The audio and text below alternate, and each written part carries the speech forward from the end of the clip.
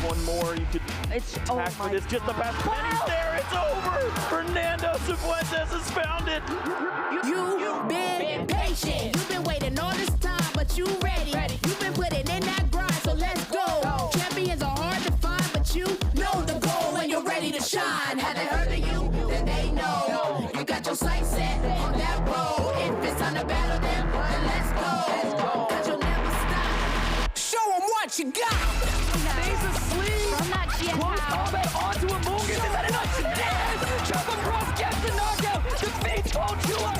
Show them what you got. Yeah, they already know. You got your sights set on victory road. Show them what you got. Yeah, they already know. You got your sights set on victory road. Gets the leg down. Can you look down the Wishcast where he has a little bit of health left? Oh! What HP left. I know.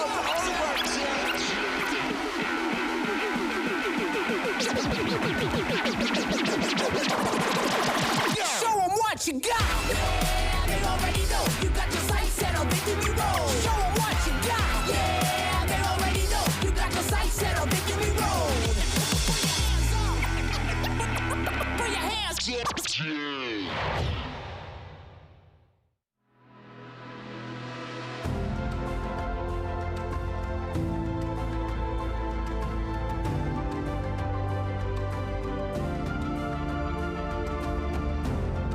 Welcome everyone to Frankfurt, Germany, here where we're hosting the first regionals of the 2026 season.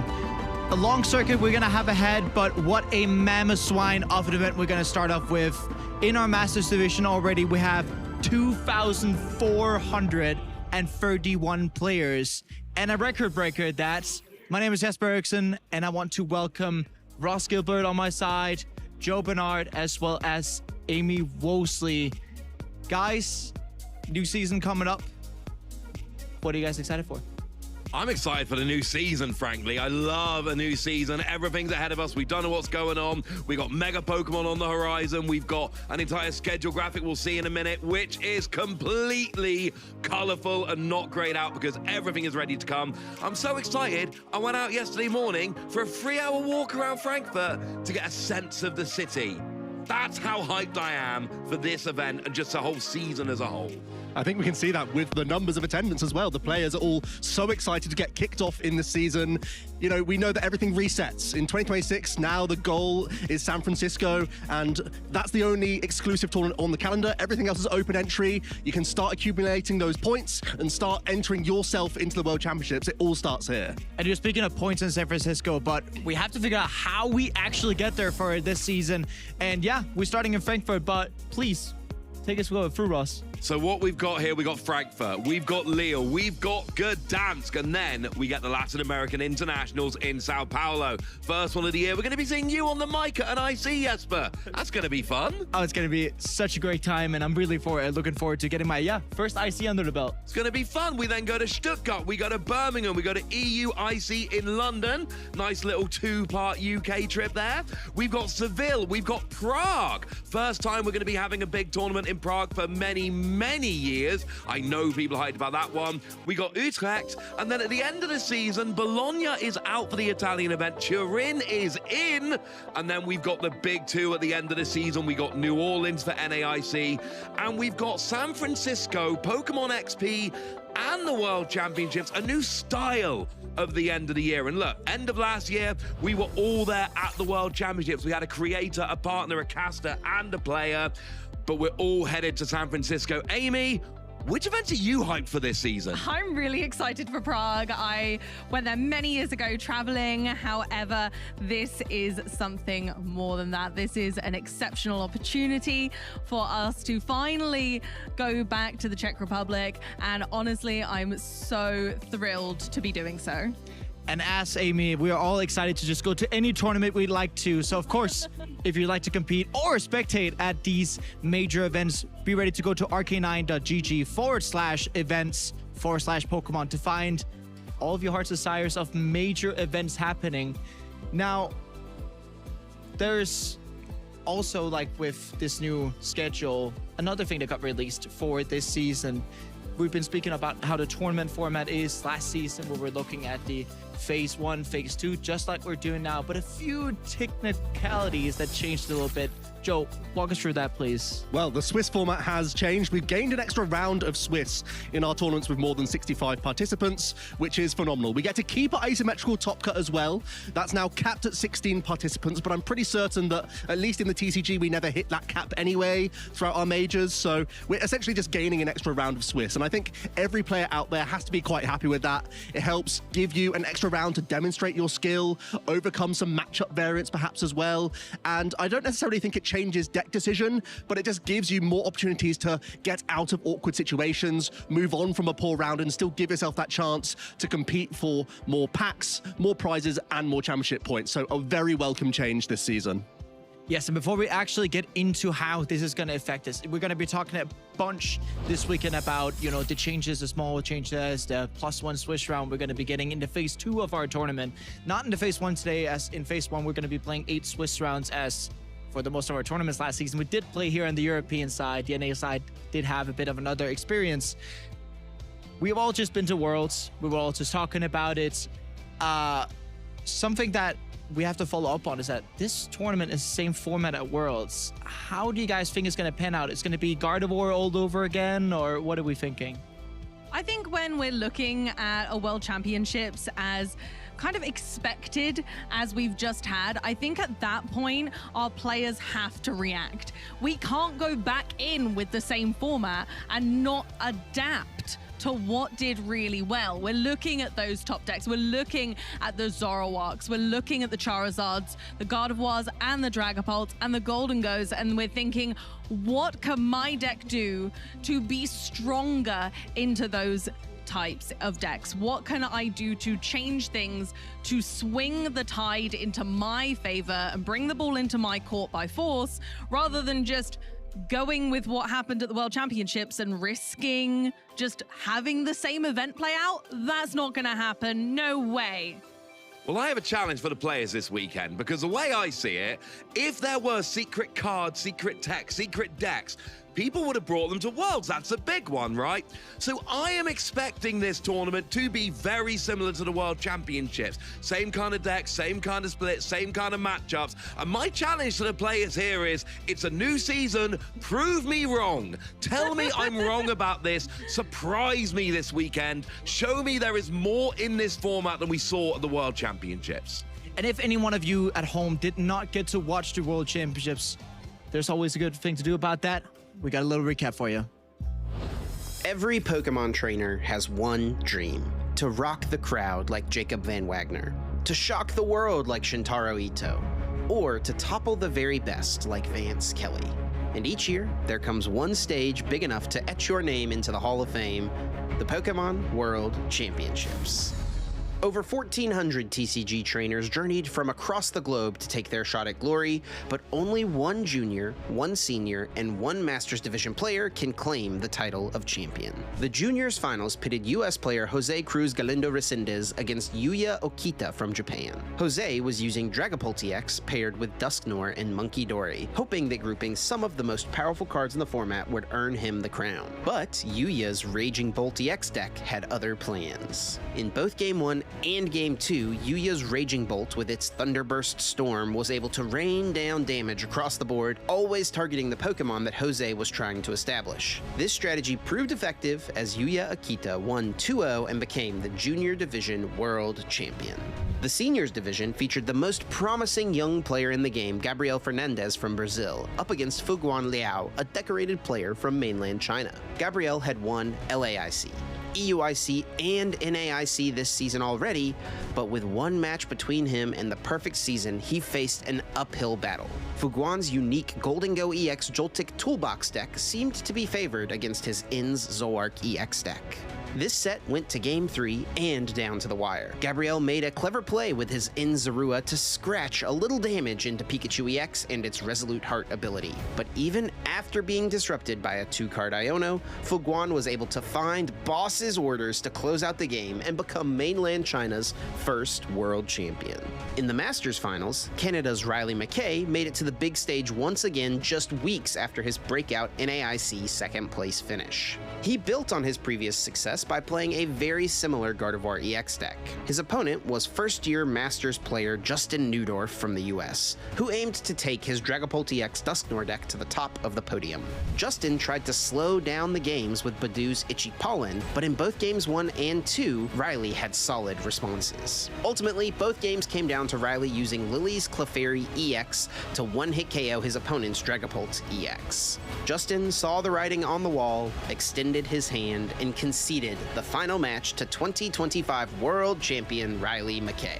Oh, he's ready to just give up the game. It's over. That is history made in the 2025 season here at the Masters Finals. Riley McKay is taking things down with Gardevoir EX.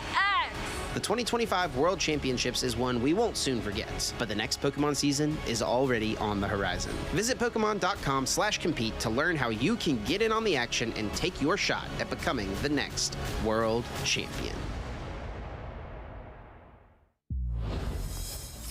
And exactly as rightly said, Chip, if you want to be following the action, make sure you can always go to Pokemon.com/compete and make sure you get to see all of these nice events.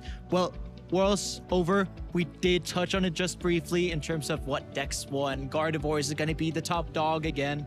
3 different decks winning in 3 different divisions. Raging Bolt in the Juniors division. Gardevoir in Masters, and of course the Joltic Dengo box in Seniors. Now we get to look a bit at the deck analysis for the phase 1 of Worlds. Anything that stands out?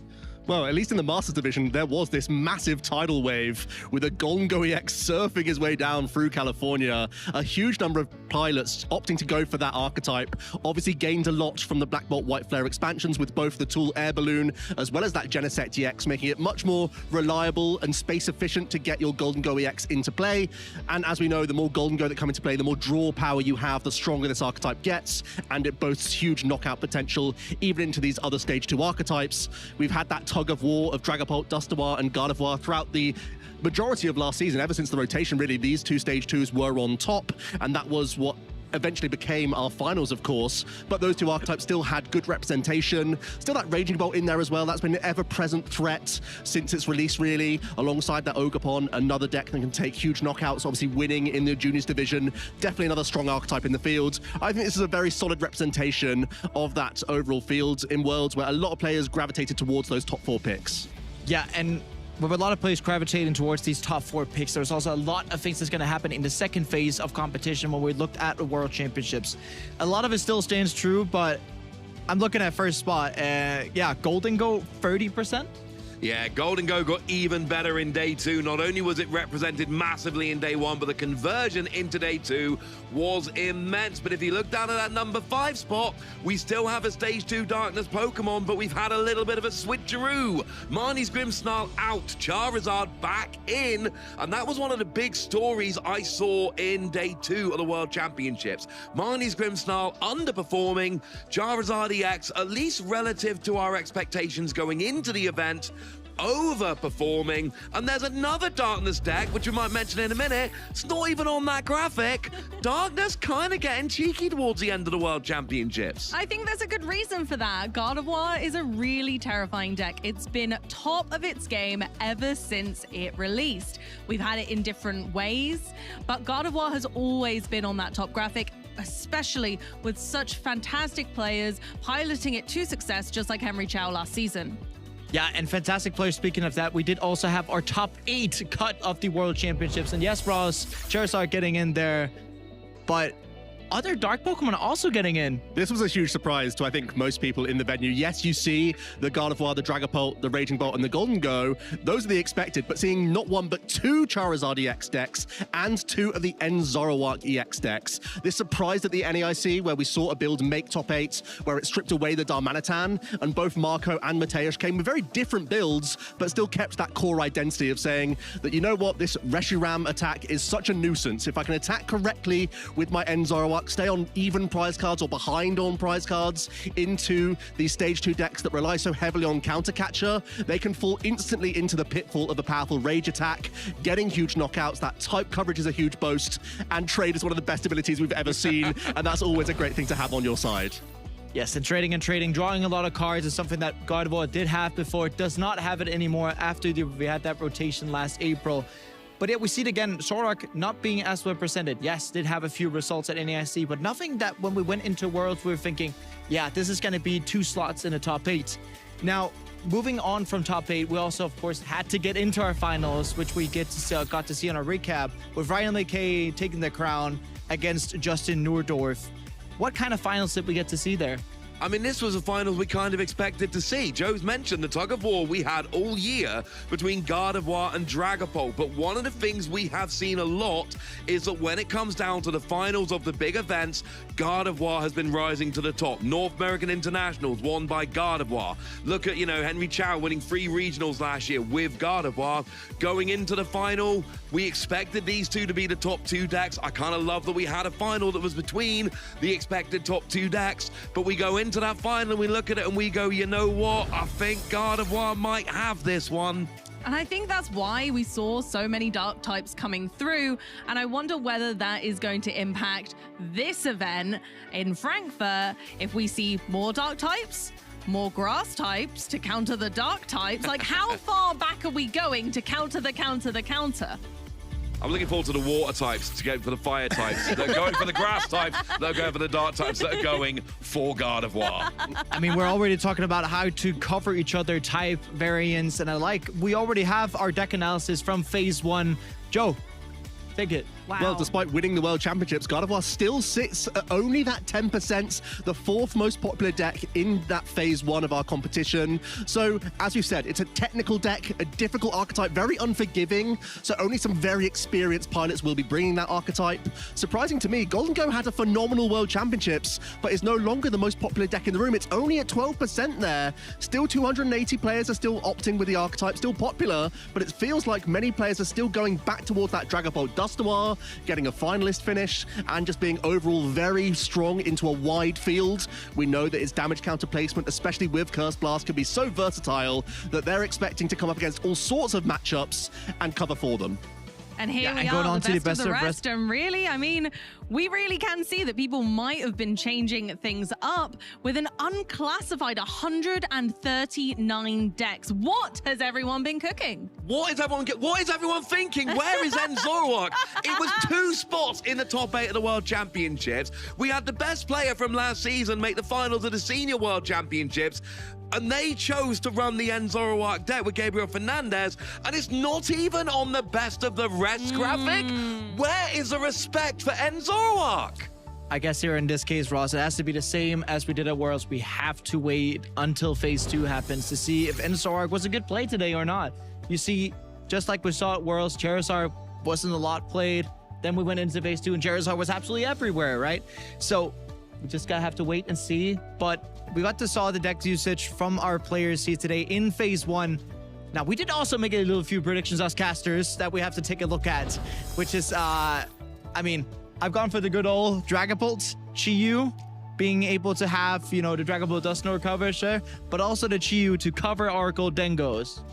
And well, you can see why I'm so affronted by the lack of Enzorowak in the graphic a minute ago. I legitimately think this is just the pick for this tournament. You know, certainly once you get outside of those expected top 4 decks, this for me is such a strong choice for the tournament. We saw it a couple weeks ago at Worlds being phenomenal in this metagame, and then just in case that doesn't work out, there's no way I miss with Monkey Dory. I've got a fun Monkey Dory fact for you, actually. It was the most played card at the World Championships, being in the most decks. So it had real strong potential. So I think it's quite cheeky you've gone for that, Ross. But I've gone for being quite close to October. It's getting colder. So we're going to bring all the spiders indoors so they're safe. We're going to bring them into the regional space, as well as I've gone for Joltic Box being my #1 pick, having versatility in this format, being really great into basic Pokemon where we have a lot of decks that need to evolve. And I just wanted to then have a little ode to that. Oh, look, lots of dark types. I think the grass type Galvantula is not only a fantastic play in this format right now because of those dark types, but also it has great versatility into other single prize Pokemon. Yeah, perfect timing. It looks like for that Galvantula with Charizard now making it into one of our top 5 most popular decks this weekend. That was my pick, thinking that Charizard is solid into the Gardevoir archetype. Also, especially adding the Chi-Yu that you mentioned, Jesper, can have great coverage into the Golden Go EX matchup. I think it's generally strong into the basic attacking archetypes. I think Charizard still boasts a lot in this format, and it's naturally self-accelerating. It's just a very strong card that we've seen for a number of seasons now. And I've also gone for the Toedscruel. I feel like there was definitely this undercurrent at the World Championships, especially with 20% Golden Go in that opening field, that you were either choosing to play this archetype or tech against it. Looking at our Phase 1 so far, it feels like the players have it as an afterthought. It's not the forefront of their minds right now. They're still worried about the Dragapult. They're still worried about the Gardevoir. I really hope there's still a number of pilots going for these tech inclusions like Toedscruel, because without it, I think Golden Go is very consistent, very good at enforcing its game plan on opponents. I feel like there could be, from the Phase 1, but from the looks of things, not enough respect for that archetype right now. And it has to transfer over to Phase 2, as we see. We already get to see a bit of the Phase 2 action today, but we have to remember that with the way that these conversion rates work, we have to see whether or not, as you mentioned, Goldengo decks are really, really consistent when it comes to the point, but are they going to be able to get through the needle's eye, really, in this case, right? Are you going to be able to play it against the deck set, just like Dragapult Dusknoir, where you can't do much about it when it comes to that? One thing we can do for sure is to make sure that you get to follow us on our socials to make sure you don't miss the action here. Or maybe if you have a few cheeky predictions yourselves. I think if I ask you, Amy, any prediction for this tournament you think about? I don't think so in particular. I think this tournament could really take us by surprise, which I'm glad about. And I'm really hoping that we get to see some interesting decks as a response to the World Championships.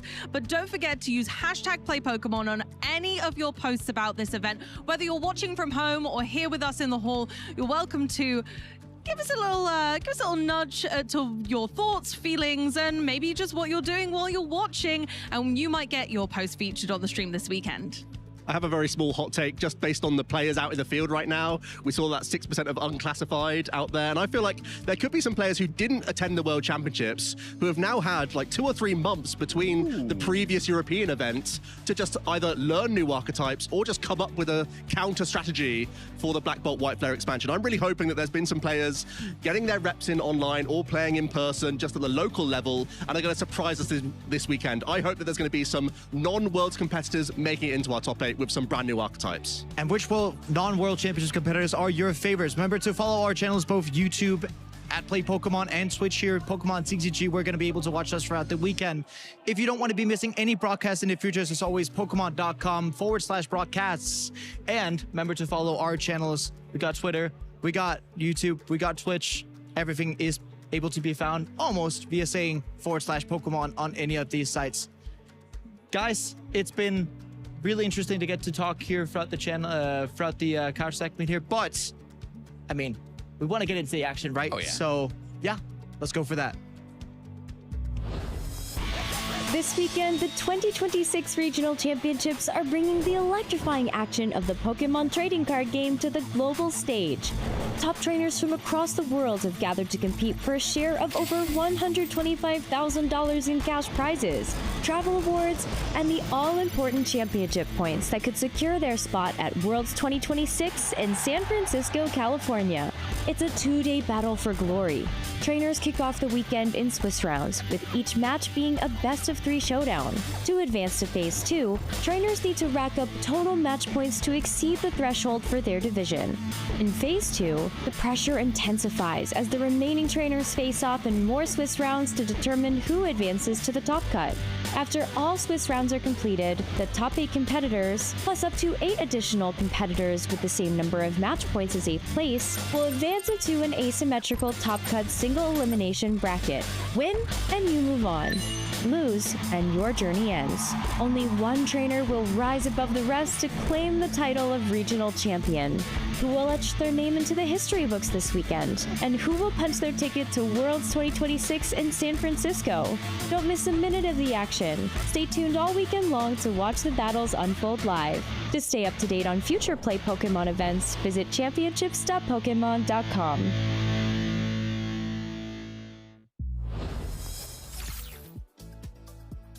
Welcome back. We are live once again, and honestly, so thrilled to be here. Thank you so much, trainers, for joining us in Frankfurt. Jesper, how are we feeling? How is the buzz in the room hitting you? I am absolutely exhilarated. I got to walk around the tables a little bit to the start of the rounds here, and I'm telling you, I'm missing playing a lot, but I'm also very excited to get into show everyone at home how this tournament's going to go out, and I think it's going to be such a blast of a tournament. What about yourself? Honestly, just the expanse of this event is phenomenal. I genuinely cannot believe how many competitors we have. Looking around the room, we have so many unclassified decks, which I'm hoping we'll get to feature this weekend. But don't forget, if you're on Twitch right now watching our broadcast, you can click on the Pokeball icon, and then you'll be able to look at all of the extra content that we have available for you, and you'll be able to get a sneak peek into some of our lovely broadcasts this weekend. So you'll be able to get even more involved in all of the action. So please go ahead and make sure that you pop over to Twitch. And of course, what are you guys expecting from this weekend? Let us know in the chat if you have any hot takes, if you have any decks you'd like to see on the broadcast, because we'll do our best. We do listen and we do look at your content, especially if you use that hashtag #PlayPokemon. Yeah, and hashtag #PlayPokemon is the way forward when we want to hear your thoughts. There's also going to be maybe a few polls later on that we can get to take a look at, and that's going to be chat decided, most of those. Yes. So it's important that we see you guys at home getting into the action, and really, we also want to get into the action very shortly. We did mention a few decks when we were talking about the tournament in its overall sense. Dragon Ball Dusknoir getting second at Worlds, Gardevoir winning Worlds, Golden Go having such a strong showing and also be one of the most popular decks today. Amy, you were predicting stuff with Joltic, Yes. Galvantula. Yes. Could you perhaps elaborate a bit on why exactly those two? I can indeed. So with the Joltic box, it has wonderful versatility into this format. Okay, I'm gonna do a little quiz with you, Jesper. Yeah. Does Gardevoir have basic Pokemon in it? Yes. Do they have less than 120 HP? A lot of them. Wonderful. Does Dragapult? Yes. Does Golden Go? Yes. Does Ampu very much ring a bell? Oh yeah. That's the thing that takes more than one prize per knockout. Oh, wow. Oh, and that's what I'm talking about. All of these decks, sometimes they can take a long time to set up. Sometimes they have basic Pokemon or even evolutions when we look at these Dusknoir variants. If you don't manage to evolve all the way to the Dusknoir and you've just got a Duskull, there are lots of ways. You know, a lot of these Joltic box players playing 4 bosses orders and maybe some counter catches. We're thinking about lots of ways to pull those smaller Pokemon in and say, actually, I'm going to ignore your big threat. I don't care about your Dragapult right now. I'm going to leave that there. He's nothing right now. And I'm going to go for these little guys on the bench and I'm going to take 2 prize cards, please. And that's where I think it pulls forward in this format because it doesn't have a definitive answer. Yes, other decks can defeat it, but there's no one deck that I feel counters it. And there's always a way to win with Iron Hands in your deck. If your opponent doesn't set up, you just get to take 6 prizes with free attacks. And what happens when you do that? You win. When you win a lot of games in this tournament, you're going to win the entire thing. And what happens when you win the entire thing? You gain championship points, which are what we're playing for the entirety of the weekend. Not only cash pricing, booster packs pricing, but also championship points that are going to be with to get you the invite. Amy, we did have a debut of a new system last season. Perhaps you could take us through that? Absolutely, my word. So if you get first place at this event, at any championship level event, you not only get 350 championship points, but you get a guaranteed invite to the World Championships. A phenomenal placing, and with this many players, wow, it would be an incredible feat. And we are going to crown a champion after phase 2, after Top Cut. Tomorrow, we have a long way to go, and these players are absolutely fighting tooth and nail to get there. Second place comes in with 325 championship points, and so on and so forth. But don't forget, there's also booster packs and cash pricing to be on the line for this weekend. Not only for our masters, but also for our juniors and seniors who cannot be forgotten. They're also here in numbers. We're going to be having a look at their meta breakdown later, so don't miss a thing. You're going to be able to be fighting for $10,000 if you're here at the event. Not only can that go towards attending other events and obviously buying more booster packs, but you also get those. It's just wild. I mean, there's a lot of stuff to come for these events. So when you're sitting back home, as we talked about previously, there's always space for newcomers, new players into the game. And yeah, we've all been there at the start of our game, all been there at the point where we've had our first regionals.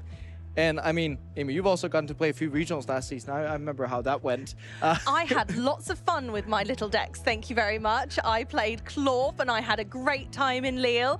And I just love playing. I don't mind when I don't do well. You're always gunning for those win-and-ins, my friend. So you don't need to worry about me. I'm always having a great time. I'm one of those players that really likes to play my own thing. And I've been like that since the start of my Pokemon TCG journey, with my first ever deck being Toxapex GX with Espeon EX. So I was trying to poison and de-evolve my opponent's Pokemon. Do you remember your first deck, Jesper?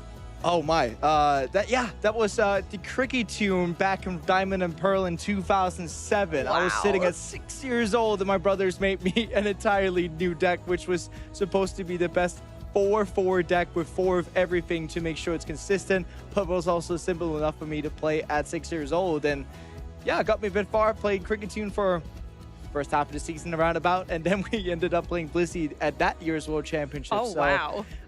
Bit of a rocket career I started off with there, and I mean, it just hasn't landed yet, I guess. Oh, it hasn't landed yet, says he, World Champion of the Seniors Division. Yes.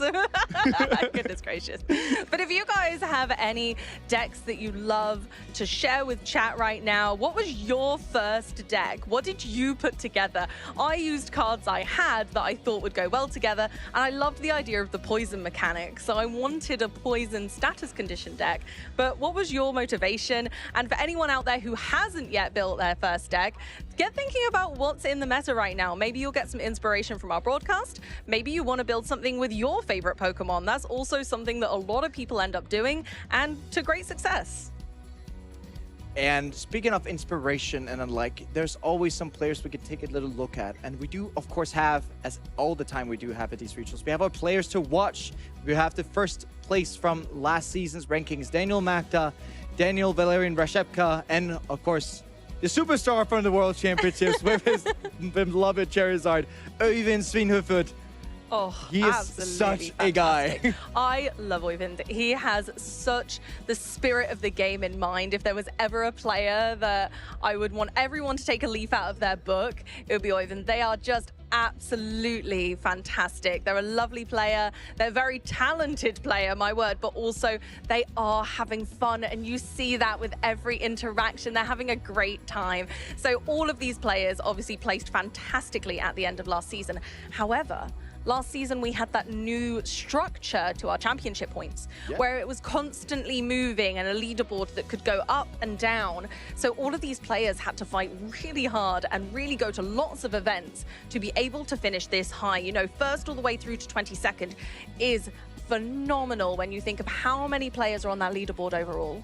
Yeah, and not only you're just getting the World's Invite for being atop of this leaderboard. Last season, it was 125. This season, it's 135. Ooh. But for being in the top 22 of the rankings at the ending of the season, you would already get $3,500 towards traveling to the World Championships. It's not just the regional championships and not just the internationals that are going to give you cash pricing towards being able to go to Worlds, getting these championship points. But no, also ranking can give you these scholarships that can go towards your traveling, and which is awesome that Pokemon is going to be able to support you going there. It's not all just going to be out of pocket money, but doing really well at these tournaments are going to be able to cascade onwards towards the next couple of tournaments we're going to be having.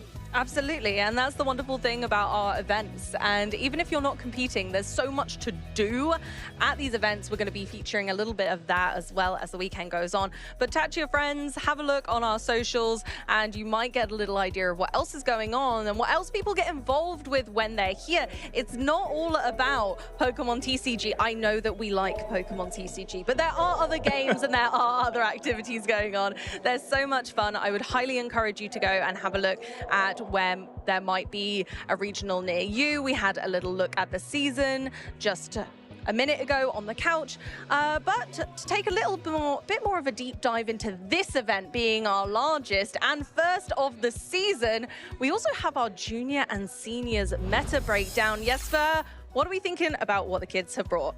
There is a lot of Golden Go. And we can start with that. And also the world champion for Juniors Division this year was also playing Raging Bolt, which may be a very good inspiration towards some of these players who love to play Raging Bolt. Raging Bolt was a lot played in the Juniors Division. It has been the entirety of last season. So if you're watching us last season, yes, you get to know that deck.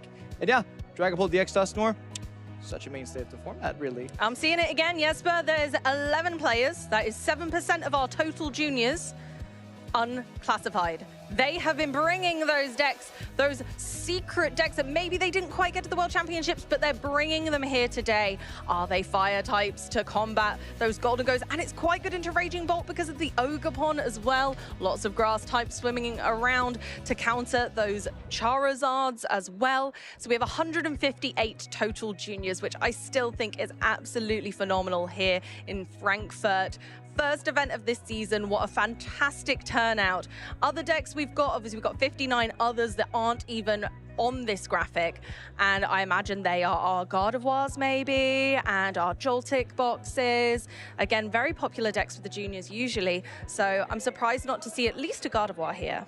Yeah, and not only do we have Masters, not only do we have Juniors, we of course also have the deck analysis from the Phase 1 of the Seniors Division, a little tad larger than our Juniors Division here for the tournament. And oftentimes we get to see that the Seniors are a little bit closer to the Masters in terms of deck usage. Again, Golden Go, 19%, almost hitting that magical 20%. Raging Bolt being the second biggest deck, and Dragapult Dusknoir. It seems like your juniors and seniors have been talking a bit together because the ranking placements of the decks are the same, but there's one deck after Dragapult DX Dusknoir, which it's a world champion deck. Oh, yes. It does play Golden Go. It yes. does.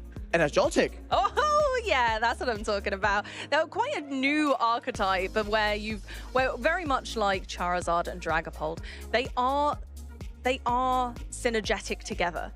Golden Go and Joltic can work together as one, where Joltic starts off your game and Golden Go closes it out.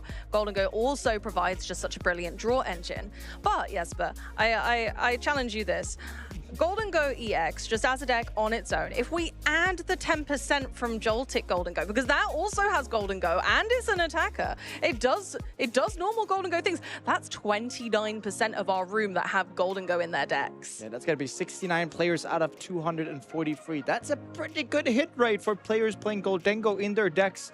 And maybe even if we've split a potential Golden Go Togekiss, that could have been even more. I do think that we have those combined a bit in our deck system. But yeah, a lot of Golden Go when we actually think about it that way. Yeah, exactly. There's just so much to give with that deck. The card is phenomenal. It's had some really great kind of interactions with other Pokemon, and I don't think we're quite there yet with how many different interactions we could have in the future, or even right now. We might see some new Golden Go variants coming through the cracks in this very event because it's got so much potential. A lot of people use Dracloak as a draw engine in other decks. Well, why not Golden Go? I appreciate that it is a stage, you know, it's an EX, it's a stage 1, but it's got a lot going for it. Yeah, and when we're talking Golden Go, there's a lot of cards that gets paired with it. It has really synergetic towards the Genesect DX that is going to be able to search out 2 Metal Evolutions every single turn, which is what makes this deck tick. Together with the Energy Search Pro, that's not played in the Joltic variant because you want to be playing that Prime Caster just like you do in a Joltic box deck, or potentially also the Trolley that could get out your Pokemon. And yeah, you're thinking, how do I keep getting back the energies turn after turn after turn? Well, your answer is right there. Superior Energy Retrieval. Coin bonus being a built-in draw engine, meaning that a 4-fold Golden Go deck with a few other support Pokemon like Monkey Dory, could be Chansey, could be Togekiss, so can many be things. decks on its own. Honestly, what more could you want? There's flexibility in that in every consensus. Well, and I think the ingenuity that people have been bringing to this deck with the Chansey and the redeemable ticket is absolutely phenomenal. I love seeing when players get really cheeky with that play. They think, okay, well, you can interact with my Togekiss, and I don't like that. I'm going to bring something that you can't interact with to be able to allow me the extra prize cards instead. And bringing that Chansey variant in might seem more risky, but the redeemable ticket also brings so much to the deck. When you think, oh, when Golden Go doesn't have a great start and something specific is in the prize cards, redeemable ticket can just help out. Yeah, and if I asked you, Amy, if you're thinking prize cards, Golden Go, we did see that a bit with Piper Lipina at Worlds, which I know it's unfair to bring that up now, and I'm so sorry for saying that, Piper, but redeemable ticket does help you out in those circumstances where you prize many of your Gimmighoul. But if I was to give you one card that you think about, I do not want this prize at any singular point, what card would that be? It has to be the one-of A-Spec card, of course, our Energy Search Pro. We can only put one A-Spec card in our decks. That's the pink one. You really can't miss them, but you do miss them if they end up in your prize cards, and you miss them quite considerably. You're only allowed one for a reason. They're so strong. And Energy Search Pro is what really brought Golden Go into the front line. It's what brought it up into our graphic all the way to first place. And it seems like most of our A-Specs, most of our pink cards, so to speak, are the ones that are the strongest ones to open up the game with. Yes, as a Golden Go player, you don't play it on turn 1 necessarily, but when you're trying to get that first attack off with Make It Rain, yeah, you're searching up to 8 energies with a singular A-Spec. Yes, it's depending on what you've prized and so on and so forth, but up to 8 energies. When you attach one, that's like getting 350 damage for one card. It's absolutely pretty bonkers. insane. It's bonkers. Honestly, when you think about the uncapped damage potential of Golden Go and then give it a tool like Energy Search Pro, you just don't want that in the prize cards. So even if the Chanseys don't pan out, the redeemable ticket itself is the redeeming factor. Yeah, and redeeming factor indeed. You can play something like Cypher Maniac for double Chansey, being able to take 2 prize cards afterwards. And when you've been playing redeemable ticket and Cypher Maniac, you would actually know where your chances are in your prizes, because the prizes after you place them from the top of your deck, they do not get shuffled, which means you Make It Rain, you take 2 prizes. Oh, I got a Chansey. I got a free bench spot. Play that down. Flip heads. Oh, I got another Chansey. Put that down. Flip heads. So you can actually, from a Make It Rain on an EX Pokemon, getting a knockout, you can get all the way up to 4 prize cards. I mean, although you gotta flip heads twice, but That's the chances you take with Chansey, meaning you don't need to set up a Togekiss, which needs Togepi down for a turn. Rare Candy into Togekiss, and then we can start flipping some coins. Although the coin flipping is not an aspect I do like about it, but when you have a deck like Goldengo, you have to take some chances sometimes. You do. And then again, with that, Funny Coin Man can get some funny prizes, right? Exactly. There's a lot of potential with the deck, and that's what I love about it. But we have our players at the desk. They're just setting up, so you're not going to need to wait much longer for some real action. We've been teasing what might have been chosen. We've been teasing what kind of decks we might see. Hopefully something a little different for the start of our day. But these players are going to be 3-0 as we're going to be broadcasting round 4 here in Frankfurt. I'm absolutely so excited to see all of the games. I feel like since the World Championships, I don't know about you, but I feel like it's been such a long time, and I'm just absolutely itching to see some great games. Oh, I am itching to see some games. I'm itching to play some games. I remember yesterday I was also telling our co-caster Joe, I have not been playing for a couple of days. I need to play. And just like these players are feeling before they went over to Frankfurt, well, before they went on this morning, they want to play a major tournament again, and we got it for them this time. And we're starting with the round 4 of the Frankfurt Regional Championships. And, you know, Amy, I'm just so excited to get back into all of these coverages of regionals. It feels like it's been such a long time since we last time had our broadcast in Bologna. In all reality, it wasn't really. And then we had World Championships a couple of weeks ago. Oh, we just get very excited, don't we? And I know our players do as well. And although the format may have not changed much, I think that it's an ever-growing format. The story has not yet been told. There is so many open endings that we can bring in. Here are our first 2 players of Frankfurt Regional Championships 2025. My word, those are some strong round 1 opponents. Yeah, we got Kato Arai versus Ryan Freeman. And yes, you may be knowing Kato from past streams. He is not from European circuit. Where is he from? We might be running back last year where we had non-European competitors winning our first couple of regionals of the year. As you can see, Kaito has had a phenomenal run, not only kind of championing the Perth regional in 2025, but also World's Top 32. That doesn't go unaccounted for. Kaito is a strong cookie, and they are going to bring their everything to this game. Yes, and exactly speaking about that, and Kaito was one of the guys who's always been playing Dragapult for as long as it's been now. Really been loving these variants. Did play the same Dragapult variant 2 Worlds as one of our friends here, Tar Redcliffe, did.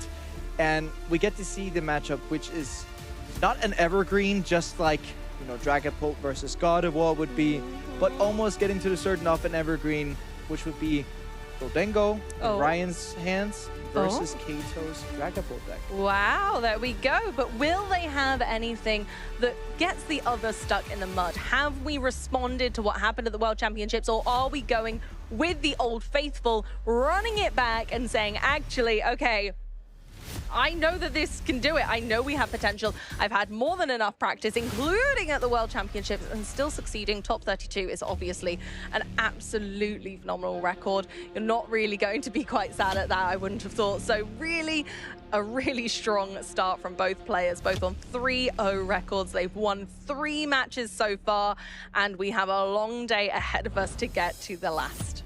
Yes, and such a long day ahead of us. And typically we do get to see a lot of, you know, different things when it comes to these different varieties. Ryan has chosen to bring the Goldengo deck. Yes, we did talk about that, but we do get to see Togekiss. So I want you guys at home to be able to count what happens whenever that flip heads. And we get to start off the game with Ryan going first, getting an S-ball off, starting that 50 HP gimmick goal. And Amy, could you take us through how exactly Goldengo works? We did talk briefly about it, but just in short. Absolutely. So long story short, Goldengo needs energy, and it's pretty good at that because it can draw cards. It has an ability called Coin Bonus, where you simply get to draw 1 card if the Pokemon is on the bench, but if it's in the active spot, then you get to draw 2 cards. And then Goldengo does 50 damage for each energy card that you discard from your hand. So more energy in the active, the better. Exactly. And with playing up against a deck like Dragapult, well, typically we would say Dragapult Dusknoir, but in Kato's hands, it is not quite with Dusknoir. Kato has been trying to play, championing a bit of a different variant. We do get to see more closer to the straight Dragapult variant of the past, just like they played at the World Championships. Although, putting in a bit of a 1-1 Dusclops line to help out with these small issues that is with the damage cap of the deck, potentially also being able to go through and put down your opponent in prize cards. However, we did see one of those Pokemon in their prize cards, so it won't be early game at very least, but Dragapult is great at using them late game regardless. So we've started off in Ryan's turn. Of course, Nest Ball into another Gimme Ghoul, Attach Energy, and we've called it there, really. On to Kaito's turn. Not a strong start from Golden Go, but you don't need a really big board turn one. 2 Gimme Ghoul is enough to really pop off next turn. So we're doing that first deck search of the day, making sure that Kaito has everything they're going to need for success. Tell us more about Dragapult, Jesper. Yes, Dragapult has a lot of variants, but just like Golden Go, it has a draw engine in of itself. You often want to open with these Buddy Puff and start off the game with setting up behind a Budew. And after you started doing exactly that, you get to use your Cloak with its Recon Directive and constantly be starting to filling up your hand with additional cards, setting up these Dragapult. Getting into the Phantom Dive, which deals 200 damage and being able to divide 60 damage between different Pokemon if you'd like on your opponent's bench. The beautiful thing about Phantom Dive is that it's so good against these setup decks. So if Ryan, for example, doesn't get a Genesect into play to be able to search the Goldengos or is able to get these Goldengos into play, he's going to be in loads of trouble whenever Kato starts using the Budew. Ryan not getting the Goldengos into play, and then the Phantom Dive is going to be able to clear the board. Absolutely, and that's the big threat of Dragapult. If you get set up nice and early before Ryan has a chance to establish a strong board, unfortunately, it could be all over with that. And Budew gives just the right amount of time to be able to do that, as why it's shown such strength in our metagame thus far. Honestly, Budews have been a real turning point for decks like Dragapult, where they just need that little bit of extra time to set up quite often, and Budew just gives the Dreepy the space to do that. So of course with this Buddy Puff, and with that in mind, we've gone for Budew and Dreepy. Budew is our sweet little angel. Itchy Pollen, 10 damage. You don't even need to use an energy. That's what that little symbol means next to Itchy Pollen, is that it's actually costless. So for no energy, you can use Itchy Pollen. It'll do 10 damage, and your opponent cannot play item cards on their next turn. Not only is it costless, but it's priceless for these Dragapult deck to be using that Budew. And there's so much that relies upon the Budew. You're putting your opponent down in pace. And if your opponent doesn't get to pace the Dragapult decks, that's where the Dragapult decks are the strongest. Before the Dragapult decks had the Budew to even work with, they were a bit fragile. We did see that last year from Ryuki whenever he played Dragapult Dusknoir to win the Dortmund Regional Championships, which also was the first regionals of the year. So going back-to-back Japanese champions with Dragapult, perhaps, but we do get to see the retreat with Latias, giving that free retreat, and in Itchy Pollen to start our game off. 10 damage, and Ryan can't play item cards this turn, so Ryan's going to be having to use other methods of getting all of his Pokemon set up. Otherwise, Kaito's going to have a really strong start. However, we did have the Golden Go in hand, so we're all good. We're going to use Coin Bonus for the first time today. I imagine we'll see many more, and there are probably lots out on the floor. Draw 2 cards. Fabulous. Happy.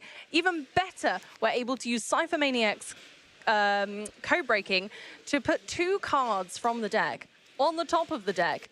What a fabulous combo. I really couldn't think of a match made in heaven more. Golden Go being able to draw 2 cards, Cypher Maniac's Code Breaking, putting exactly 2 on the top of your deck. There's going to be no shortage of ways for Ryan to manipulate that to his advantage. It is just like back in the day when we had Mallow and Zoroark GX Swift Trade. Such a potent combo when it comes to the fact. And here Ryan can get the second Golden Go into play. Energies to be able to take the knockout and put pressure on Kato. The best thing that Goldengo can do in these sorts of matchups to set up behind, basically a Budew getting in with the Itchy Pollen is just to be as aggressive as possible. Try to target whenever did your cloaks come into play and get energy. You have to be able to target those down.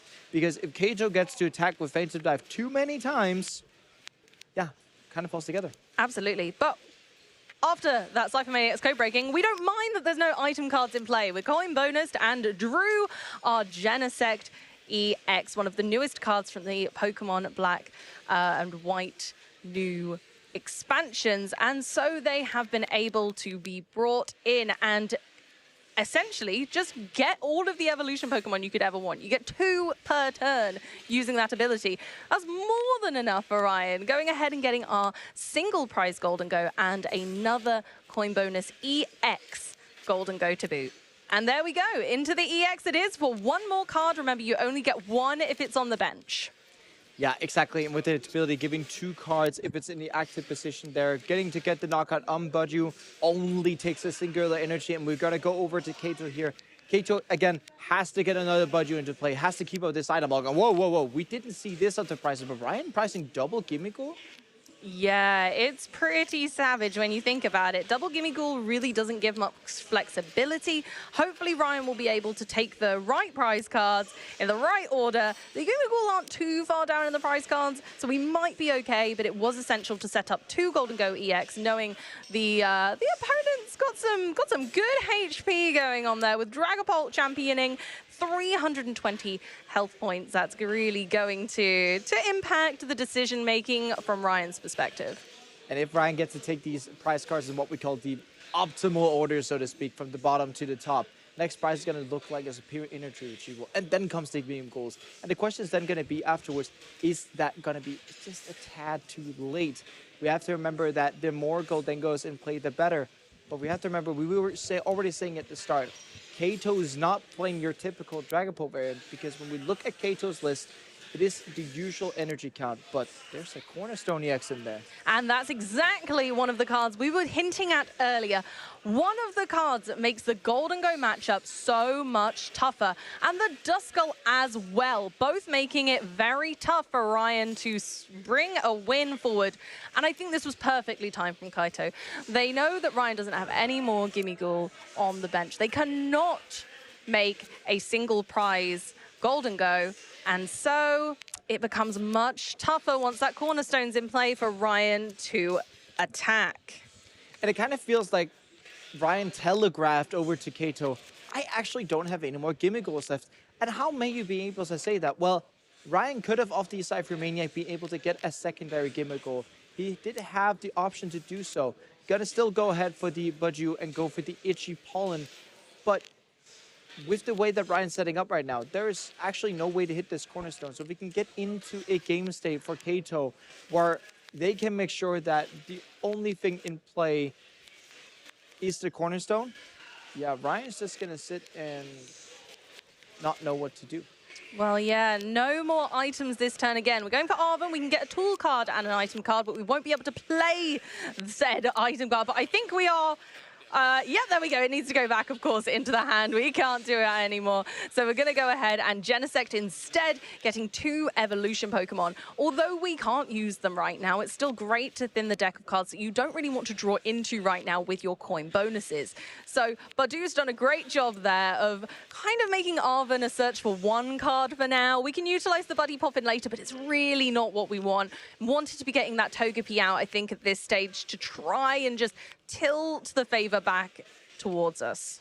Yeah, typically with these decks, it's do you want to get Togepi out or not? In this matchup, typically, you have not been wanting to get Togepi out because it's just such an easy prize to get with Phantom Dive. It's true. Where when you bench that, your opponent looks at it and you're like, I got Phantom Dive, I can just put the damage on there. Kato also playing the Dusclops, Dusclop doing 50, Togepi only having 50 HP, so it's really easy to target. And you're not going to be able to get the Togekiss into play once there's a Rakandy that's needed to actually get into play. But we're just going to see Ryan go for Make It Rain 50 damage onto that Budju, going over to Kato's turn. Yeah, although Badu is a grass type, it is not very welcoming of this type of rain, and it did go straight to the discard pile. 1 more prize card taken. Ryan has taken 2 prize cards to Kaito's, none thus far. However, this is Dragapult, and if any deck is great at taking lots of prize cards in one go, it certainly is Dragapult. We're going for that Recon Directive, a very, very strong ability, as mentioned earlier in our broadcast. Again, drawing cards. You get to look at the top 2 cards of your deck, take one to your hand and put the other to the bottom of your deck, which is not only putting cards that you don't need right now into the bottom of the deck so they can't be drawn into, but tutoring one straight into your hand. And this can be used once per turn. Dragapult's always been a fantastic Pokemon for this very reason. Its stage 1 has so much utility. Hilda, a new card. Yes, but talk to us about Hilda. Yeah, Hilda's been an amazing card for these Dragapult decks especially. You're going to be able to search out any energy card. You get new upper energy with that, and you're going to be able to search out an evolution card. Oftentimes these Drag Cloaks or the Dragapult if you need to. In this case, getting is just a Psychic Energy and a Drag Cloak, but you're able to set up that engine. More cards that help your engine out. It's just like Genesect, but for a Dragapult deck, you're still getting 2 cards out of it, and both the cards are pretty dang important. Very important, I'd argue. We're going to get to do another Recon Directive with this Dracloak. And we've got the Psychic type energy, which will be great for either our Cornerstone or the Dracloak. That already has the Luminous Energy attached, which can count as our Fire type energy. So here we go with that Recon Directive. Looks like is that a Professor's Research? And I can't see the other card. It looks like, Brock Scouting.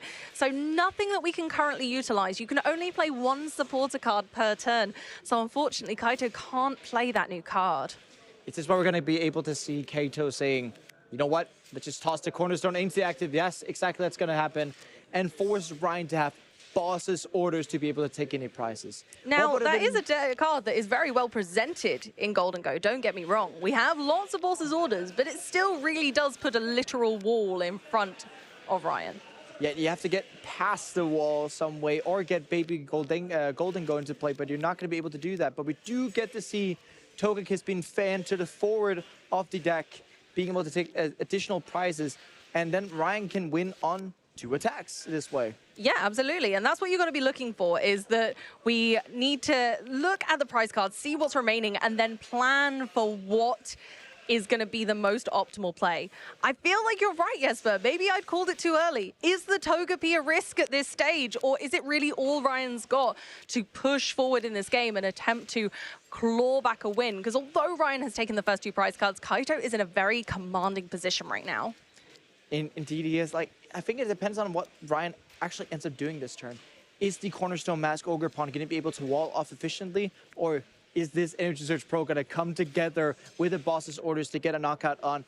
I'd honestly say Dracloak on the bench with the energy. Yes, it may put Ryan down to 3, which is an awkward amount of prize cards. You still need to get the knockout on the Latias, still need to get the knockout on Dracloak, but you get to remove half of the Dracloaks in play. You get to remove the Dracloak that can actually evolve into a Dragapult and get the attack off. And just trying to get to protect the Togepi. Yes, Kato can still get an attack up with the Dragapult with a new upper energy on the upcoming turn, but it means that you're forcing Kato to have his Haste Spec in the hand after having just used Hilda where the Haste Spec was not found. Ever so true. And the nice thing for Ryan right now is that Ryan has 4 prize cards left to take, and that is possible with Kaito's current board state. There are 4 prize cards that can be taken regardless of the Cornerstone Mask EX. Okay, we've gone for that fabulous coin bonus once again, bringing it forward. And we got a Lavencia, which is a great card for this stage in the game, being able to retrieve 2 lightning energy from the discard pile. There is currently 1 lightning energy in the discard pile, but you can get up to 2 per turn.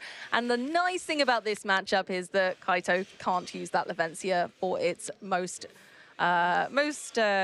anticipated effect. We do get to see the boss's orders. After Ryan has played the Energy Surge Pro, we get to see Boss being able to pull up Latias, have Ryan go down to 2 prize cards. And yeah, Amy, it fits with potentially Rare Candy, Togekiss, knocking out Dracloak next turn, and then we could already be seeing game over. Exactly. So realistically, this was a fantastic play. Although we don't have the Togekiss, it does not matter. A 2 prize take at this point in the game is paramount for Ryan's success. We managed to get those 2 Gimmighoul, which is great for the longevity of this game, and we might be able to see this Cornerstone go down in the worst case scenario. Yeah, and Cornerstone not exactly being an efficient wall here once you can just stop and go around it. Kaito does play ways to scoop up some of these Dracloak on the bench potentially, where if you pick up one of them, Ryan would be only able to take one prize around the Cornerstone Ogerpon. And this is where Togekiss can actually come into play. And with that coin flip being able to deal with it, Kato has to buy more time. Yes. Time bought equals time won. Time won equals game one. You have to make sure as a Dragon Ball Blade that your opponent gets the slowest start possible. And after having to leave off that Buju item lock with the Ichipon, you've seen Ryan got to play Energy Surge Pro. And then everything has kind of looked like it fell together on its back after this. And after a couple of recon directives, we have some really interesting cards in hand now. We've managed to have the Luminous Energy. The Cornerstone Mask Ogerpon EX can now attack finally. And we got the Counter Catcher. So that Togepi threat is going down. And into an INO. Perfect sequencing. You've got to play all of the cards in the correct order to get to where you want to be by limiting your opponent's comeback potential at this stage. And typically we want to beat on this Cornerstone Mask Ogerpon with our Strike It Rich Golden Go. Now, where did those Gimme Goals go now? Well, that's the thing. Those Gimme Goals can go on the bench and we can finally get down to business and get all of those threats on board. We did take a knockout here on Togepi, making it so Ryan can't just go Candy, Togekiss, Boss, knock out your cloak, flip heads for a game. No, that's not going to be an option no more. No, and although you're right, Jesper, those Gimme Ghoul were on the bottom of the deck, they are no more, because if we go into the deck with any type of search ability, which Genesect does have, even if we choose not to get any evolution Pokemon or if we run out of evolution Pokemon, it allows us to, of course, shuffle the deck, and Buddy Poffin brings the buddies, and here they certainly are on the bench once more to just pose that threat of a single prize Golden Go, which can get through Cornerstone's ability. A massive question for Kato this turn is also going to be, is Ryan going to be able to boss his orders on top? Ryan is not going to be able to get in any attack onto that Cornerstone Mask Ogerpon this turn until the Strike It Rich Golden Go could come into play once it comes to it. We still have to wait for that. Kato already sitting with the counter catch in hand, probably thinking that's going to be able to target one of the Gimme Goals so Ryan can go Strike It Rich for 120. Turo and use the second Gimme Goal to Strike It Rich for 120 again, where that would be a knockout. But Kato also have to make sure that with these two prize cards already being on the bench, able to be taken for Ryan, that Professor Turo has to come through at some point to pick up one of these Tricloaks. Absolutely, and that's a card we haven't mentioned before yet. Professor Turo's scenario allows you to pick up one of your Pokemon. All the cards attached, including the energy, do have to go to the discard pile, but you then don't have that Pokemon in play anymore. It's not there. It's not a threat to be knocked out. It's not a troublesome Pokemon anymore. And if it had any damage on, that's all gone. So your opponent then kind of can't manipulate the game in their favor from that, which is just a brilliant way of thinking and playing. So basically what you're saying, Amy, is that it has two effects on it. You can both get to full heal, but also just say that with especially Cornerstone Mask Ogerpon, if you don't want something in play, if it's actually being able to be knocked out by Golden Go, well, if it's not in play, you can't be knocked out, right? Ooh. Okay, Ryan has passed the turn here, realizing they need a little bit more time before they're ready to go. They've gone, okay, well, the Cornerstone Mask Ogerpon EX cannot one-hit KO, but we do have some Gimme Ghoul in play, so we're going to have a look at those and then be curious of what they could be doing next. Yes, the difference between these two Gimme Goals is the minor errand running that's going to be able, for one energy, be able to search a deck for two basic energies. Or the other one with the continuous coin toss, which says for every single heads flipped, it deals 20 damage. Kato's going to go ahead and say counter catcher to that one, since it's the one that can actually damage the Cornerstone Mask Ogerpon next turn without having to evolve into the Strike It Rich Golden Go.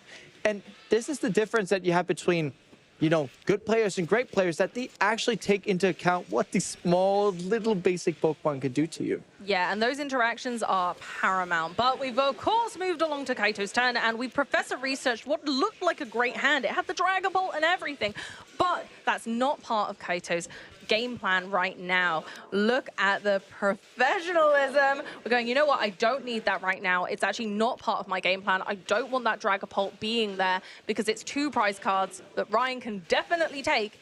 And how many prize cards does Ryan need to take to win the game? Two. Exactly. It's just simple mathematics at the end of the day. Keeping an eye on what your opponent is doing is very important to when you choose to evolve your Pokemon rather than doing it prematurely. And it feels like we're seeing this from Kato where it's like, oh, I've actually got a shot this way. If we can just make sure that these gimme goals are not going to be there. And the Strike-Hit Rich Goldengo has not enough HP to actually survive a Cornerstone Mask Ogerpon. So even if Ryan goes Metallic Signal, gets the Strike-Hit Rich Goldengo, it's going to be able to put one hit in for 120 and then be knocked out on its way back. And with that gimme goal being knocked out now, Kato is playing this so smart. The only thing Ryan can actually do is to attempt to say, I need 2 Boss's Orders to get 2 knockouts and 2 Drag Cloaks. And that's where Kato can be like, nah, buddy, I got Professor Turtle scenario. Absolutely. And if this game plays out that way, my word, I don't think Ryan's gonna be able to get Ogre that at all with this Cornerstone play, because it really is the whole reason this Cornerstone has made it into this deck, where it's an unusual pick for Dragapult. It doesn't have natural synergy. And what I mean by that is that it doesn't have the energy types in deck already that allow Cornerstone Mask Ogerpon EX to attack. But thanks to Luminous Energy's inclusion in the deck, we can kind of force the matter, but it doesn't have natural synergy like Cornerstone Mask EX does have in some of our meta decks, like Raging Bolt, for example. You're exactly right about that, Amy, but with Kato being, you know, this creative and smart to have this be in the deck like this, with the Cornerstone Mask Ogerpon being so nice, yes, we get to exactly see that. And Ryan, again, drawing cards, it feels like an effort to see what is actually the opportunity here. Yes, the Strike-Hit Rich Goldengo is going to come up, be able to do damage, but is that even going to be enough? I don't know, but we're going to give it a go anyway, Jesper. Here we are with Goldengo, striking it rich. We're going to use Night Stretcher for 1 Metal Energy attached to Goldengo. We are going to be able to finally put some damage on this Cornerstone Ogerpon EX with... There we go, Strike It Rich. So we're gonna get the damage on, but unfortunately it's not enough. Goldengo does only have 130 HP, which is not enough for our poor Brian to get a kind of clean knockout there. Onto Kato's turn, of course. We're going in with that Recon Directive. Yeah, and Kato's just looking for options here. That Professor Turtle scenario has to just stay in the hand. But grabbing a knockout on Goldengo here, Demolish from the Cornerstone Mask Ogerpon is going to be able to take out that Goldengo in front of him. And then Kato starts to look at the board. Again, having these like kind of situational analysis of like, how does Ryan actually get to take prizes? And after this Strike-Hit Rich Goldengo is gone, yeah, besides Boss's Orders ×2, yeah, what do we do? So we Recon Directive into Penny. Yeah. Very interesting inclusion in this list, and I think it is very much for this Cornerstone Mask Ogerpon EX. However, it cannot pick up an evolution Pokemon, so it doesn't solve our problem yet of the Dracloak, as you very well pointed out, being the Pokemon that would be best in this scenario to take back into our hand. Yes, it can stop our Cornerstone being knocked out, but we don't need to worry about that right now, do we really? I don't know if we need to worry about that. And Kato is going to Ultra Ball for Monkey Dory. Now, I've kind of forgot how many Boss's Orders Ryan has actually played this game, because it could be very pivotal towards how we do this. Since most of these Goldengo lists are playing 3 Boss's Orders, Kato could maybe be thinking, well, even though I have 2 Dracloaks on bench, how is Ryan going to be able actually to gust around this Cornerstone Ogerpon enough times to the point where you can actually use the Monkey Dory, use the 120 damage that you've gotten from the Strike-Hit Rich to make sure you can just be like, if I bench a Monkey Dory, that's like gaining 120 damage that I can just use for fun. Absolutely, and what could be better than that? If Monkey Dory puts a lot of work in, and there we go, we see it right away. Taking damage off the Cornerstone Ogerpon EX, making sure that it's even more difficult for Ryan to make a comeback. And then you're getting to use that Penny, exactly as you said, Amy, cannot be used on evolution Pokemon, so we just put the Monkey Dory down, use a Adrenaline Brain, Penny pick it back up so we can make sure that does not get knocked out by Boss. Kato being very secure here, making sure that, yes, we know that Ryan has played 2 Boss's Orders at this point, is able to check the discard pile for that if they so wish to, but is just going to tread carefully, be very careful of okay, maybe there's a shot that these Golden Go decks play forward boss. We did potentially see that before the World Championships, and some people during the World Championships wanted to play forward boss to potentially get around something like the Jelly Scent EX that saw a little bit of play there. It was an adrena-brainy play, that is for certain. Honestly, bringing all of the fearsomeness of Dragapult with the Monkey Dory variant without the risk of it being knocked out for potentially that game-winning scenario. But we're back on Golden Go's side, of course, drawing some cards, leaving Genesect with its Balloon Helper, our new but old friend who came back from a previous meta. Air Balloon's a fantastic addition to this deck and has really been coming through with being able to give it the flexibility to move around and draw more cards that way. It's like as this balloon says, the Air Balloon says when you attach it, the Pokemon it's attached to gets 2 less retreat cost. Whenever you play it in a Golden Go deck, it's basically just like saying, oh, my Pokemon are free retreat. And it's great. It's crazy and great. Gimmighoul has 2 retreat already. It opened up to be able to use Arven for Buddy Puff and Air Balloon, be able to retreat into that Call for Family Gimmighoul and make sure you can get an additional Gimmighoul just because now we have Air Balloon. You couldn't even be able to do that before. And that's some of the reasons why not just Genesect being amazing to get for the Golden Go deck. No, not just that, but the Air Balloon in itself is just crazy. And the combo of them together, is that not one of the most fantastic kind of outcomes of Black Bolt and White Flare? Just being able to have more cards strengthen Golden Go's position in our meta. We've gone for that Cypher Maniacs code-breaking once again, but we don't have a way of currently drawing the cards that we've put on the top. It might be a top deck scenario. We might be just setting up for next turn. But maybe there's something else that can be done. Maybe a supporter. It's not looking great. I'm going to be honest, yes, but the hand just isn't giving it quite what we need right now. And another Air Balloon on a Golden Go, just again bringing that free retreat into play. And we've just had to pass the turn. Yeah, and when I look at this situation, Amy, if you're in Ryan's spots, it is super difficult to see what is actually going to be able to happen, rightly so, for Ryan to take the game. Kato has a few different ways of playing it. Winning this game on taking prizes. Kato has free prizes left. That's still an opportunity. But it may be opening something like Counter Catcher later on, which Ryan does play to be able to use that. Kato can also just be sitting here and passing back and forth to make it so you don't need to take the prizes to win if Ryan is not even able to have enough gusting options to take all his prizes. Exactly, and that's what could make all of the difference, whether you're... And I mean, both players have played a lot of cards at this point, but this could be that moment we were talking about, using the Professor Turo scenario finally to take that Dracloak out of play. Was it the right moment? I think it was. And with the Turo of this Dracloak, Amy, Ryan doesn't have any way to grab these last 2 prize cards. There's 1 boss left. The Night Stretcher's already been used. We cannot get the Togepi back. We cannot get our used Gimmighoul's back. Yeah, Amy, if we see it right, Kato can just sit, use Demolish until the game ends. Yes, Ryan can put down Monkey Dory potentially and do something like confuse this Cornerstone Mask Ogerpon. But I'd imagine if Ryan ever tries to put down their Monkey Dory, Kato's going to be like, I'm not going to be able, I don't want to look at that. Boss's orders, Counter Catcher. Let me get that knocked out and get that out of here. It feels too risky at this stage. Kato's very aware that Ryan probably plays 4 Boss's orders. That's too many.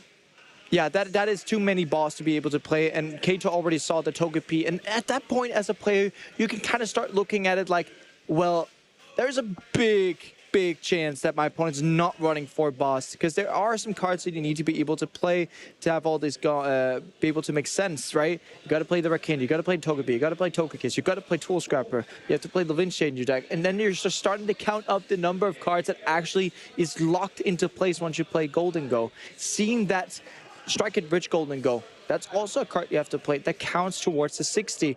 So yeah, we got to see Ryan scoop it up. Seeing the writing on the wall. Kato Arai coming over from Japan and taking that game 1.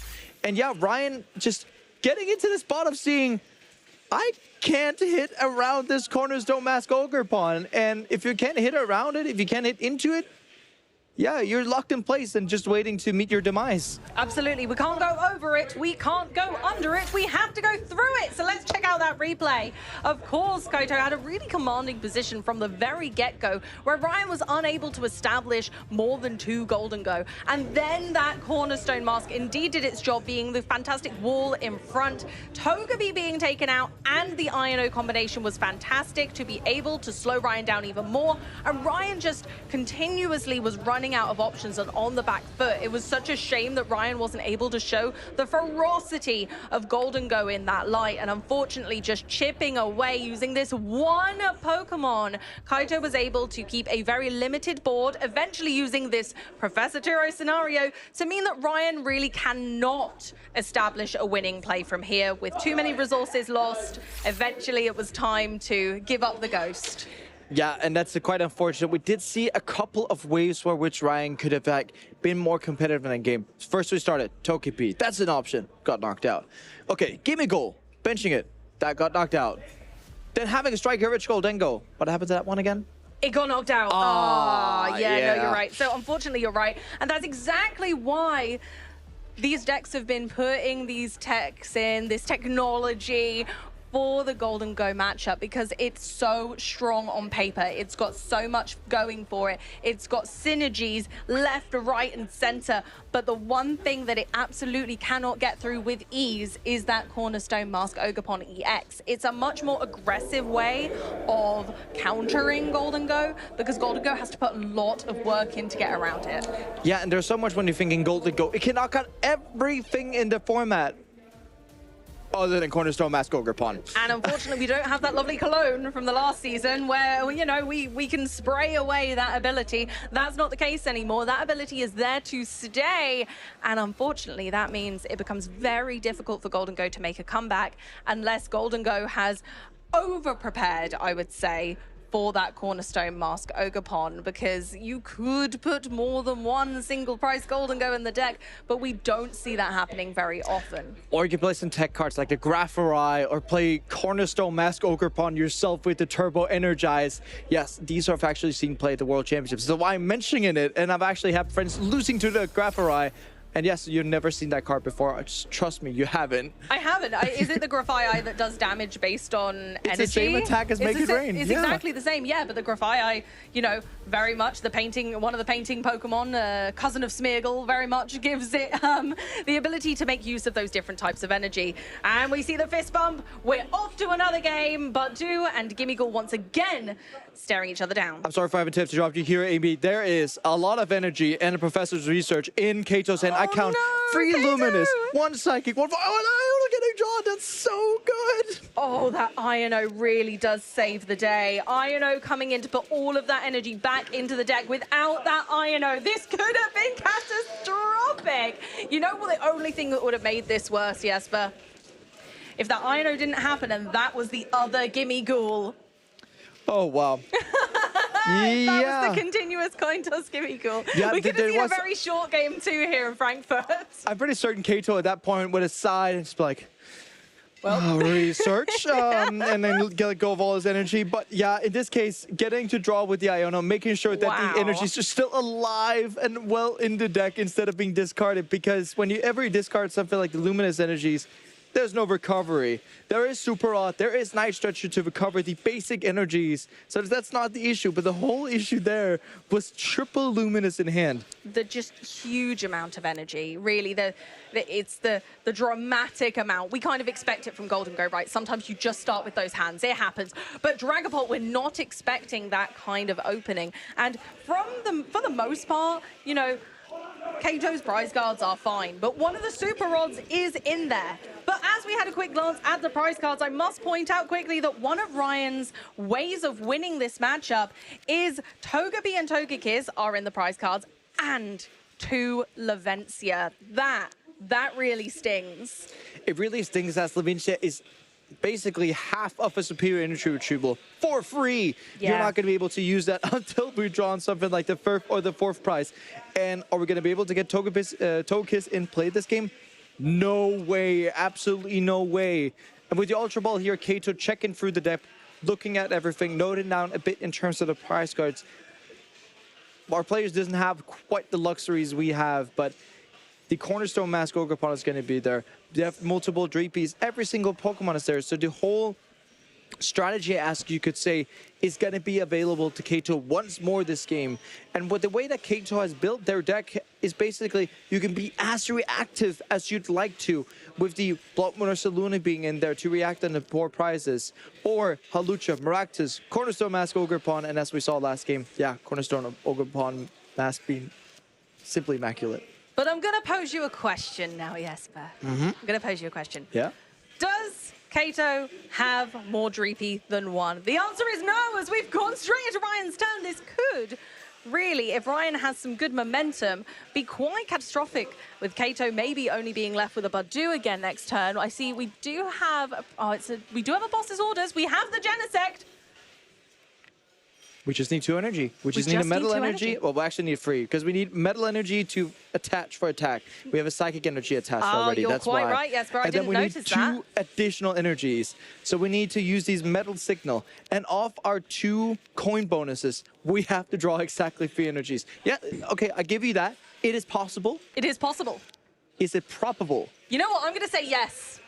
I love myself a little gamble. I love it. And so I think I'm going to say yes. I think that this is going to be it. I think there's going to be 3 energy. I think we're going to be able to get it. I'm going to put my ball in that court. I know the probability is low, but I'm an optimist, Jesper. I was just about to say that you do not like your math skills, but yes, it's not quite possible. Well, it is possible. Again, not quite probable. These stats are definitely against Ryan, but sometimes you have to take your shot. You have to absolutely take your chances to make sure to say, well, if I hit this, I win. Not going to go for it. Going to get the Arven. And the beautiful thing about Arven is the combo we haven't actually talked about. Whenever you get this air balloon, you can actually use coin bonus in the active, draw 2 cards, attach the air balloon. You know what you could do again, Amy? What? You can draw 2 more cards with the bench Goldengo is going to get into the active spot. Oh, I love that. And it's one of the reasons that Air Balloon has really come forth in this deck as such a strong staple and a much needed kind of asset to allow Goldengo to have even more draw power, as if it needed more. Honestly, a brilliant idea to keep consistency over the small chance of having an impactful knockout here. Now, it would allow Ryan to kind of establish some real dominance in this game, but I totally appreciate having lost game 1, chances are not to be taken. And instead, of course, we're going for the ever-reliable Energy Search Pro and the air balloon, as mentioned, from Arven. And of course, now we're going to be able to really kick things off. Yeah, and kicking things off indeed, but still that item lock from the Itchy Pollen is going to be super, super annoying. And maybe we get to see a repeat of game 1 again. But game 1, when we look at the clock, Amy, it did take a while. And with Kato being up 1-0, if the clock runs out, Kato just wins. So Ryan really has to actually start hurrying up here if he wants to be able to finish this game. Maybe that was a reason to potentially go aggressive with this play. But once again, I do think it was right to maybe go consistent. Hope that Kato still can't establish kind of more than 1 Dreepy at a time. Maybe hope that the Budew doesn't really land much of an effect. Item locking and not having access to items for Ryan isn't actually the worst thing in the world, just because of the sheer draw power that his deck provides. Yeah, and speaking of draw power, we get to see the Dracloak coming into play, but not just the Dracloak, but also the Neo Upper Energy. Ooh. Being able to power up that Dracloak there in one by itself. And such a, beautiful energy for this deck. Really started to play that over the unfair stamp lately, and in research, discarding that Festivity. Not needed now, but one thing that we are going to be needing from Kato's side is a little bit more setup. Sitting with just 1 Dracloak and the potential of, these Goldengos coming into play and taking knockouts, yes, it's quite dangerous. It is, and I think that's why Ryan held back a little bit, is not putting those Golden Go in play yet. Allows himself to establish a larger board presence with less of a risk. Kato clearly has said, with the attach of this Neo Upper Energy, it's a statement. It's saying, I'm ready to go. I'm ready to start taking knockouts. How are you going to respond? And as it stands, Kato would only be able to take that active Gimme Ghoul out in one shot and then leaving some damage behind on the bench. But that can be rectified later thanks to Monkey Dory. And with the rectification, with being able to rectify it with Monkey Door, it's nice, but we get to have these recon directives getting underway, setting up that consistency engine, much like the Goldengo off the, well, Goldengo deck, pretty much you could say that. Yeah, the whole archetype. Just like the whole archetype. They're so looking like each other when they're doing this recon directive. Coin bonus, call them what you love, but you get to see 2 cards with their cloak here, picking off one of them. And it's just why that these Dragon Ball decks are so consistent and constant. And yes, Itchy Pollen. Once again, getting right through that chest. Unfortunately, the pollen is all over Gimme Ghoul. It's all itchy, and it can no longer use any item cards. Ryan will have to skirt around that. However, we are able to continue to go into the deck, shuffle up, check for resources that we're going to need, thanks to Genesect's ability. Genesect allowing us to go into the deck once per turn and get 2 evolution Pokemon. We're just going for that Golden Go EX. It might be our last one. But it doesn't matter because it's still helpful. We're thinning the deck of cards that we don't need right now, hoping those coin bonuses are going to be, well, a bigger bonus. Indeed, it's going to be an... Yeah, Ryan does need this to be such a good coin bonus. Nest Ball, unplayable due to the item lock of Badu. Yeah, that's not going to be helpful. We have to kind of look at how we do this. If there's too many Golden Go EX in play, Kato can always just step on the brake and go, there's a Cornerstone in my deck, I can just start playing that. So there's always going to be an option for Kato to do that, and that's why Ryan has to tread so ever carefully whenever you're playing, and that's not what Golden Go is usually known for. It's usually known for aggression, aggression, aggression, but at this stage, Kato has the perfect counter to that aggression. So Ryan, we've been needing to be that careful. We may see a continuous coin toss perhaps this turn, and could be funny to see that from Ryan, honestly. Trying to take out the Buddy with continuous coin toss is one of the reasons this different Gimme Ghoul has been included in the deck. Going for one more coin bonus before we continue. Of course, unfortunately, once again, not very helpful. We can't play our Energy Search Pro, and so we can't continue. However, we've managed to go for the slightly more consistent knockout option. We've got the Golden Go, which is a single prize option, and we're going for a huge knockout. The boss's orders creating a huge impact here, chaining together those events, absolutely out of the blue, seemingly, but huge, huge prize card taken there for Ryan. And this is simply just what you gain whenever you can coin bonus, coin bonus, coin bonus. Be able to use turn after turn of drawing cards to just get into so many cards. And yes, the boss's orders plus the minor errand running we had last turn gave exactly the energy, and the boss being able to take the knockout under the cloak, closing the massive door on the option. That was a Dragapult attack this turn, and Kato looking at it being like, well, the Striker Rich Goldingo is already gone for the first attack, which says 30 plus 90 damage if this was put into play this turn. It actually opens up the door now for the Cornerstone Mask Ogerpon to get into play, start being charged up by Kato, and being as an offensive threat. As, yes, it can technically go through the deck, and yes, with the Surf Back option that the Golden Go has, it can return and get back later, but then you would need to find it back. Absolutely, but moving right on to Kato's turn. Going to Ultra Ball away our Blood Moon Ursaluna EX and our Monkey Dory for now. They can be brought back later. They're not needed right now, especially our Blood Moon Ursaluna, so we're not worried about that. But now we need to re-establish a Dracloak, attach an energy. We kind of need to get back to the position we were in before Ryan was able to take that huge knockout on the ready Dracloak. That Dracloak had the Neo Upper energy, the one ace-spec card that Kato's able to play. Yeah, it's going to take at least 2 turns to be able, this turn plus next in terms of attachment, to be able to use a Dragapult. But the question from Kato is also still going to be, do we want to go for a Dragapult? We didn't see a single Dragapult EX being put into play last game. It was just a Cornerstone Mask Ogerpon. Are we going to be able to see that again? Are we going to go for that? It depends on, can Kato actually get into energies? Just tossing up the Cornerstone Mask Ogerpon, it's not going to be enough once you're staring down that, you know, Strike It Rich Golden Go. No, because Ryan can just keep piling damage on, even with the Surf Bag or the Strike It Rich, until you have the critical massive energy to use that attack. So it was going to be a while, but we do see the energy, so there could be an opening towards benching that Cornerstone Mask Ogerpon, which Kato already has in their hand. And there it is. We got the energy off the Recon Directive, going for another Ultra Ball. Just thinking about those options of exactly what the best things to discard are. We're going for Monkey Dory and Iono for now.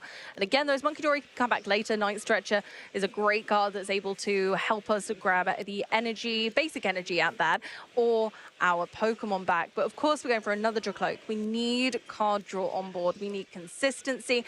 And we saw great success from Kato last game, being able to use these Dracloak as a draw engine in order to use an untraditional win condition of Dragapult, being much less aggressive, but using the Cornerstone Ogerpon EX, which we're going for again. And I like this route, especially where Golden Go can't use Strike It Rich in its current form.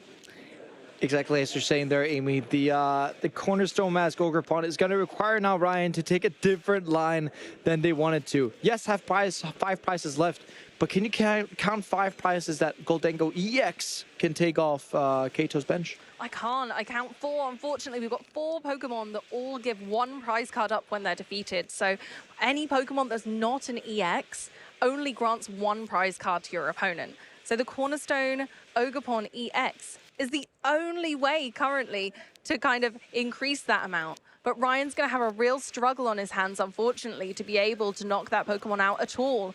With Golden Go that's in the active, having limited attack power, especially at this stage. And then we're not going to be able to potentially ever see that Togekiss in play. You're right. With the Togepi and the Togekiss being in the prize cards, one thing you have to remember as well, I just looked at the clock, Amy, there's 2 minutes and 50 seconds left. It's also a dependency on whether or not Ryan is able to take enough prizes before time is struck. With the new rules, we've gotten 50 minutes, best of 3, plus 1 turn instead of plus 3 turns, which means that whenever time is called, the current turn gets finished, and then thereafter, you're going to be able to see plus 1 more turn. 1 more turn nets you, in this case scenario here, 1 prize, which means, yeah, Ryan, looking like it at the very least, is going to have such great issues actually taking out these prize cards. It's an uphill struggle, and as we know, Golden Go loves to skate and surf, and so uphill is not their forte. Moving on to Kato's turn, really looking towards establishing that board, really putting the very literal wall in front of Ryan, completely unable to get through that Cornerstone Mask, either in time or at all. Yeah, and I think it's more of a question of in time. It does take time to climb a literal wall, because Ryan does not have a one-hit knockout option on Cornerstone Mask Ogerpon. It has to be several hits that has to get through. And that's a lot. It takes several turns, and turns, they take time. And time being taken right now is not what we want. No, it also takes resources. Golden Go is a deck that really prides itself on its resource management, and at the moment, that really isn't an option. Ryan just kind of needs to throw everything at Kato and hope that there is a light at the end of the tunnel. But doing the active allows Kato to, once again, lock Ryan from being able to play item cards. Yeah, and locking Ryan from playing item cards means it so. The amount of options there are, other than just saying, strike it rich, ain't many. No, not at all. But luckily, Golden Go's Strike It Rich does do 30 damage. That's enough to take Badu down. So we don't have to worry about that now. However, Kato now has to look to the future of what their play is going to be now. The Cornerstone Mask Ogerpon cannot currently attack, so we can't kind of progress the game, but finally we have the option of an energy. We chose not to take the Luminous last Recon Directive, but the Fire-type energy absolutely going to be helping out in this scenario, and we can mop that up later and get that fighting energy attached via Luminous. Yes, and the fighting energy, fire energy attached being so immaculate here. You may be thinking, why doesn't Kato just grab a Luminous energy?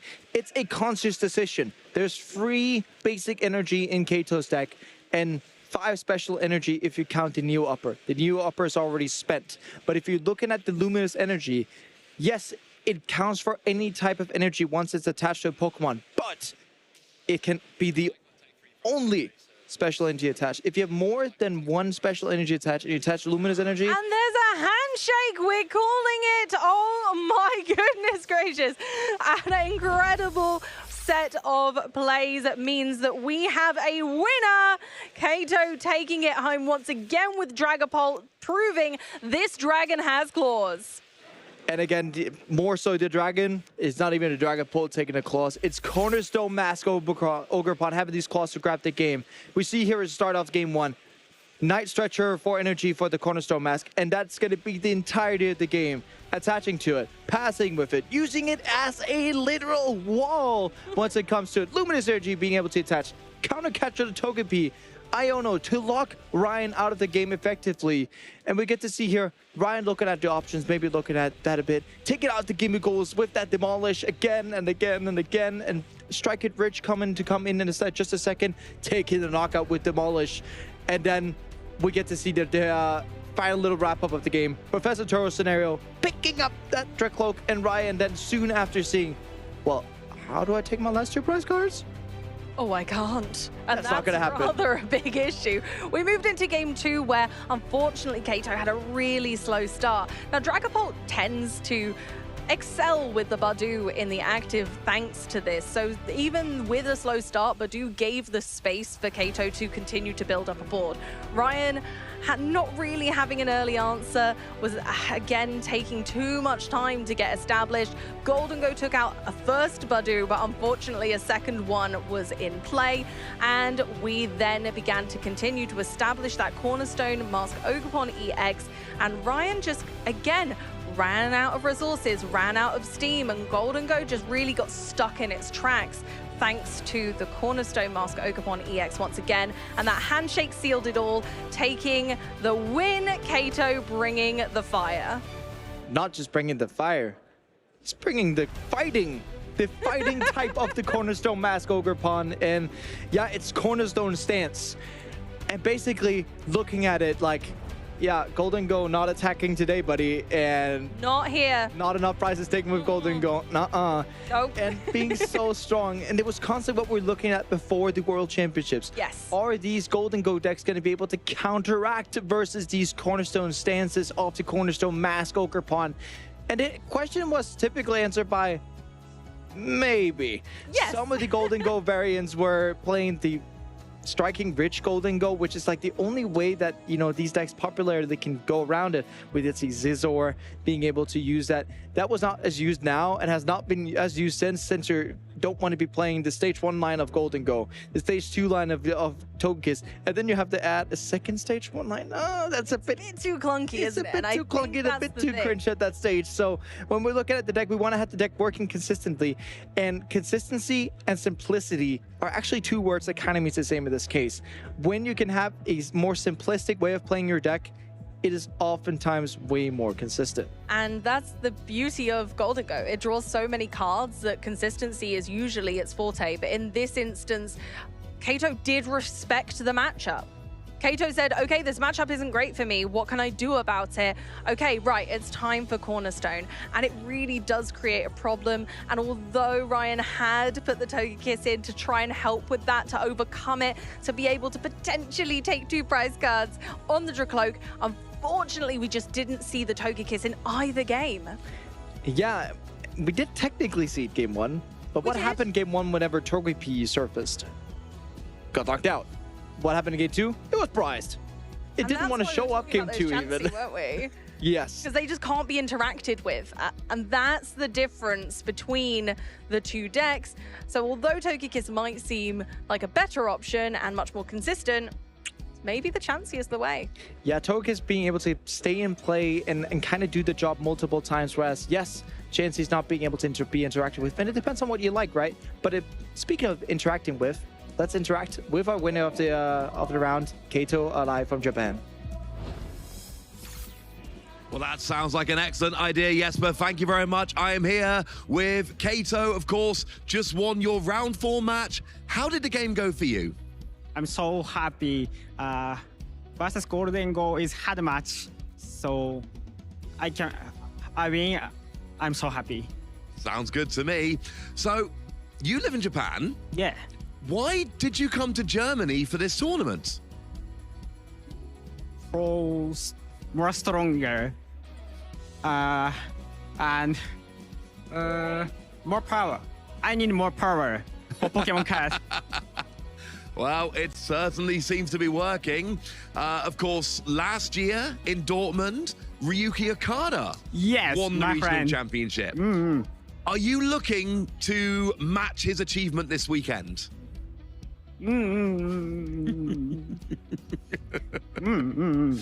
How confident do you feel with your Dragapult deck?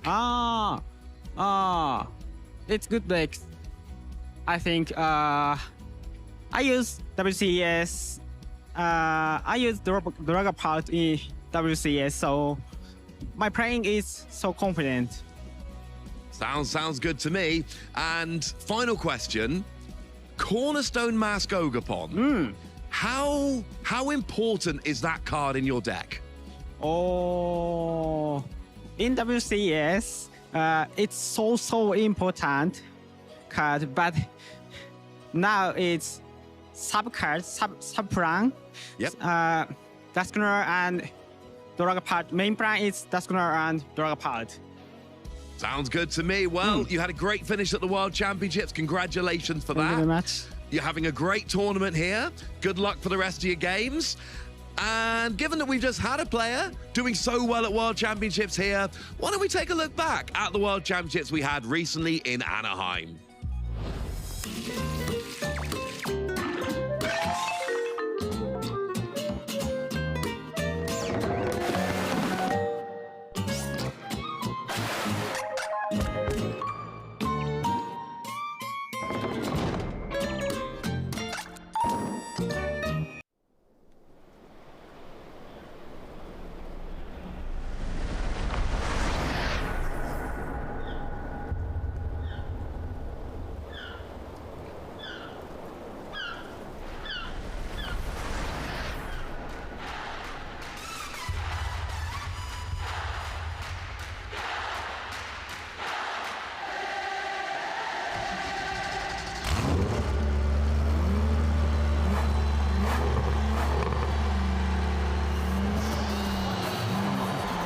Welcome to the 2025 Pokemon World Championships!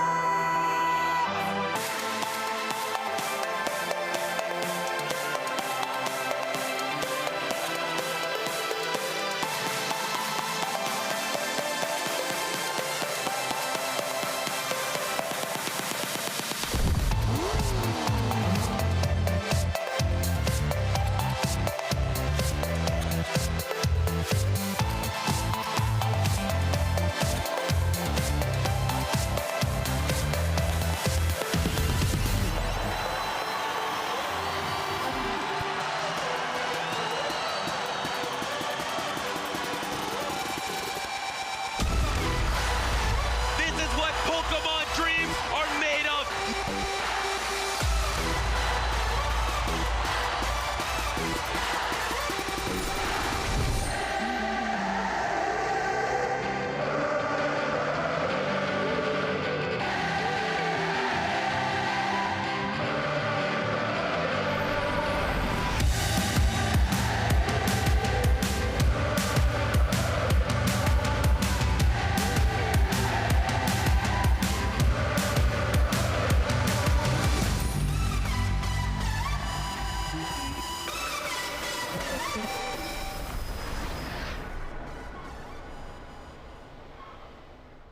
Hi, I'm Shay Byrne, and today we're going to have a quick look at some EU players who did well at Worlds 2024 in Honolulu.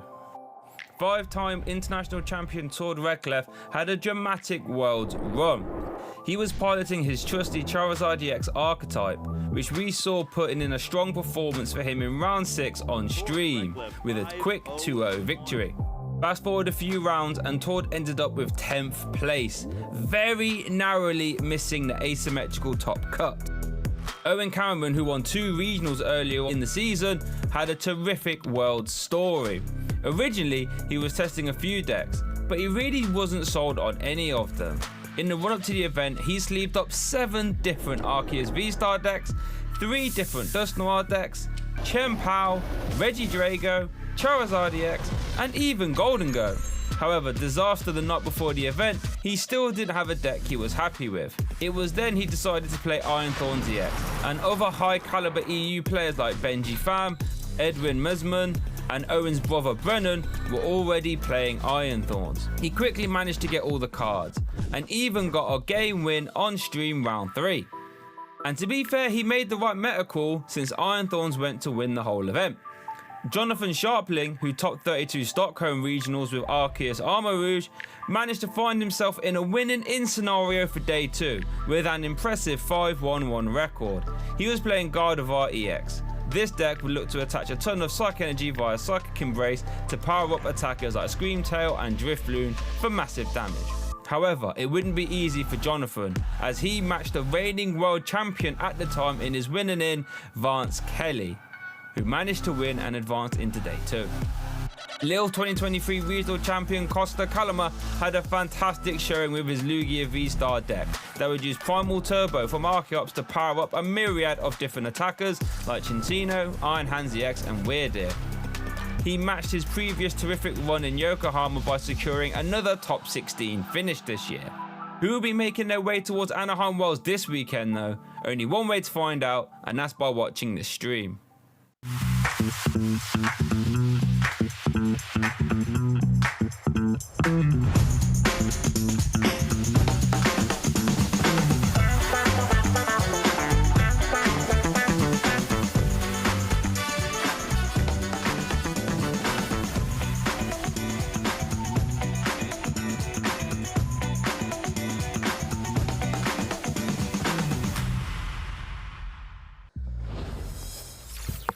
Welcome back, ladies and gentlemen. Don't worry about the fact that Joe looks like he's been running. We are that excited to get back to the action here at the regionals in Frankfurt. First time, Joe. Pokemon have been in Frankfurt since 2022. Yeah, we used to have the European International Championships here just a couple times, which is fantastic.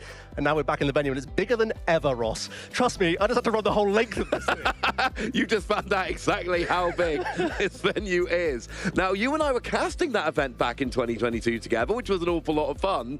One of my favorite stats from this weekend, it's been 3 years since we were last in Frankfurt. This is a regional rather than an international. We are approximately, in terms of Masters TCG players, we're about 4 times the size. We've gone from about 600 to about 2,400 in 3 years, and this is a regional, Joe, not an international. What a sign it is for the community growth in the game, also the excitement of being at the very start of the season. Everyone out there has a chance to book their place at the World Championships this weekend with a victory, of course. Oh, yes. But they can get themselves on that pathway towards making it towards the World Championships.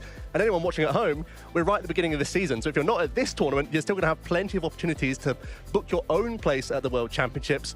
But also, what an exclamation it is for our formats and how well balanced the game is right now. We're obviously able to show so much of that through our productions, throughout both here in Europe, but also across the pond. We have so much on display of the game, and I think that also draws people into this game, Ross. No, it absolutely does. And look, everyone starts their New Year's resolutions on the 1st of January. Everybody starts their diets on a Monday. Well, I'm just saying, this is the Monday, the January the 1st of the Pokemon trading card game calendar. We got Pittsburgh next weekend, kicking off the North American circuit. But this is the very beginning of the year. So if you've been looking for a time to jump on, if you've been thinking, oh, I'm playing a lot on Pokemon TCG Live, I want to start getting out to real-life, in-person tournaments, I'm waiting for the right jumping on point. That's right now. Jump on now. Find your local game store. Go and play some leagues, some cups, some challenges. Then get yourself out to a regional. These things are fun. These things are fun. They also have some of the best prizes on offer, both in terms of points and also cash prizing at these tournaments. One thing that we're actually keeping an eye on is a little Gimme Ghoul coin counter actually throughout the weekend, because at the World Championships, Golden Go, it was everywhere. So it's one of those things where we got to keep an eye on this Gimme Ghoul coins that we've bonused throughout the game. Because it takes a lot of coins to actually evolve into a Golden Go in the first place, especially if you're playing that video game. It's a lot easier in the TCG. You just search it and put it into play. Much easier. We're picking up those coins because it's going to be a story of the tournament, I think. I'm already surprised that it wasn't the most popular deck coming into phase 1 of the competition, but I do still think we've already seen in that round number 4 there with Kato having a very clear answer to the Golden Go deck, because without those answers, he would have been very far behind in a prize race, probably wouldn't have been able to make a comeback. So Golden Go is definitely a big archetype to watch this weekend. No, you're absolutely right. I think you made the point really nicely earlier. The Golden Go is this deck which it has a fairly linear game plan a lot of the time. Get energy, discard energy, do huge damage, take KOs and win. And there are answers to it. Cornerstone Mask, Ogerpon. We've seen Chi-Yu, Toad Scroll. Yes, I am rocking an appropriate pin. That is not a coincidence. But if you don't play those counters, or you're unable for whatever reason to use them effectively during the game, you are going to lose the Golden Go a lot. And the thing that really struck me about the World Championships, I was slightly surprised to see the amount of Golden Go in day 1. But seeing the conversion into day 2 to go from, I think, 23% to 30%, that was incredibly surprising. Especially with the amount of other top players who have chosen to counter that archetype. That's with people accepting Golden Go strength, seeing how well it had done in the online build-up towards the World Championships. Everyone was aware that this deck gained a huge amount. It was appropriately teched against, and sure, only one made the eventual top 8, but they flooded into that phase 2 of the competition. They absolutely did, and let's not forget the Piper's prizes in that top 8 were some of the worst we've seen, and that was what, led to her unfortunately dropping out of top 8. Golden Go and Piper could have gone with just a little more luck, could have gone a fair bit further in that event. Golden Go, absolutely one of the decks to watch, but a player to watch, let's just circle back to Kato for a moment. They are a player, they live in Japan, but they go to a bunch of tournaments in the Oceania region, because that's quite convenient geographically. They were in Dortmund last season when Ryuki Okada went and won with Dragapult, might I add. They go to a lot of different places, they play a lot of different decks. They're fresh off a 17th place finish at the World Championships, so close to that top 16, and really lately making a play for being one of the best players in the world. They are absolutely on my list of players to watch as eventual winners this weekend. Yeah, you listed those accomplishments. That would be someone to be proud of in the West. Yes. This isn't even the main place that he plays the Pokemon trading card game. He's out there in Japan playing all the time in these major tournaments. So the fact that he's been able to go to North America, being able to go to Europe, being able to go to Oceania, making his stamp on all of these tournaments is a real testament to his skill. Really good deck building as well. I think a nice adjustment from his World Championships list in here as well. We've already seen there's now the Cursed Blast package within the deck. Yep. Whereas previously he was going just a pure straight Dragapult list. So opting for a bit more power in this tournament.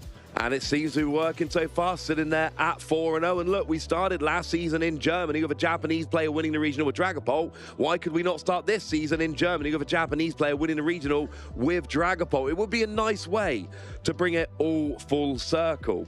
Have you had a chance yet, Joe, to scout any other things looking interesting? Well, definitely a tale of variety, I think, is still towards the top tables. We're early enough in our phase 1 where we're starting to see the top players rising to the top, various archetypes rising to the top as well. I think in terms of the crazy rogue stuff, we haven't seen a huge number, but it is still that variety of the format, which I think most people are accustomed to. Yes, there's going to be a number of the stage 2 archetypes, more Dragapult, no doubt, more Gardevoir in the mix as well. There's going to be a good chunk of the Golden Go, but also I think there's the tug of war of the other stage 2s as well.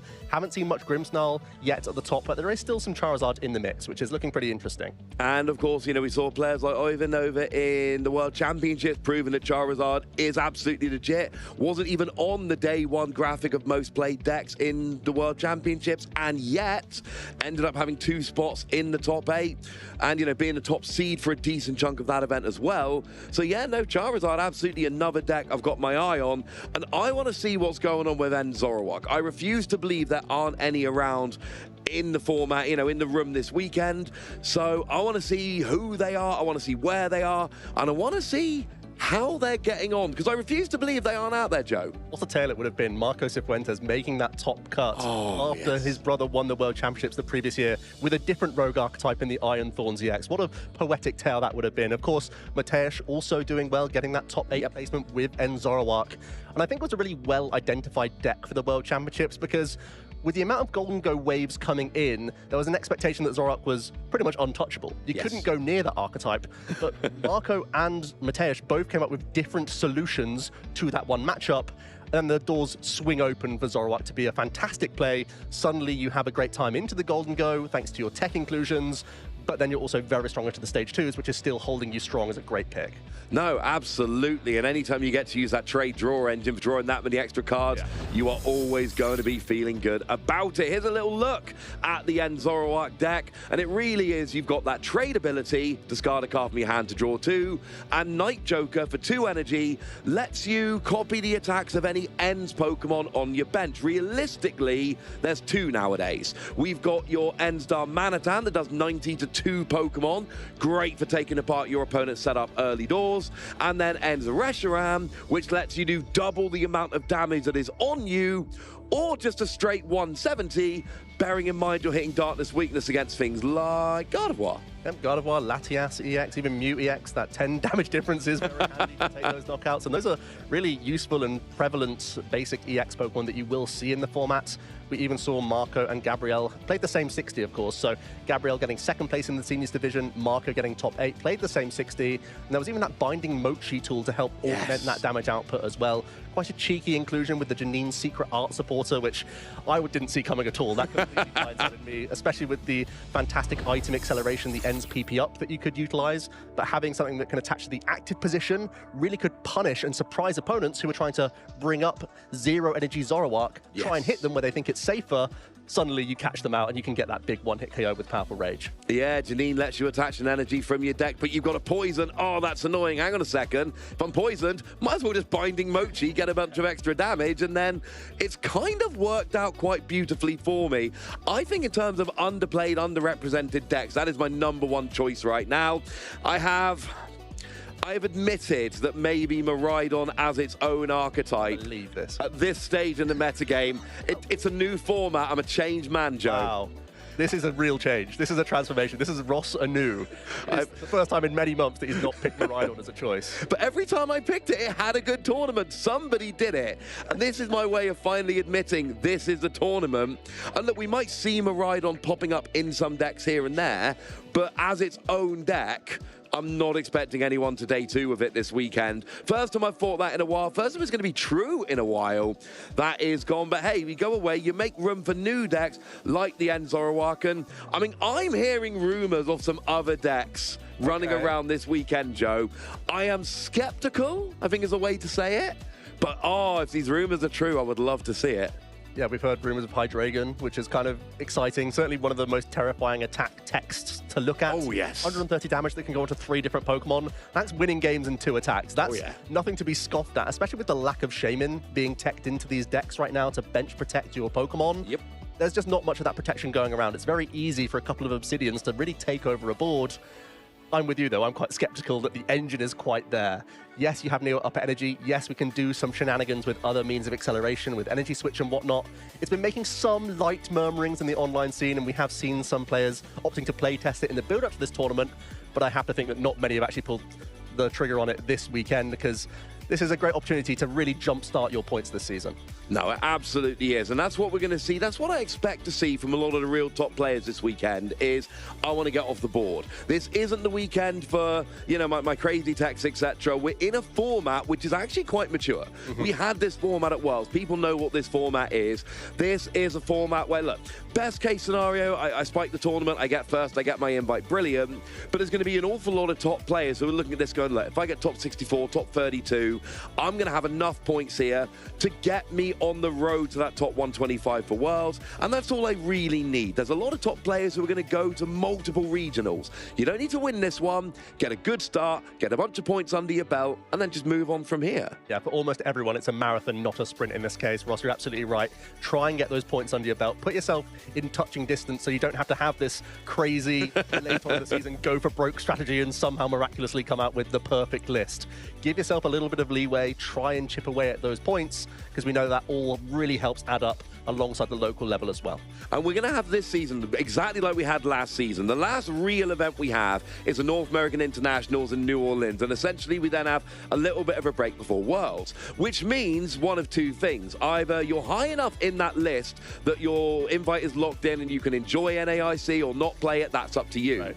Or you are somewhere around the bubble and you need points, and you have one last event, which is going to be the biggest event of the season. There's a decent chance it ends up being the biggest event ever, because NAIC is known for doing that most years. And at that point, you've got this mad scramble of, and we saw it this year, Joe, or last season, I should say, but this calendar year, where people were like, I need top 256, or I'm not getting my invite. Yeah. And some people will be swinging for those fences at those tournaments as well. Oh, yes. Absolutely the case at these internationals. There has been a small change up for the World Championship qualification this season. There are 10 additional Masters players in the regions of NA and EU added to the qualification. These are the players that don't have to win either a regional championships or get top 4 at an international championships. That number is added on after the top ranking, 135 in NA and EU, which is fantastic to see, and also a small bump for the juniors division as well, for the amount of players that will be attending the World Championships next season. But ultimately, it's the same story that we have seen. Yes. Try and accumulate those championship points, and this weekend, there's a huge chunk on the line, as you can see there. Getting 350 is going to really pole vault you. Of course, you immediately get the qualification, yes. But we also have to think about travel awards as well. Yeah, we do, of course. Every time we're, every season, we call it, we're heading up trying to get that travel award to go to an international championships. And that means that you may be able to attend an event you weren't going to be able to attend anyway. Or at the very least, kind of have your travel covered. It's a great thing. It is things that players covet.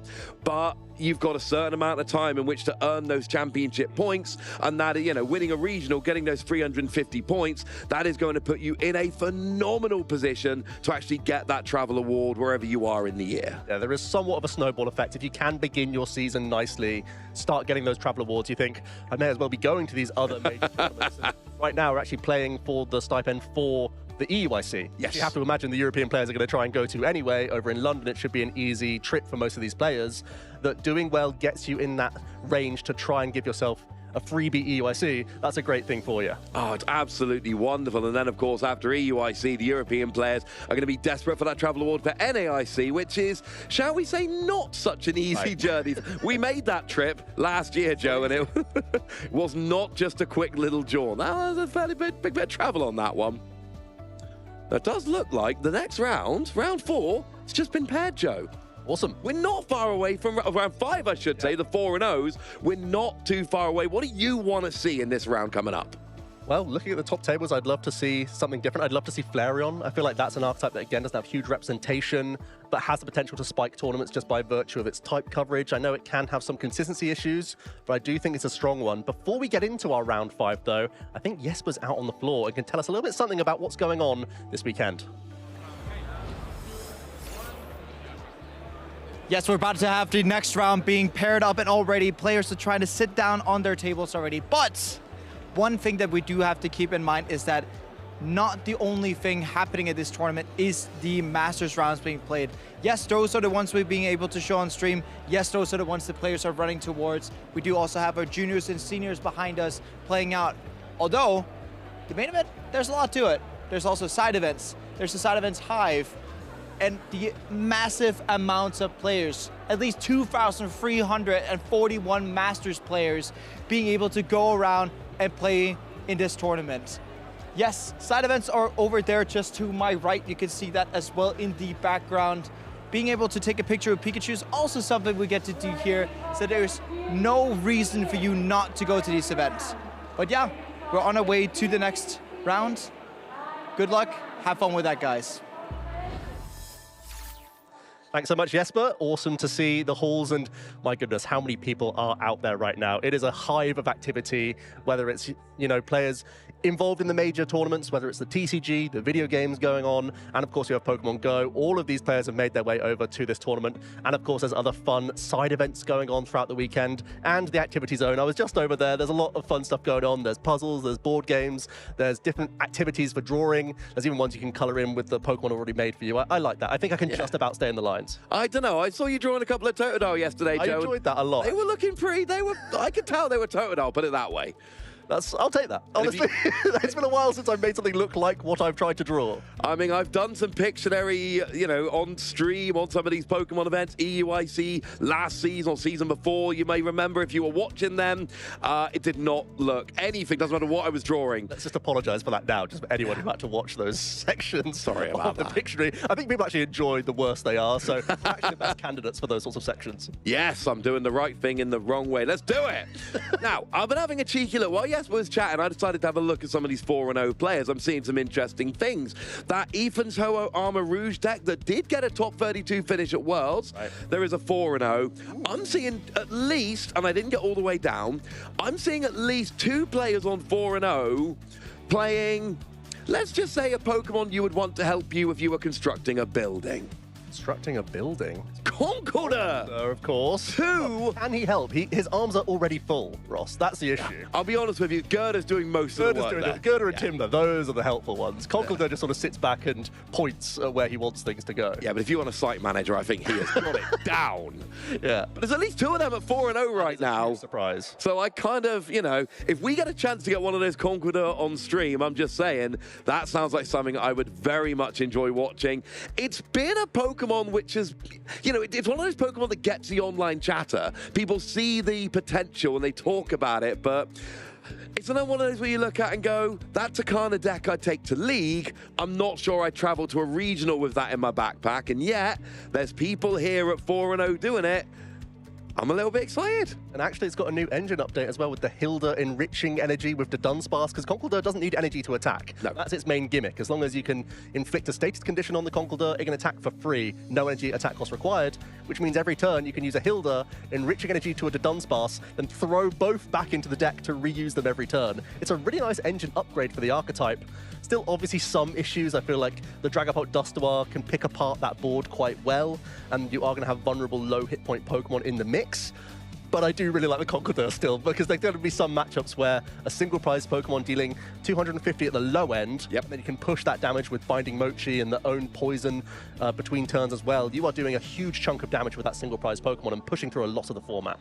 And, it's something that needs to be borne in mind. Everybody at the tournament, they've tested against Dragapult, they've tested against Gardevoir, Raging Bolt. They know their matchups inside and out. They know what they're doing. I'm willing to bet most players in this tournament have not put much time into testing the Conkeldurr matchup, and that means that you make little misplays. You're not playing optimal lines all the time, and if it's why you want to play an unusual deck sometimes. You can take advantage of that. Yeah, and while we're in a closed decklist situation, players have to play around 65, 70 cards, even to theoretically keep themselves in the game. Even if you're not playing these sorts of cards within your deck list, your opponent doesn't yet know that. Nope. So they might have to be thinking, why has he made this decision? Why are they putting it in this way? Why are they doing the damage here? Why are they gusting certain Pokemon? All of these come into your thinking during the game, and you're sort of piecing along why they're going down a certain direction.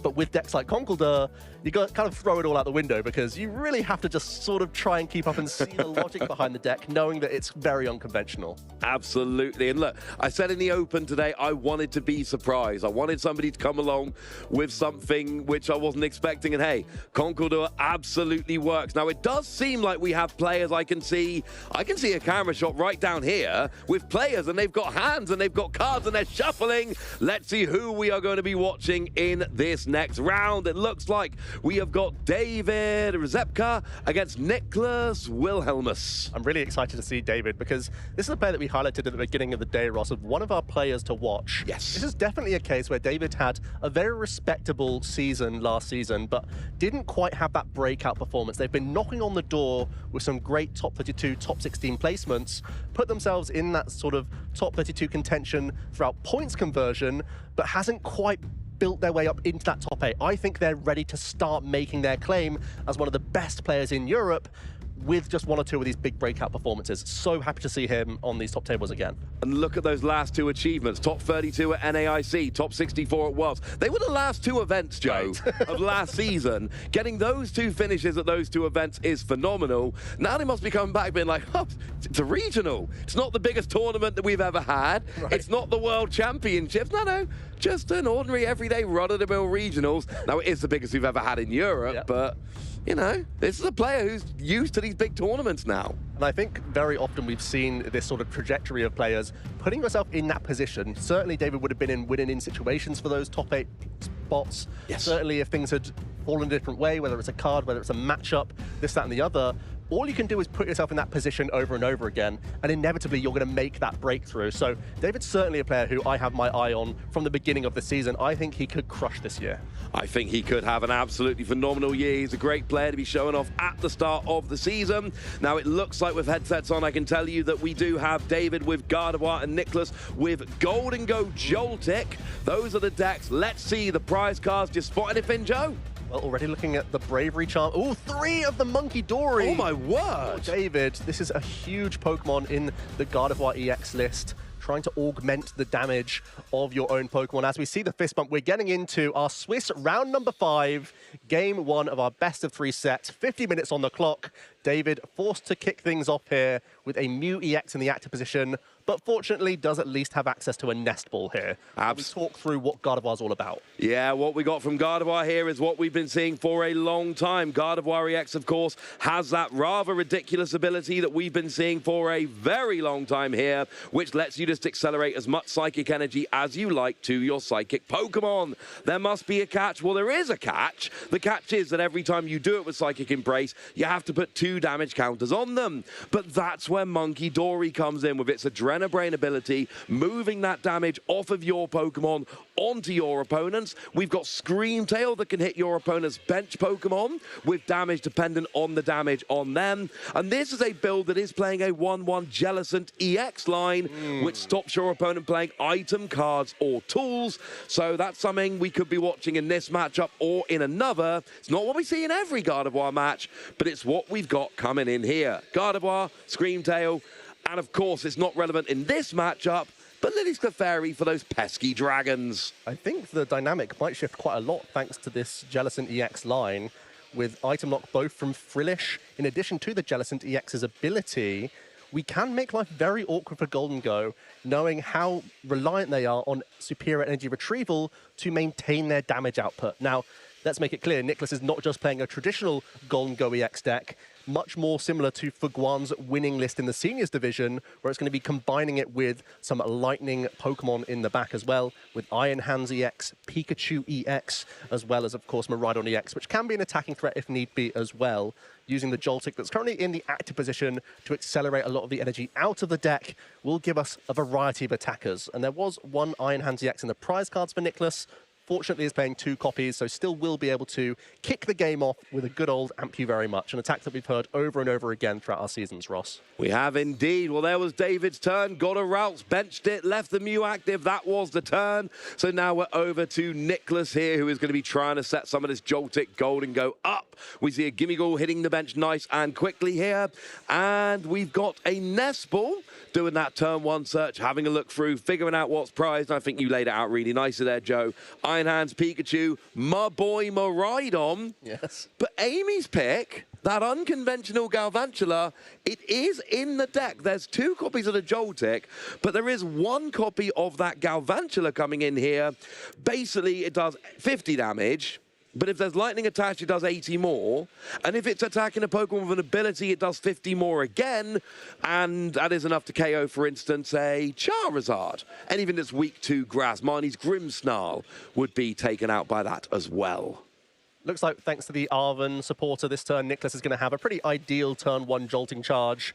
Arven will be able to find the Earthen Vessel. We're currently lacking any basic energy in this opening hand. So Nicholas can grab any energy, because it's a colorless attack cost on our Jolting charge from Joltic, and that means we're going to be able to pluck out 2 lightning and 2 grass energy, and we've already Nest Balled for the Iron Hands EX, making no secret, Nicholas, of what he wants to start powering up. This is a way that you can brute force 2 prize KOs on any board state by taking out the low hit point single prize Pokemon with Iron Hands, or weaving in Golden Go EX for the high damage output knockouts required for the multi-prize EX Pokemon. And we have little Pokemon around right now, low HP Pokemon in a lot of decks. Charizard, Dragapult, Gardevoir, there's a lot of stage 2s. They take a couple turns to get going. While they're getting going, they're having to leave these low HP basics and stage 1s on the board. That is where Iron Hands can absolutely make hay. And interestingly enough, this is one of those few Golden Go decks. It's not playing Energy Search Pro, it's playing Prime Catcher so that you can guarantee those easy KOs in the right place with your Iron Hands here. Second Nest Ball coming out for Nicholas. Going to grab that Genesect EX in order to then use its ability Metallic Signal to get straight into a couple Golden Go EX for the following turn. Expecting David not really likely to put on much pressure on the Gimmighoul here on turn 2. It would require a big combination of Rare Candy, Gardevoir, and all sorts of Psychic raining onto the board. So you can pretty freely just go for the one Gimmighoul right now, knowing that next turn you're still looking towards your Iron Hands as your attacker. That we're going to finish our turn setting up here after a quick Air Balloon commitment onto a Gimmighoul and into that Jolting Charge with Joltic. Yeah, this Jolting Charge is an absolutely absurd attack. It searches not 1, not 2, not 3, 4 basic energy and attaches them to your Pokemon in any way you like. 2 grass, 2 lightning. And if we go back to, you know, Iron Hands for a minute, amp you very much, lightning, colorless, colorless, colorless. Well, hang on a second. That is all 4 energy on an Iron Hand. So turn 1, you go second. You use Joltic to get the energy onto Iron Hands. And you start your second turn and you're like, hey, just so you know, Iron Hands totally powered up and ready to go. That is very unfortunate, especially when you had, I'm going to say it, Joe, as underwhelming a turn 1 as David had. Pretty much the case. What a way to pass things over to David for their second turn now. Going to see the Countercatcher discard from the Earthen Vessel. As Ross already mentioned, discarding your Psychic Energy as you go is a big objective of the Gardevoir archetype. We really heavily rely on that Psychic Embrace ability to accelerate our energy. So grabbing them into the hand to ideally use Professor's Research or Ultra Ball or Secret Box to discard them, then gives you access as soon as you find your Gardevoir EX to throw these all into play here. So it's a great item to kick off this turn. Does David have any means of discard here in this hand? Is that the Secret Box itself? Yes, it is. It's a spec in hand, Ross. Oh, this secret, we were talking about this Secret Box yesterday, Joe, because it lets you discard. Now, you have to discard 3 cards from your hand, which, as we said, if it's Basic Psychic, actually, yay, win. But then you search for an item, and a tool, and a supporter card, and a stadium card. It basically gets you everything you need to get rolling. It's a card which had a very slow competitive start, but it was the North American Internationals in 2024. That's the one we were at. That was where Secret Box in Gardevoir really started to accelerate in its usage. And, you know, back then it was all Secret Box or Hyper Aroma. No, Hyper Aroma's out. Secret Box won, Joe. And look, we got Artisan for Pokemon. We got Rare Candy. We've got everything we need. Looks like a few different avenues here potentially for David, who could look to Rare Candy into Gardevoir right now, or could try and use TM Evolution to get into multiple copies of Curlier. Accepting that Nicholas could still take a 2-prize knockout on one of his stage 1s. With Ultra Ball in the hand, this might just be fodder for a turn 2 Gardevoir EX here, Ross. It might. Discarding an INO here, as well as that Technical Machine Evolution. So we're going straight into this stage 2. I love this. This is perfect for a couple of reasons. Firstly, you got your stage 2. You can start accelerating energy and attacking. But secondly, what are you going to hit with Iron Hands now? Amp you very much doesn't do very much damage. It does 120. That ain't that much. But it really feasts on these small, evolving and set up Pokemon. Well, if you don't have any of those on the board, there's nothing for Iron Hands to take advantage of. There it is then, Rare Candy Gardevoir into the Artisan, into a 2-card draw from Mew EX here. I think we still need an energy if we are going to launch an attack. I think there's only 2 Psych Energy in the discard pile right now. I believe so. Like you said, Ross, this is the best way to preserve any prize cards. You could even possibly retreat into your Gardevoir EX. It has a higher threshold of hit points. As we mentioned, this is not a Golden Go EX build that plays the Energy Search Pro, so you're not in too much fear of suffering a huge knockout, as we see the Professor's Research here for 7 fresh cards. I love seeing energy here. Yeah, I believe there's 2 in hand there. Did I see that right? Hand. So we can take a single prize KO. We know Gardevoir's fairly content to take 1 prize knockouts, knowing that you can mop up damage later with Monkey Dory use. So a single prize KO is reasonable. Ideally, you try and find a Scream Tail here with Artisan. You could take out the Gimmighoul, knowing that the vulnerable 30 hit points of Joltic can be taken out mid-game at any point with an Adrenabrain. I think that's why we are seeing the Screamtail here, Ross. Yeah, I think you might have nailed it there, Joe. Looking for that Screamtail. I do not want to KO a 30 HP Pokemon with damage. When I'm playing a heavy Monkey Dory deck, I want to KO that with Adrenabrain. It's so easy to KO with Adrenabrain. So Screamtail on the Gimmighoul, I think, is absolutely the play here. We need another energy in the discard. Do the maths here for me, Joe. 2's perfect here. That's getting us the 80 damage required for Roaring Scream. So that does give us a pretty nice turn. It does allow Nicholas to have an easy 2-prize knockout with Ampu very much. And I think that's the last debate here for David. Is it better to just take a single prize knockout and allow no easy prizes for my opponent? Or do I just take out the Gimmighoul now, knowing that I can deal with this Joltic later easily with my Monkey Dory, and knowing that you're taking draw power off the board and a crucial attacker that can take out the Gardevoir? I think overall you take this trade-off knowing that Gardevoir can catch up in prizes later. Absolutely, I agree with that entirely. Here we go. Here comes the Screamtail. Now we're going to get the acceleration of those 2 energy, which will put 4 damage counters on, and it is perfect. You got 2 energy, you got 4 damage counters, you do 80 damage anywhere on the board, and that is going to go down onto that Gimmighoul, and that is going to take the KO. Yes, we are going to get the return KO from the Ampu very much, but the key thing here is David is setting this up in the way he wants. He is making sure Golden Go isn't coming down, and giving up 2 prizes, that's fine, but I'm giving you the 2 I'm willing to give up after taking a key KO. That is very different to losing like a Routes in the early game you don't want to lose. So it will be David actually taking the first prize here as Gardevoir, accepting that there will be an Ampu very much coming up. Was it a Monkey Dory taken from the prizes is the first question? No, it's just a Professor's Research. That's annoying. Which is quite frustrating. Yeah, annoying is one way to put it. There are 4, fortunately, in the deck for David, so we'll still have access to a means of knocking out this Joltic, but there is the unfortunate news that Nicholas can evolve into a Galvantula this turn and make that vulnerable 30 all the way up to 100, which is much less easy for David to mop up. So already, even if this stage 1 Pokemon doesn't launch any attacks, just by virtue of gaining additional hit points, that's going to be a big help for Nicholas here, who already has that knockout lined up. So we'll simply Arven for Buddy Buddy Poffin in this instance to try and reload some Gimmighoul, because after taking a 2-prize knockout, Nicholas definitely wants to have some means of drawing cards, because David is very likely to hand disrupt next turn with an Iron-O, forcing Nicholas down to that lower hand size. Ideally, they start hitting into the Iron Hands, but Nicholas has already built this really robust board. There's a Genesect EX in play. Now there are 2 Gimmighoul, so even after an Iron-O, we know that there will be easy access to Golden Go EX next turn. As we finally see the retreat here, Ross, I would love to see the evolution into Galvantula. There we go. Even attaching a Grass Energy to it, why not? Have it as a potential single prize attacking option as well. And then we will see the first Ampu very much here. Well, actually, we're going to see a quick Genesect search first. Why not? Metallic Signal can be used every turn. Such a crazy ability on a basic EX Pokemon. Absurd. Already a couple Golden Go in the hand, so we'll just search 1 in this case. We also have an Arton, so a 3rd Gimmighoul can come into play. This is going beautiful. Now, I asked you to do some maths a minute ago, Joe, so I thought I'd return the favour. I've done some maths for you. Galvantula can hit 180. Yes, it can. Mew has 180. That's true. So, and an ability, which is very important. So that Galvantula, that could take a 2-prize KO on the Mew. That is something I am looking for as we get later on into this game as a potential attacker. There is the Ampu very much 2 prizes on the Screamtail. And honestly, for Nicholas here, it could be Galvantula onto the Mew, Golden Go onto a Gardevoir. Let's go on to game 2. The prize map is lining up quite nicely for him. Now the challenge for David becomes, how do I begin disrupting my opponent? How do I start putting pressure into this Iron Hands EX, because we know it's terrifying? Or is there a means where you go without any low hit point Pokemon from an additional turn, forcing Nicholas into this weird spot as the Golden Go deck, where it might even have to retreat the energy off the Iron Hands to have energy to play with superior energy retrieval?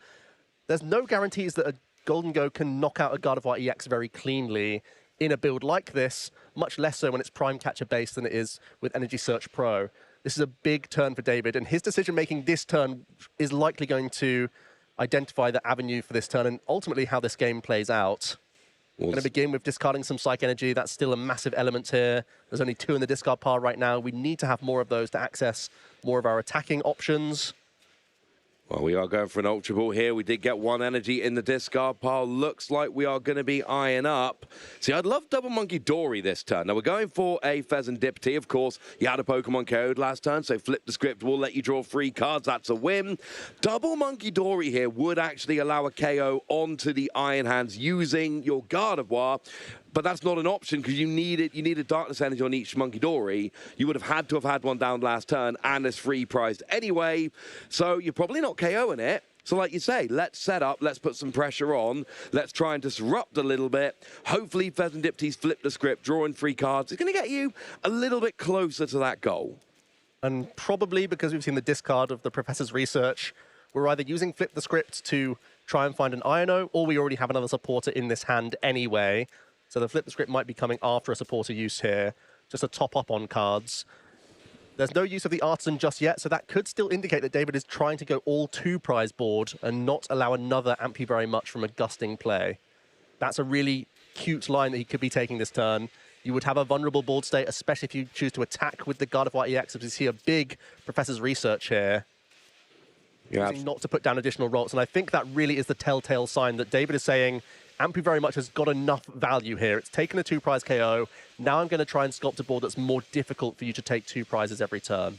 No, I really like that. Don't give any more easy prizes. And you've got a deck here you can actually do that with. We saw the Professor's Research, so that was why the first one got discarded. We've still got the option of Flip the Script to draw 3 more cards. So now the question is, what are we going to use in order to start putting a lot of pressure on our opponent? We're searching out energy here using Earth and Vessel. You've already used Screamtail to take out a Gimmighoul here. So what have we got to put pressure on the active? And the answer is, right now, you've got Gardevoir. There's one cute thing you can do. You can hit for 190, then you can copy with Mew EX to Amp You Very Much, finish off the Iron Hands. A 3 prize KO, that could be a way to get yourself back 1 attack away from game the following turn. But if you're trying to hold off from Monkey Dory, and we still haven't seen the use of Artisan here, so you have to think that's the case, then, yeah, we're just trying to set up this damage over a couple of turns. Here's the Flip the Script. Drawing 3 cards. We've got an Ultra Ball and supporter, someone else there as well. Nothing that he's really throwing down on the board nice and quickly. Does not seem to be having exactly what he wants here because he's very methodically playing this out. Well, we're retreating into a Gardevoir, so it does look like we are going to be attacking with Gardevoir this turn as expected. Here we're going to see some Psychic Embrace getting some energy into the active. Yeah, setting up for that Miracle Force attack. Just dealing 190.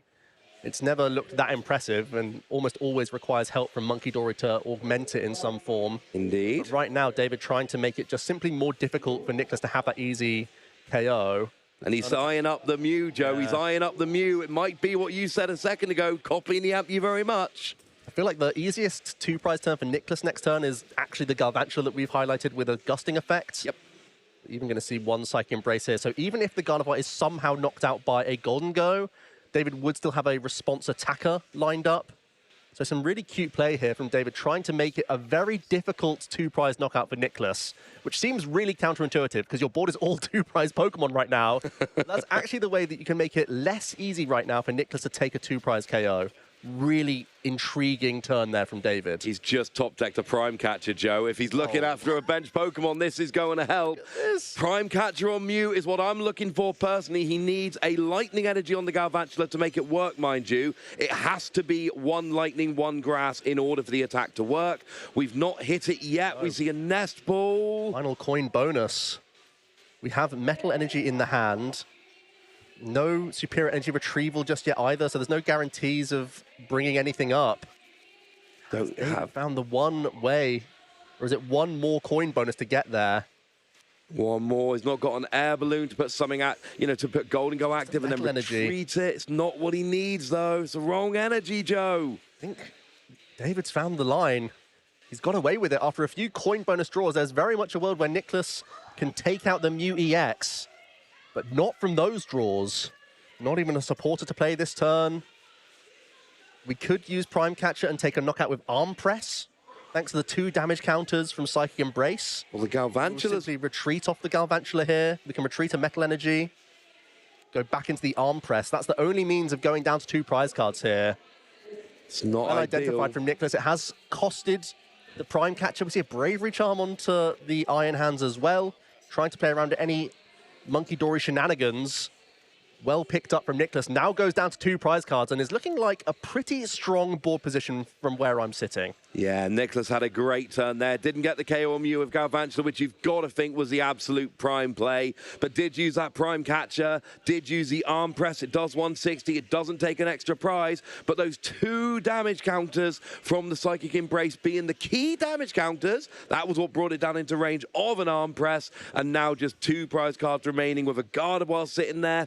And, you know, Golden Go does excel at taking big KOs. Harder without Energy Search Pro, but you've basically had all game up till now to build up to this one big Golden Go turn. You've got to think there's a decent chance to pull it off. And I keep mentioning superior energy retrieval. There's actually only a couple energy in the discard pile right now, but this Iron Hands is putting on so much pressure, and Nicholas will continue to attack with this Pokemon until David is forced to deal with it. And of course can naturally retreat for 4 energy, throwing those energies into the discard for superiors to then be unlocked with a Golden Go attack. That's what is a great synergy around this archetype. The Iron Hands often takes between 2 and 4 prize cards, allowing the Golden Go to often take 2 or 4 prize cards to close out the game by taking huge knockouts. So just with 3 or 4 superior in the list, it's quite easy for you to reach those final few prizes. The puzzle for David here is possibly using a single prize Pokemon to take a knockout on the active, knowing then that Nicholas has to have superiors in addition to Boss's Orders to finish off a Pheasantipity EX. The Bravery Charm is keeping that Iron Hands a little bit out of range of a Monkey Dory option right now. You could use Adrenabrain plus attack with Mind Bend. You could. That solution would be perfect. Yeah, that might be the only turn, but then that opens up even more draw potential for Nicholas. Gardevoir typically so good at being in control of the Iron-O game plan. One's actually just come into hand from Flip the Script here. Is that something David can utilize now to make it more difficult? Still taking out this Iron Hands EX has to be a priority now that you've benched this single prize Pokemon. We also see a Super Rod now. Super Rod's fun. That can help set you up for an INO, put the cards you want back into your deck, kind of stacking your deck, if you will, just a little bit in terms of what's inside. We see the Mew and the Screamtail and a Darkness Energy. That's going to help if you want to be using Adrenabrain for Monkey Dory. Although, looks like we might be changing our mind. Mew apparently out, and Jellicent going in, opening up. You know, we got Frillish in hand. We're opening up the idea of Jellicent. And look, if you KO Iron Hands this turn, you can bench a Frillish without really worrying about it. Yep. And then, looking towards getting your Jellicent TX into the active position, the Oceanic Curse would shut down any use of superior energy retrieval, again forcing that Boss's Orders plus superior combination. So David is still trying to map out, because he's still a few turns away, make no mistake. He will only be able to take a 2-prize knockout this turn. In the best case scenario, as we see in Ultra Ball, grabbing Screamtail, so possibly a combination of the Iono Counter Catcher Roaring Scream to knock out the Iron Hands and start using Monkey Dory to set up other damage across the board. I feel like that has to be something David looks for here, having to hope to dodge some more coin bonuses next turn, because even with Hand Disruption, Nicholas still has a lot of draw on his board. Yeah, you got 3 Golden Go there. There's 1 card per Golden Go. 2 if they manage to get into the active. That is in addition to any supporters or any other cards you play here. So the Iron Hands goes down. That means your Frillish and Screamtail can be benched nicely. They have been benched. Monkey Dory's already got a Darkness Energy on, so that means that you can absolutely use Adrenabrain this turn. So you could do Adrenabrain plus KO with a Monkey Dory, but I think you're probably more likely, Joe, here to get the Screamtail play, as we do see the Iron-O, and the hope here is few cards and get the comeback by spreading that damage around and taking the KOs where you need to. Intriguing choice not to use Counter Catcher there from David, where I feel like Screamtail could have been even safer had you brought up another Pokemon. The only debate here is that there's not been any air balloons used just yet from Nicholas, so there would still be a huge number of outs here. We're going to see at least 2 energy. It will be 3 energy coming onto this Screamtail, who has to Roaring Scream through the active position here, but can first get a Monkey Dory, 3 damage counter placement. There's nothing glaring. Golden Go is a difficult Pokemon to KO for Gardevoir. I like Genesect. Comes into range this way. Yeah. Now Gardevoir can just do 190 and KO, so I do like that one there. So we do see the KO. Yeah. And now the question is, I mean, really, you're still 3 prizes away at this point. So, honestly, you kind of want to KO Galvantula and Genesect to win the game. But that Galvantula, 100 HP is actually kind of annoying. There's already a superior energy retrieval in the hand, Ross. So we are really close here. Levincia should help as well. Yep. We are just looking for boss's orders now to close out this game. We've already used our Prime Catcher. We can, of course, retreat this Galvantula if need be. Nestball can grab Pheasantipity EX. There's even more draw power here, Ross. That is going to help massively. Flip the Script gets you an extra 1, so there's at least 4 more cards being drawn. 1 from the last coin bonus, 3 from the Pheasantipity. If one of them is the boss's orders, we are already good to go. Gardevoir with that 10 damage on is crucial. It means 6 energy rather than 5. But of course, you wouldn't do that, would you, Joe? You'd go for the 5 on the Pheasantipity. You need 5 energy. Now, we would need 1 to attach. 5 in hand. Yeah, so still 6 total. Yes, plus the boss's orders, and that is going to be the game here. Do we have 2? No, 1 superior in hand. Yeah, 1 superior and the Levincia will be enough. Yes. So it's just finding boss's orders. There's another 2 superiors and we have plenty of damage. We can retreat this Galvantula for 2 more cards from coin bonus. Yeah, the last one has to be inactive for 2. Gotta be. Oh, apparently it's not. It's Buddy Poffin. Suppose the good news is there's still a buffer of prize cards here. David is not looking down win next turn very easily. So you could just simply use Levincia, attach to your Galvantula, and finish off this Scream Tail. You're still putting on a good amount of pressure. Yeah, I like this. Still threatening game next turn. And you're not worried about an INO because you can draw 5 cards minimum next turn, probably 6 if your opponent takes a KO. So INO hand disruption is not going to help. Galvantula KOs a Scream Tail. Nicholas goes down to 1 prize remaining. David still here sitting on 3 prize cards. They're 2 turns away minimum, and they've got to stop Nicholas KOing something like a Monkey Dory or a Frillish next turn. Ultimately, David is breathing a sigh over a relief here that he's still even in this game. The window is starting to crack open. If we can start looking towards more INO, Jellicent TX being a crucial card at this point as well, I think. Yeah. And we were able to find a second Monkey Dory from the prize cards finally. So we can start to mount up this Adrenabrain damage, starting to take over this board a little bit more. It won't take much longer for David to put himself into a good spot after it looked very, very far away. From a big whiff from Nicholas. 4 boss's orders, by the way, in the list. Yep. That's a big dodge that David's done. What can he do with this slice of fortune? He basically needs, I mean, he should win next turn. What he needs to do is play keep away as well. Jellicent in the active, meaning no superior energy retrieval, that's kind of a big deal. But of course, a boss's orders, if it were to be top decked, for instance, would allow you to grab something like a Monkey Dory active, and then there isn't a Jellicent in the active. Right. So you can use stuff like superior energy retrieval. Here is a second Monkey Dory with a darkness energy. So, oh, maybe. But that would have to play that energy. We're going to see flip the script first, but I don't see why we wouldn't attach to Monkey Dory here. No. We know that's going to be a crucial element. There we go. We can play INO first before the flip the script as well. We're just going to double check the damage on that Galvantula. Certainly enough to deal with these Monkey Dory.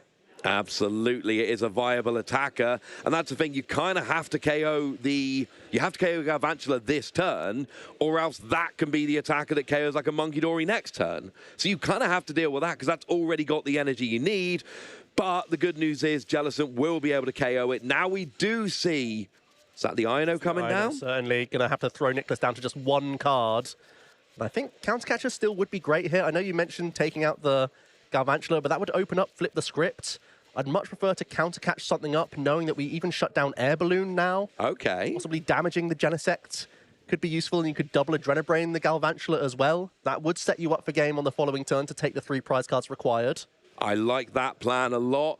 The goal here, you can't win this turn. Nicholas can win next turn. The #1 goal is stop Nicholas winning next turn. I agree, Joe. Countercatcher, turning off things like, you know, Air Balloon, as well as your superior energy retrieval. That would absolutely work.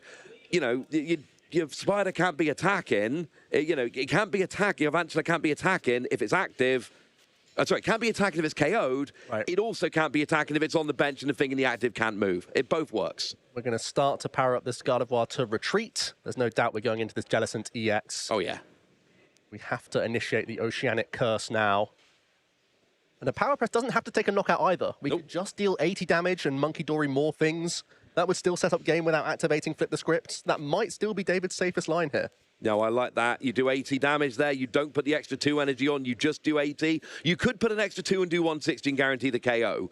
What you could also do is do 80 damage here, leave Galvantula 1 Monkey Dory Adrenabrain away from being KO'd, while then setting up something on the bench. And then next turn, Adrenabrain to KO the Galvantula, 2 prize KO. That's the game. And like you say, you're not allowing Flip the Script, but you're also turning off things like Superior Energy Retrieval. And Galvantula is not KOing Jellicent. This could all be for naught if Nicholas just gets a boss's orders, but at least David's got a chance. I think it's the best thing you can do. Getting yourself an attack away whilst not activating Flip the Script is basically the best avenue here. We're going to use the maximum heal here from both Adrenabrain. Actually, also just going to bench a Screamtail while we're at it. Why not? It's going to be 3 onto the Pheasantipity EX. And the 80 damage sets us up for Monkey Dory to finish off the Galvantula next turn, and if we can bring up one of these EX Pokemon, we can take our final 2. So let's see, Nicholas. It's boss's orders or bust now. It's in the hand. That's looking good. It is boss's order, so you just bring up the Monkey Dory, KO with Galvantula, and that, ladies and gentlemen, is going to be game 1. Nicholas with this Joltic Golden Go hybrid goes 1 game up in round 5 of the Frankfurt Regional Championships. Excellent work there from Nicholas.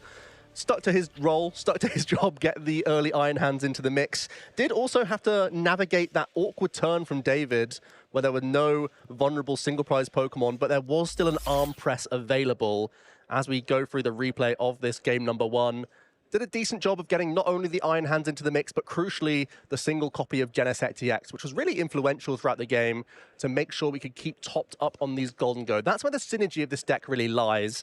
The fact that you can commit a bunch of energy early onto this Iron Hands that has to be dealt with throughout the game, then fuels your discard pile for easy Golden Go knockouts. And in this case, the Golden Go whiffed on a gusting effect, even with a huge number of draws, but it meant that Nicholas just had so many outs as we closed towards the later stages of this game. Absolutely. Here we see the arm press KO on the Mew for 160. Perfect maths. We saw the Galvantula here, which, you know, put in a bit of a shift in the end. Unfortunately, was not able to KO the Mew at the perfect time, but it was able to KO the Screamtail, and then when it only took 80 damage from the Jellicent EX, that meant that Boss's Orders was able to take out that Monkey Dory, and Galvantula, turns out Amy might have been onto something, Joe, with her prediction this weekend. That Galvantula made a real difference in game 1. Not just the Joltic, also the stage 1. Like you said, Ross, a couple prize cards.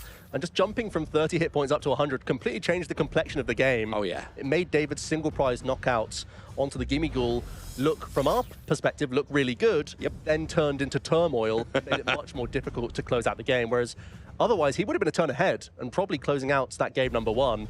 As it happens, we're going into that game number 2. Nicholas is forced to go first, starts off with a Gimme Ghoul, and already has that early item card, the Buddy Buddy Poffin.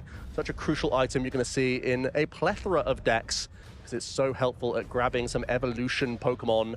In this case, Nicholas is spying a second Gimme Ghoul in addition to a Joltik.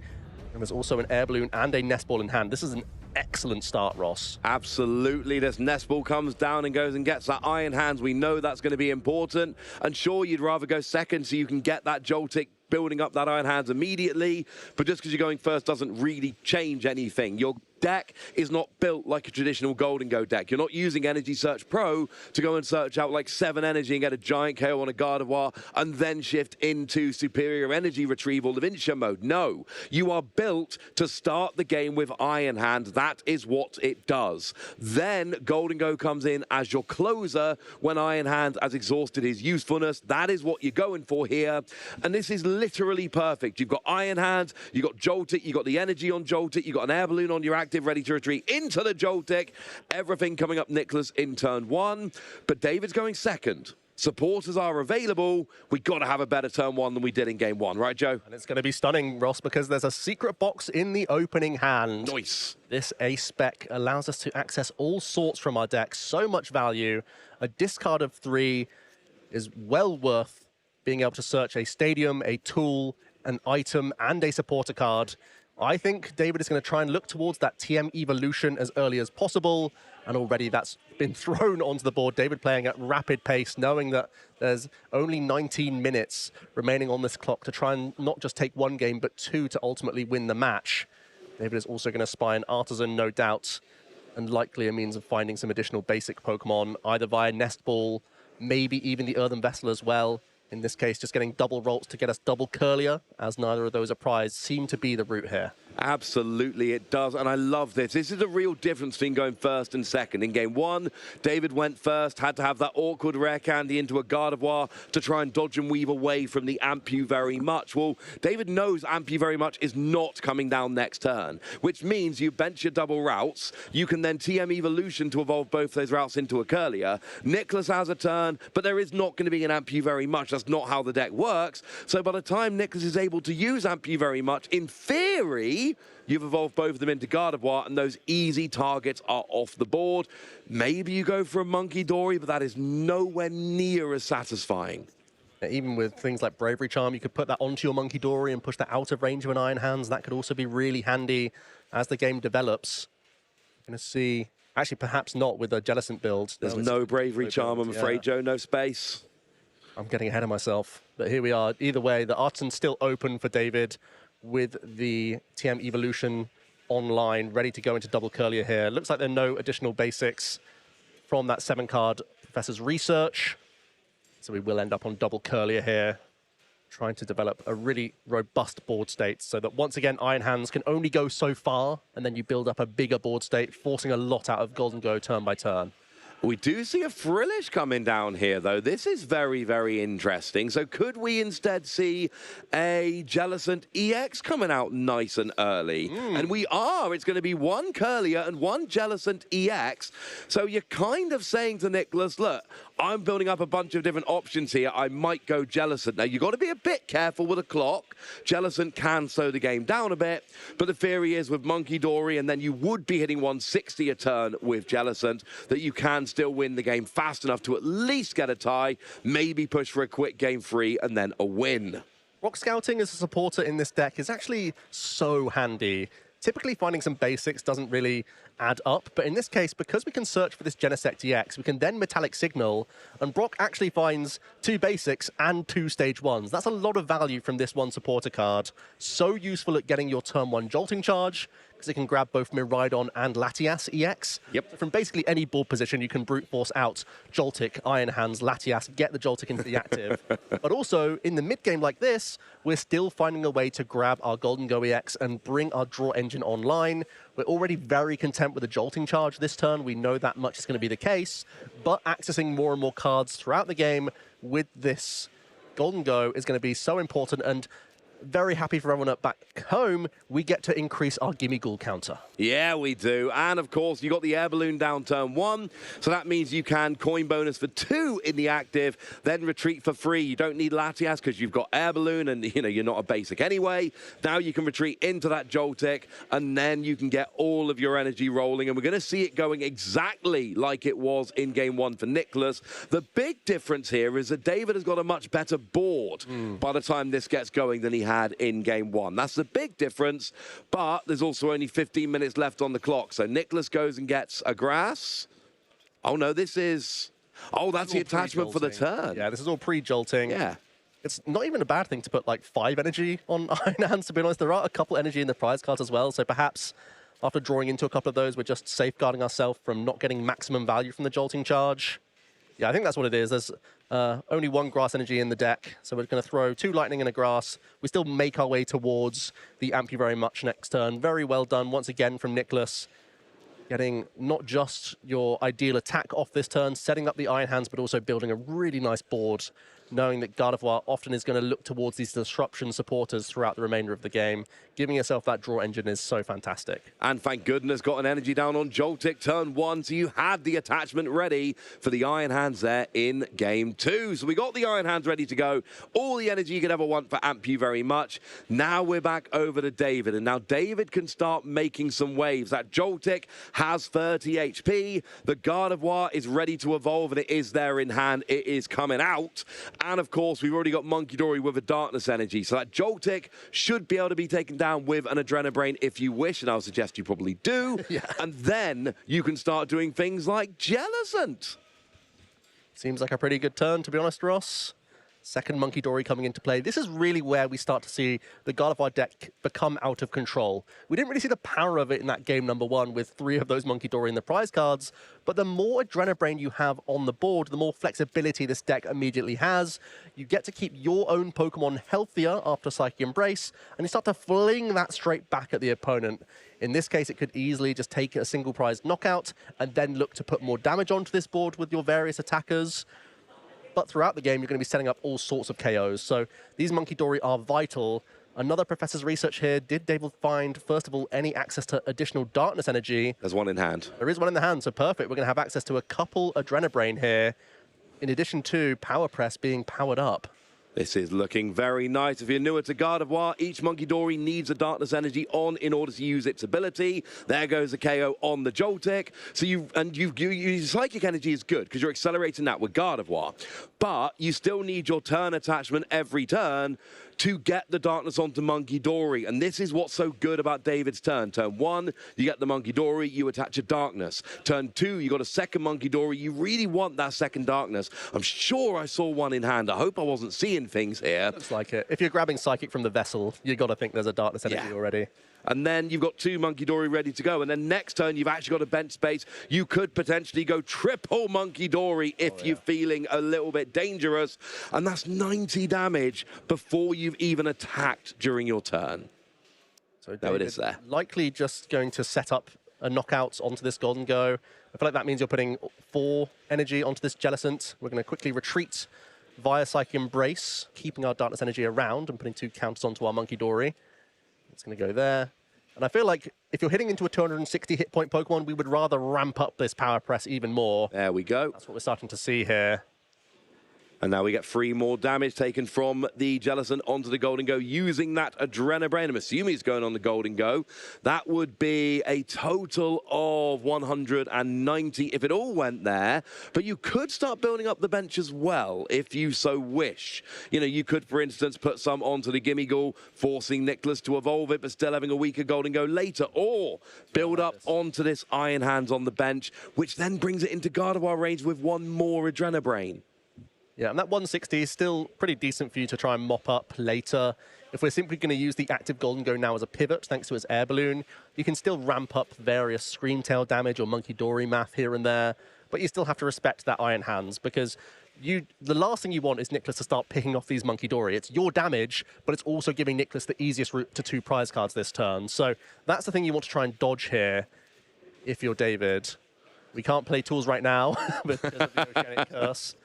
We can, with Boss's Orders, still make that happen. And I feel like Boss's Orders onto Monkey Dory is very likely going to be the case here. I mean, it's been put to the front of his hand, so I think it's pretty... Yeah, I think you've nailed that one, Joe. I think it's going to be coming up. 2 prizes, get your tools back, beef up your HP a little bit more, make it very difficult to get KO'd. I like that. It's all looking pretty solid here for Nicholas, who is already 1 game ahead in this second game right now. Just 10 minutes remain. And he's going to be going ahead in this prize race once again.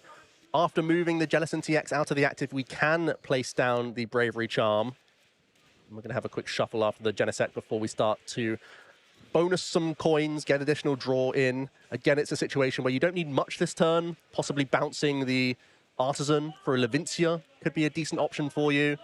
Possibly just working towards a Cypher Maniac and leaving something on the top would be okay, although it's mostly Brock's scouting here. Working towards a Professor Turret scenario could be another supporter that would be useful for you. And we do have a Flip the Script here. Very important to note, Flip the Script does not need a Pokemon to be KO'd by damage. It is just any Pokemon being KO'd during your opponent's last turn. So the Adrenabrain KO on the Joltic does activate Flip the Script, giving 3 additional cards, you know, combined with all the coin bonus we're going to have. Yeah, a couple more coins to pluck here. Again, nothing too impactful right now, but we're just amassing a hand size in case David isn't able to find an Iron-O next turn, knowing full well that this Iron Hands now coming into the active will once again be able to amp you very much. Almost always you're going to see this archetype lead out with this amp you very much because it's such an easy means of forcing 2 prize knockouts, and it opens the door for Golden Go as a later game threat. Keeping all this draw power around is what makes this deck tick, and it's doing excellently here for Nicholas in phase 1 of the competition, already 4-0, and now getting closer to winning this round 5 and booking their spot into phase 2 of the competition. Got to bear in mind this is a best of 3. If game 2 does not finish, then Nicholas will win this best of 3 1-0. So if Nicholas wins this game 2, they're off to 5-0. If David wins it, we're going to have to see how much time we got for a game 3. But if this game doesn't finish, if it ends without either player achieving a victory condition, that means that Nicholas will get a 1-0 victory. So Nicholas here, go through your motions, take your prizes, stick to your regular game plan. It worked brilliantly in game 1. Let's make sure it works well in game 2. Here's the KO with Amp You Very Much. Nicholas goes up 2 prizes to 1. David once again in a puzzling spot, knowing that there's no real easy way of picking apart this board now. Everything is evolved up.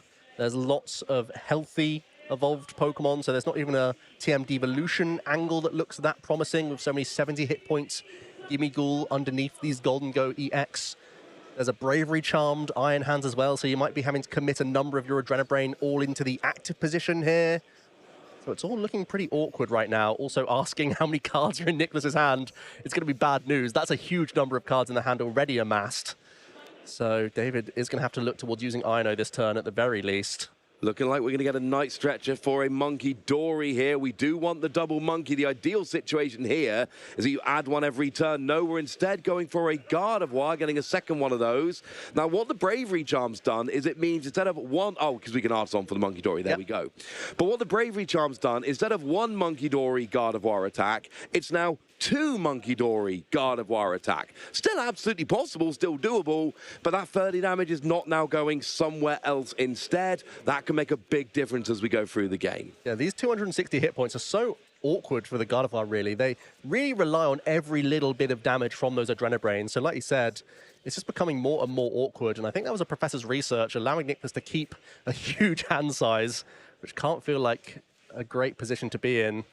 But at least David can be dealing with this Iron Hands this turn via attacking with the Gardevoir EX. Or possibly are we going to retreat here with just 2 energy attached? Yeah, we are. Retreat back into the Jellicent EX, which means we're doing a little bit less damage with the Power Press. We're not going to be taking a knockout on this Iron Hands this turn. We're going to be setting it up for an Adrenabrain knockout on a future turn. Yes. By the looks of things here. 160 damage on the Power Press when there's 4 energy attached. We can double Monkey Dory to put this Iron Hands well in range of Adrenabrain's next turn. You can put it up to 220 plus a free on is 250, but it's got 280. So you can leave it 1 Adrenabrain away from being KO'd, but you cannot actually KO it this turn. I like the first Adrenabrain because that means it's now 2 Adrenabrain away. I would want to do it twice here. So the issue with not putting both onto the active is that it's very likely Nicholas will just try and gust again and take out another Monkey Dory. And that makes the line even more appealing here. And that's why I said I wanted the second Monkey Dory onto the active, because otherwise you're forced to then get another Monkey Dory out, and that just makes things more awkward. Do we have any gusting to start this turn? Let's face it, last time there was a Jellicent active, you gusted a Monkey Dory. That's what you want. Oh, and it is. Boss's orders at the front of the hand there. So I think Nicholas is going to go for the old standard of, oh, Jellicent, nice. Don't care, I'm KOing Monkey Dory. I suppose the only good news here is that you're tempting Nicholas to use these gusting effects now, and maybe with enough Adrenabrain, we can devolve with a Jellicent in the active, take out a number of Golden Go in 1 turn, remove a draw engine, and then suddenly your Ionos can get you in a good position. David is still trying to stop the long game strategy here with the way he's placed his damage. Absolutely. We've got 5 minutes remaining on the round counter. We need to keep an eye on that. Remember, we have +1 turn at the end here. The Vincher comes down. That lets you get 2 lightning energy from your discard back to your hand every turn. Half a superior energy retrieval for free, which is quite nice. There is a lightning energy prize, though, so that's a little awkward because it plays 4. We're good. Yeah, everything's looking pretty decent here for Nicholas. I can't see anything better than simply bringing up a Monkey Dory and taking it out. It's simply too appealing. Agreed. And it keeps your Iron Hands in the active, forcing more answers from the opponent. There's the boss's orders, bringing up another Monkey Dory. Back-to-back turns for Nicholas. This has been the avenue. And once again, Iron Hands amps its way to 4 prize cards. Nicholas now just 1 knockout away from closing out this second game. David once again back against the wall. A lot of damage scattered around this board though, so there's a few avenues he can look towards here, Ross. Absolutely, he can. Now, we do get the double Monkey Dory here. Oh, and we see a TM. That is an evolution, though. We see Artisan coming down into play. Get rid of that Valencia. Now, the good news is we've got the KO on the board now on this Iron Hands. We can accelerate energy with Gardevoir, get enough energy on the board, double Monkey Dory, Adrenabrain onto the Iron Hands. That will go down, force Nicholas to put a new Pokemon active, and it will still be David's turn. Nicholas can win the game next turn with a big Golden Go KO on a 2-prize Pokemon, but David can actually get in a situation now where he wins next turn, only has to survive a single turn to stay in this match. And this Iono is critical to put Nicholas down to just 2 cards, even with a few coin bonus, even with Vesentipity. There's no guarantees that Nicholas will find the winning combination, as it will require a few cards to get over the line. We're going to see the retreat back into the Jellicent EX here. There's a lot of damage around this board. We can put even more into play with more Psychic Embrace. We're once again putting 4 counters onto 1 Gardevoir. That means we can get the maximum damage from both our Monkey Dory here. That's why we're putting even more energy onto the Jellicent.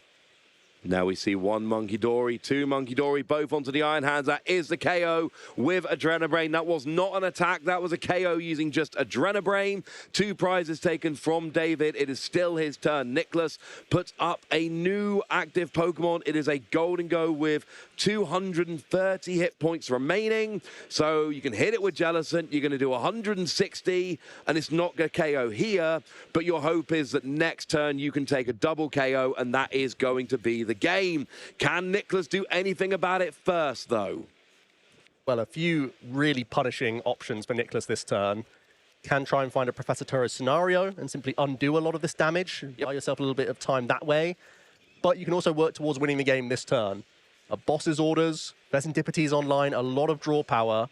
You will require a Stadium and a Superior Energy Retrieval or double Superior Energy Retrieval to get over this 300 hit point Gardevoir on the bench from David. Yes. So it's not likely that we're going to see the win here, even with this much draw power. There's still a lot to find, but there's still a lot of other things that can slow down David's progression. There's no guarantees that they're putting themselves in a good spot here. Has hit Prime Catcher. That is part of the task.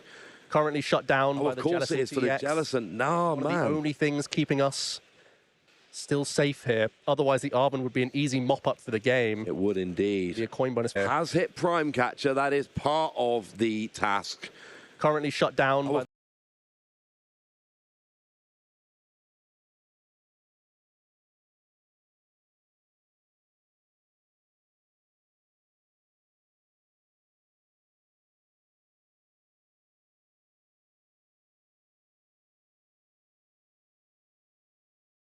because he's not got what he needs. Now, it does look like we're going to come back to us just for always. When it's sorted out, somebody's going to tell us, and we'll tell you, and it'll be love right now, because it really could go either way. Gardevoir is setting up for a potential multiple of an attack this turn. The problem is they cannot do it with Jellicent in the active. Yeah, because the Superior Energy Retrieval is the item card required, and that's being shut down by the Jellicent's ability. So we can't amass enough energy to make a huge Make It Rain attack work. There's not even enough energy in the deck to do it, to draw in energy naturally. We need to do it from these item cards. So this in here for the Golden Go matchup. We Absolutely. didn't see a huge amount of the World Championships, but it's already paying dividends in the second game for David. Oh, well, I remember actually I was walking around Anaheim and I had a look at the screen. I think it was Isaiah Bradner was playing on screen, and I was like, Jellicent. Oh, okay. And then I saw the graph, seeing that, you know, Golden Go was 23% of the meta, and I'm like, okay. I kind of feel like Jellicent might be a fun play this weekend, and of course, this is a championships, and it is certainly putting takes 6 energy to KO the Jellicent on the Golden Go, and you've just said, Joe, I believe you that there is not enough energy in the deck. No, I don't think there is. So, yeah, there is not a KO coming down here without items, and there are no items with a Jellicent in the active, so can we get it out the active? Now, we've seen at least 2 bosses' orders onto Monkey Dory. There's no prized. Does that leave 2 in the deck, or have we seen a third? I believe there's still 2 in the deck remaining, so I think that's okay. Looks like the resolution is happening right now on the table, so it won't be too long until we're back into this action here.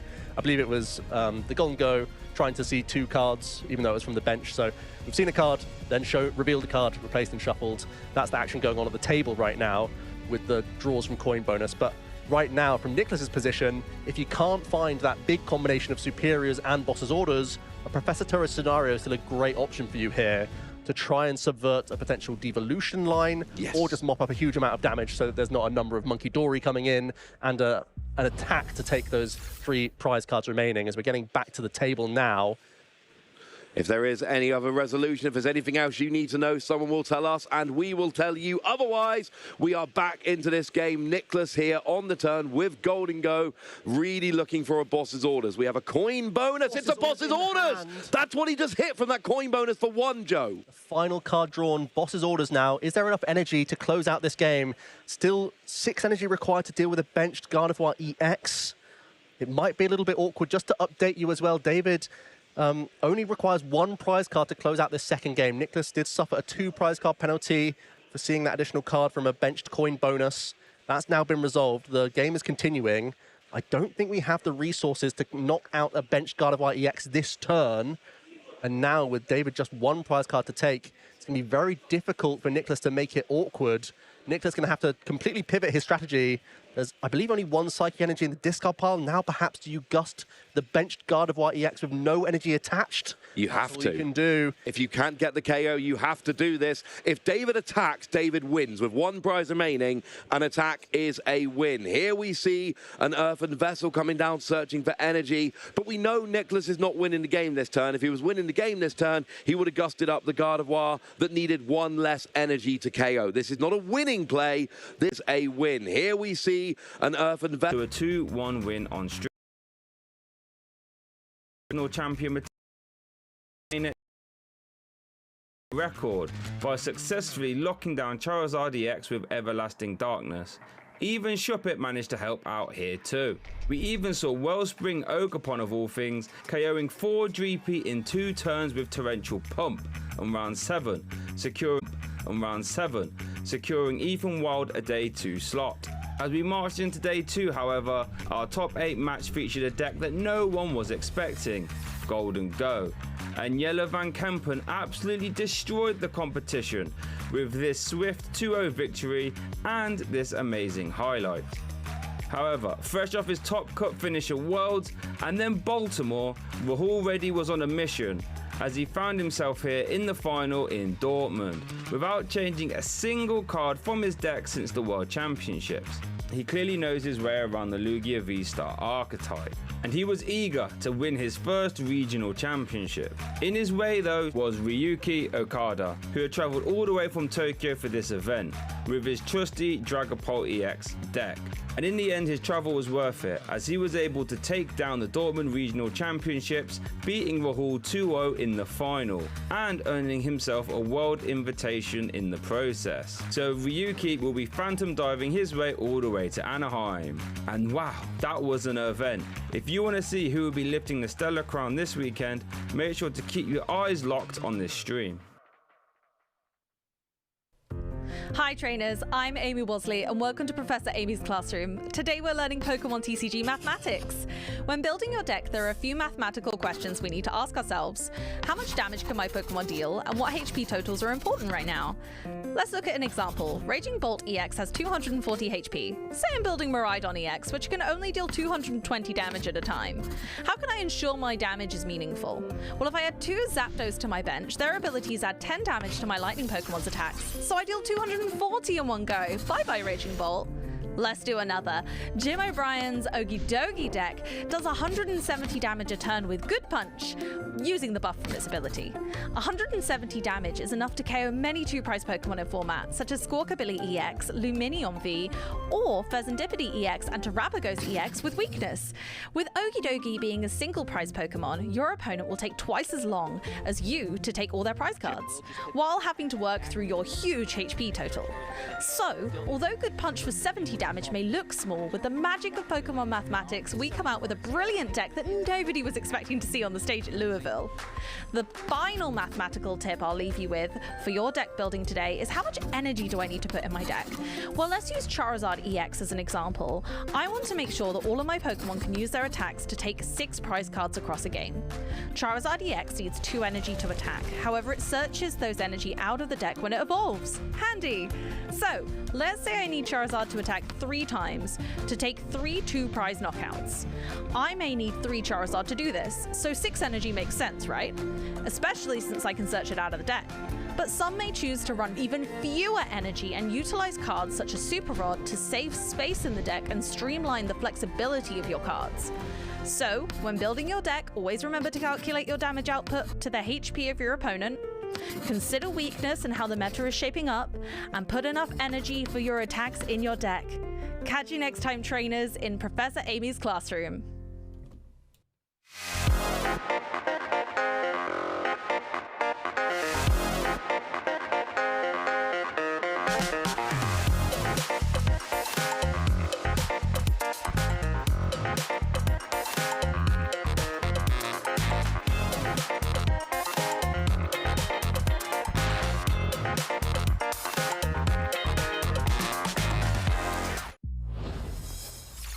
Wow, we are back at Dortmund Regionals. I'm Ross, and I'm joined in person, live, by Professor Amy. And I'm just going to say, why are we using pre-recorded Pokemon maths? I want some in-person Pokemon maths, Amy. Oh, what you got for us? An encore? Okie dokie. But a live encore. Oh, well, speaking of okie dokie, I've got a Monkey Dory example of Pokemath. What about Pheasantipity? What did he do? Well, look, he's just not great at maths. Okay, I'm fair. sorry. But Monkey Dory is great at mathematics. Now, Monkey Dory, as we just saw in that Gardevoir match, can really manipulate damage for us in this meta, and it's why it's included in so many decks and was the card in the most decks in the Pokemon World Championships recently. So Monkey Dory, with its Adrenabrain ability, can move 30 damage from your Pokemon to your opponent's Pokemon. We love that with Gardevoir because our ability is putting damage onto our Pokemon per energy we attach from the discard pile. The lovely part about that is that we can use it to manipulate damage output. So let's take Dragapult versus Joltic box as our example. Dragapult deals 200 damage. It does. Miraidon has 230 HP. It does. And so if we use a Monkey Dory to manipulate damage and put 30 from Dragapult's board stay onto Miraidon, then Miraidon's going to get 1-hit KO by a Dragapult. Similarly, if we move damage onto Ogerpon as we're playing against Raging Bolt, we can move lots of damage over and set up all of their Pokemon on their board to eventually have exactly 200 HP so that Dragapult can go in and mop up later. Why would you pick Miraidon as your example? You know the love I have for Miraidon. Why is that the one Pokemon that comes to mind to use in your example to be knocked out? I don't know, I guess maybe you just reminded me so much of Miraidon. It just was the thing that sprung to mind. You talked about it too much, Ross. I look at you and I think, Miraidon somehow. It's like Malamar's taking over all over again, hypnotizing me every time I look at you to think about Miraidon. Touche. Well, thank you very much for the live Pokemon. That was lovely. And, you know, it really is important for Pokemon. It's a great way to learn maths. It's really good, especially with younger players, helping them to get used to that mental arithmetic, moving over the damage, setting up KOs, you know, even things like attacks that do, 30 damage for each energy on, or things like, things like your Teal Mask Ogerpon's attack, for instance, can help to, get that mental arithmetic down. So really nice alternate use of Pokemon there. Thank you very much for that. It really is. And not only that, but when we think about the manipulation with mathematics that we can use, it can make us stronger players. As you and Joe both very well put in the last feature match, we had a situation where Pheasantipity could not be used by the opponent potentially if Pokemath was used right. So by moving damage onto other Pokemon that can't be KO'd right now, but maybe mid-turn another turn, not taking a knockout on the active Pokemon, but just scattering damage around, we can mean that we don't take a knockout in a turn, but we've made really meaningful damage elsewhere to take multiple knockouts on a next turn, which means our INO could be more effective because our opponent won't be able to use Flip the Script. Yeah, Pheasantipti is a real kind of boogeyman in the format right now, because if you take a KO, your opponent gets to draw an extra 3 cards on their turn, so any hand disruption you've got is less effective. Anything they're trying to work towards is going to be more likely to work. That is far from ideal. So by setting up for multiple, rather than taking 1 KO this turn, 1 KO next turn, you just set up for 2 KOs next turn. You take away that Flip the Script, you take away 3 cards. Like you say, maybe you can combine it with an INO, for instance, and then all of a sudden your opponent is whiffing what they need.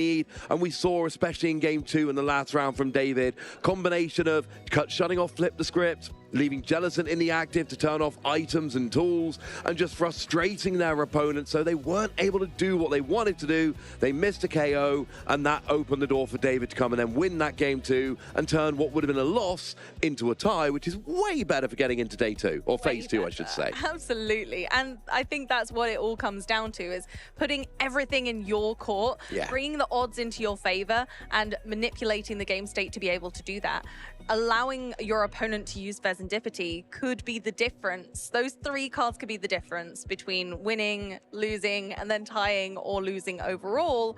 Whereas I was really impressed that they were able to use Gardevoir to bring that situation back that didn't seem in their favor for such a long time. Well, that was a 1-1 Jellicent tech line coming in absolutely clutch. And of course, Monkey Dory, we saw how clutch it was in that last game, because at every opportunity, the Joltic players going, I need to KO that Monkey Dory. Not just for the easy prizes, but also because every Monkey Dory I take is 1 fewer Adrenabrain that I need to worry about next turn. And that is absolutely, it's building up a little bit too much. It is ruining my game plan. It is not ideal.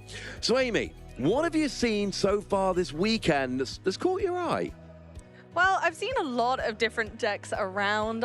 Coming into the event, I saw a lot of, or at least a few Hydreigon around with the Teal Mask Ogerpon, and that really struck my interest. Oh, yeah. I was confused. It's an interesting deck. And then impressed. And I'm not sure how it's going to go today. So hopefully they've been doing really well.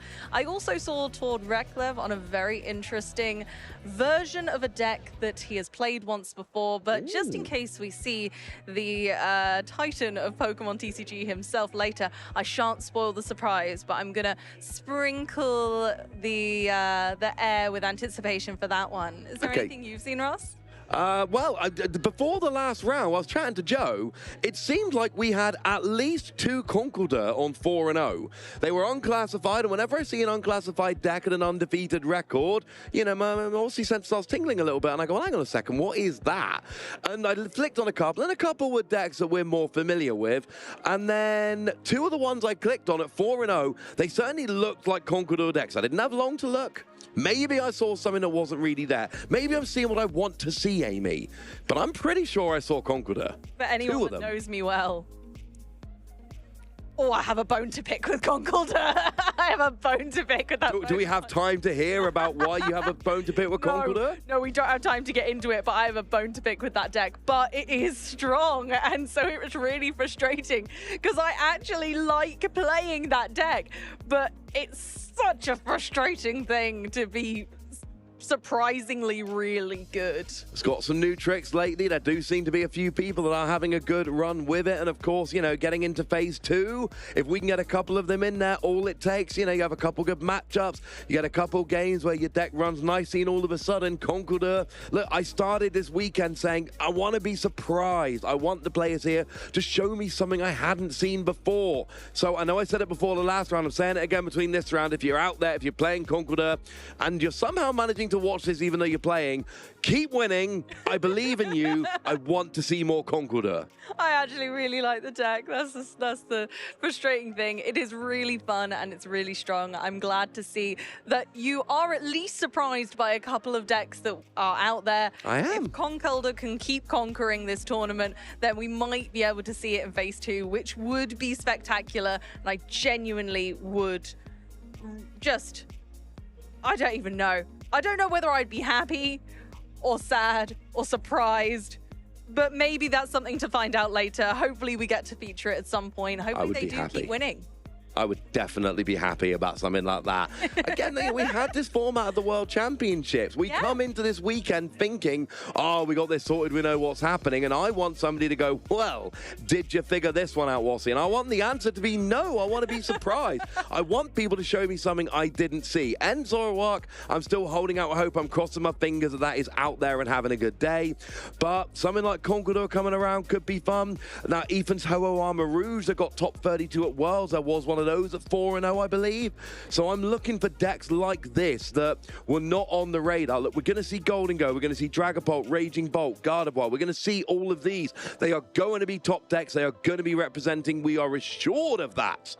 Absolutely. I want to see what else is out there, Amy. I mean, I definitely have seen some other decks going around that we did see some of at the World Championships. I'm seeing some Ethan's Typhlosion, some Crustle.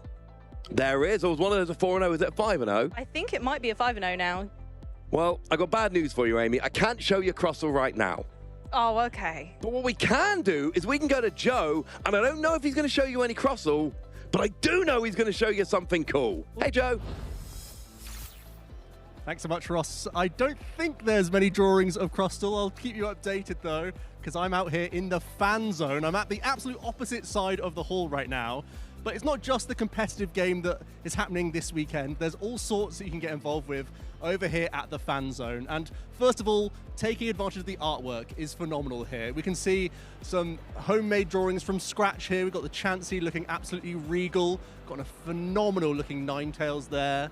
We have the Psyducks at the top, really reminding me of the World Championships. Of course, there's lots where you can do some coloring in as well, so it's helpful for people of all ages and all capacities to draw. I'd certainly be wanting to have outline myself to give me the edge here. You can also do your own custom cards as well, which is absolutely phenomenal. Try and put your own flair on how you would like a card to look on an image.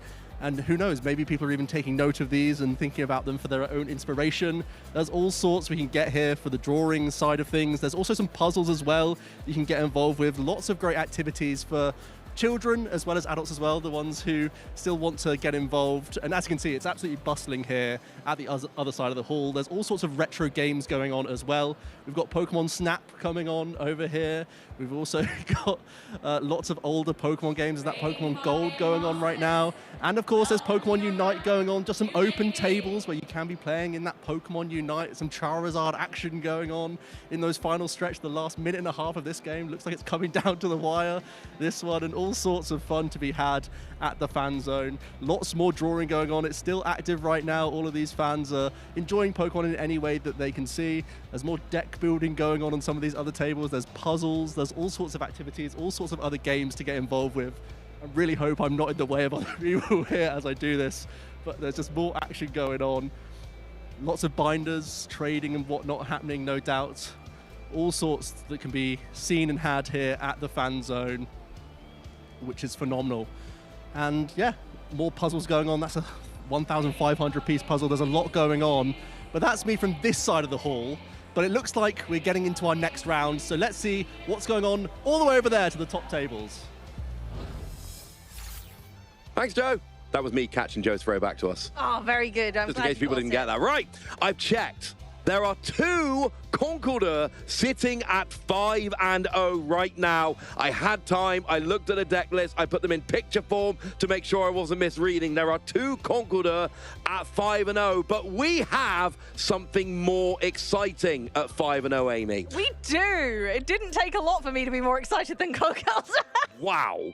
Now, you might have watched the World Championships. You might have seen our friend Mike Ellis commentating the World Championships, and you might have been thinking, well, this dude's pretty good on camera. How is he at play in the game? Well, it turns out right now, pretty gosh darn good. Mike is sitting at a 5-0 record, and I believe he's got his headset on, so I'm going to tell you he is currently the top-ranked player of Marnie's Grimmsnarl, the only 5-0 with Marnie's Grimmsnarl. So we're going to see our casting friend Mike on the stage. We flipped him around a bit. He's not here. He's over there. And I'm excited to see this, and he is going to be going up against Thomas Linné from France. Absolutely. I'm really excited to see both of these players show their stuff with this matchup, because it can be a very intricate one, and there's definitely some interesting elements to this Dragapult list. It is one that I actually... There's some stuff in there I'm not expecting. I wasn't expecting it, but as a hint to our lovely viewers, you might have to remember back to Jesper's caster choice to have a little think around what might be in this Dragapult list. This is going to be a very fun matchup. I can almost guarantee it. Well, right now we got Mike there on the left. He will be on Marnie's Grimmsnarl. We got Tomas on the right, who is going to be our Dragapult player. And we are just getting shuffled up and ready to go. Of course, like I say, Mike most recently seen at the World Championships casting with our lovely friend Joe over there in Anaheim. And he has returned not on the stream this weekend in the traditional sense, but he has made it onto the stream nonetheless by going 5-0. Now, Mike is a newer player, doesn't have a lot of accomplishments in big tournaments. He's only been playing for a little while, only been able to play in a few regionals, but right now proving that he is right up there with the best in the biggest AU regional we've had so far. Absolutely. And Thomas, of course, we've seen before in 2024 and 2025 doing ever so well at multiple events: World's Top 64, EUIC Top 34, and Stockholm Regionals Top 16 last season. So a very accomplished player against our very own Mike Ellis, who I know has been rocking this Marnie's Grimmsnarl at locals for a very long time. Oh yeah. Choosing to champion it. And so I have no faith, no lack of faith, sorry, oh my gosh, sorry Mike. No, I have no lack of faith in his ability to go up against this TCG Titan. I'm definitely not going to tell Mike you said on air you have no faith in his abilities. Let's see the prize cards coming down. Thomas has a couple of Arven and a couple of Iono. Mike there does have a 1-1 Frostlass line in the prizes. There's the fist bump. We are rolling, and it looks like Mike on the left will be going first with a Monkey Dory in the active, and Thomas has a Badoo. And Mike wasting absolutely no time here, playing out that secret box, that lovely ace spec that Joe and I were talking so highly about in the previous round.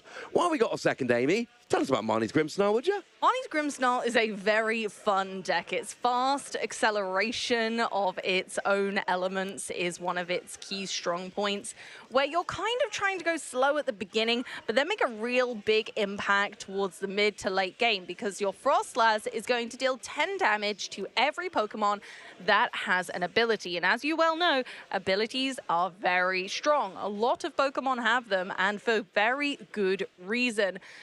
Using that energy and using that acceleration of Frostlass's damage, you can then go in with Marnie's Grimmsnarl to deal 180 damage to the active Pokemon and 30 to a benched Pokemon. So we're not trying to take out lots of prize cards in one go. What we're trying to do is slowly rack up damage on Pokemon and take lots of meaningful knockouts all at the same time. And it's worth noting that that Frostlass ability activates during Pokemon checkup. So that's 10 damage after Mike's turn, 10 damage after Thomas's turn, and so on and so forth. Buddy Poffin coming down here. We should be getting a couple of Marnie's Impidimp coming down. You're going to need that to go up into Grimmsnarl.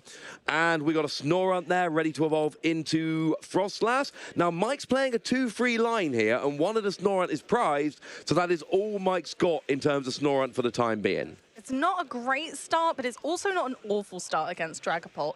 Especially in the early turns, Thomas is not going to have many Pokemon with abilities out anyway. Absolutely, you're absolutely right. You don't need it too early. Now, it looks like we're passing over.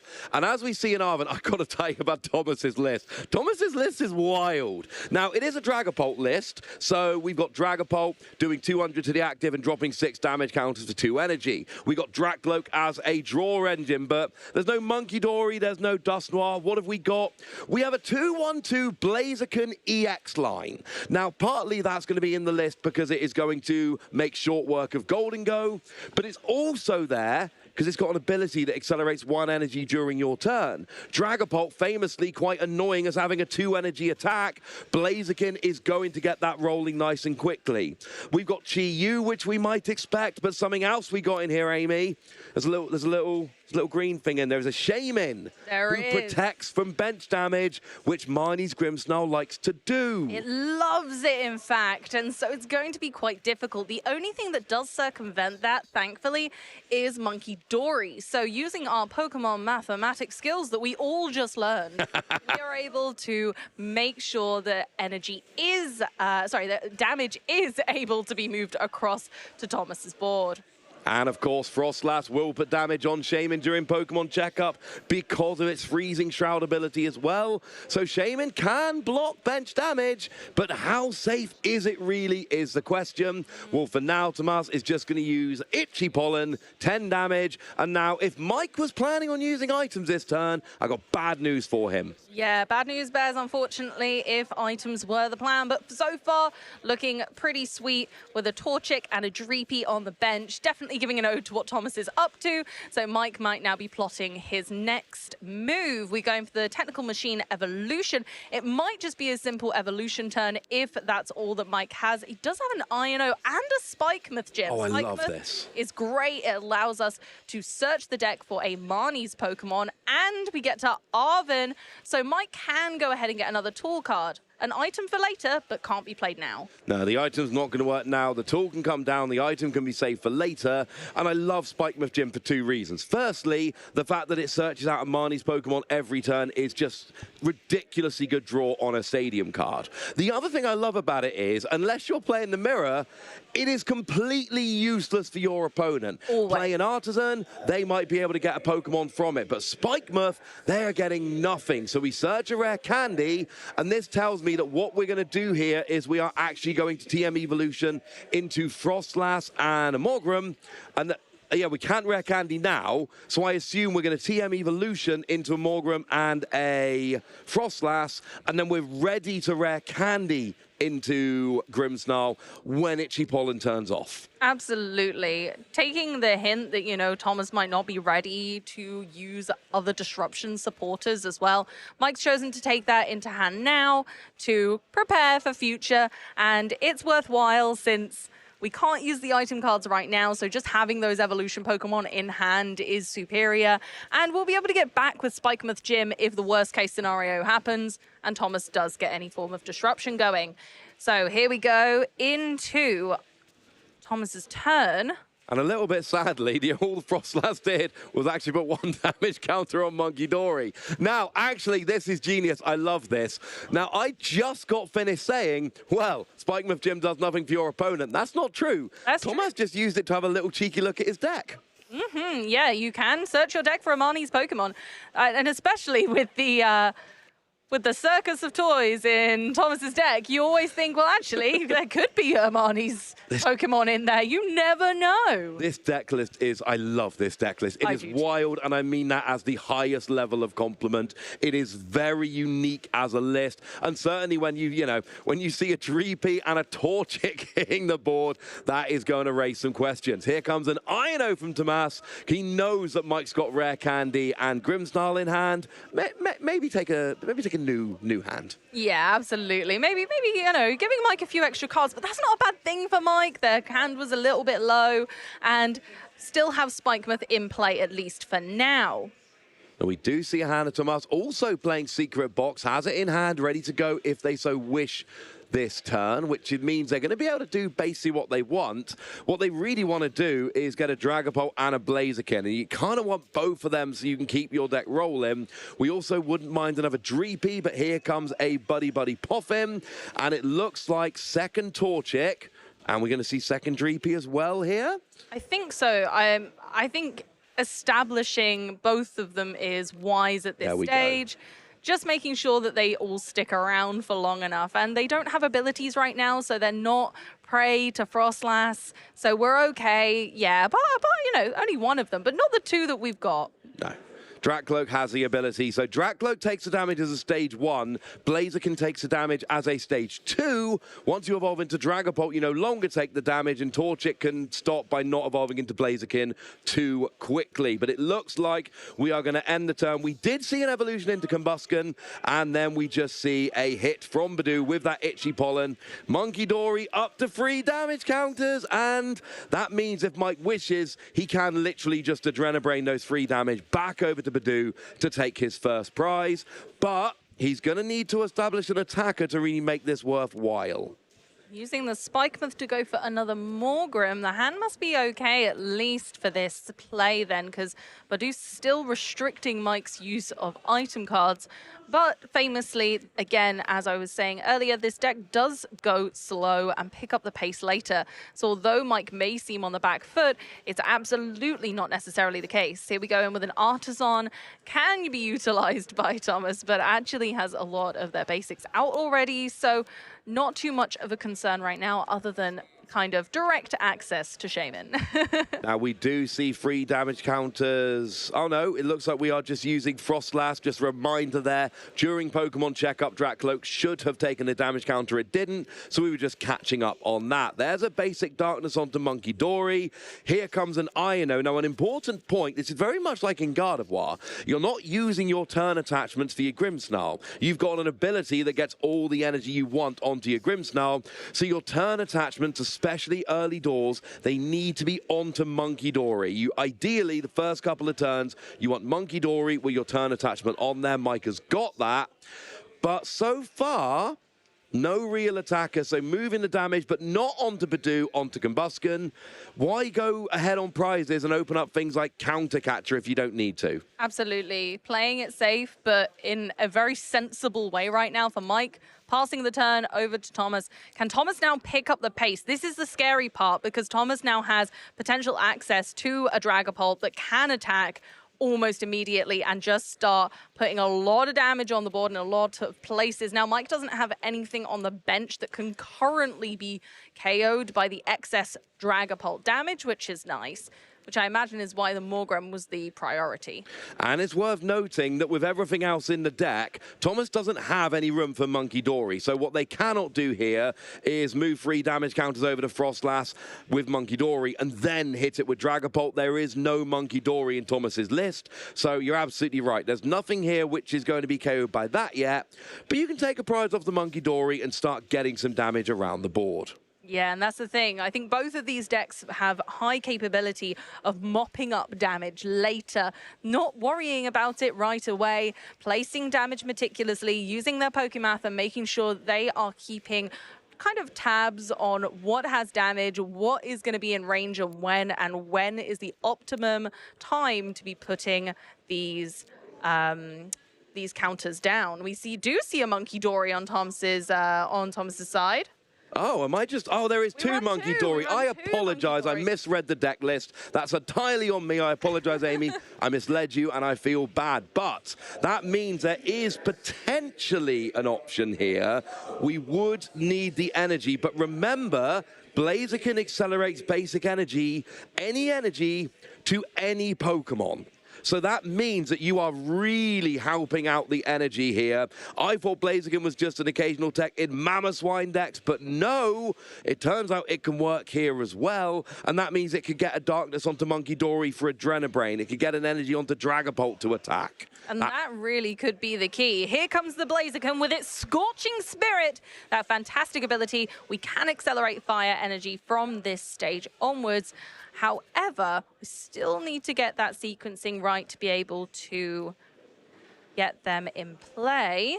And worth noting, you need an energy for Dragapult and an energy for Monkey Dory. You've already used your attachment for the turn, so you would need a second Blaziken to get all the energy you need. Now, here comes Secret Box. It's a secret for a reason. It's a really badly kept secret, though. You get to discard 3 cards from your hand. You can get a tool, an item, a supporter, and a stadium. So you get 4 things for 3. But 4 tutored cards for 3 that you don't need right now seems much more powerful.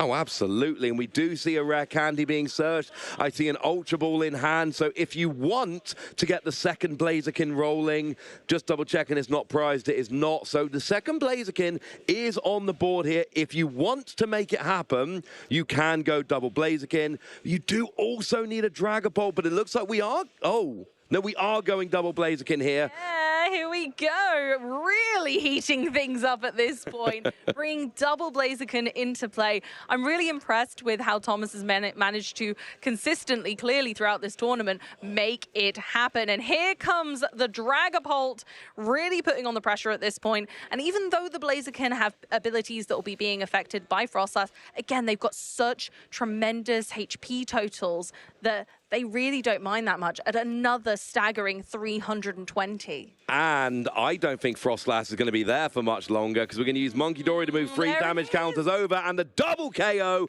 on Monkey Dory and on Frostlass, as we said was going to happen. Now Thomas gets his first 2 prizes and Mike in not a great position. He's got items back, which is lovely, but no real attacker. He's lost his Frostlass, and there's not enough damage on the board. There's only 2 damage counters on the Dragapult. That is it on Thomas's side of the board. Unfortunately, you're right. This puts Mike on the real hard back foot, as there's no way to damage his own board. There are no Frostlass in play anymore. We still have the, one Snorunt and Frostlass in the prize cards. And 1 of each in the discard. Now, there is a third Frostlass in the deck, but there's only 2 Snorunt here, so unfortunately, 1 in the discard, 1 in the prizes. Mike would have to play a recovery card like Night Stretcher in order to get 1 of those back, which is not entirely ideal. Now, he does get a Darkness Energy onto Monkey Dory, but there's only 1 damage counter that can be moved over at this point.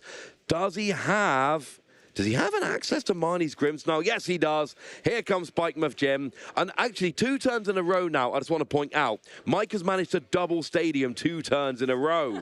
Here is Counter Catcher onto Blaziken, though. Okay, Blaziken, I guess. Oh, going for the other Blaziken. Blaziken maybe not being able to retreat in this scenario. It has a retreat cost of 2. So maybe Mike is kind of buying himself some time at this point, re-establishing the board, getting himself back into this game, going for the Grimmsnarl, the Marnie's Grimmsnarl EX with its Punk Up ability. The bad news is there's 2 Blaziken on the board, each of which can attach a basic energy from the discard, and that would allow Blaziken to retreat without using your attachment for the turn. So that might not work as well as he had hoped, but you're right, Punk Up comes down. Now we get energy onto Marnie's Grimmsnarl, plus 1 onto your bench Morgrim as well. Now we see Iron Bundle hitting the bench and a lesser seen Professor's Research. Absolutely. Iron Bundle I haven't seen in a while, but it's a great card for forcing your opponent to maneuver their Pokemon around. I think that's probably benched for later, or as a target, maybe trying to tempt Thomas to knock something else out, because the Iron Bundle isn't a prime target. So it kind of can safely exist there on the bench. So we've got now 2 Marnie's Grimmsnarl all set up thanks to Punk Up, which allowed Mike to search his deck for 3 Dark-type energy and attach them. Well, unfortunately, though, Shaman came down last turn, so that Badoo is at risk of taking the 30 damage from Shadow Bullet and being KO'd. So here we see a Buddy Poffin. Is he going to look at the deck here? I think he's just using it from his hand. Doesn't actually want anything, just thinning out his hand, make his deck a little more consistent. And here we see 200 to the active, choosing not to KO the Badoo. You don't need to KO it now. Instead, we put 3 damage onto the Blaziken. It's 180 to the active on this one. I think you've got your Dragapult numbers. I'm still thinking Dragapult, Amy. Still thinking about that Dragapult. I'm always thinking about Dragapult, Amy. Aren't we all? But 180 to the active is still a good amount of damage, but not quite enough. But you're absolutely right. Blaziken can go ahead and accelerate not only to itself, but it can also attack. So it might be an idea to use a Blaziken at some stage, but Dragapults obviously are nicer option, but putting damage on the board without taking a knockout is really harsh in this scenario because we have the double Monkey Dory set up from Mike's perspective. Leaving any damage littered around on Mike's board is bad news. Does Mike know that Thomas plays Shaman here? Because if you know Shaman could come down, that makes you want to KO the Badoo slightly earlier. Take that damage while you can. If you don't know Shaman's there, then leaving the Badoo taking up a bench spot, knowing it's not really going to attack anymore, is a better option. You know, just don't want to give your opponent a bench space for nothing. I'd be interested to know if Mike is expecting Shaman here, because Shaman could, not this turn, the bench is locked, but in the future, that could take away the Badoo KO option. It could. We can move damage still, so we would be able to move it from using a Monkey Dory Adrenabrain. We would. There's just not, without Frostlass, you're not getting that well of end damage coming on as much. Well, Thomas is going to be littering some damage at very least. We can, of course, now move 30 damage onto one of Mike's Pokemon that will help us to get a little bit closer towards a knockout, going for one of the Monkey Dory, but it's not quite enough. It's not, and the problem is you can do 6 damage counters onto the same Monkey Dory, and in theory it's one Adrenabrain away from being KO'd. In reality, it is going to move that damage off, and unfortunately, now the good news is you put a lot of damage down. The bad news is 6 is going to be coming back to you, 6 of those damage counters. But your 2 prizes up, you got a lot of damage on your opponent's board, you got a support Pokemon that's heavily damaged on your bench, but nothing else. I like Thomas's board here, I like the way he's rolling this, and here comes Night Stretcher for Mike. Ooh. For another Monkey Dory. I like this. I like this. This is essentially, as far as Mike's concerned, we're healing 90 damage a turn once that next one has a Darkness Energy attached. But not only that, but we're also moving 90 damage to our opponent. And that is a very relevant number. What on the bench has 90 HP? I feel like you might be hinting at something here. It Maybe may a Dracloak. or may not be Dracloak. Yeah, Dracloak could be taken out there. That would be fun. The thing I'm worried about here with Mike is there's a lot of damage on the Grimmsnarl that you want to heal, but if you don't completely heal your Monkey Dory, that is in range of getting KO'd with residual damage next turn.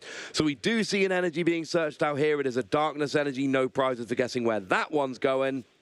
It's going to be going on the Monkey Dory, I believe. I think very much so. Going on the Monkey Dory, as we said, we can heal that entire 90 damage off of Mike's Monkey Dory, which again allows not only for a pseudo healing effect, but also places some damage on Thomas's board, which can be quite dangerous for later. He is eyeing up a counter catcher as well as Mike. He's got one in his hand. He's behind on prizes. Could take out that Blaziken and that Dracloak here in one fell swoop. Looks like we are instead. Now remember, we've got 6 damage going down there. 3 onto the Dragapult, so it's not going to be KO'd yet. You only hit 30 to the bench using Grimmsnarl. Now, one of these Blaziken was evolved through the traditional methods, remember. It was. It can be devolution hit by technical machine devolution, which Mike does play 2 of. The Combuskin has 100 HP, so I see a line there where Mike is trying to get the one that was maybe evolved through the Combuskin. And then the other one was Rare Candied, and that's got 70 damage on, so that one could be KO'd as well. So we could see a double KO with Devolution. That could be fun. Absolutely. And then we've got 60 damage so far on the Dracloak. That would need 10 more. And, you know, Thomas only has 1 Monkey Dory. We can only heal 30 a turn. You can only save 1 of these. Yeah, there's 2 in the list, 1 on the board. The other one got discarded a little while ago, so that would need to be recovered, and we need a bench spot opened up for it. That Badoo is an enticing Pokemon to KO, but there is no reason to KO it now. Leave it on your opponent's bench. Leave it taking up a space they would rather use for something else. KO it down the line when it's more convenient. Use it as your last prize. It's going to be sitting there waiting to be KO'd. Yeah, Technical Machine Devolution from Mike's perspective at this point is looking rather tasty. Would leave Thomas with not a lot of options left. And currently, that could really spell Mike coming into the forefront of this battle. Mike may look like he's on the back foot, but there is still everything to play for. Absolutely, and he could potentially devolve both of the Blaziken, getting rid of them, and both of the Dragapult. There's a potential with the right damage placement, there would be a potential for, say, 4 KOs next turn if you get both the Dragapult and both the Blaziken. You'd need a bit more damage on the board, but Devolution evolves each of your opponent's Pokemon, not just a couple of them like Evolution. There's 2 prizes for Thomas, and putting damage onto the board, very carefully moving it around, but I think the maths works out. Stop me if I'm wrong, Amy, but I think we can move 2 damage onto the Dracloak, and that puts it in range. 3 damage from the Monkey Dory onto the Blaziken, and that puts it in range. And then TM Devolution should be a 4-prize turn. It very much should be, as long as Mike can find the TM. He's got it in hand. It's in hand. So we absolutely see a huge comeback from Mike and absolutely picking apart Thomas's entire board state. And that's the thing. It's not about the 4 prizes. I mean, 4 prizes is nice. I like taking 4 prizes as much as the next person. But taking out all of the Blaziken and all of the Dragapult at the same time, leaving your opponent with a Badoo and a Monkey Dory, and that's the entire game, and also 1 Grimmsnarl attack to win the game next turn. That's what really makes me happy about this, Amy. We need to use a couple of Adrenabrain first to make it work. We've actually got 3 available, so he is going to be able. There's the 3 onto the Blaziken. That's important. Getting that Torchic up to 70 when it's eventually devolved. Here's the 2 onto onto the Act. Yes, here we go, onto the Bench Dracloak. And the other 2, I don't know, put it anywhere, it doesn't matter. There's an argument to not move them at all so that the Monkey Dory can't go back and move them back onto Mike's board at all, just leaving damage where it needs to be. That's what I was getting at. There goes the Dragapult. And there goes the Dragapult. And there goes the Blaziken. And there goes the Blaziken. 4 prizes. All the stage 2's gone. And Mike is sitting there, and I reckon he's feeling pretty proud of himself right now. And he should be. He absolutely should be. A phenomenal turn, really showing the sheer power that can come out of this deck at this point. We're getting the Snow Run as well as an Iono at this stage is really strong for Mike to continue this trajectory, but right now Thomas is probably feeling a little bit deflated with this very sleek board state.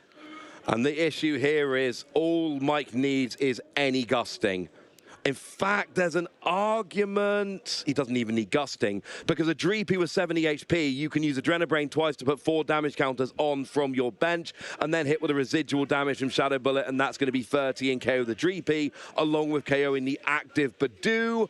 So it seems like Mike is going to win this game next turn. As soon as he announces that Shadow Bullet attack, looks like he is going to be able to take 2 knockouts, 2 more prizes, and win the game without technically ever KOing a 2-prize Pokemon.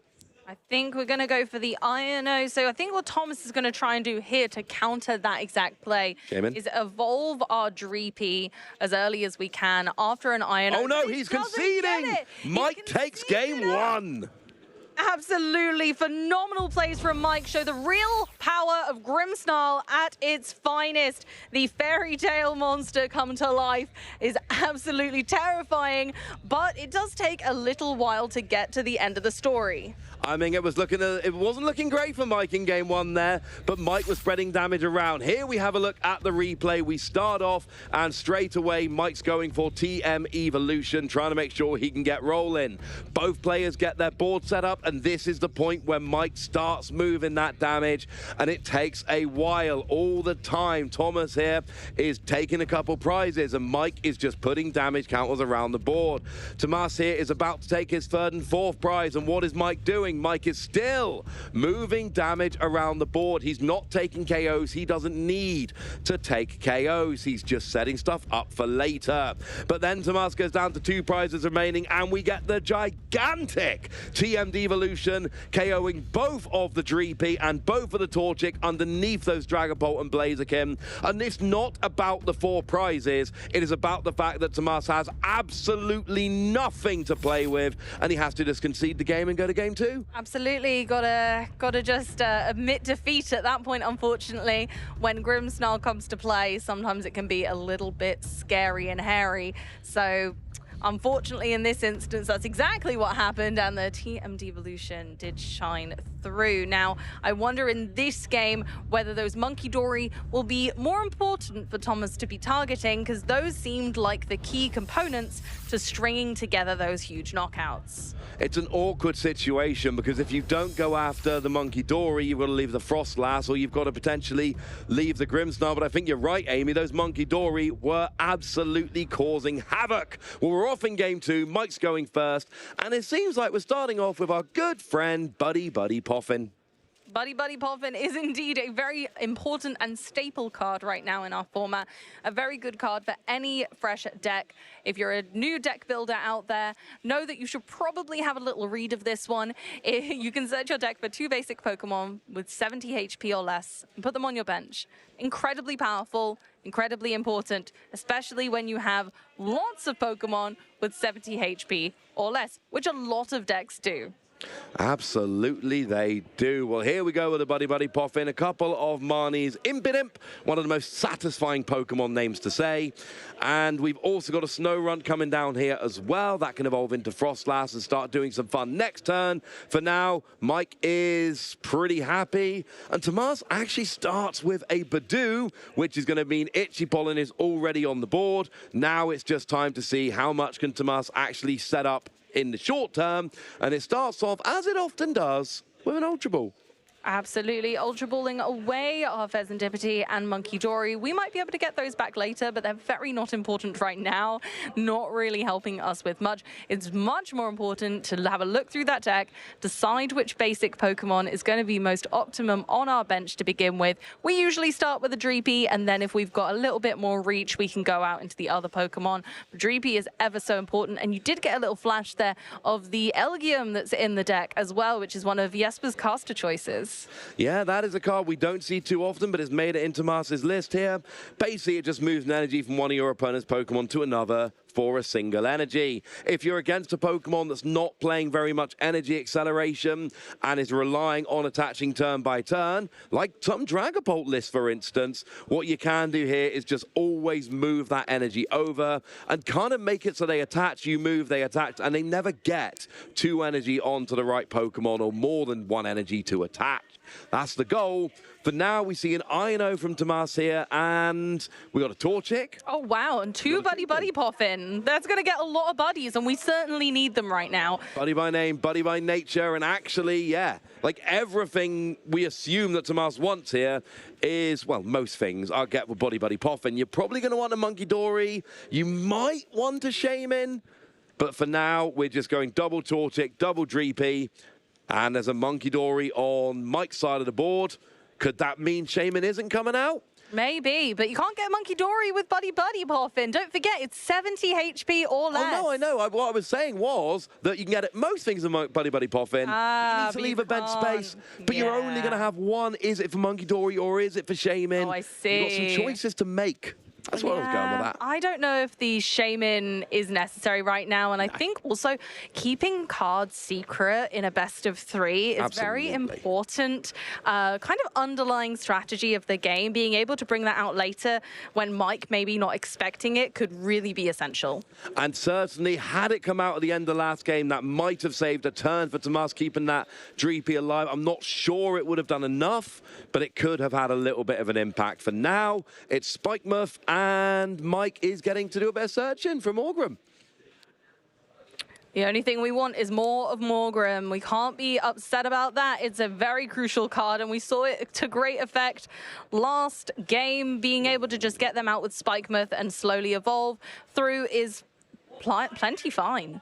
Mike's whiffed energy both turns here. There's no energy on the Monkey Dory. He's not been able to use something like TM Evolution. Mike has yet to play in energy. I'm pretty sure there aren't any in his hand. Not the best start for Mike here. He's had 2 turns, and he's got a stage 1 Morgrem, and that's it. And now Tomas is off, and he's right. Well, here's an Arven for Secret Box and TM Evolution. Ooh, might he be eschewing the Itchy Pollen here, or is he just thinning out a tool card from his hand? No, I think we are. We're going for the secret box, discarding a Psychic Energy, Ultra Ball, and an Arven for our more tutored set of cards instead. We get a supporter, stadium, tool, and item card. So pretty much everything but a Pokemon.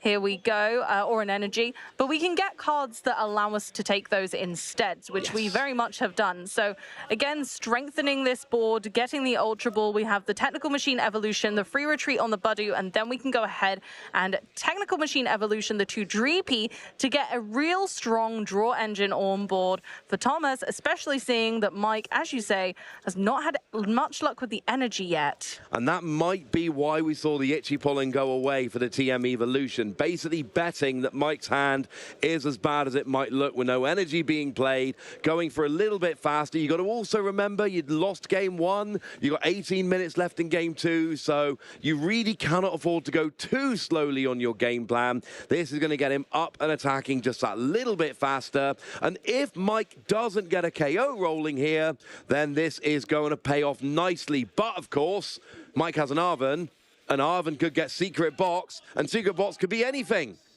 Absolutely. Secret Box could be literally anything other than a Pokemon and an energy card. However, most of the time, your other cards can help you to get to those. So it's so flexible. It makes any deck so much more reliable. I mean, all Mike actually needs here is something to search out a Marnie's Grimmsnarl, which he's got with that Ultra Ball here.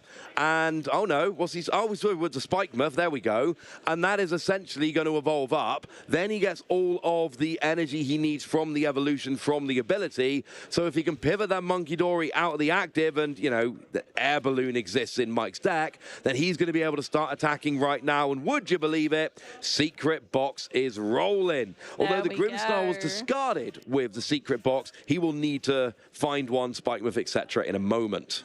But that is A-okay, because we can still evolve, and we have the Technical Machine Evolution going on to the Monkey Dory, but we are going ahead and using Punk Up. Unfortunately, cannot help us to accelerate to our Monkey Dory, but does allow us to attach 3 Darkness Energy to any of our Marnie's Pokemon in any way we'd like.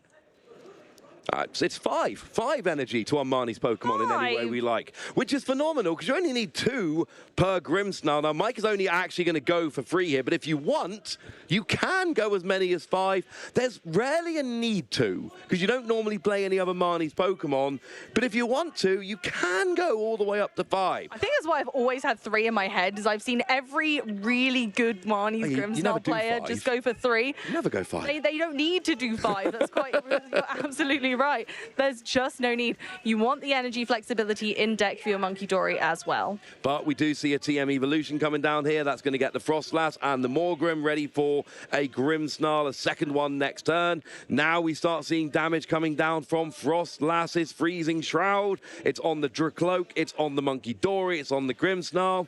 And this is where Monkey Dory, potentially on both sides, Amy, is going to start going, oh, my turn. Yeah, absolutely. Monkey Dory loves throwing those snowballs that Frostlass has placed around the board, and we're going to be able to do so from both sides, and we saw it to great effect through Mike last game, and now hopefully Thomas will be able to be a bit more in control of that this game, but we'll have to see how it pans out because this feels like quite a similar trajectory so far. No, absolutely it does. And the thing is, Thomas knows what's going on here. He knows that these devolution tricks are going to be very, very upsetting for him. Now, you can already see he's going up through the stage 1s more. Both the Dragapult are going through Dracloak. The only Blaziken here is currently going through a Combusken.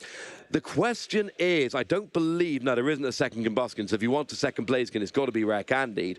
That does ask for a couple extra damage counters, but Dreepy to Dracloak, it's 70 to 90. Yeah. It's not that many extra damage counters to have to deal with. No, it's less than Monkey Dory can do by nature. Yep. So it's kind of one of those situations where it doesn't really matter. The damage is big enough anyway. But we are able to go ahead here and get a Dragapult online thanks to Night Stretcher and, of course, our Blaziken's Scorching Spirit. Yep. I told you it accelerates energy. Well, we just saw it with Tomas here, accelerating energy, getting us energy from hand, and then we get the KO on the Monkey Dory, dropping 6 damage counters onto the bench, and this is where Mike's deck needs to start doing what Mike's deck does. We got Frostlass to drop damage counters, Monkey Dory to move damage, we got Grimmsnarl to do damage to the active and the bench. Shaman's still not out here. Mike can get a significant amount of damage onto Tomas's side of the board, and it's worth noting Mike placed 4 Monkey Dory, Tomas placed 2. So if they do go into a Monkey Dory off, I do feel like Mike's in a good position. Yeah, that's exactly it. Mike showed last get round that actually having the plethora of Monkey Dory is incredibly important to his overall strategy, and Thomas just couldn't keep up. Thomas needs to be a lot more aggressive with those plays, a lot more aggressive with placing damage counters in the correct places. They were just thinking about, we were just thinking there about the Frostlass damage output there from between turns. It's so difficult to keep track of sometimes. It really can be. Now, Mike's trying to go for something here that he was never able to do back in game 1, and that is the double Frostlass, dropping 2 damage counters on each Pokemon with an ability during Pokemon Checkup. Now, this is where you have to be very careful. Watch your own Monkey Dory. Make sure your opponent cannot leave it 2 away from being KO'd, because now if Tomas can leave it on 90, then the 2 during Pokemon Checkup will KO it. That's something you've got to be very aware of. Looks like since Tomas has taken a prize, Mike is eyeing up. He was eyeing up Counter Catcher. Might have changed his mind. Going for Nest Ball, at least for now, to establish that extra Monkey Dory. Yeah, this is brilliant. Now you've got 2 Monkey Dory, 2 Frostlass. Mike's deck revolves around getting as much damage, fired around the board as you can. Frostlass does it, Monkey Dory does it, Grimmsnarl does it. Let's get all of them rolling at the same time. Here we see Monkey Dory moving damage over to Dracloak here. Doing its thing, making sure that all of those important numbers are adding up quickly. Grimmsnarl's coming forward to be able to do that 180 damage to the active and 30 more to a bench, which of course is going to go on the Dracloak. Now, upsettingly, it looks like Mike might lose a Monkey Dory because it is going to be in range of getting KO'd by a Dragapult next turn, but it means that they're not going after something else. Essentially, Mike has just left it there, but then there's a Snow Runt there, which would have to be ignored as well. So it's going to be easy to get a KO with a residual damage from Phantom Dive. But here we go, Boss's orders onto a Frostlass. We could see double KO here onto Frostlass and either Monkey Dory or Snow Run. I think very much so. And of course, Thomas established their own Monkey Dory with the Darkness Energy this turn. That was their attach for turn.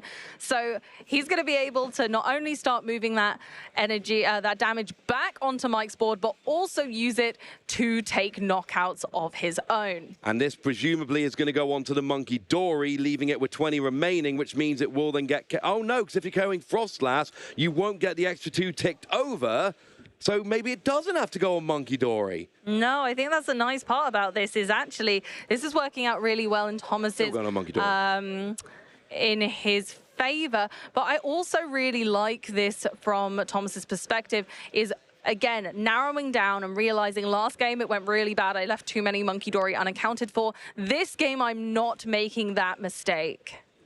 Now here we need to get the Monkey Dory, and it looks like we're going to get 2 on the Monkey Dory to KO and then leave a bunch on Snow Runt, because now Snow Runt is in danger of being KO'd by a residual damage from Phantom Dive next turn.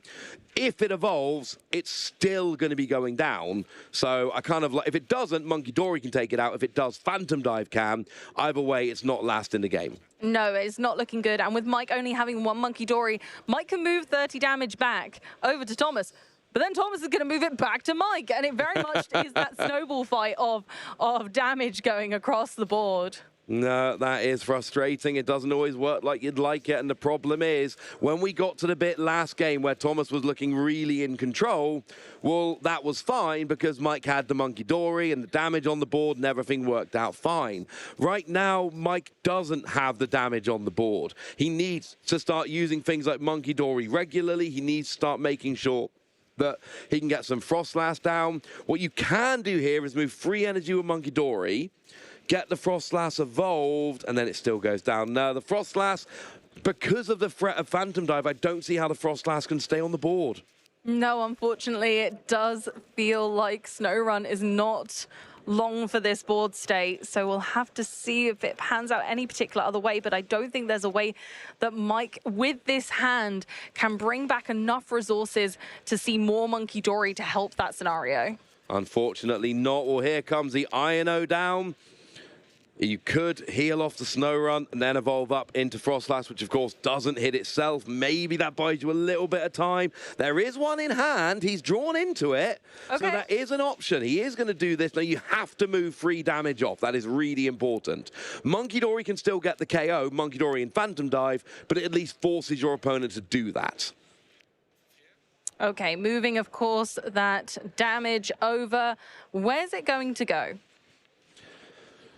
Is it going to go on to the actives? It seems like the active is getting... Now, how far close are we with the active? We're now on 190, which means you only need to do 130 now.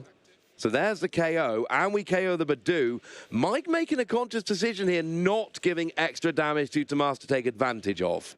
But then the Frostlass is going to kick in and put it on there anyway. Yeah, it's frustrating because you're right. Frostlass is going to put an extra damage counter on Blaziken regardless, meaning that Thomas's Monkey Dory can still do the full 30 kind of damage as such, as it normally would. And then Frostlass still could get knocked out by a Dragapult, but we're going to have to establish another one for that to happen. Well, that's what I was about to say. We don't actually have a Dragapult right now. Now, this is where Blaziken can really earn his stripes, because you need Rare Candy, Dragapult, and 2 energy, and a lot of Dragapult lists that ain't happening. Here, you can attach for turn, use your Blaziken ability, and then you are rolling. But actually, as it stands at the moment, Tomas doesn't have a Dragapult ready to go. Blaziken only does 200 damage. It is not that great of an attacker. It is there because it hits weakness on Dragapult, and it is there because it lets you accelerate energy. They are the 2 things it does beautifully. Arvening into the deck. We'll see if we can start to put those pieces together. Looks like a Super Rod may be being eyed up, which makes a lot of sense. That's going to get you some Pokemon and or energy back into the deck, let you draw into it. Of course, there's no draw engine on the board for Tomas right now. There's no Fezandipiti. There's one in the deck, but it's not out. Oh, speaking of which, he's got Fezandipiti, so that's going to get him some cards, but only if he can find it in his deck in a minute. He's putting it back in with his Super Rod, along with a Dragapult and an energy. Right now, even though Mike hasn't been able to do it as well as he did last game, right now, Tomas doesn't have what he needs. Not yet. And so, of course, we've used the Ultra Ball to go and get our Fezandipiti. Let's see if this is a serendipitous Fezandipiti flip the script. 2 counter catcher. Oh, my word. So that is in effect right now. Tomas can use the counter catcher on the Frostlass. Bring that forward, and then if Mike is still struggling for energy, the Frostlass might be trapped in the active for a turn, which might be long enough for Tomas to be able to make a comeback. It might, but man, that's exactly what we're trying here. But Mike has been doing a really good job of not over-attaching energy this game. He's not been doing more than he needs. Is there any in hand? I didn't see it there. I don't think so, unfortunately for Mike, yet. There may not be any. We'll see how we go. We're using the Blaziken to attach. Okay, yep, to Dreepy using Scorching Spirit. Now we've just got kind of a lackluster hand. We're going to move 30. You've got to keep using your Monkey Dory. That's the thing. You've got to keep moving that damage back and forth. But which Pokemon you place it on is also really important. It's critical to be getting this mathematics right. Now, I've been doing some cheeky maths for you here, Amy. Mike's got 5 energy attached, 8 in the deck, none in the prizes, and I didn't see any in the discard. So Mike should have 3 basic energy in the deck/hand. He's got an energy switch, so that would actually work here. Oh, and there is one in hand as well. So, oh, I love this, because you can now use all of this, and then you can still energy switch to retreat the Frostlass. Absolutely perfect. Using the energy twice, almost, by energy switching it on. And there's a double KO from Mike on the Monkey Dory and on the Dreepy, and that, ladies and gentlemen, is going to give Mike Ellis a 2-0 victory. He is going to go to 6-0 in the tournament. He's great behind the desk with us, but it turns out when he gets behind this desk and goes into that desk on the stage, he is just as effective. One might say super effective. Oh, very good, Roz. An absolutely phenomenal victory from our very own Mike Ellis. Didn't doubt him for a second, no matter what I said at the start. Now here we go into the replay. We're in game one here, and this is where Mike is just setting up. It took a while. He gave up a couple of prizes, but that was fine. The theme of game one was Armor spread some damage. Tomas takes a 2-prize KO, and Mike says Armor spread some damage. Then we see Tomas taking another 2-prize KO after Mike, shockingly enough, spreads a bit of damage. And that is all Mike does in the entire game, right up until the very, very end. Well, there's now 2 prizes remaining for Tomas, but this is where TM Evolution comes down. Mike has spread enough damage that it takes 4 prizes, gets rid of all the stage 2 lines, leaves Thomas with nothing but support Pokemon, and that is how Mike finishes out game 1. We see a concession from Tomas, and that's all there is. Game 2 started quite similarly. Tomas really established a full board. Mike struggled for energy in the early game, but as soon as that Grimmsnarl comes on board, it kind of fixes that issue. The only thing you then have to do is make sure you're consistently getting the attachments on your Monkey Dory. But you're right, Mike made a really great stance of being very meticulous with their energy attachments, very slowly chipping away at Thomas's board, but it worked a treat. And this time choosing to take out the Dracloak very early on, and later we saw the Badoo, which unlike the first game worked really well in this instance. There's the knockout on the big Dragapult, leaving Thomas with no more valid attackers that were going to be able to do enough damage to consistently deal with Mike's board. Absolutely, and here we see the very final play, the energy switch over to the Frostlass for the retreat, and that was all Mike needed for the double KO, the damage on the Dreepy, the damage on the Monkey Dory. All he needed was a way to pivot out that Frostlass from the active. Energy switch did it very nicely indeed. Very, very nicely. Honestly, I'm so thrilled to have seen such a fantastic matchup, not just because we got to watch Mike, but also a really interesting Dragapult list that I think gave Mike a run for his money at times. Oh, absolutely. And look, I made it quite clear at the beginning of this round, I want to start seeing what these 5-0 Conqueror are doing. But you know what? If I get to see, one of our fellow co-casters winning on stream with an underrepresented archetype, that makes me happy. Remember, Marnie's Grimmsnarl was the underperforming deck at the World Championships. It was the only one of the top 5 in day 1 that wasn't in the top 5, numbers-wise on day 2. The conversion wasn't there. It didn't represent in top 8. It was the biggest disappointment of the World Championships, and yet Mike still chose to bring it back here, and he's sitting at 6-0. He's in position for phase 2.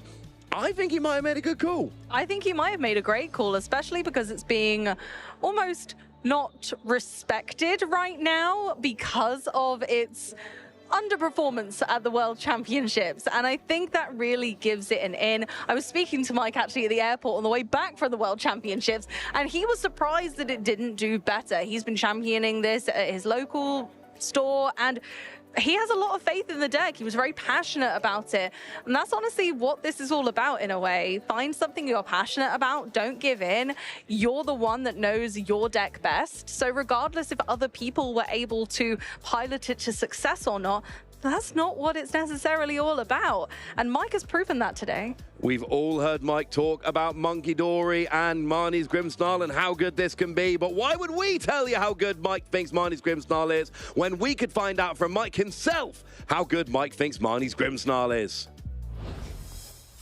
Thanks, Ross. Yeah, we are here with a familiar face on the sofa and a very happy face, Mike, because you're now 6-0 in phase 1 of the competition, getting yourself in great stead for phase 2 of the competition as well, with Marnie's Grimmsnarl, an archetype that wasn't that popular at Worlds, isn't that popular today. What's made you stick with this deck? I think it's a comfort pick. I think I was chatting with Tord at Worlds, and he said the times he's done the best is when he's played a deck over and over again in the lead up to a tournament and made the deck good for the tournament rather than choosing the right deck. And I love Grimmsnarl. I've been playing it for ages. I've made adaptations. I like to think my list is unique, and I've done a lot to make it different to what we've seen before with Grimmsnarl. I think a lot of people counted it out because they didn't find the right 60, and I'm hoping to prove that's the case here. I've made some adaptations, and it seems to have worked. I love that confidence, and I do think that's a great message for everyone out there. I was going to mention, actually, because, of course, we're mostly seeing you behind the desk, watching some of these great players. I'm sure you've been sat with these interviews, hearing different ideas of how to progress far in tournaments. What made you decide that your comfort pick was the right one for this tournament, rather than trying to metagame call or make any other strategy work for you? Well, I think my lack of experience, it might sound crazy. I've been on the desk like 10 plus regionals. I've been very lucky to do that. But this is my first regional event that I've got to play. I played at EIC a few times, but I needed to play a deck that I was comfortable with, that I knew, like up there, I'll be honest with you, I was shaken. I was nervous. So I completely get it now when players misplay on stream. I mean, I rare candied on my first turn where I could under Buddy Lock. That just sort of sums it up. But playing a deck which you're comfortable with and one that other people aren't comfortable with, when you've got the Frostlass pings, I think it definitely works in my favor because I'm familiar, they're not, and I've seen a lot of mistakes throughout the day, and thankfully, I've been on the receiving end of them, and so that's why I'm 6-0. Well, I was going to go a little bit more into detail of that game, because, of course, you were also facing an unfamiliar archetype. Yeah. Of course, you expect Dragapult, but with a Blaziken EX. Going into that game, especially in game one, it seemed like from the very offset, you were looking at a TM Devolution game plan. Yeah. At least from where I was sitting, that's what you were setting up from the very beginning of the game. I committed a bit too hard to it at one point. You did commit to it pretty hard, but just when you saw the Blaziken, you thought that was a perfect opportunity to try and make this strategy happen? I was lucky enough to see the deck opposite me before, so I knew what I was playing up against. I played against it on live, so I knew the kind of game plan into it. I have also made my deck as devolution heavy as possible. I played the double devolution. I really want to lean into that Monkey Dory package, and one of my most favorable matchups is Dragapult Charizard, so I felt like it played out exactly the same as I'd play that matchup. Essentially, against Charizard, I want to keep him at 180 for the whole game, and with Blaziken, it's at 200 for the whole game, so it's a similar kind of setup, and so I just planned to completely wipe the board and set myself up for an end game where I couldn't lose, and that seemed to work there. Yeah, and even choosing not to knock out the likes of Budju, preferring to board trap the opponent so that they couldn't use their own Monkey Dory. Yeah. Seemed like you were very experienced in that matchup. Talk us through Grimmsnarl then, because it seemed like every time you were going methodically. You weren't always going for the most aggressive knockouts that weren't necessarily on the board. You had a much more controlled approach. Is that the key to this deck? Yeah, so I've built the deck to play from behind. So I've taken out the boss. I've gone full counter catcher and Iron Bundle. I've accepted that my deck is the strongest deck in the format when I'm behind, only a little bit. I don't want to be behind too much. So I tend to adopt the evolve everything up. I've had multiple games this event where I've evolved a Grimmsnarl and not attacked with it. Opted to do a TM Evo on other Pokemon, establish Monkey Dories, and rely on my opponent to take a knockout so I can then counter catcher in response. I've also been very lucky. I've faced 2 Gardevoir. You know, there's a lot of things going my way, but I really do believe in Grimmsnarl. I really believe that a lot of people overlooked the power of it because they saw it as the deck that was failing into Golden Go rather than making it strong into Golden Go and across the meta. Well, you've lined up my next question pretty perfectly. You were at the World Championships. Yes. It was Golden Go was over 20% day 1, over 30% day 2 of the field. Yeah. And still you're bold enough to bring this archetype. I think rightfully so, it's a less popular pick. But what makes you still feel confident bringing this deck? So I was playing a bit of Monkey Dory Frostlass and recognized that had a strong matchup. A lot of Frostlass damage and the devolution, having 3 devolution in that deck. I brought 2-3 Frostlass line to try and increase the likelihood of me having double Frostlass in play. It takes it from like a 40% chance of prizing a piece to a 20%. So I did the maths on that and went, in a best of 3, I can get double Frostlass out. And if I do that, I tend to win more than I lose. And currently the Tokus build from Piper is the most popular build, and I have 2 devolution. So if I want to, I can do an early devolution and still have that backup late game devolution to finish off, or the Blood Moon Ursaluna to finish. So there's multiple different lines that my deck can now take. It's just whether it sets up is the main question.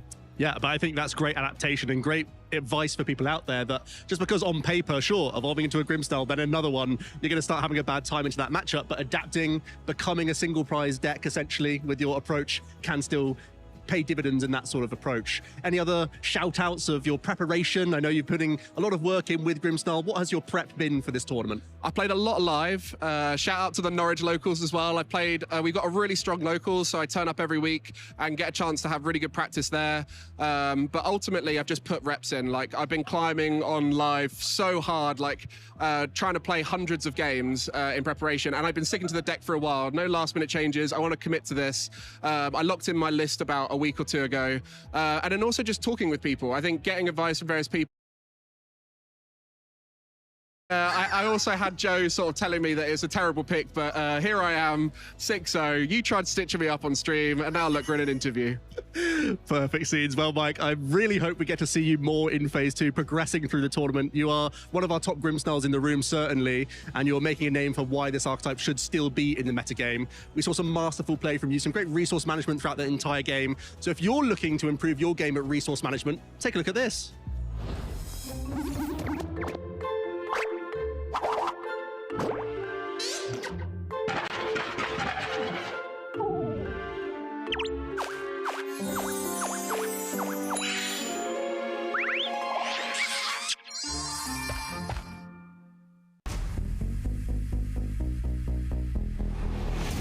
Resource management is a topic that we hear about in the Pokemon TCG all the time, but what exactly does this mean? Resource management is the process of allocating resources to achieve the greatest value, or in our case, winning the game. To do this optimally, it is necessary to remember all of your win conditions of the TCG. Take all of your prize cards, leave your opponent with no remaining Pokemon in play, or decking the opponent out.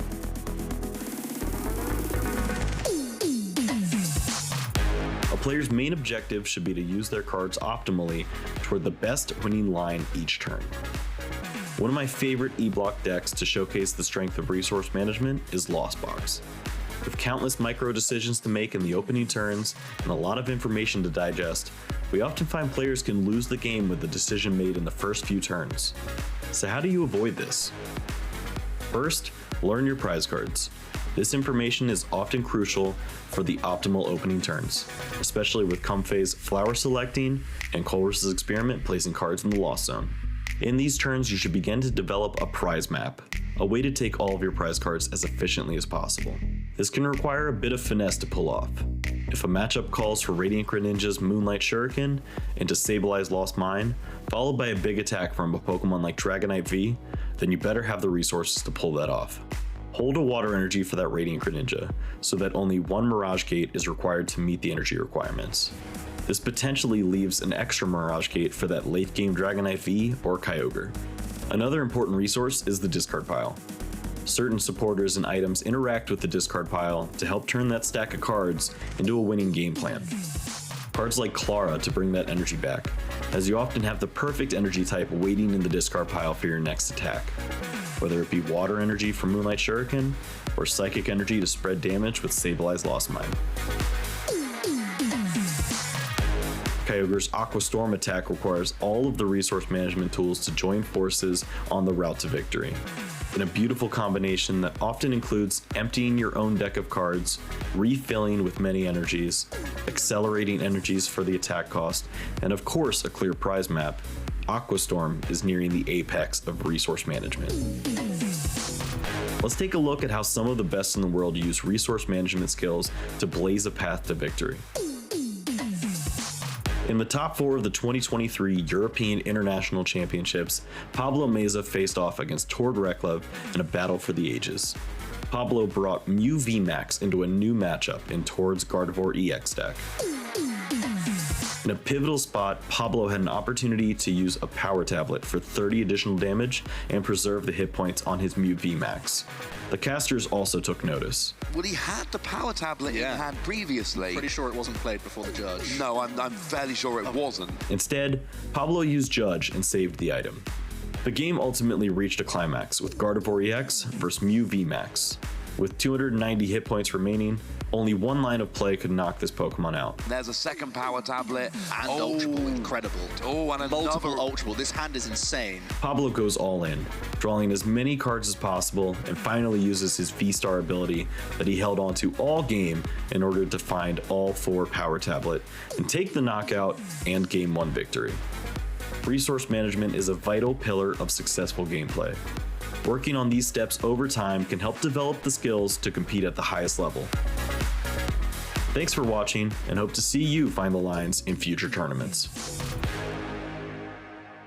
Pokemon fans, there has been a burning hot deck that has burst onto the scene, and it is one that if left unchecked can run amok in our metagame. I'm Bert's PTCG, and today we're going to look at Flareon EX. Burning Charge is our build around, dealing 130 damage for just 2 energy, while also attaching 2 basic energy from your deck to one of your Pokemon. This could help set up another Flareon to use Carnelian, but normally we see Burning Charge to help set up a Sylveon EX to use Angelite, a devastating attack that shuffles away 2 of your opponent's bench Pokemon back into their deck. This can immediately win games if you can catch your opponent's only attacking Pokemon and shuffle them away, or even their draw engines as well. We even see Lily's Clefairy in this deck too, so you can use Magical Charm from Sylveon with a fresh weakness applied thanks to Fairy Zone to now KO Dragapult and Raging Bolts as well, with Noctowl providing consistency in Trainer Search via its Dual Seeker ability Player on the X has all the tools to dominate the metagame. Will we see it this weekend? Only one way to find out, and that's by watching the stream.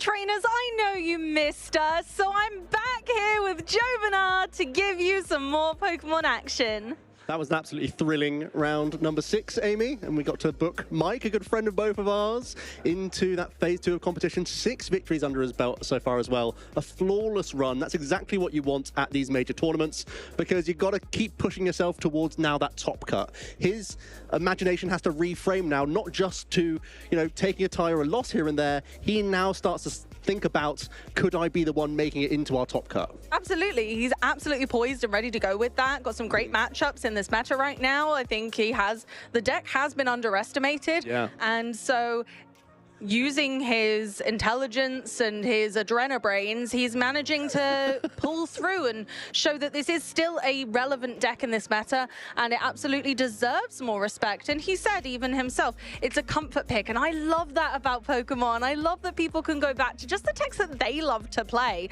for the sake of playing them. And I was saying it earlier with Jesper even, that I just like to play the decks that I like, that are really fun. And yeah, don't be scared. I'm having a great time out there about matchups. Right, exactly. Don't be afraid. Just go in with what you know. And he got that advice directly from Tord.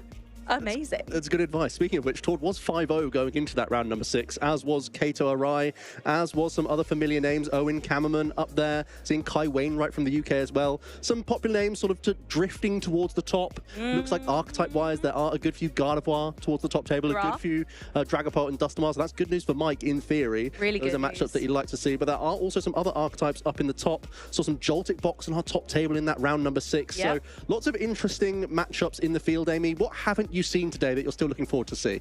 I haven't seen yet some of our kind of fringe meta decks, the crystals in the room. There are some on plenty good of records them. as well. There are some really great ones. We were speaking earlier about the Conkelders that are doing really well. Don't know how they're doing anymore.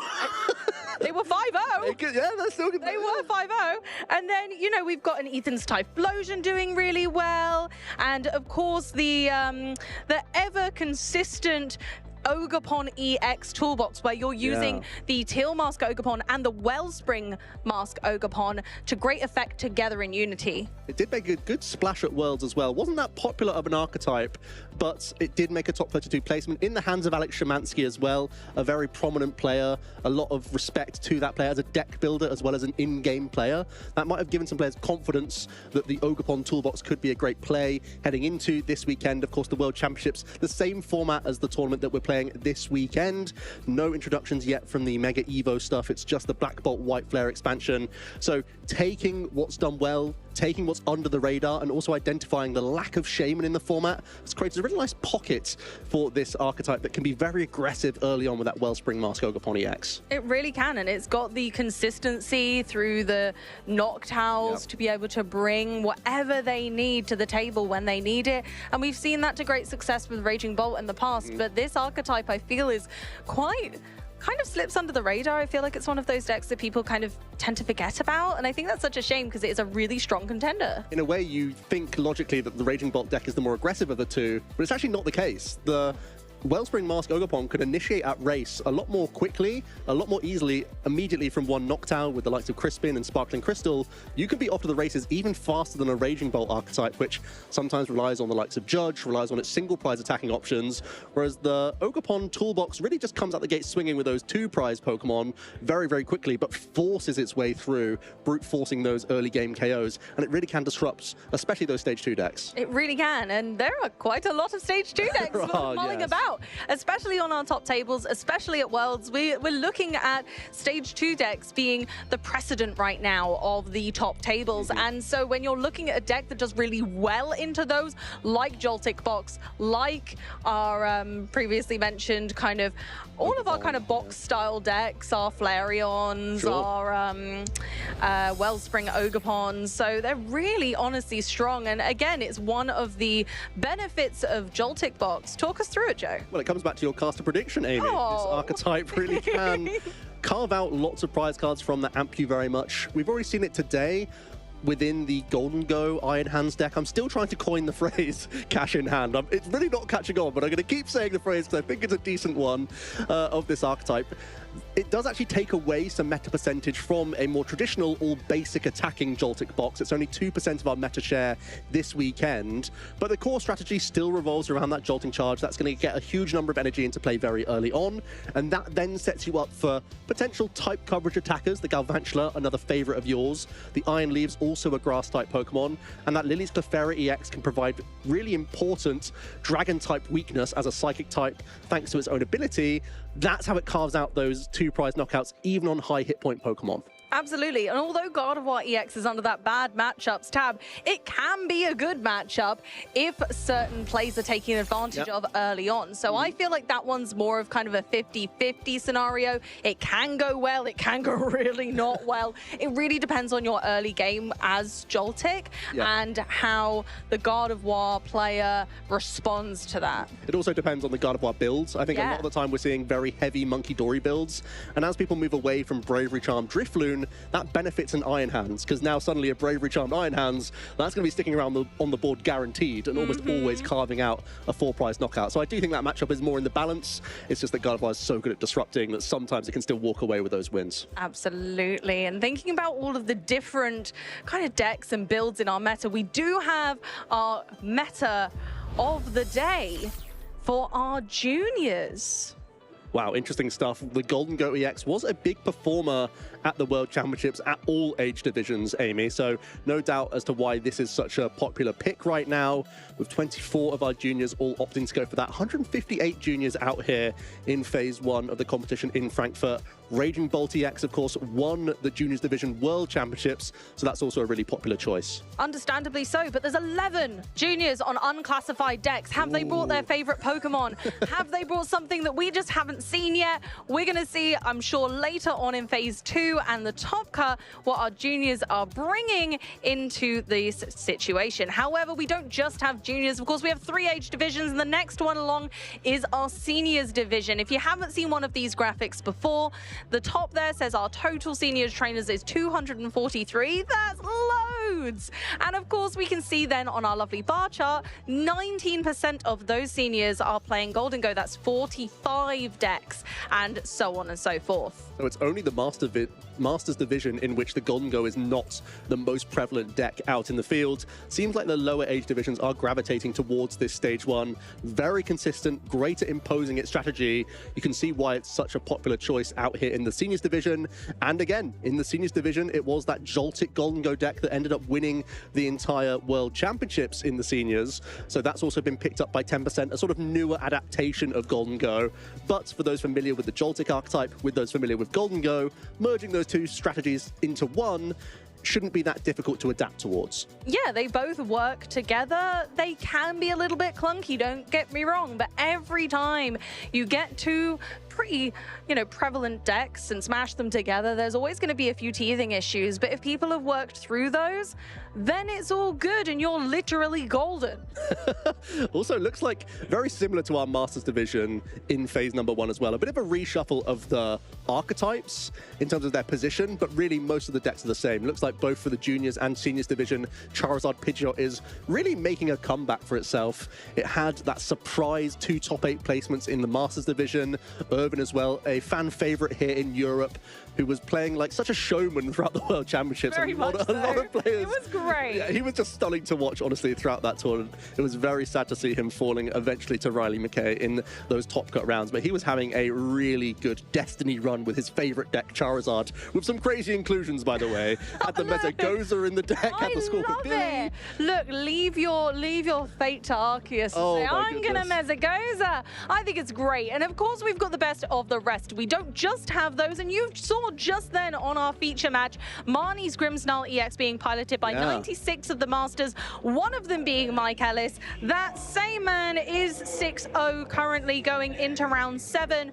of phase 1. So we're still trudging on through with all of these different deck types. There are so many. It's a great sign of the format, really, that we can have different strategies in stage 1, stage 2 and basic attacking archetypes, but not just that, a variety of different strategies in terms of trying to sit behind in prize cards, really set up a board state. Sometimes you can devolve and take 4 prizes in a turn and completely flip a board state. Sometimes you can be very aggressive with that prize race, carving out 2 prize knockouts from Iron Hands or Wellspring Ogerpon. As we know, Raging Bolt Golden Go, they can reach massive high hit points, so tanking can sometimes be invalidated, but other times it's a really strong strategy. So you have to prepare yourself for a really wide field when you're at these regionals with so many rounds to play. And that field feels so wide right now, I can't see to the other side of the field. Literally, the room is that big. And that's not just the players, that's the decks. The meta is wide. We have more inclusions than ever. We have decks that are still sweeping us off our feet and surprising us at these events. We weren't expecting Conkeldurr after all, and here he is. I'd love to show it, to be honest with you. I'd love to see some Conkeldurr on the stream, because it's an archetype that I've always toyed around with, and I think me and Ross were musing about that, of being like, this is a great deck just to play on PTG Live, jam some games, see if it comes off, haha, I got to do the thing. But when it's actually being brought to the top tables seriously to try and win big cash and big points, someone's had to cook with that one. I think you've got to do it. It's the first event of the season. If you're going to make your mark, when's it going to be? Like, when are you going to do that? Is it going to be the World Championships, or do you want to go with something a bit more reliable that you know, that you've tested well? And then we've had a break, right? And I think that's the bit. You're going into the break and you're going, okay, well, what do I play now? I'm going to play Conkeldurr for a while. Oh, wait, this is really good. Oh, wait, I've had time to perfect this. Oh no, it's really good. Guess I'm playing it to Frankfurt. I think it's a really fair point, though, because I think people put Worlds on a pedestal. Obviously, they're right to, because of the scale of the competition and the acclaim that comes with winning that tournament. But people can't even attempt those more rogue strategies, because I think, I can't be so silly as to play Conkeldurr. I can't do that. But those players who have had the sort of 3-month gap between the European tournaments, they have been able to iron out basically everything, try everything out from Black Bolt and White Flare. And Conkeldurr, unironically, is the archetype that gained a lot thanks to an enriching energy combo with Hilda, much similar to your Wug Trio that you love, the Hilda really upgrading that archetype, becoming a new strategy. People will be able to, with enough time, iron out all of these archetypes, and a few of them are doing very well so far. Exactly, and that's the thing. Like, between Black and White coming out, we didn't get lots of playtime with the cards that came into our meta before the World Championships. And like you say, with the scale of the tournament, I think people do become fearful of those silly choices because they could be really powerful. They absolutely could win, but are you willing to risk it? It feels like a Wild West. We barely figured out Destined Rivals because we had one tournament that was the NAIC. Again, a tournament that was so large scale that you can't really take a punt on it. No. And then Worlds, it's just one tournament in that format so far, and now we're finally being able to react to it. And we're merging, coinciding the players who did do well at Worlds. They're having to adapt to the tournament results, as well as the handful of players that didn't attend the World Championships in 2025 and are looking to do so in 2026. And they've had more time on their hands to really iron out everything about this meta. They might well have better knowledge of the format than the players at the World Championships, because they only focused in on 3 or 4 of the top matchups of the meta. Absolutely. Whereas other players would have had more time to have a wide testing table. Yeah, and that's exactly why this tournament, I kind of am saying to a lot of my friends and things, and on X, I've been saying this tournament has so many untold stories. We've got so much more to give with this format. It's not solved, it's not finished. The World Championships and NAIC, they were just the start. They were literally the beginning. We are nowhere near what the potential of this format could be. We're not at that pinnacle yet. And we could see that all unfolding this weekend here at the Frankfurt Regional Championships. We're in phase 1 of the competition. Tomorrow we'll be back into phase 2, as well as a little bit of today, actually. There'll be phase 2 of the competition as well, where we'll be hacking down the only top performers of our first phase, and then they'll be moving into additional Swiss rounds, as then we go to a single elimination top cut as well. So I'm really looking forward to see what can crop up in this new batch of players. Absolutely, and I think there's a lot to play for as well when we consider that. At the moment, it's one of the kind of formats where I think people had counted new decks out, and that's not the case. You can never count new decks out because there's always someone willing to try it. Yeah. And the format has enough engines, enough draw power that we can make all sorts work. And we know that especially when the format is trying to hone in on just a handful of archetypes, all being above 10%, that's a really rich environment for creativity to flourish. Speaking of rich environment, what's your favorite card that's come out of Black Bolt and White Flare then? Oh, Amy, I'm so boring. It's Air Balloon. Air Balloon's the best card. I'm a sucker for the...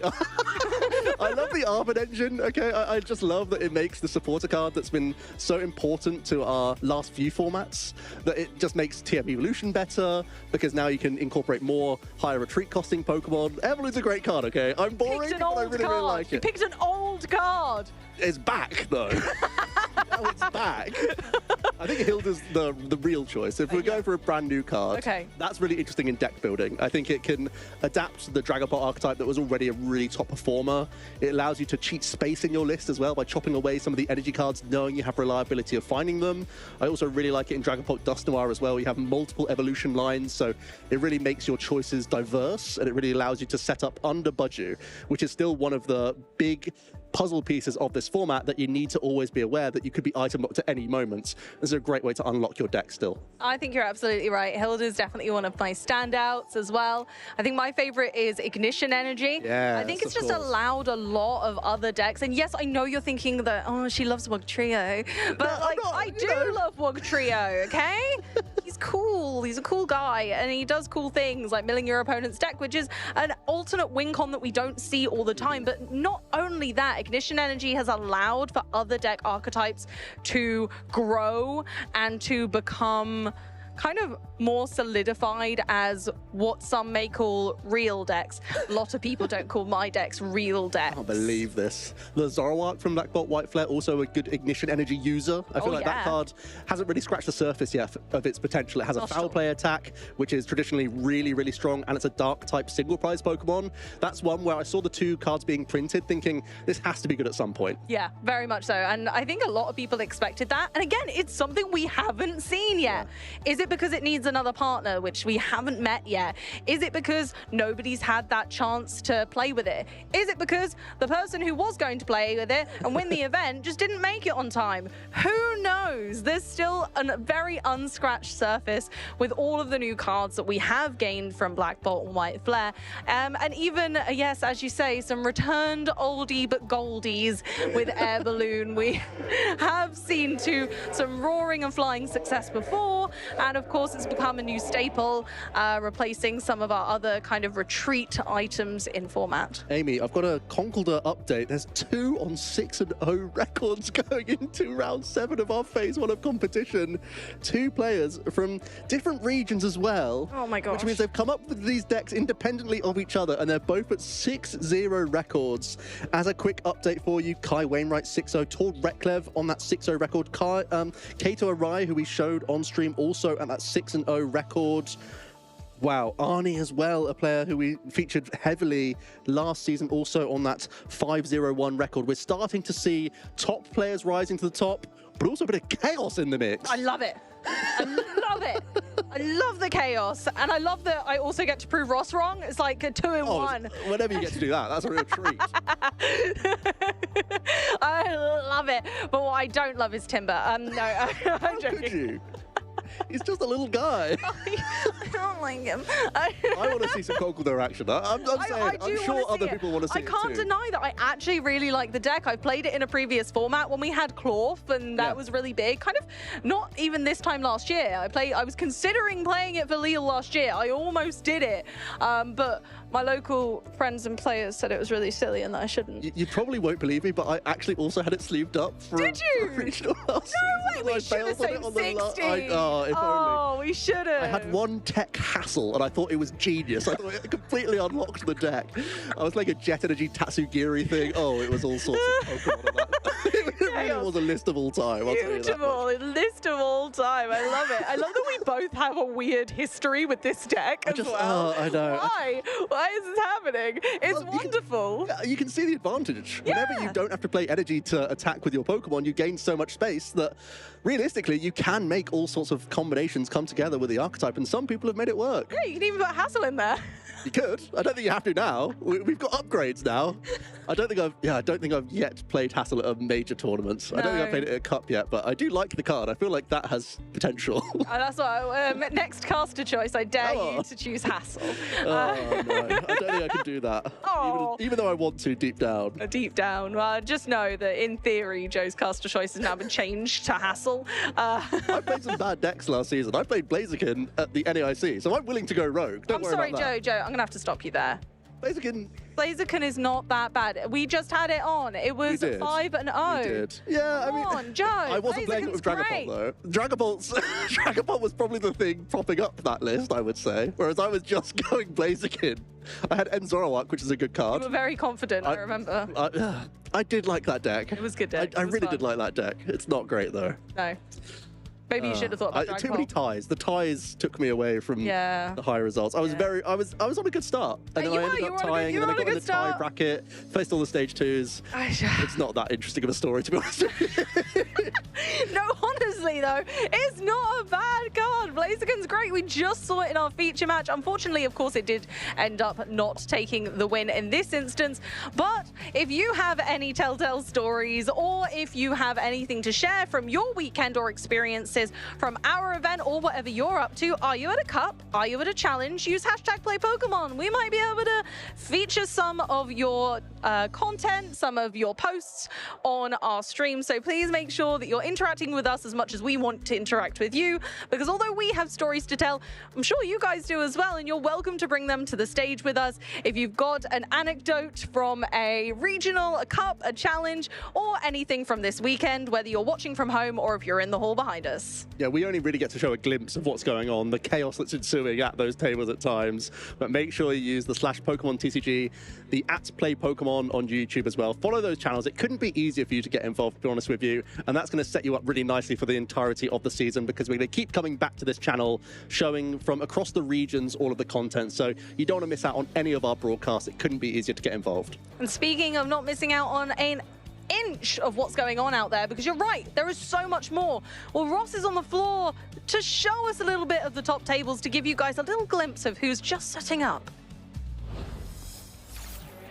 Absolutely, I am, Amy. I am here right on the top table. It took a bit of asking. I had to find some judges, but I found the best players in the room right now. These players you see here, they are having the best day of everyone in this tournament. And I needed you guys to see what happens at the start of a round at one of these events.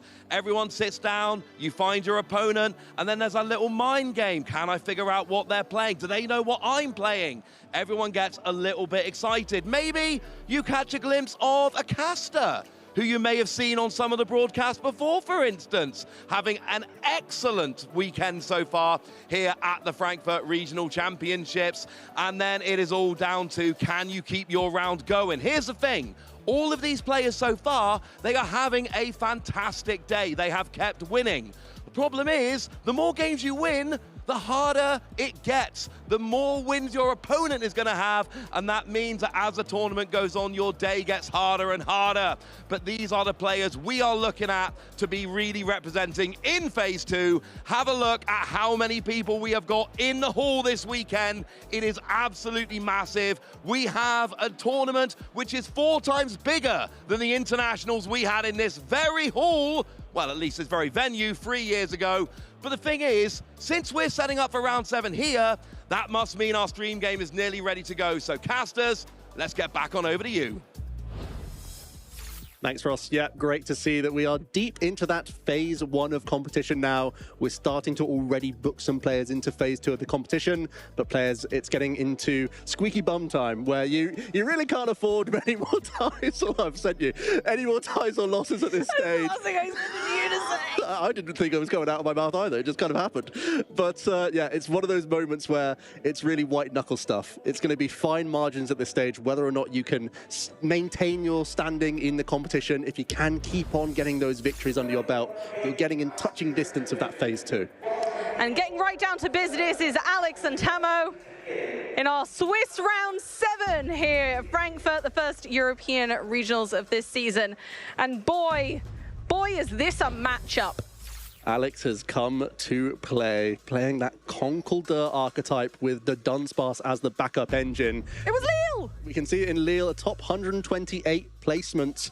And it was actually with a Clorf archetype as well, so certainly in tune with trying to inflict status conditions to gain an edge. I played Clorf at that Lille. I didn't do very well, but I did great in the Cup the next day. But Tamo, of course, doing very well last season as well, getting a Dortmund top 128. So that was the first regional of last season as well. Championing Raging Bolt, which he's continuing with. So both of these players have reps significantly with these style of decks, even if it's not exactly the same. It's the modern variant. And both of these pilots on flawless records so far, 6-0. Your eyes do not deceive you. This is a Conkeldurr on a 6-0 record as we start to see some prize cards and get into this Swiss round number 7. Already we're going to see a couple of those Hilda, the new supporter card that's reinvigorated this archetype. And as for Tamo, we're seeing one Professor Sada, one Crispin, and that Pheasantipity EX, often a very useful card to help bounce back from knockouts. But there's the fist bump. We're moving into our Swiss round number 7. Here we go with my favorite art of Raging Bolt, of course. We're heading straight on in, looking like it's Alex's turn first with Fan Rotom and Brute Bonnet on the bench. Fan Rotom is a fantastic icon of this meta, bringing some real consistency to a lot of decks that may not have had it before. We see Fan Rotom utilized in a lot of Noctowl engine decks. However, in this instance, it's being used to great effect with the Dunsparce engine, using its draw power and kind of worming its way back into the deck afterwards. It's a great way to describe it, Amy. It also could be one of the early game attacking threats within Alex's build as well. We know that 70 damage from Assault Landing is already quite useful at knocking out some lower hit points evolving Pokemon, but also you can augment that with your poison counter ticks as well, possibly even binding Mochi. This Fan Rotom can become much more of a threat throughout the game. However, Tamo's build of Raging Bolt isn't going to be playing Noctowl whatsoever here, just going down for a speedy variant with all basics in the build. Fan Rotom, in this case, just going to be used more of an engine mon. Yeah, it's very much a kind of linear Raging Bolt. What a lot of people will call like the traditional Raging Bolt without the owls. So we don't see any hoots from their side of the board. But this Fan Rotom is an exceptional start for Alex. 3 Dunsparce on the board gives a fantastic potential for a lot of card draw as the game goes on. We've got 1 Brute Bonnet. The Timber has come down. And I mean, I'd say it's a pretty strong start thus far. We can't be really expecting to do a whole lot on this turn. We can't attack. We can inflict some poison damage, but it just wasn't there. So on to Tamo's turn. We're going to see that early deck search, and let's talk a little bit more about this Raging Bolt archetype and why it is so powerful. At its core, the Raging Bolt EX is a devastating damage dealer thanks to its bellowing thunder attack. The more energy you see scattered around the board is a telltale sign that this Raging Bolt is going to be launching a huge chunk of damage, discarding basic energy as you go. And the Teal Mask Ogopon allows you to accelerate even more energy turn by turn, because in addition to your manual turn attachment, you can be using Teal Dance to gain additional grass energy into play. And of course, there's also that Professor Sada's Vitality, the supporter card that can accelerate even more from the discard pile to your ancient Pokemon. And wouldn't you know it, Raging Bolt EX is an ancient Pokemon. So scoring huge knockouts is one of the main priorities of this archetype. But no doubt we're going to see a different element of the deck in this matchup, because we're facing down a number of single prize Pokemon. So it's likely that we're going to have to work in the likes of our single prize Raging Bolt, possibly our Slither Wing as well, Amy, during the game to make it a more difficult prize map for Alex. It's ever so true. It's going to have to be a really difficult slug for Tamo to be able to go in and confidently take knockouts with the correct kind of plethora of Pokemon. It's not going to be easy. This is a very tough matchup for Tamo, but if anyone can do it, it's going to be the Raging Bolt on 6-0, right? That's true, and we see a Crispin hit from the Pokegear immediately using this Crispin. This is a really useful card in a handful of archetypes to provide some energy acceleration. Sada throughout the mid to late game is so handy because it's accelerating from the discard pile, but the Crispin goes directly into the deck. It's just one energy accelerated and one goes to the hand, but in this case Tamo's saying, these are the two that I want. I'm also going to manually attach to this Raging Bolt EX, and that already lines us up for an early game Bellowing Thunder to initiate a prize race. I think you've got to, haven't you? When you're Tamo, you're thinking, okay, I need to be as aggressive as possible. I need to take as many prize cards as quickly as I can, because Alex is going to take a little bit longer to not only get set up, but also to take out a 240 HP Pokemon, right? We're going to see, well, a few additional vulnerable basic EX Pokemon in this hand. The Squawkabilly EX, the Mew EX. You're normally quite happy to flood the bench with these Pokemon. When you're facing down other multi-prizes, it's more of a decision here for Tamo. You're leaving so many vulnerable Pokemon, but no, we are just going to be bellowing through the Fan Rotom, removing the grass energy from the benched Teal Mask Ogerpon EX. And now the question comes to Alex. You're staring down a 240 hit point basic 2-prize Pokemon, and we know that Gutsy Swing, as long as we can evolve into a Conkeldurr, can deal 250. And we have a lot of draw to help us get there. Runaway Draw is no doubt the core engine of this archetype. We've seen them fanned out early with the Rotom, and we start jumping back into the deck as we draw these 3 cards. And we're going to cycle through a huge chunk of cards here, Amy, to try and work towards our Rare Candy combination. In addition to finding a tool for our Brute Bonnet, we have to find an Ancient Booster Energy Capsule in order to inflict a status condition on our Conkeldurr here. So there's a lot to get, but we have the tools in our toolbox to get them. I see the Ancient Booster Energy Capsule already in hand. We're going for another Buddy Buddy Poffin. Again, not only thinning the deck so that further Dunsparce are kind of having a greater effect. You're not going to draw into the things that you could do so right now. And also we're going to be thinking about the kind of combination of being able to Runaway Draw as a retreat, being able to move the Dunsparce out of the active because you're actually just shuffling it back into the deck. So we know that that's kind of an easy way to get the Conkeldurr into the active. We just need to fulfill the other kind of prerequisites of having one in play. as you'd expect, if it's a single prize Pokemon that can dish out upwards of sometimes 280, 300 damage, there's going to be some hoops to jump through. And we're going to kick things off with a Pokegear. Bear in mind, a couple Hilda in the prizes. Ooh, the Colress's Tenacity is also a 4-of in the deck that can grab special energy in addition to stadium cards. Could this be a puzzle piece required for Alex here? I don't think so. Or is it the only option? We're still lacking the Rare Candy by the looks of things, Amy. That seems to be the problem at the moment, and I can't really think of a combination here that can get us closer to a Rare Candy. Going for our Ace Spec, which is the Legacy Energy. Enriching. Oh, Enriching Energy. That is completely my bad. I saw Pink and Energy, and a lot of the time that's Legacy, but in this case, it's our newer of the two. Joe, talk to us about Enriching Energy. Well, combined with the Dunsparce engine, it's not just a one use of a draw 4. You can spend your manual attachment on one of your Dunsparce you're looking to evolve and still go to Dunsparce and then throw the Pokemon, but also the energy back into the deck. As we see a 4-card dig here from our energy attachment. There's the Rare Candy pickup. Oh, there it is. And we even have a Dunsparce in hand, so we can throw our now evolved Enriching Energy back into the deck, and we will be launching a massive knockout here, Amy. It's already in the hand. It really is. Here we go. There it is, the kind of pseudo-retreat there, because we're being able to put the Dunsparce back into the deck, like you say, with that Enriching Energy, allowed us to draw a phenomenal amount of cards this turn and got us the puzzle pieces, and that's what this deck is all about. Look at the hand size. It's absurd. Ginormous. We've just drawn 10 cards with this Enriching Energy combo. combo. 10. It's bad news for Tamo, who's reading the Conkeldurr. It looks like it's a high energy attack cost, but my goodness, is that reduced? It's reduced quite phenomenally. If Conkeldurr has a status condition, which we can do with Brute Bonnet, then Gutsy Swing does 250 damage. How much HP does our sweet Raging Bolt have? That's 240, I'm afraid. No, there's not enough, Joe. Huge knockout. Unfortunately, Gutsy Swing takes it, and my word, was it a gutsy one indeed to bring this deck to the tournament, but with great success it is having. And when you're sat here as Tamo now, you see a Conkeldurr, you see the Brute Bonnet with the tool, you have to disrupt one of these pieces. Otherwise, you know that turn by turn, there's going to be this huge beat stick just knocking you out turn by turn. You have to try and take these Pokemon out. Raging Bolt not known for much disruption whatsoever, even less so in a build like this from Tamo.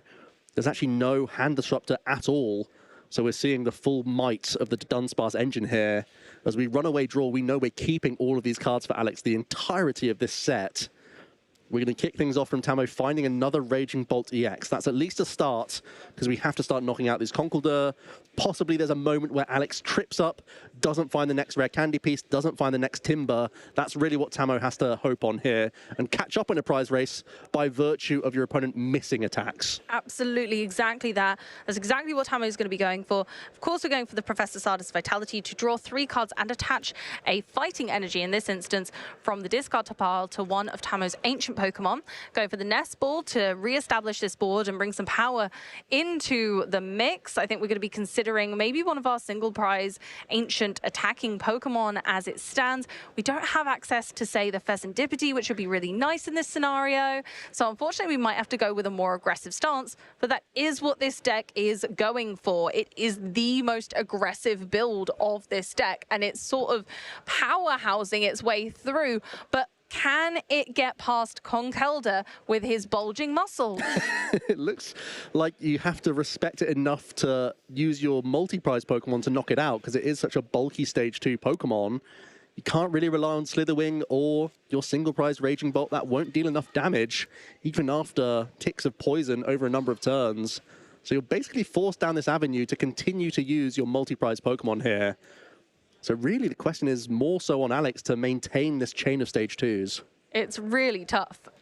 Tamo's in a really odd position where you have to try and disrupt your opponent enough that they aren't able to pull all the puzzle pieces together to make the big attack again. And this is the right play to do so. You're limiting your opponent's ability to be able to put that status condition on the Conkeldurr. And at this point, Amy, I feel like Alex could be running away with the game. Tamo's done the best thing he can with a slow turn. Bring up the high retreat costing Brute Bonnet and make it very awkward.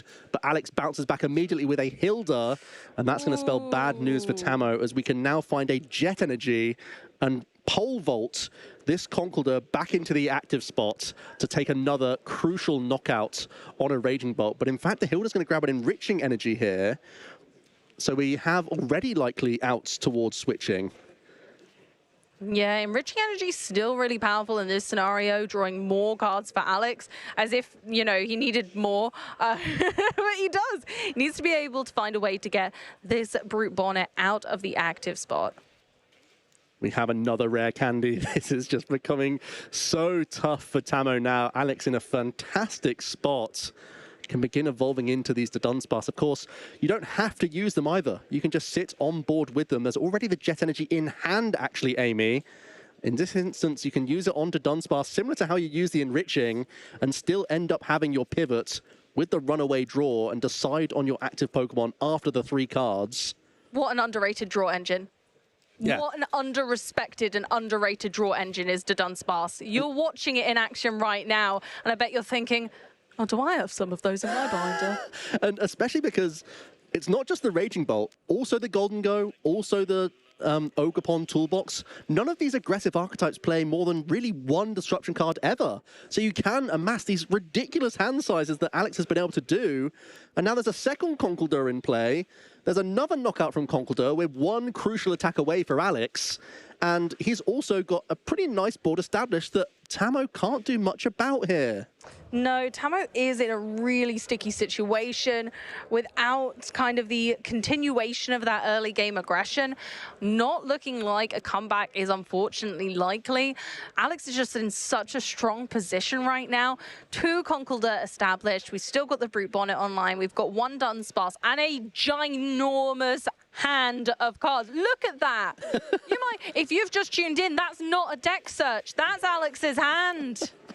And it won't be changing either, Amy. There's no hand destruction whatsoever for Tamo, who at this point is already sort of in that damage control situation where it's at this point where all you can really do is learn more about the opponent's deck going into those game 2 and 3 scenarios, knowing that things haven't necessarily gone your way in this game as we're going to begin to Teal Dance. We have even more Teal Mask Ogerpon here. We can see a few additional cards, but just based on the board state, based on the prize race, it's not looking like there's much Tamo can do in this game. So maybe just getting more reconnaissance on your opponent's list as we see the fist bump going into game number 2 here. Alex setting up a perfect board state of multiple Conkeldurr, and they were smashing through the basic EX Pokemon of Tamo. Conkeldurr really conquering in this match because, my word, it did not let Tamo have a break at all. Its relentless pummeling allowed for a very clean win there. And I think, unfortunately for Tamo, this is a really bad matchup.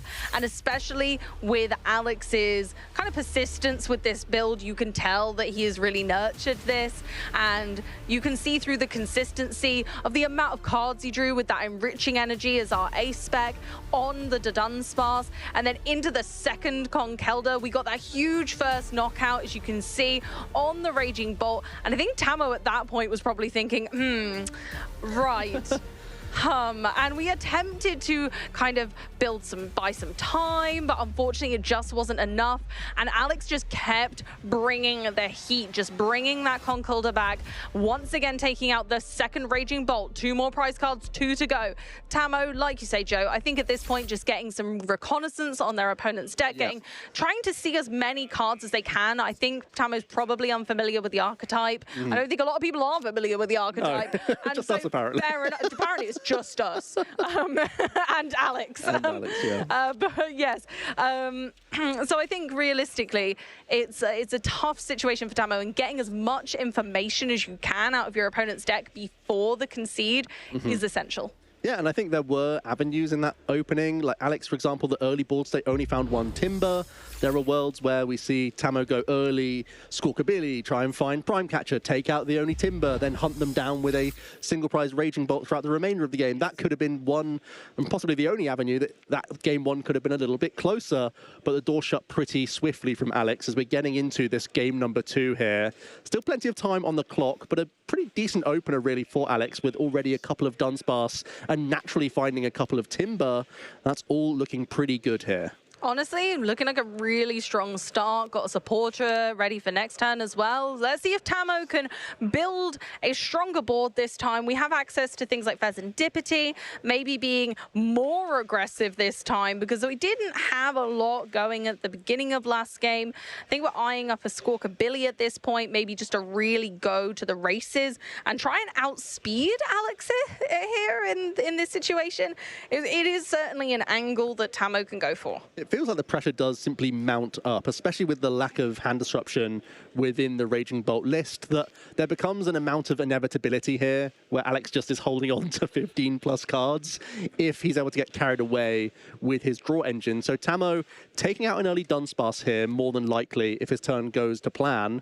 With that Squawkabilly already found and an Earthen Vessel now, we can start planting some energy in the discard pile, possibly attaching this turn as well to the active, setting ourselves up for an early Raging Bolt attack. If we can take out the Dunsparce bit by bit, possibly then, even if you are getting knocked out by a Conkeldurr and go behind in prize cards, there'll be a moment where the momentum shifts. You take out a Conkeldurr, Alex can't recover one, suddenly you can start making a comeback, targeting down crucial pieces of the board. That's exactly it. You need to pick it apart bit by bit. Unfortunately, Alex is going to always be presenting a single prize board state, meaning that Tamo has to just really use every inch of their own deck to disrupt what Alex is trying to do in a very manual way. We don't have disruption supporters, so what else can we do? We need to pick apart the important parts of Alex's build.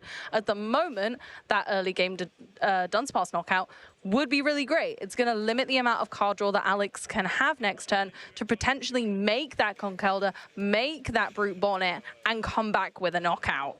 Looks like a tough break for Tamo there, whiffing from the Poker Gear. I believe there's a couple of Professor Sadas in the hand, but they're not currently live with no basic energy in the discard pile right now. So we might have to sacrifice them to our Squawker Billy here, as there's no other really usable actions. Unless you want to play this Pokemon Catcher and try and bring up a Timber instead. That could be a play you try to make. I suppose you could always gamble it. Yeah, I mean, if you succeed, cool, you get a Timber, and there we go. And if you didn't succeed, you get a Dunsparce, which is kind of just as good in this scenario. So using the Pokemon Catcher is great there, but I think we have to Squawk and Seize. The Sadas are unfortunate, but actually we do play Palpad, so it's not the end of the world. But we're still not likely to... Oh, we do find the Crispin. That's quite fortunate. Oh, that's very fortuitous. As there is... Well, actually, is that live? Because there's 2 Lightning Energy in our prize cards, Amy. Oh my gosh, you're right, Joe. And there's 1 just discarded to the discard. I don't think this Crispin gets the job done. Oh, no. We have to try and... No, I'm not even sure how we get there now. Most of our energy recovery are the likes of Night Stretcher and energy retrieval. This Crispin is going to fizzle and not allow this Raging Bolt to take a knockout. I mean, we get 1 Teal Dance, right? Because we'll take a Grass energy and a Fighting type energy. I assume we'll attach the Fighting somewhere, maybe? This is so I tough. think Tamo has just realized. I saw the hands go to the face there. We're going back into the deck now to have a look again and decide what we're going for. It might have to be the Fighting type is attached with the effects of the Crispin. Wait, was that another? I saw it. That I saw. Was that a Lightning Energy at the back? I feel like Tamo doesn't react the way he does. No, that's what I was thinking as well. I was like, They're did I not see available. one? So I think we're going to have to go for the Fighting and attach that to the Raging Bolt, take the Grass type energy and Teal Dance it, hoping that we get a Night Stretcher. But even then, we've manually attached here to the Raging Bolt before the use of Squawker Billy.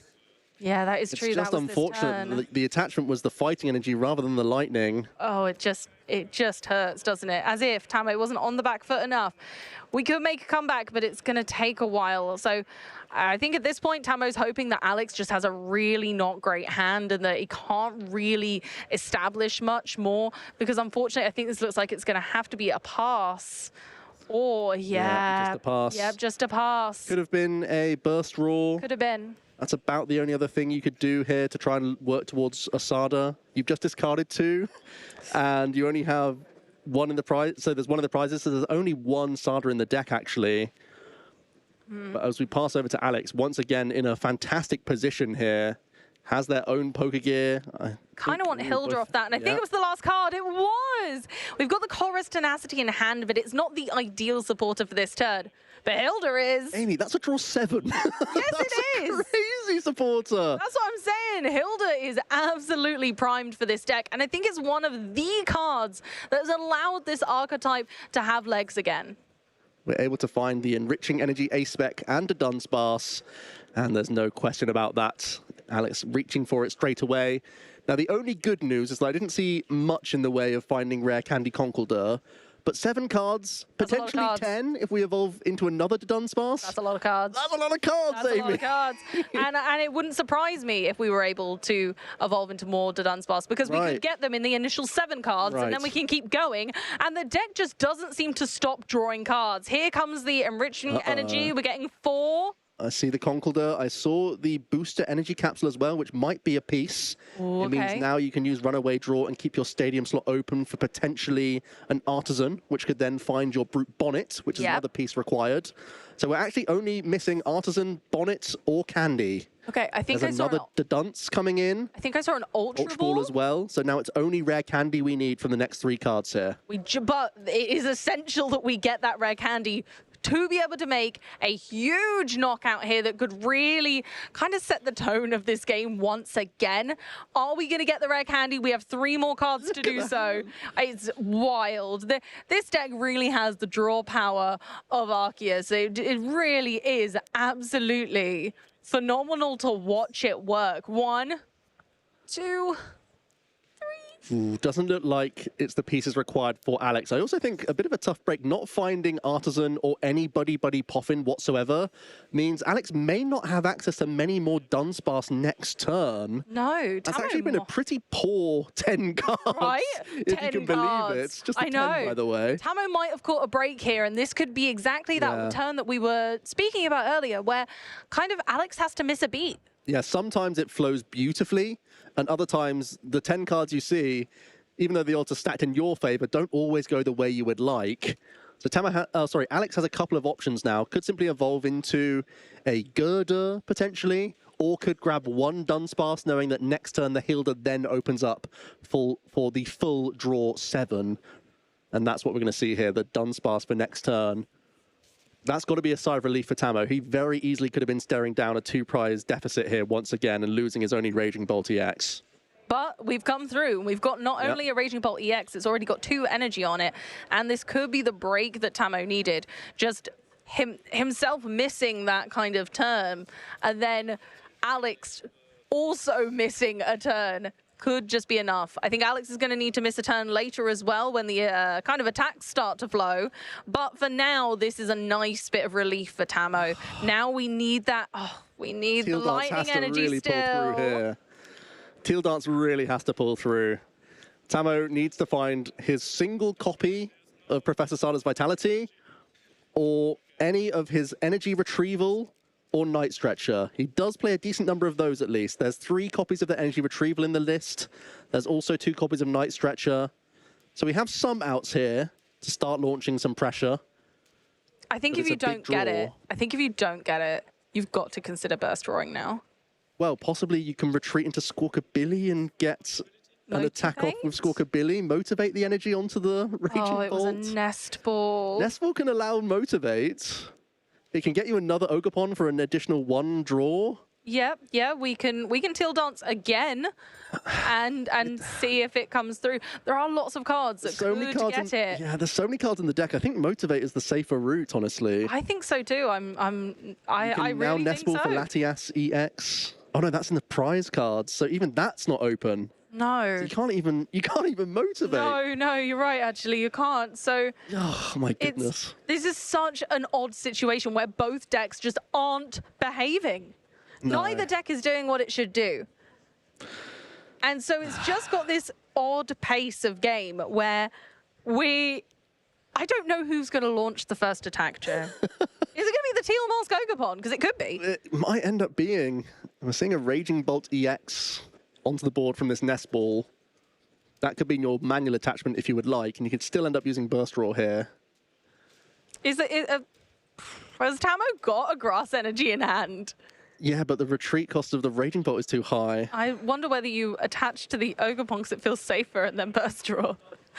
No, okay, we've gone for the attach for turn on the Raging Bolt. Still a Burst Roar here to end our turn. Yeah. Played the Pheasantipity first because it is a really great card in this matchup, considering how many kind of knockouts Tamo's probably expecting to endure. So a good play to put the Pheasantipity down, and then it was a Burst Roar so that we get a fresh hand, and it should be no doubt that Tamo gets it this time. Yeah, it looks like there may have been a knocked card there as we were using our Burst Roar for a few cards. So we're just going to sort that out with the judges. But either way, this has been a real stop-start second game here. Tamo still has his back against the wall, let's be honest. This matchup is not looking great for them, especially the way the Raging Bolt list has been built. No hand disruption up against a deck that can draw upwards of 10 cards a turn. Feels like a bit of an imbalance going on here, Amy. It really does, and that's the thing. We've got, you're right, it's miles apart in regards to what is happening. One deck basically doesn't draw cards. The other deck draws so many that it makes the other deck jealous. I feel everyone's feeling jealous of the Conkeldurr right now. It's looking like a phenomenal deck. And again, just kudos to Alex's deck building.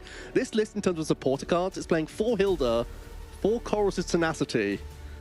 Where are the Iono? Where's the Arven? Where's the Professor's Research? No, just max counts of these supporters, and through our deck building, trying to wrangle our way through with Fan Rotom, via Chorus, via Artisan, can get us into an early game of lots of basics, and then Hilda gets enriching, and then apparently everything comes together. Yeah, it's fine, honestly. I mean, I think that's the power of the deck, right? You don't need the space. We also have 1 boss's orders. True, there was 1 more supporter in there.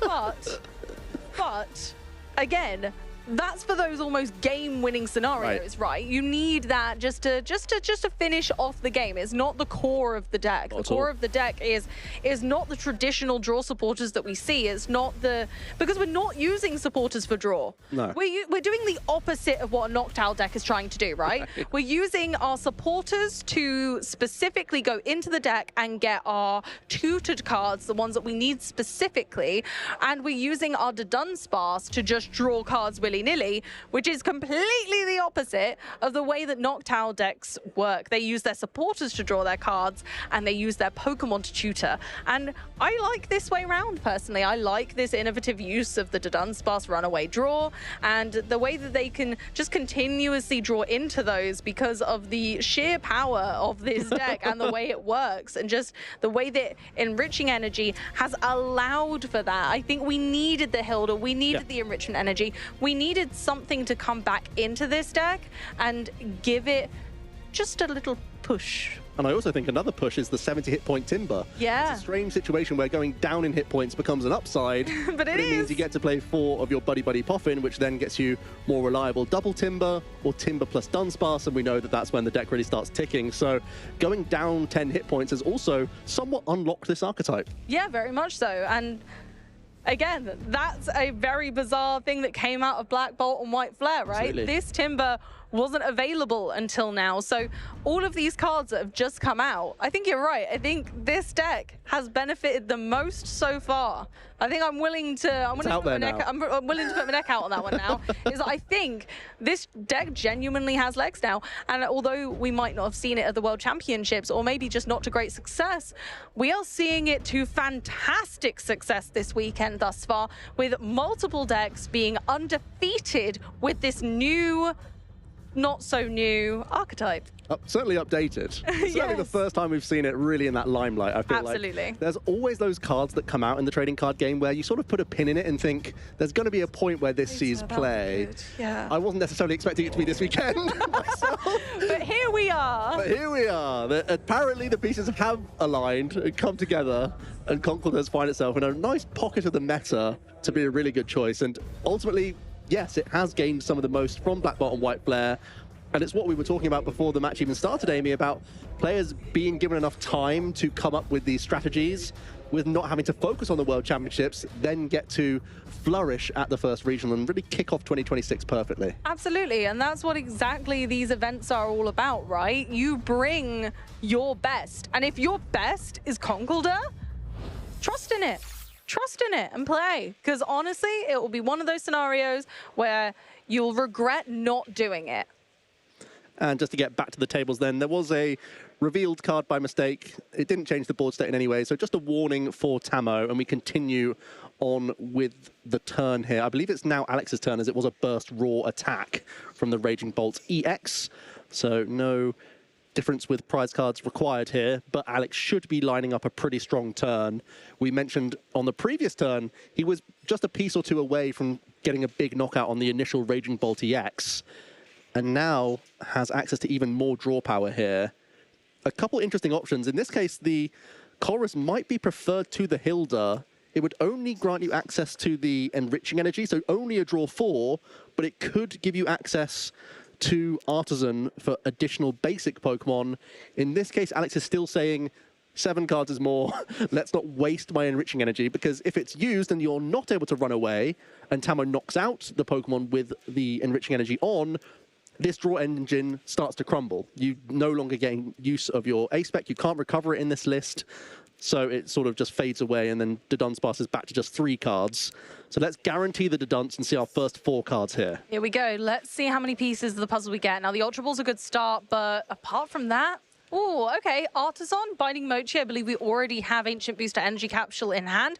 That was pretty nice with the Artisan on the end there. We're going to go for 3 more with Runaway Draw. I think we're just still lacking that rare candy. Again, the candy letting us down. How many times have you said it? Stage 2 decks, they rely on a combo of draws, and even when you've drawn, what was it, 17 now with Enriching Energy into Dunsparce, we still somehow haven't found one of our 4 of item.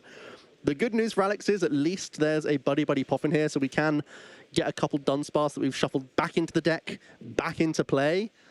That's one of the only bits of good news here. And again, Alex's matchup is so solid that he can still take things a little slower here and still have confidence that he can still end up on top of a prize race. That's very true, knowing that Tamo, very unlikely to play many disruption cards, if any, in this case, any, is able to just set up slowly. We have gone for the Artisan. I think that was a nice play for this turn, just to get the Brute Bonnet established. Going to attach the Ancient Booster Energy Capsule and just be ready for when we do eventually see some candy, some rare candy from those Dunsparce. But I think for now, just choosing and opting to kind of slowly put things together is fine, just because of the pace that Alex can go at once they are set up. Might be a benched girder angle here as well, to be honest with you. There it is, the stage 1. Could just evolve into the bench here. Just a one-off within the deck so that you can have access to additional Conkeldurr under item lock, of course. That's really integral. But also, you can slow build in this regard so you don't require rare candy next turn. It's been eluding Alex so far. And another slow turn here, but I'm much happier as Alex's side to be slow right now, knowing that you're amassing this crazy hand size of playables. Once again, that hand is something else. Because it's not a hand, it's basically a deck. Your secondary deck. It is fabulous. And I think it really does go to show that maybe this was the event for this deck. You know, when we think about how many INO used to go into decks and how many go into decks now, when you look at the breadth of supporters we've got, people are opting for other choices. Disruption cards are on the decline as choices for a deck. And that just feeds into Alex's draw power. Well, the good news for Tamo as we pass things over is that finally we've burst roared into a means of recovering energy cards, which means that one pesky lightning that's been discarded early can finally be recovered. Artisan staring down a single prize Raging Bolt, but not chosen from the Artisan right now. Keeping that board space open for other opportunities here. We are going to discard the Artisan then with a Jamming Tower. There is the Prime Catcher in the hand. There's also some grass energy to start Teal dancing again. At this point, we can even attack with the Teal Mask Ogapon. Both Pokemon are still in range of Conkeldurr, so there's not much difference in that regard. We're going to see an Earthen Vessel. Is there even any energy in this deck remaining? No targets from the Earthen Vessel whatsoever here. No, not at all. And I mean, again, sticky situation to be looking down at. We know we need to look after that lightning energy until another one is gained from the prize cards. We can take out this Timber, but is that the best target right now? No. But do you use your Prime Catcher and hunt down Girder here? You know your opponent's been lacking rare candy.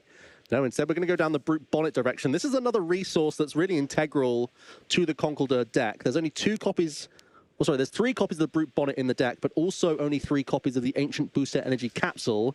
So if you can run your opponent out of that combination of cards, you can prevent them from inflicting status on their own Conkeldurr, and suddenly the deck can't attack at all. So Tamo, rather than saying I can win by taking 6 prize cards, I'm going to try and take out all the Brute Bonnet, and suddenly my opponent can't attack me anymore. So this is one great avenue for Tamo, as he finally takes the first prize of this game number 2. And I tell you what, I made the prediction, and it was correct. That Teal Mask Ogapon did take the first prize of this match. There we go. I think I love the idea of kind of, like you say, running Alex out of those resources. And the key here was playing down that Jamming Tower to remove Artisan so that it was a little bit harder for Alex to get that Brute Bonnet back. And has forced the play of the Colress here, I imagine, for an Artisan so that we can reestablish Brute Bonnet.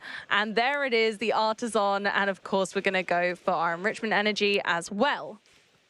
That means that there's no jeopardy just yet for Alex in terms of taking the first 2 prize knockout. Probably not much jeopardy for the second 2 prize knockout, but if the Brute Bonnet is continually targeted, it will be very difficult for Alex to take that final 2 prize knockout. Now, there is still 1 Blood Moon Ursaluna EX in his deck, so he can still close out the game with a simple Blood Moon knockout. But Tamo didn't see that in game number 1, isn't currently trying to play around that option, and is essentially really just doing his best in a really poor situation right now, as Alex has re-established the second Ancient Booster Energy Capsule. And there's already a Conkeldurr staring down this active Pokemon, about to be poisoned as well. So that knockout is already established. And we're also going to see the turn attachment of Enriching Energy, which means we're digging even deeper into this deck. And 3 more cards get added from the deck to the hand thanks to Enrichment Energy. I honestly cannot believe the draw power. I'm still in awe. And just as an interesting stadium count in this deck, Alex does play the 2 Artisan, 1 Town Store, so we do have searchability on those Ancient Booster Energy capsules, and 1 Perilous Jungle. Yeah. And the Gravity Mountain as well. Yeah, so and a Gravity Mountain, quite right. A few ways of reaching into the Stage 2 Pokemon. Knowing that Conkeldurr with Binding Mochi gets to 290, then you get to 300 damage during Pokemon Checkup with the damage tick. So turning that into more with Jungle or with Gravity Mountain can allow you to reach into these Stage 2s.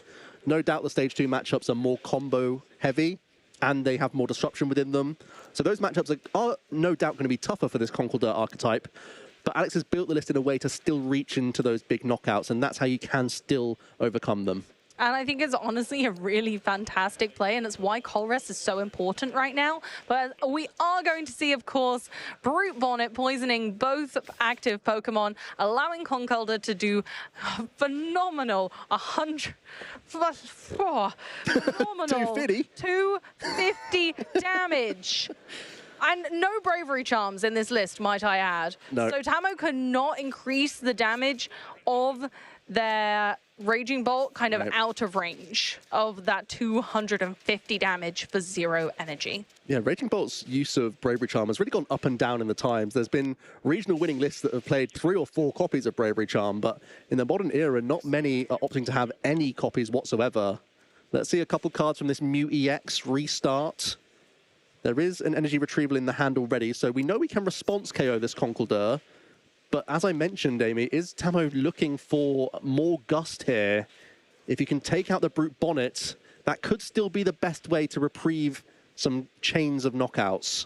I completely agree, and obviously because the Conkeldurr is going to go back to the bench, it's essentially like it going inside its Pokeball in VGC, where the status condition goes away for confusion in VG. In this instance, in TCG, the poison, goes away when they hit the bench. So they wouldn't be able to re-poison it without another establishment of another Brute Bonnet, and those resources become thinner. This will be a telltale sign for Tamo. With the Pokegear, yeah, using the Pokegear before the Palpad, where there were 2 Sardas in the discard, means we're looking for Boss's Orders here and trying to target Brute Bonnet. Do we see the Boss's Orders? We don't! No, just the one copy of the Sarda. Tamo made a plan on the previous turn, used the A-Spec to prime catcher a Brute Bonnet. Alex recovered one. Tamo gave himself the best odds to try and find a Boss's Orders. Wasn't able to do so. Actually only plays 1 copy and it's in the prize cards. I've just spotted that as well, Amy. Yeah, I think we spotted that at the same time. We can still Sarda and try and find Pokemon catchers here. That's the last thing we can do in order to move this Conkeldurr out the way. Otherwise, Tamo has to accept that it's just going to have to go through the active. And although that is helpful, because then I suppose we're making Alex again find the resources. We don't have a girder. We don't have a girder on the bench. So we do have to rare candy into the next Conkeldurr. So there are extra steps that need to be taken if we go through the active. But I liked the concept of taking out those Brute Bonnet because it really does make the whole deck concept crumble. Couple Sardas thrown back in with the Palpad here. Tamo very aware that he's going to have to try and recover a Lightning over and over again at this stage with the manual attachment going to the active likely this turn. Is the Lightning Energy not even anywhere? No, we didn't Sarda back Lightning. No, it's right. It's on the active. Yeah. It's a. It's the old Emerald energies. Yeah, they're hard to see sometimes. But yeah, there is. It's the one on the bench that has 2 fighting energy. Sure. So the active has now taken that knockout, and we have had to just fight through the blockade of the Conkeldurr in the active. And I suppose hope that Alex maybe misses a beat, can't once again go ahead with that rare candy into another Conkeldurr. Let's see how it pans out. Well, we start the turn top decking into a Dunsparce, which means we're going to have a lot of draw power ahead. A Hild as the supporter for the turn as well, gaining access to that enriching energy and another Dunsparce. And at this point, Amy, there really aren't that many cards in the deck, and there's still a whole heap of rare candy to find. There's 3 rare candy left in the deck, and we've got 2 Dunsparce. And that can be enriching played. energy, yeah. I'm pretty sure that we could draw either the entire deck or a good chunk of it at this stage. Like, that is his whole deck. That's not his hand, people. That's his deck. That's Alex's deck, I tell you. So it needs to go back down on that table, and then we're just going to basically draw all of it. Well, as much as he needs anyway. At this point, we realize that Alex is actually playing a really clever resource management game, as he can't draw too many cards, but we are going to need that candy. Finally finding rare candy. It's taken an age to get there, but that's been the missing piece for the majority of the game. We can go up into our first Conkeldurr. Of course, not done there. We could still run away into more rare candy, and that would really start sealing the fate here for Tamo. As we jump back into the deck, I did think we found another Dudunsparce. As you'd imagine, there's not much in the deck but more Dudunts that you've been shuffling in. And that's where this engine really starts to flourish. As you whittle down the cards in your deck, there is the second rare candy found as well, Amy. So we can go double Conkeldurr here quite happily. We have Ultra Ball that can grab a Conkeldurr that's still in the deck. There are very few cards still in the deck, but there is a Conkeldurr among them. There very much is. And so, I mean, everything's to play for here for Alex. Tamo's managed to even up the prize race. They are 2 prize cards each at the moment, 4 remaining, but Alex is really going to take a phenomenal swing into the victorious position rather soon if they don't miss a beat. And unfortunately, with this sheer draw power and thin deck, at this point, I think Tamo's expecting Alex to be hitting every single note. The most difficult Ultra Ball of all time is you had to consider 20 or so cards in your hand of what to get rid of. But eventually it is for Conkeldurr number 2, rare candy number 2, which means we are threatening so many Gutsy Swing. Only 2 required to close out this game, provided we are attacking into multi-prize Pokemon here.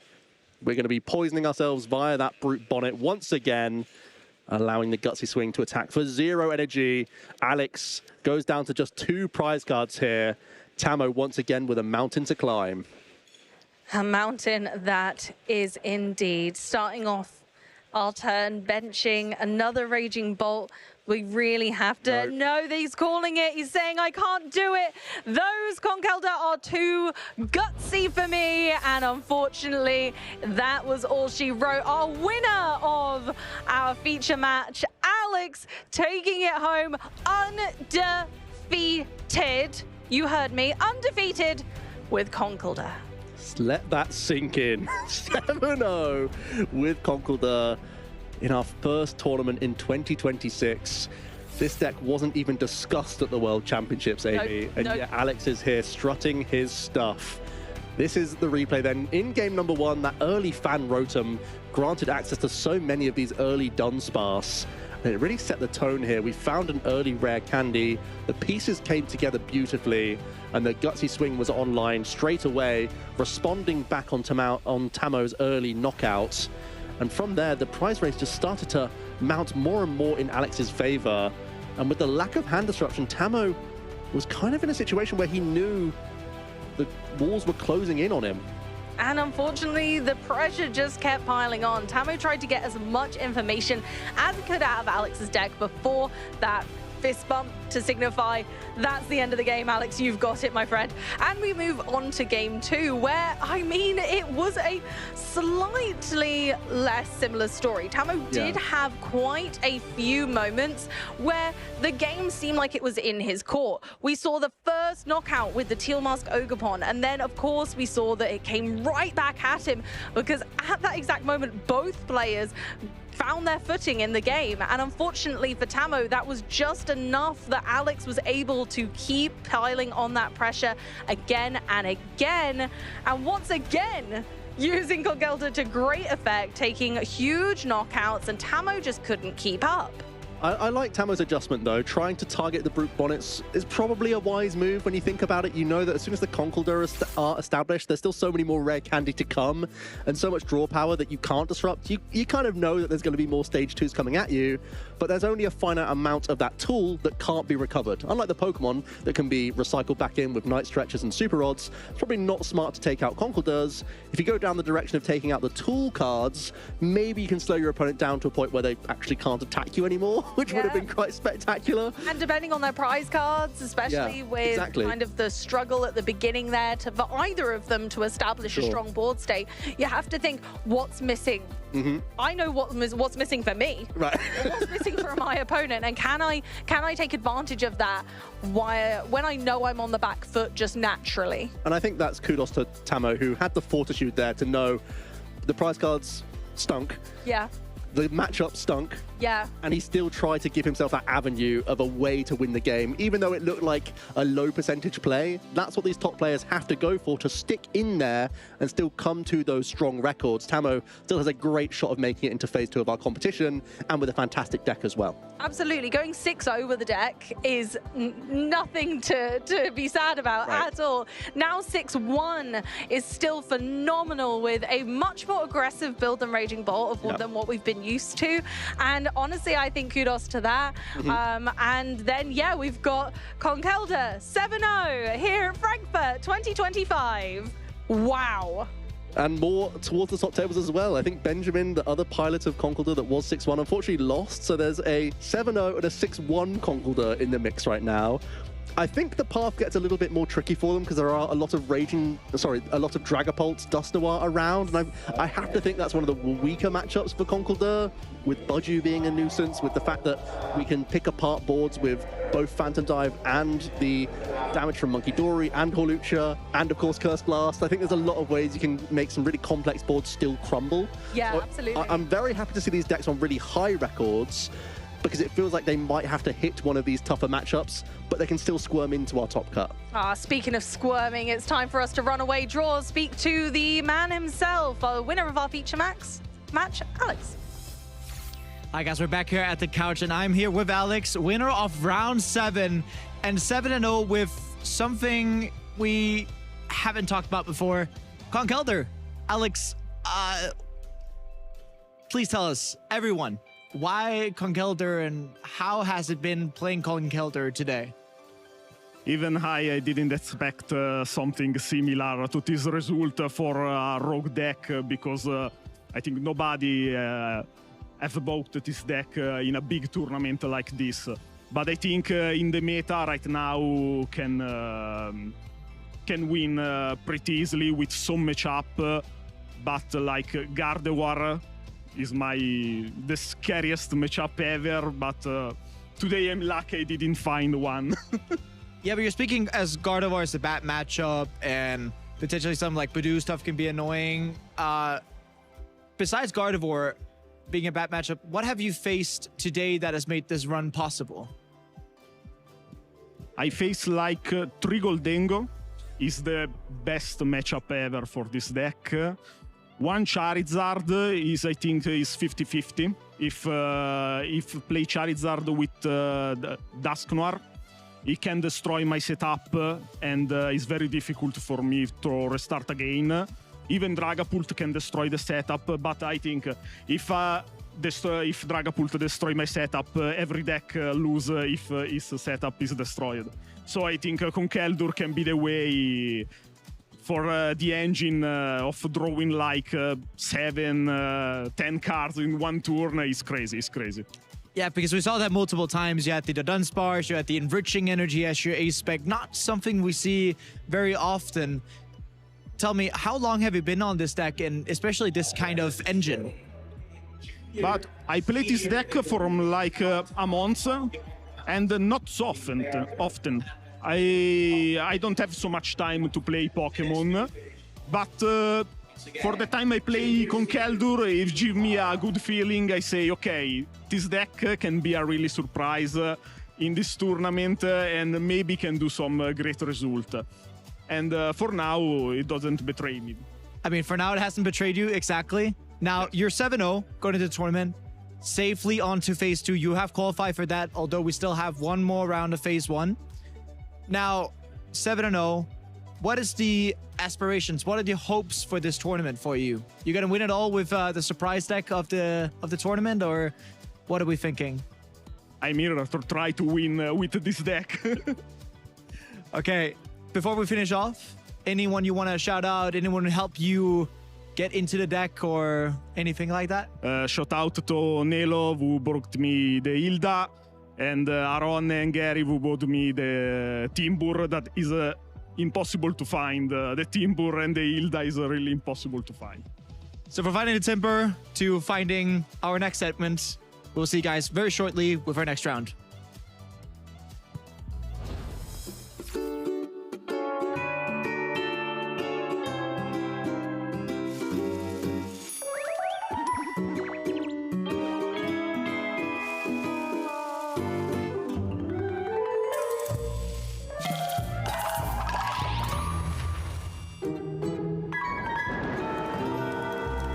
Hi Pokemon fans, I'm Bert's PTCG, and today we're going to have a quick crash course in the loudest decking format, Raging Bolt. Bellowing Thunder is our main build around, dealing a massive 70 damage for each energy you discard from your Pokemon. By discarding 5 energy from your Pokemon with the effect of Bellowing Thunder, you are KOing any Pokemon your opponent has in the active spot, and doing it very easily as well. So how are we getting those extra energy in play then? Well, Professor Cider's Vitality will attach 1 energy to any 2 of your ancient Pokemon, and Teal Mask Ogerpon's ability, Teal Dance, can attach 1 grass energy via each activation, both of which actually provide a little bit of draw power as well. Noctowl, with its Jewel Seeker ability, keeps the deck moving smoothly, searching for 2 trainers from your deck when you evolve into it, meaning whatever trainers you need that turn are just a single Noctowl away. All of this makes Raging Bolt one of the fastest, most high-powered decks in format right now, and I would be shocked if it doesn't feature more during this stream. But for now, that's it from me, so let's get back to the action. Hey trainers, Chip Ritchie here. In this short video, I'm going to take you through the basics of how to play the Pokemon trading card game. The Pokemon trading card game is an exciting way to enjoy the world of Pokemon. You can play at home with friends and family, online against other trainers, or compete to earn championship points and try to be one of the very best. Players construct their own decks of exactly 60 cards to play with. Most trainers play in the standard format, which only allows for cards with the newest regulation marks to be used. You can only have up to 4 copies of a single card in your deck, with the exception of basic energy. There are 3 types of cards in this game: the Pokemon themselves, which you use to attack your opponent's Pokemon, trainer cards to help you support your deck's strategy, and energy cards to pay for your Pokemon's attack costs. There are 3 main types of Pokemon in this game: basic Pokemon, which can be put directly into play on your bench, Stage 1 Pokemon, which can be played on top of basic Pokemon to evolve them, and Stage 2 Pokemon, which evolve from Stage 1 Pokemon. Check the top left corner of your card to see what stage your Pokemon is, and also what Pokemon it evolves from. Pokemon have different attacks and abilities that they can use. Most attacks require a certain amount of energy cards in order to use them. We'll go more in depth on this later. Pokemon also have HP, which lets you know how much damage that Pokemon can take before it is knocked out. There are 4 types of trainer cards you can play: supporters, items, tools, and stadiums. It's very important to include plenty of trainer cards in your deck, as they will help you to more consistently execute your strategy. There are only 2 different classifications of energy card: basic energy and special energy. You need energy in order to use a Pokemon's attack. You can attach an energy card to one of your Pokemon once during each turn. Some Pokemon require specific types of energy in order to use their attacks. Each basic energy provides 1 energy of its type, or 1 colorless energy at a time. The main areas of the game board include the active spot, the bench, the deck, the discard pile, and your prize cards. You may only have 1 Pokemon in the active spot, and this Pokemon is the only one that is able to attack. You can have up to 5 Pokemon on your bench. To start the game, flip a coin or roll a dice to determine which player will get the first turn. Then, each player begins by drawing 7 cards. You must have a basic Pokemon in your hand in order to begin the game. Place your Pokemon face down in the active spot, then set out 6 prize cards to the side. Now you and your opponent can begin the game. In the Pokemon TCG, players take turns playing their cards. On your turn, the first thing you do is draw a card, and the final thing you do on your turn is announce an attack. The order in which you play cards between these two steps is up to you. During your turn, you may play trainer cards, attach energy, and place Pokemon on your bench. It's important to remember that the player going first is not allowed to play a supporter card or attack that first turn.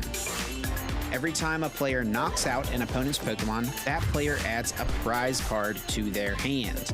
The first player to take all 6 prize cards wins the game. When a Pokemon is KO'd, it and all cards attached to it are sent to the discard pile. A Pokemon from the bench must immediately take its place in the active spot. If a player has no benched Pokemon to make their new active, that player loses the game regardless of how many prize cards have been taken. As mentioned earlier, players must start their turn by drawing a card. If a player has no cards remaining in their deck at the start of their turn, then that player loses the game. These are just the basics of what it takes to play the Pokemon TCG. Be sure to tune in to our Championship Series coverage, and to learn more, visit Pokemon.com/play.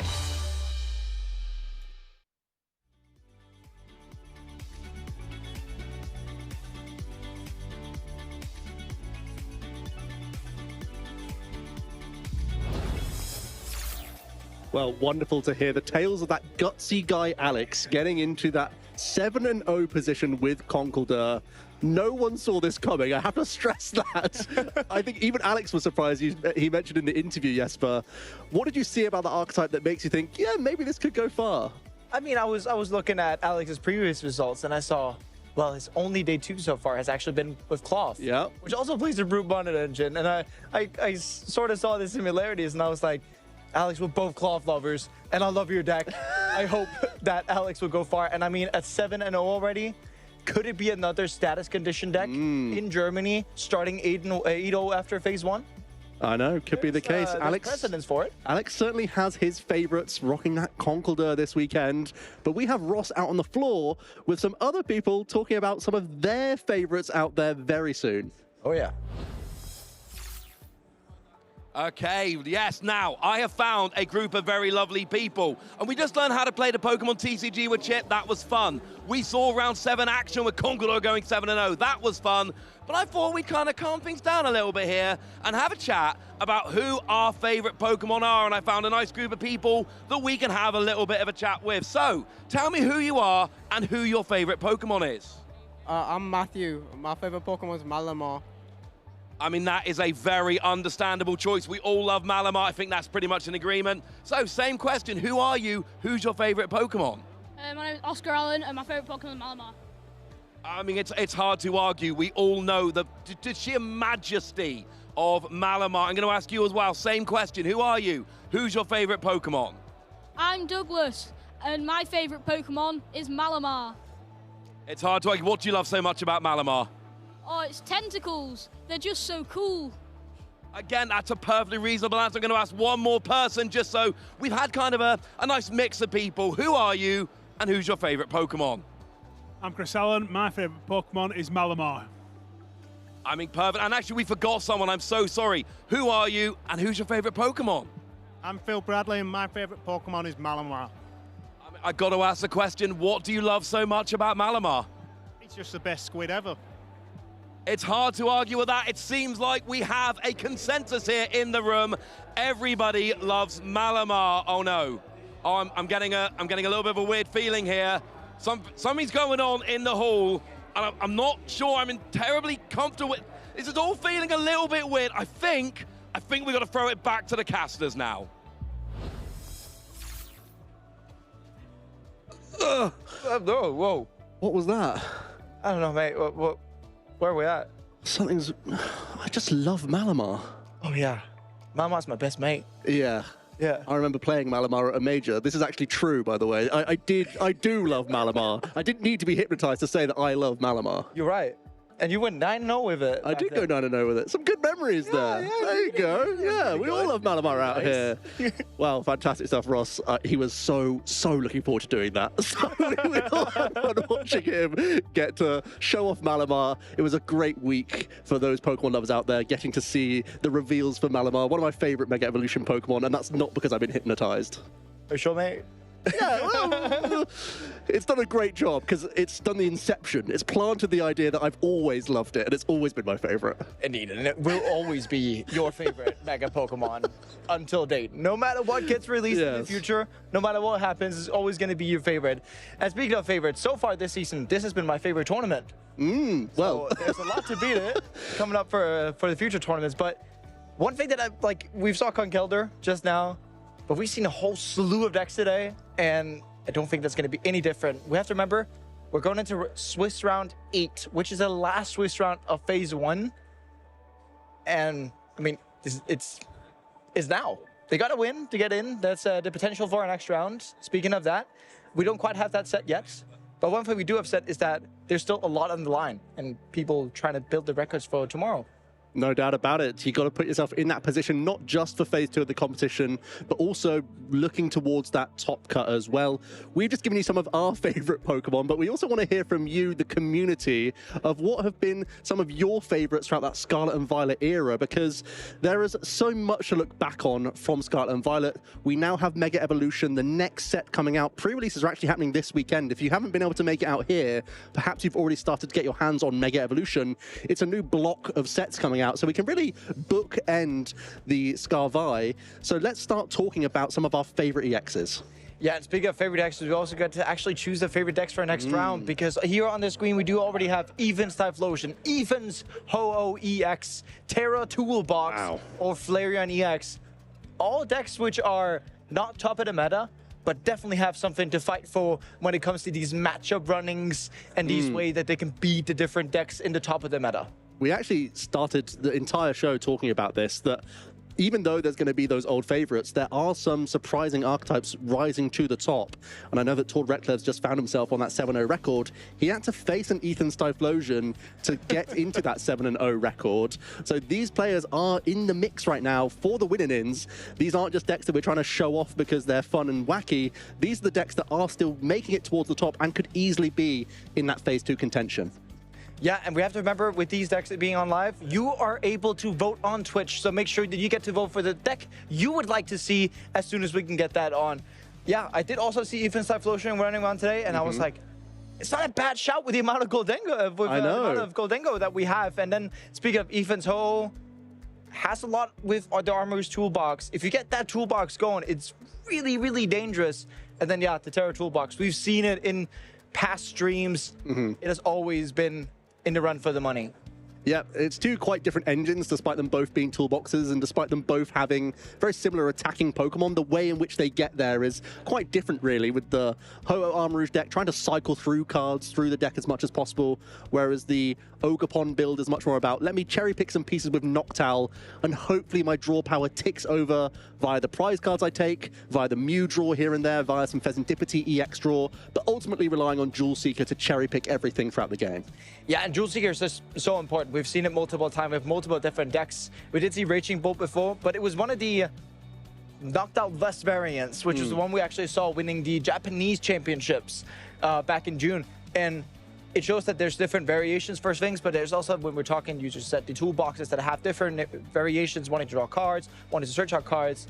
But now it also, it's showing that with the format that we have right now, with the World Championships just played, it doesn't mean that Gardevoir, the Dragon Ball Dusknoir are the two best decks in the format. They may be, but they may not be for the tournament itself. Right.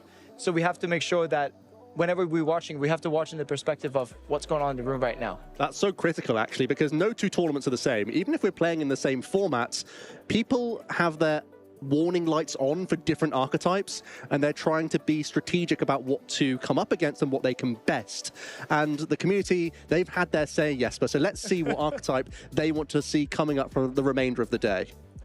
Yeah, and I'm hoping for a bit of Ho. Yeah. Of course. Was it ever a question? I did say it before it came on screen, just having to say that. But Ethan's Ho EX is just such a fun deck to see while going, because either you have the games where it doesn't get going, and your opponent just sort of stomps over it.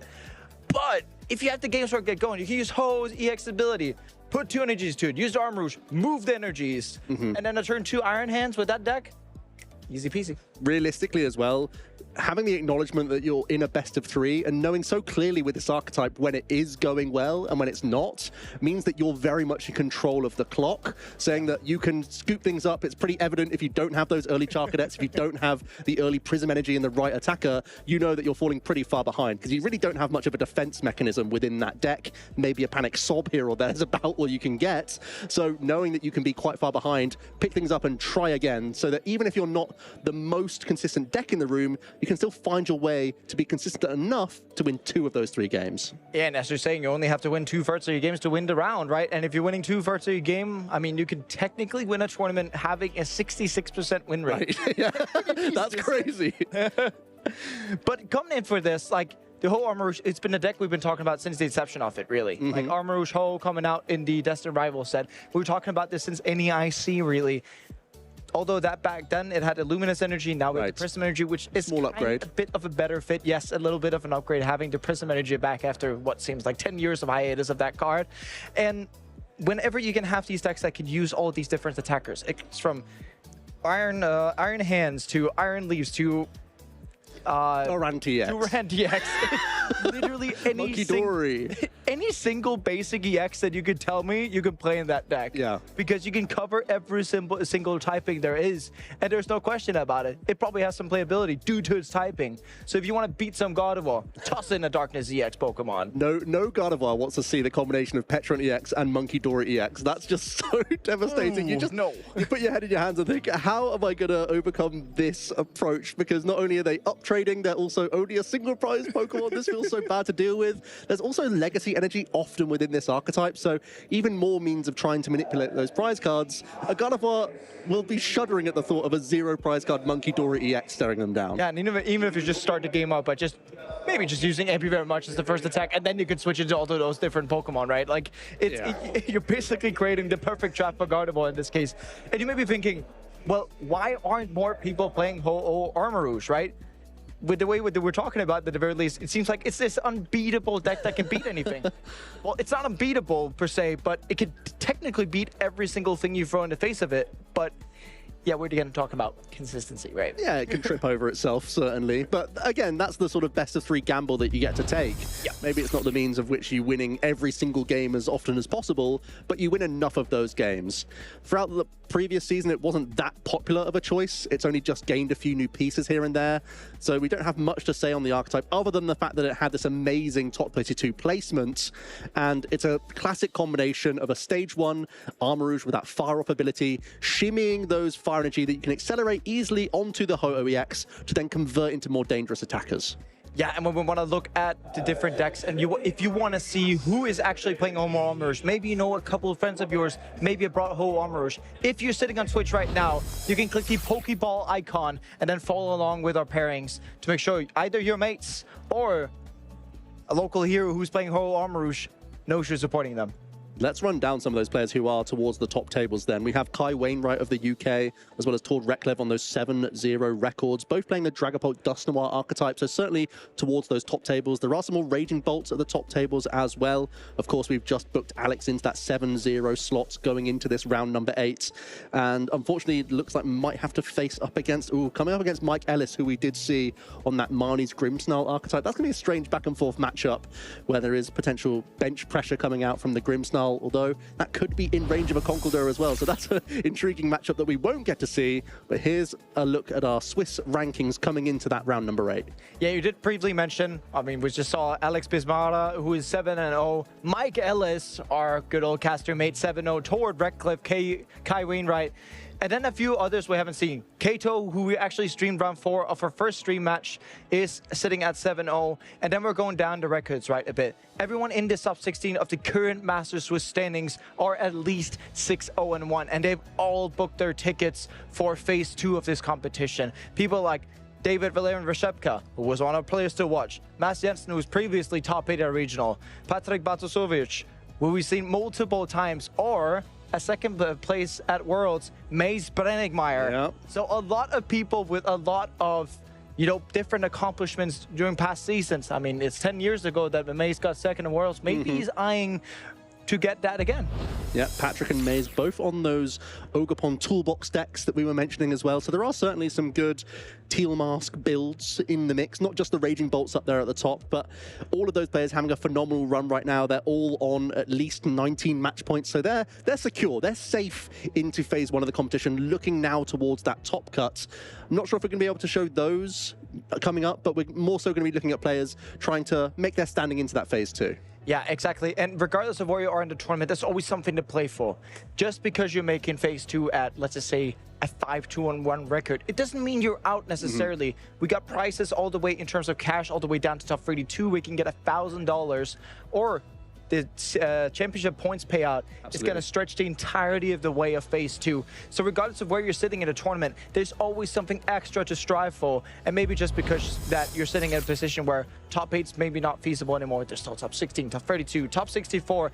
And even though it says here on the graph that, you know, only top 64, no, it goes further than that. For this tournament, I'm actually pretty sure that the entirety way down to at least top 512 will get championship points. Yeah, with 2,431 Masters in the division. It's a monster regional championships out here in Europe.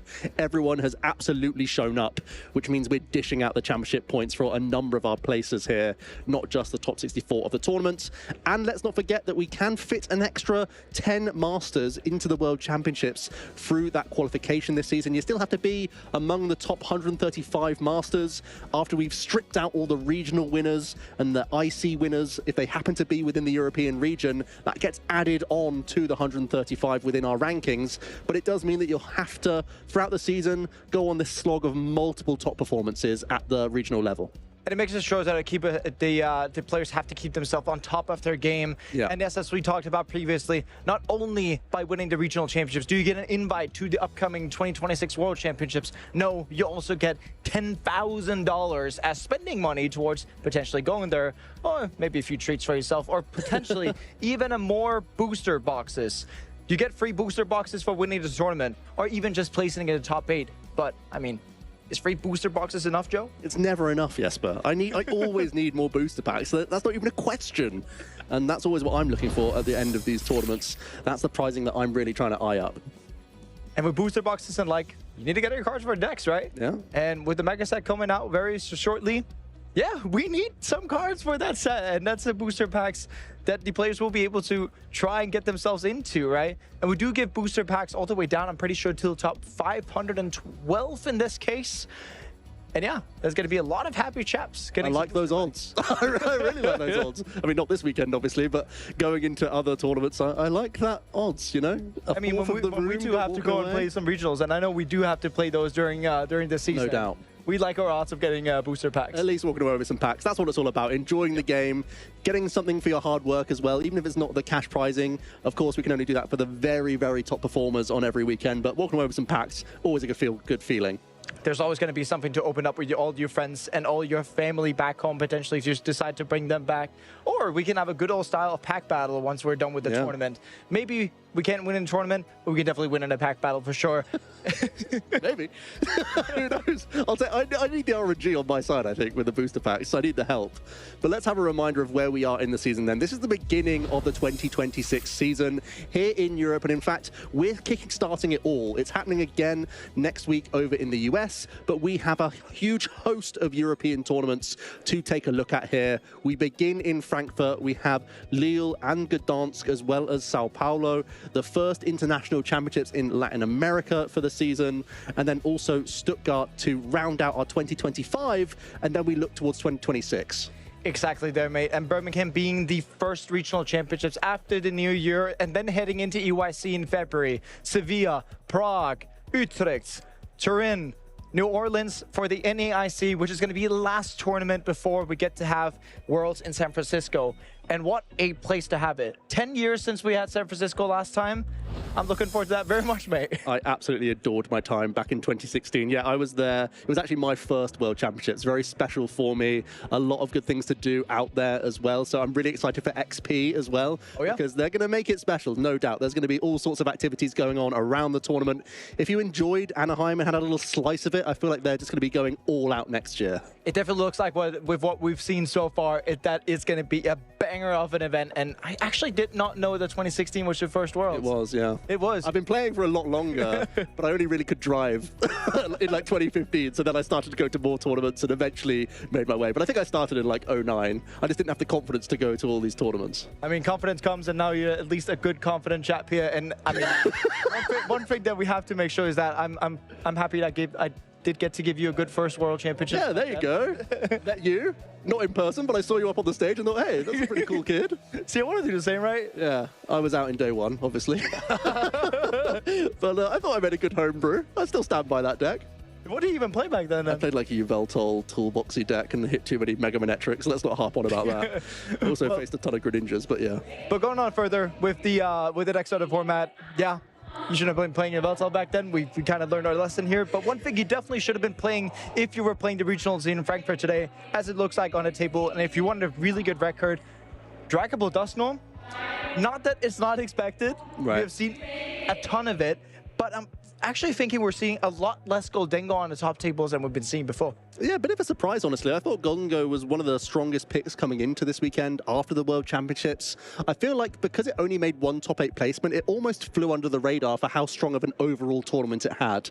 There were so many players walking away with a nice World's new satchel in that top 32 placement because they played the Goldengo deck, played fairly simplistic builds, but then also we saw some chaotic builds in there as well. Piper was opting for the rare candy of the Togekiss, but there was also a redeemable ticket Academy at Night Chansey list, played by some top players as well. This is a crazy combination that you wouldn't really expect to be in serious archetypes, but it was piloted by some top US talent to some really decent placements as well for a couple of them. So I was expecting Goldengo to have a much bigger splash than it has turned out today. And we did also see Gardevoir, which Amy mentioned previously was the cousin of Smeargle, the artistic Pokemon. Yeah.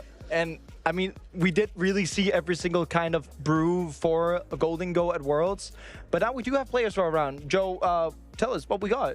Well, we've got ourselves the last round of Phase 1 of our competition, but definitely stick around because we also have the first round of Phase 2 of our competition as well today. But that means that we got to hold on tight, strap ourselves in, because it's winning in action coming up ahead, Jesper. Yeah, exactly. We do have on our left Joltic versus Rene Genus. And really important matchup here.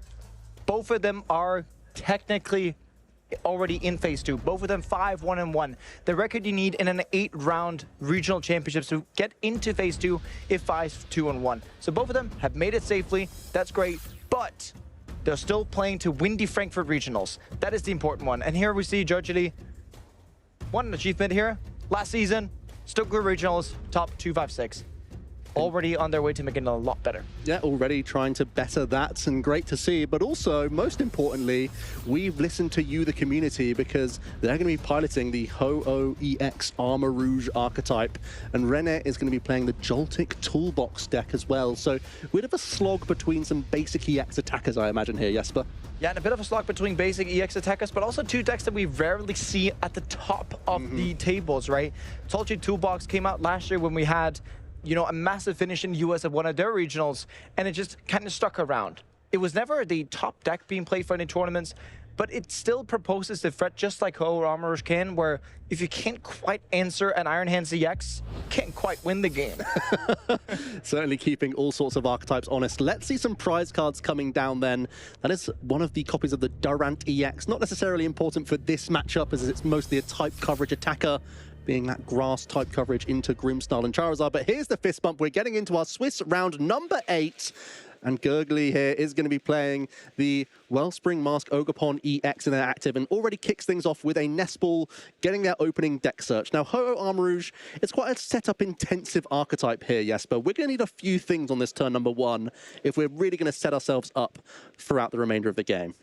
Exactly here. You need to get the Shark Cadet down. That is the heart of the deck, being able to move these energies. But also when we're looking at, we kind of have to start establishing what attackers do we want to see. Rene, starting with Clefairy, doesn't quite show what deck they're playing. Potentially, Gurkali can look at it and be like, this may be Gardevoir, since it's the first deck you think of whenever your opponent opens Clefairy. So we could be seeing that, I mean, the Wellspring Mask Ogre Pawn is a fantastic attacker into Gardevoir in the early stage of the game, almost guaranteeing that you grab 2 prizes whenever you attack. If you can get Boss's Orders, you could potentially take out something like 2 Ralts in that matchup. But that's not the matchup we got at hand.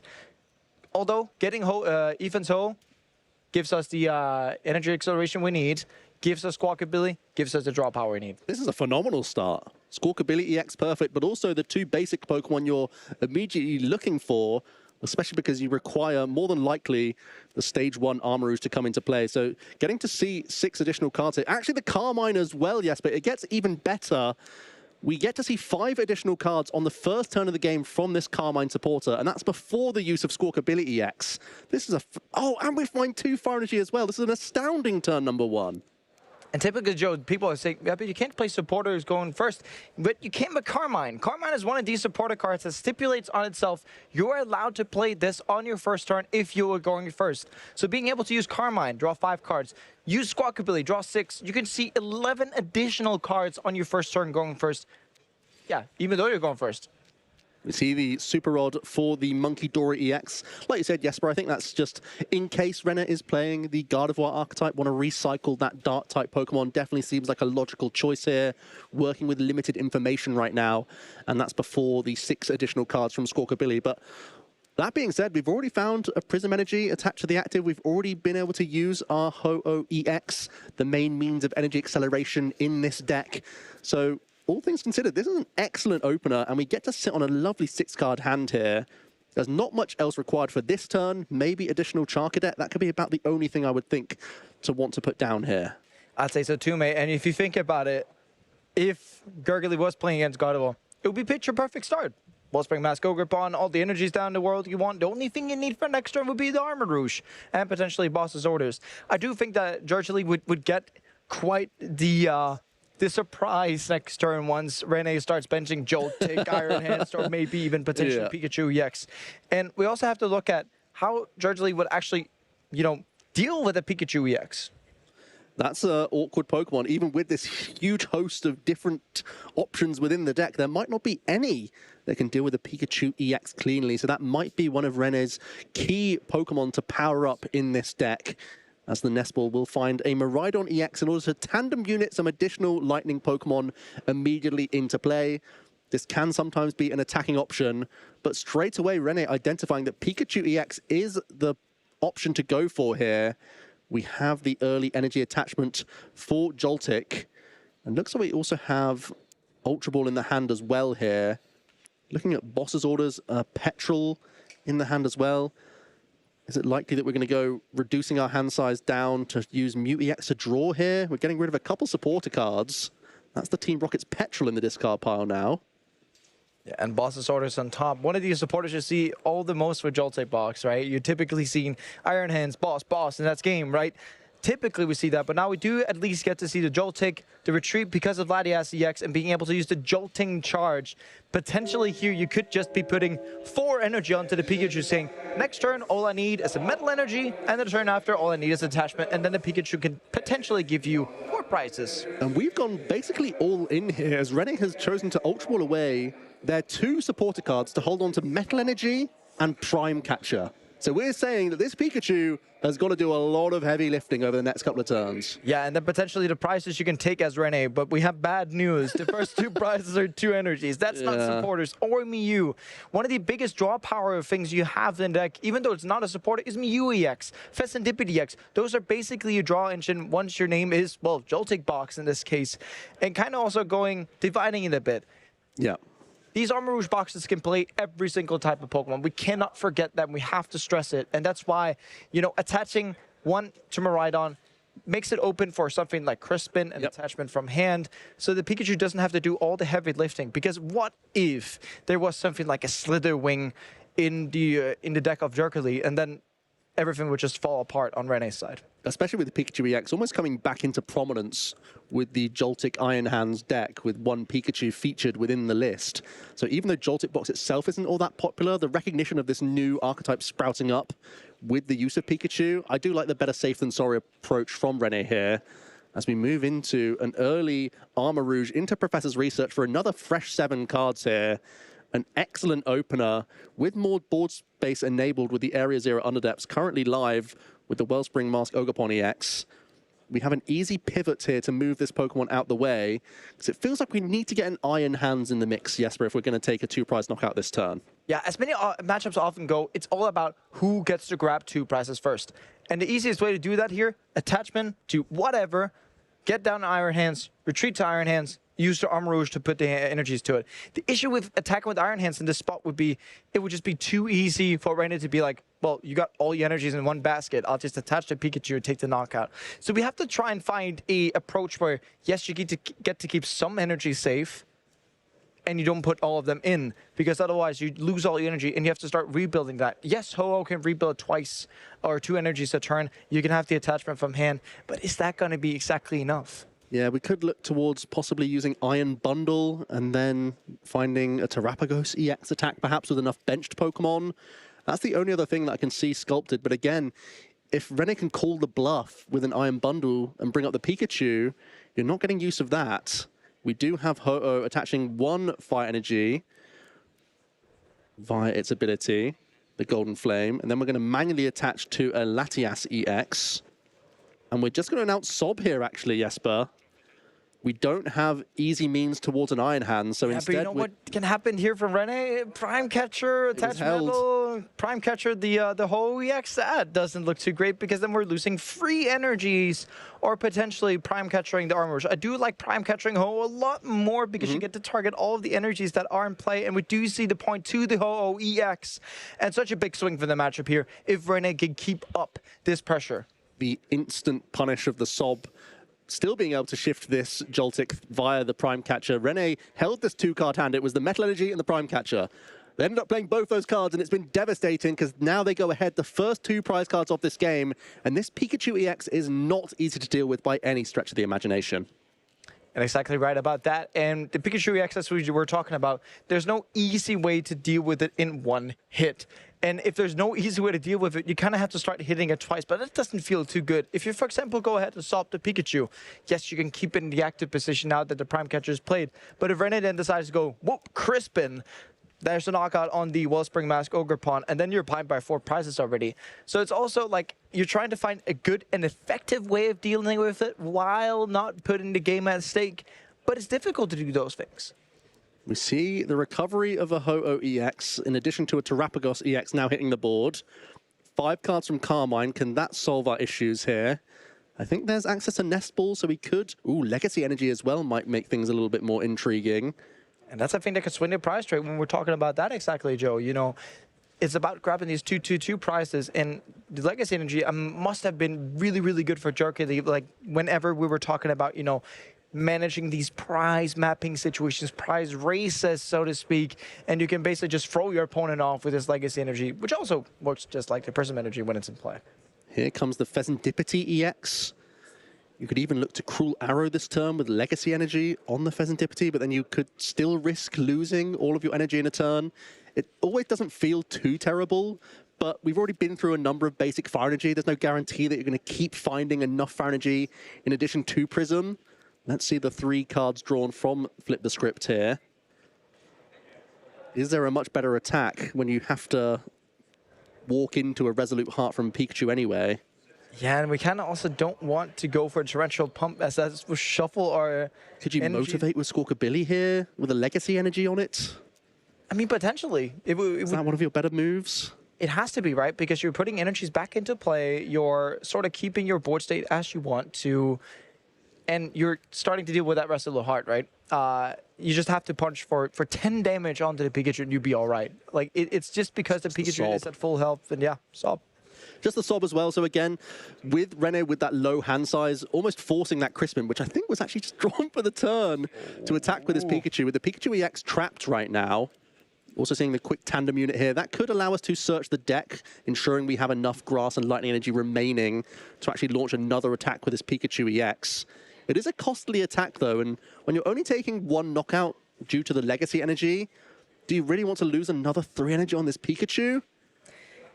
The thing about it is it worth it, right? Because with the Wellspring Mask Ogre Pond active, you're both getting rid of 2 rainbowed energies, right? You're getting rid of the Prism energy. That's pretty nice to get rid of. You can't get that back. You're getting rid of the Legacy. That's also pretty nice to get rid of, although you're only taking 1 singular prize card with that.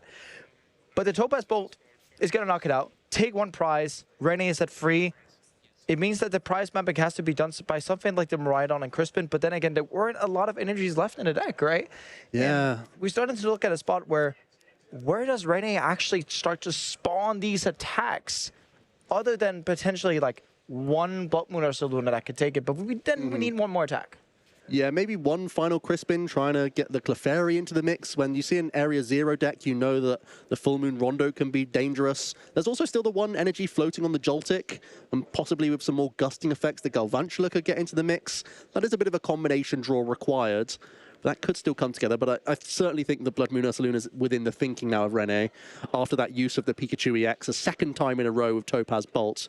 It certainly got its value, but still within grasp of the Ho-Oh Armor Rouge player here.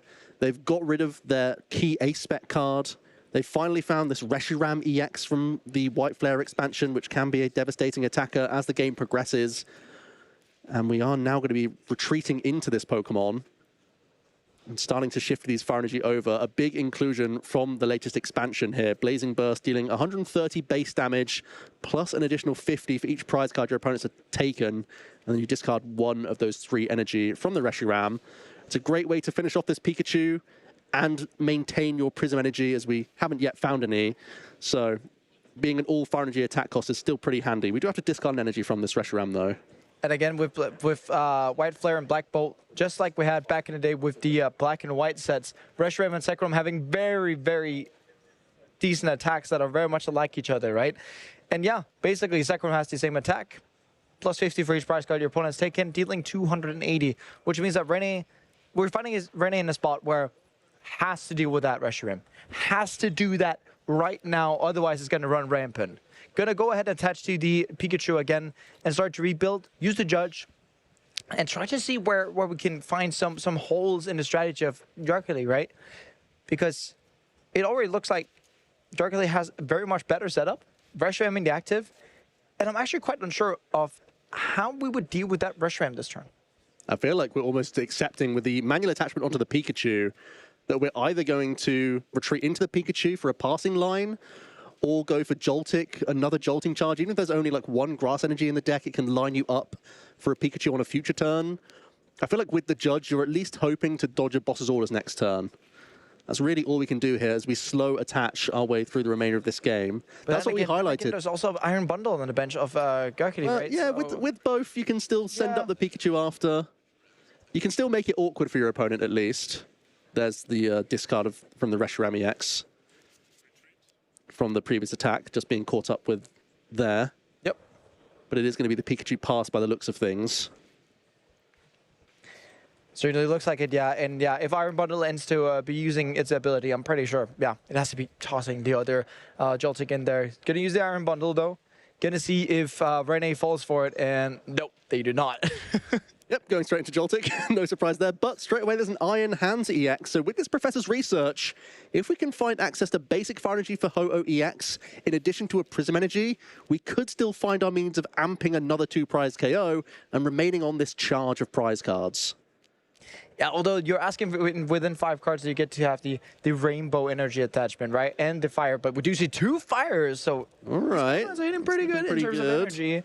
Now we just need to see... there's a Prism energy, too. Wow. 2 of them. That means we will be able to freely retreat this Reshiram into the Iron Hands EX. That would put us down to just 2 prize cards remaining. Exactly the position you want to be in. That's the value of this toolbox deck. You can wiggle your way into all sorts of 2 prize KO scenarios. Here comes the Iron Hands EX. bearing down on just a 10 hit point Joltic. Yeah, and Fire Off gives all the energy, and yeah, Ambu very much for 2 prizes. Typically, you see Joltic box saying that, but yeah, now Ho Armor is going to take a picture out of that book as well. And yeah, we're looking at it from Rene's side. It has to be Pikachu attack this turn. It has to be knockout Iron Hands, and then again, dodging boss. That's the big thing. Is there much more disruption within the deck with 1 judge already been played? Could we already see game in the hand here? From looking at that list, it only looks like there's 1 judge. Yeah. The Joltic box either A, doesn't play any disruption cards, or B, plays either 1 judge or 1 Iono. Right. It's not both of them. It's either one or the other or none of them. And in this case, where we had the judge, it has to be, yeah, dodge and weave, right? The Ursaluna can get the knockout here, especially, and you can get something like, yeah, Nest Ball, Braviary Charm, Nest Ball for Blood Moon Ursaluna. But yeah, Joe, we're kind of working like a broken clock, right? Like, we basically just have to keep continuing on saying... This is the best response we have possible, yes. Jesper. Yes, but we have to dodge a boss. We absolutely have to dodge boss attack. Although... Possibly even the Reshiram could still reach as well, even with the... Yeah. Now that we're going down to just 1 prize card remaining, the Reshiram could still reach on this Blood Moon Ursaluna, even with the hit point buff. Exactly, so it's either more than 2 a Charizard EX. or 1 energy plus boss. We're going to see the Fire Off onto Terrapagos EX. It does look like it is there. We're going to see the attachment of the Prism Energy, the UEX, and a boss's orders. Going to be able to use the Terrapagos to take the knockout on Festivity, Clefairy, or Latias, and being able to take up this game 1. And yeah, y'all wish for Whole Armors? This is what you got. You got a game 1 victory from Jerkily, and Whole Armors, I think this is the first time we had it on stream, and wins game 1. Pretty flawlessly executed. A great demonstration of the archetype, really, Jesper, because it wasn't exactly that easy. Having to navigate through a Pikachu, having to expend your legacy energy knowing you were just using a Sob attack. There was a lot that was having to be done as like, this isn't really what I want to do. I kind of have to make this happen. It was off the back of a really strong opener, though. Let's not forget there was an early Ho-Oh, an early Armarouge, and Squawkabilly. That set off onto a good path here. Then having to get around this really frustrating Pikachu EX was so vital, and this new inclusion of Reshiram EX, one of the key reasons why this archetype has become so much stronger as the game's developed, as we saw the discard of that Fire Energy eventually. And Rene was able to bring up this Pikachu in hope to buy that turn back, knowing that there was an out to the Iron Bundle, but unless the research hits enough Fire Energy and that Prism in addition to the Iron Hands, then that's exactly what we saw. Yeah, and it was a question of dodging, weaving. Does one hit? Does the other one not hit? And in this case, Jerkily hit everything that they needed to do. Finishing off the game with the boss's orders. Didn't even quite get to target, but there was a lot of targets that could be hit in that boss's orders. Scooping up, going over to a game 2 now with around about 31 minutes left on the clock.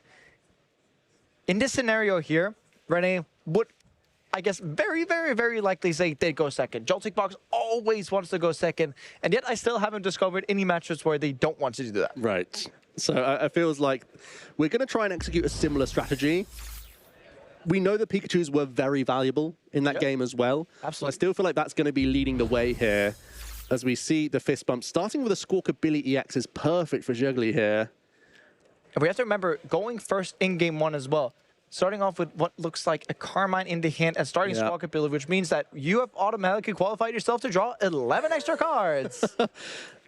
We are having to throw away a few pieces here. One of your Super Rod in addition to some of your Fire Energy, but the list is built in this way that it might not be all that punishing. There are 4 Night Stretcher within the list. That might actually allow the Armarouge to be one of the more accessible cards now as we continue through the game. We have a couple additional basics. No Charcadet just yet, though, so Squawkabilly is going to have to help us out here with the Squawkenseas, tossing away a couple Iono. Again, the deck has been built in this way with the Palpad within the list that we essentially say that whatever we draw in the opening, we can make do even if we get rid of them. Yeah, you're able to toss most things and feel fine with it. We do at least hit the Charcadet here. That is the piece that you need on the turn 1. We don't care about the rest. Potentially also a Ho and some energies would be nice, but these are the core essentials that we need to hit on a turn 1. I mean, Squawkabilly, Charcadet, pretty nice. Energy, good. That would be sufficient. It's not as picturesque as it was in that game number 1, especially with the hand looking a little bit more precarious. Next turn, it might be an Ultra Ball for a Mew EX to try and draw some cards. So we are going to Palpad some additional supporters back in to improve our top decks here. Whenever you have the chance to do this, try and spy what your turn looks like next turn. If you don't have a supporter card, let's increase our odds off the top of our deck. Palpad going to do just that with an INO and research brought back in. And then a pass over to Rene by the looks of things. If you look at Rene's hands, it ain't looking good. It looks like an attach. And typically when your opponents are doing this, it's an attach and pass. And the supporter cards I see are Boss's Orders, gets us full arts. So, yeah, that's boss, grass. And just a pass over to Gargly. And, you know, we have to look at here, what are the fighting attackers that we have available to us? It's a Fessendipity pass in the active, but it has 260 HP. Joe, are we actually going to be able to deal with that in just one? I don't think we can. Our highest damage output is via the Reshiram EX, which gets stronger as the game develops. That's not now. We don't have any fighting type coverage within all of this toolbox of attackers. And, I mean, we can launch some pressure damage with a Terapagos. That could be some of our highest damage output, but thanks to the Bravery Charm, Rene might still be clutching onto a way to not lose immediately. So translated, what you're saying basically is that Rene has successfully bought themselves another turn. Mm-hmm. Whether or not that's going to be successful, right? That's so much the question, right? But at least when you're sitting in these positions and things may be looking bleak, you always got to look towards what gives me the best shot. It's not necessarily, it doesn't have to be a good shot, but what gives me the best shot possible. And yeah, Rene had to do this. And actually both players are in a precarious spot because this Mew EX still has to do some heavy lifting to get us drawing more cards. There's a second Prism Energy attached, and we have 3 fresh cards here from Mew EX with that restart. For us to even launch any pressure whatsoever.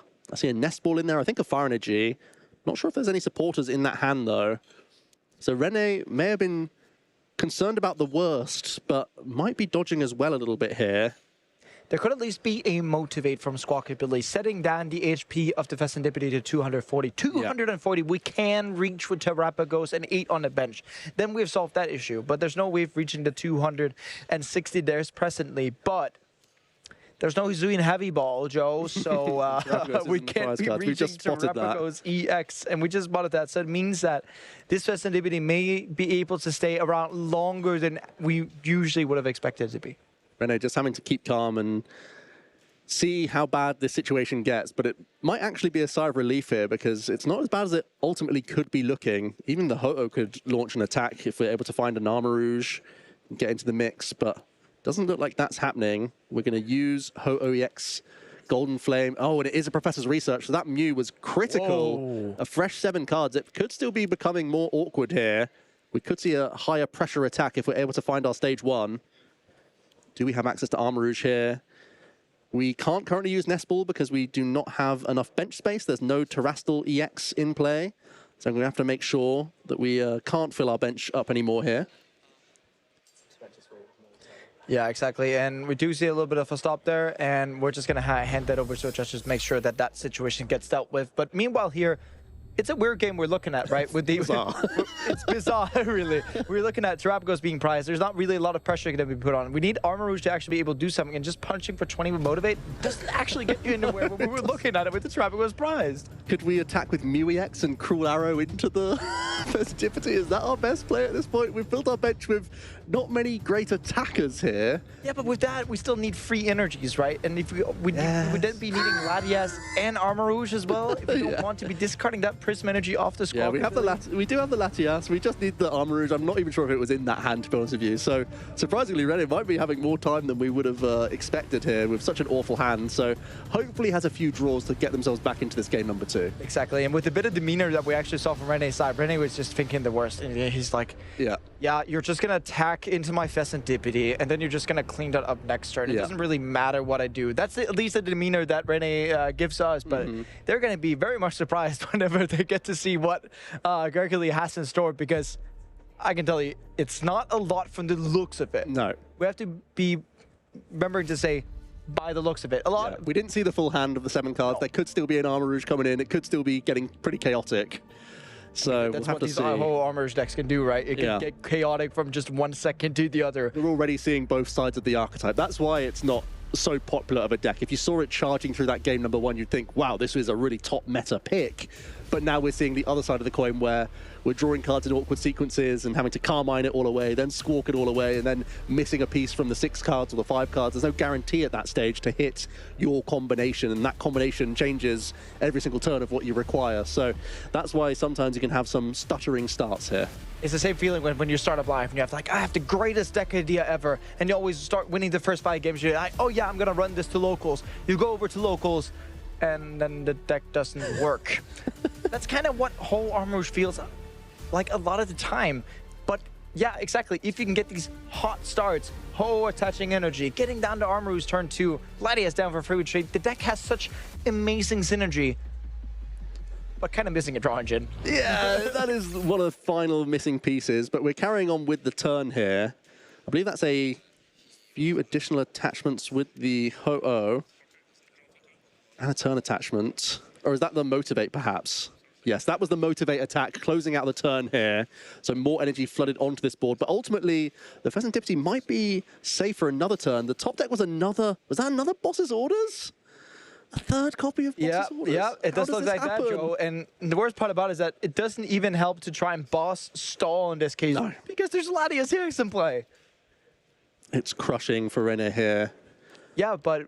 Given an extra turn, though. There's still an extra turn. We still have to use Shining Feathers actually twice to be able to do anything about this. So it means that next top deck for Rene has to be good. It wasn't as bad as Rene would be thinking. Typically, if you're Rene now, you'd be thinking, just draw that Arm Rouge and get me over with.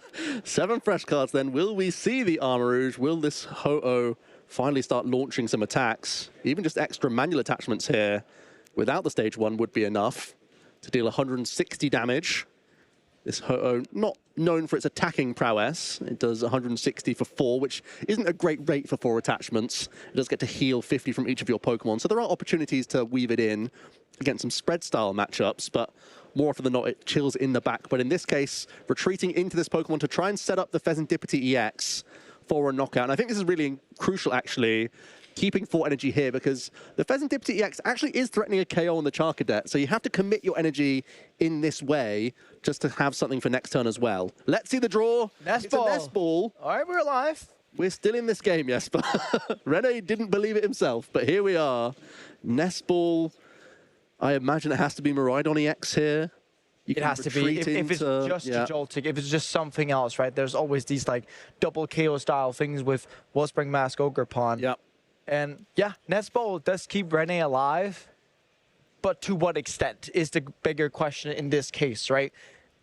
Although Gertrude doesn't have Arm Rouge down, it's going to be pretty awkward to get things going exactly. And then you're also going to be thinking, well, if Rene just gets down a Joltic, you have to start like using Iron Bundle, then plays down a Terra Pokemon, then try to fill up your bench if you want to get, more of your attacking Pokemon into play.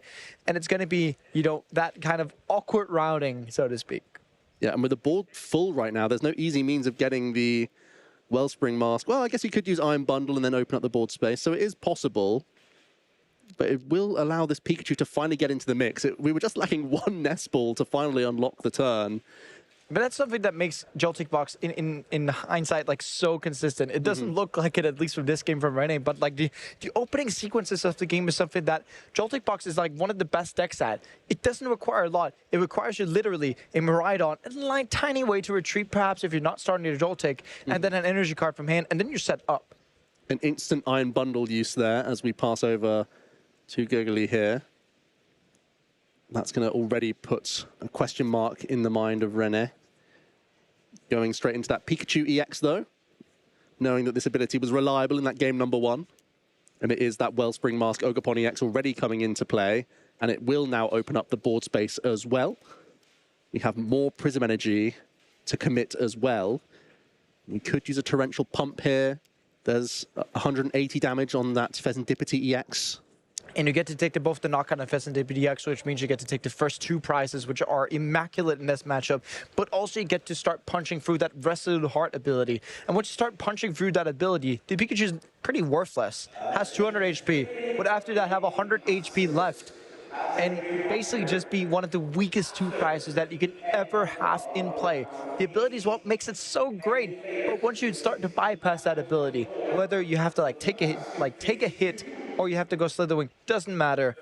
It's one of the more squishy Pokemon had it not been for that ability. Here comes the Torrential Pump then for the full effect, dealing 100 damage to the active, and also by shuffling 3 energy into your deck, you get to deal 120 to one of your opponent's benched Pokemon. So we will have to shuffle energy back in from this Wellspring Mask, but it does allow the first 2 prize KO and also Pikachu being set up quite nicely there. And Rene still in the game just about, but it's also once again looking pretty awkward. They've had a terrible opener. But perhaps this Night Stretcher opening up the Flip the Script will give us access to finally more cards, because we're still just clutching on to boss right now. Yeah, those free bosses orders are not the supporter cards that we would need right now. We even need a Lightning Energy to be able to attack, but we do draw to Crispin, and we get Latias, which means that we keep our energies in play. Free Retreat's always nice. Crispin being able to get these attachments. We could grab something like Metal, like Lightning, to be able to power up both Miraidon and Pikachu this turn. Potentially retreating into Miraidon, making sure that if there comes something like the Ho into active, which is outside of that 220 range, that we can then take the knockup with Pikachu. But right now, at the very least, being able to put on some sort of pressure here, and potentially you could go Crispin this turn, still get the Metal and Lightning, but attach to the bench Pikachu, and then a Lightning for Miraidon. So you can actually make sure that even though this Pikachu inactive has 100 and has a 2 energy attached, you can still be able to pivot to another Pikachu with another Crispin if you get to draw into that. Yeah, that's planning a few turns ahead there, yes, but like you said, because we kind of have to at this point. We're up against a Ho-Oh Armarouge deck that can carve out 2 prizes in all sorts of means. So with a damaged Pikachu, we're going to keep that in the back, waiting in the wings so we can Topaz Bolt later. The last thing you want to do is leave yourself with a board with no energy attachments. And no doubt the Miraidon has to be the best attacking line this turn. But by committing energy to the damaged Pikachu, you can't rely on Resolute Heart again so much. So it plays into the hand that we've seen. Oh, wow, we actually see the Topaz Bolt now. So not the retreat that we were expecting. In fact, we're going to try and remove the energy from the Pikachu now and keep the Miraidon as a threat later. And it kind of opens up for, you know, if Gurgly then starts to attack with something like the Ho, that yes, you're forcing a boss from Rene. Yes, of course, there's free bosses in Rene's hand, but if you're thinking from Gurgly's side, you always have to force as many cards as you can. And these energies would then be safe on the Ho, which means that if you just promote the Ho, fire off, attack for knockout on the Pikachus, the energies are virtually safe on that Ho, unless there comes a Blood Moon or Saluna plus energy. And then we have to start thinking about, well, can we then keep enough energy in play till the point where literally benching a Reshiram this turn would be, I mean, a checkmate. We also have to think maybe Ampy Very Much could take a 3 prize knockout, meaning that you won't even require boss at any point later on in the game. That could also get you really close to the victory. I think you're right, Jesper. We're looking in a really favorable position now from the Ho-Oh side of things with an easy 2 prize knockout already mapped. It's about putting yourself closer to the victory without ruining all your resources. And the Lily's Clefairy EX is one of the most energy-efficient attackers that we can go for right now. With that Prism energy, the Full Moon Rondo is easily mopping up this Pikachu, and it keeps enough energy around to close out the following turn, which is well identified here from Gurgly. And yeah, it looks like it's a really strong position from the Ho-Oh side of things. And you can just retreat into Clefairy, as you said, very energy efficient in these stages of the game. And if you're being energy efficient, it means that, yeah, you're doing pretty all right. And one thing we cannot discount is that Eon Blade of Latias does 200 damage. We may even be able to see a game-winning swing off that on the next turn. Not very likely, as we don't have that open for us yet. But it's likely just going to be, you know, benching Reshiram. It means that when Gurgly gets a turn next time, if the Clefairy gets knocked out, literally just nest balling for Reshiram equals game over. Well, the Judge was picked up, and possibly that's the best supporter here we could opt to use. With no cheap attackers, we'd have to judge our way with Flip the Script towards Blood Moon to make things happen for a 1 energy attachment response KO. That's about the best thing we can sculpt here by the looks of things. I'd love to start throwing these tools into play, just so that we give ourselves better odds from the Judge, because we can draw back into these cards. You're right, Joe, exactly. But regardless of what we're saying, it doesn't make the situation any better for Rene. It still keeps it to the facts that this Clefairy, we have to remember there's Area 0 in play. If Rene starts to bench extra, the Clefairy's going to do more damage. If Rene takes a knockout, Gardevoir starts to bench a Terra Pokemon first, and then a Clefairy afterwards. This Clefairy can go out of proportion, or, yeah, that's what we're talking about. You know, getting into that Reshiram. I'm pretty lost for what, like, out of this judge, Gardevoir has to miss so much. He does. But it all starts with a Blood Moon EX as well here. If we can find that Blood Moon Ursaluna EX, we're even seeing the flip the script first here from Rene before even seeing the 4 cards. Oh, there's a Blood Moon. There is the Blood Moon Ursaluna. Where's the energy? Energy. No. Energy. Oh. It's a big miss. Even the Galvantula unable to attack. Yeah, means we have to attack Miraidon and just hope.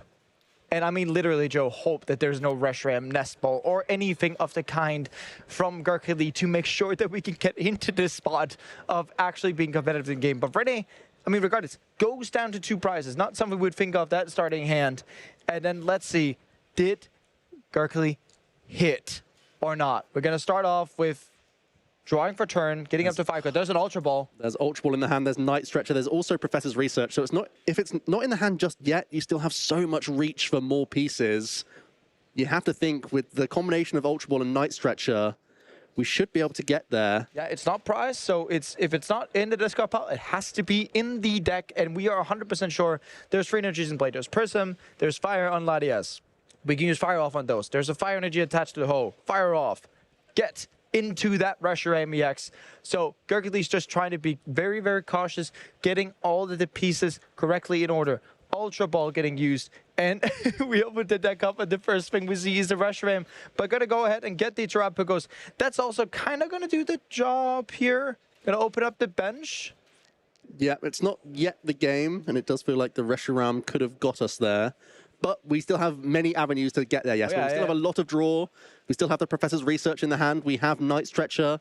Now we can even access... Well, can the Clefairy do it now with enough benched Pokemon? We can go to 6 benched Pokemon. Perhaps that's the route we're looking for here. Now Clefairy would be doing 220 exactly, because 6 plus 4 would be 10 plus the 20. So, yeah. Instead, we're seeing as many cards as possible.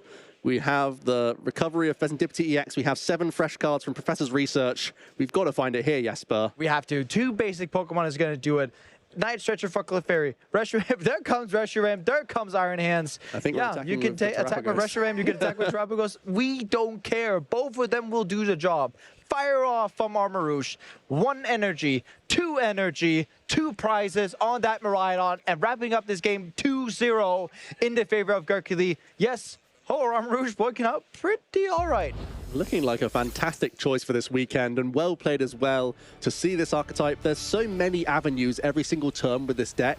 It's no doubt a toolbox, and we keep reiterating that, but it's not just about the type coverages, Jesper. It's also about, you know, all sorts of situations where Mew can be a great attacker, Pheasantipity can be a great attacker. Getting that Reshiram as the game develops can become a huge threat. Let's have a look at this replay and how it all played out. Yeah, exactly. We saw a game where it was a bit scrappy back and forth. So Reshiram really, when that came into play, when Rene was ahead by 3, being able to be actually quite an energy-efficient attacker, which is what these, you know, Armor's toolboxes need. Getting that knockout on the Pikachu after the first sob, punching through that Resolute Heart, being able once again to take a knockout on Latias EX, and ultimately it ended up being a case of, well, could Rene actually get into the pieces that they needed, right? And Iron Hands being able to swing those 2 prizes on the Joltic with the MQ very much, and that forced the hand of Rene really at that stage. And I mean, it was good gameplay to get from the back foot. And yeah, at the end, the Terrapagos being able to take out, we have to remember there was a boss being played there. But heading into game 2, yeah, I mean, really awkward for Rene, just having the attach to Pheasantipity. The Bravery Charm actually kept him in the game for a number of turns, to be fair, as we saw. Really not the sort of best of a bad bunch attackers, the Ho-Oh EX coming into the mix to try and pressure the Pheasantipity. And it was a fateful Nest Ball that at least got us into this spot where we could Jolting Charge, get this Pikachu and Miraidon both semi-powered up. But we saw this really smart use of the Torrential Pump, finishing off the setup Pheasantipity EX, initiating that prize race, but also crucially helping get around that Resolute Heart. That was the big headache that Rene was throwing into the active every turn, and in this case we could smoothly transition around that Pikachu in game 2. And transitioning around Pikachu was really important here. Could have gone for Reshiram for attack for a game. Could have gone for Terrapagos for a game. Multiple avenues were open for Jerkily when it came to it. And yeah, as we saw, these Holo Armorers boxes, regardless of the way that they actually set up, they can always get to finish off the business. And in this case, that is exactly what we saw. And it was a sweet 2-0 victory as well. We were saying that every now and then you don't have the best hand coming together and you have to accept that you have a third chance to get it going. But in both those games, it was pretty smooth sailing for the Ho-Oh deck. It always felt like they weren't ever facing down a potential losing position. It was whether or not they could find the win in time. Yeah, and when you're finding the win in time, it just works that much more efficiently. It just looks a lot better, right? We want to be seeing something that semantically just looks perfect, like punching back and forwards, getting the armors into play, such smoothness. Carmine turn 1, Squawk ability. It feels like a dance whenever you're playing this type of deck and you're just hitting all of the notes. And yeah, when you're hitting that double attachment with the Ho, you're hitting that prism energy of attachment, you must be feeling so elated and you're just sitting there like, this has to be the best deck in the world.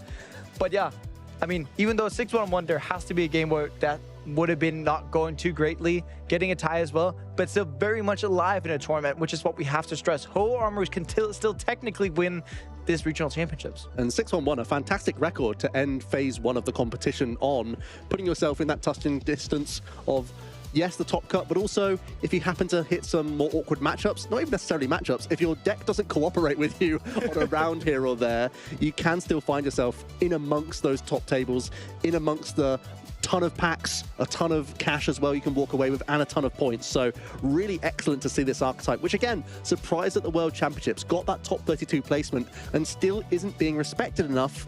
However, we've seen it now on a 6-1-1 record. Finally, people have to start taking notice, Jesper.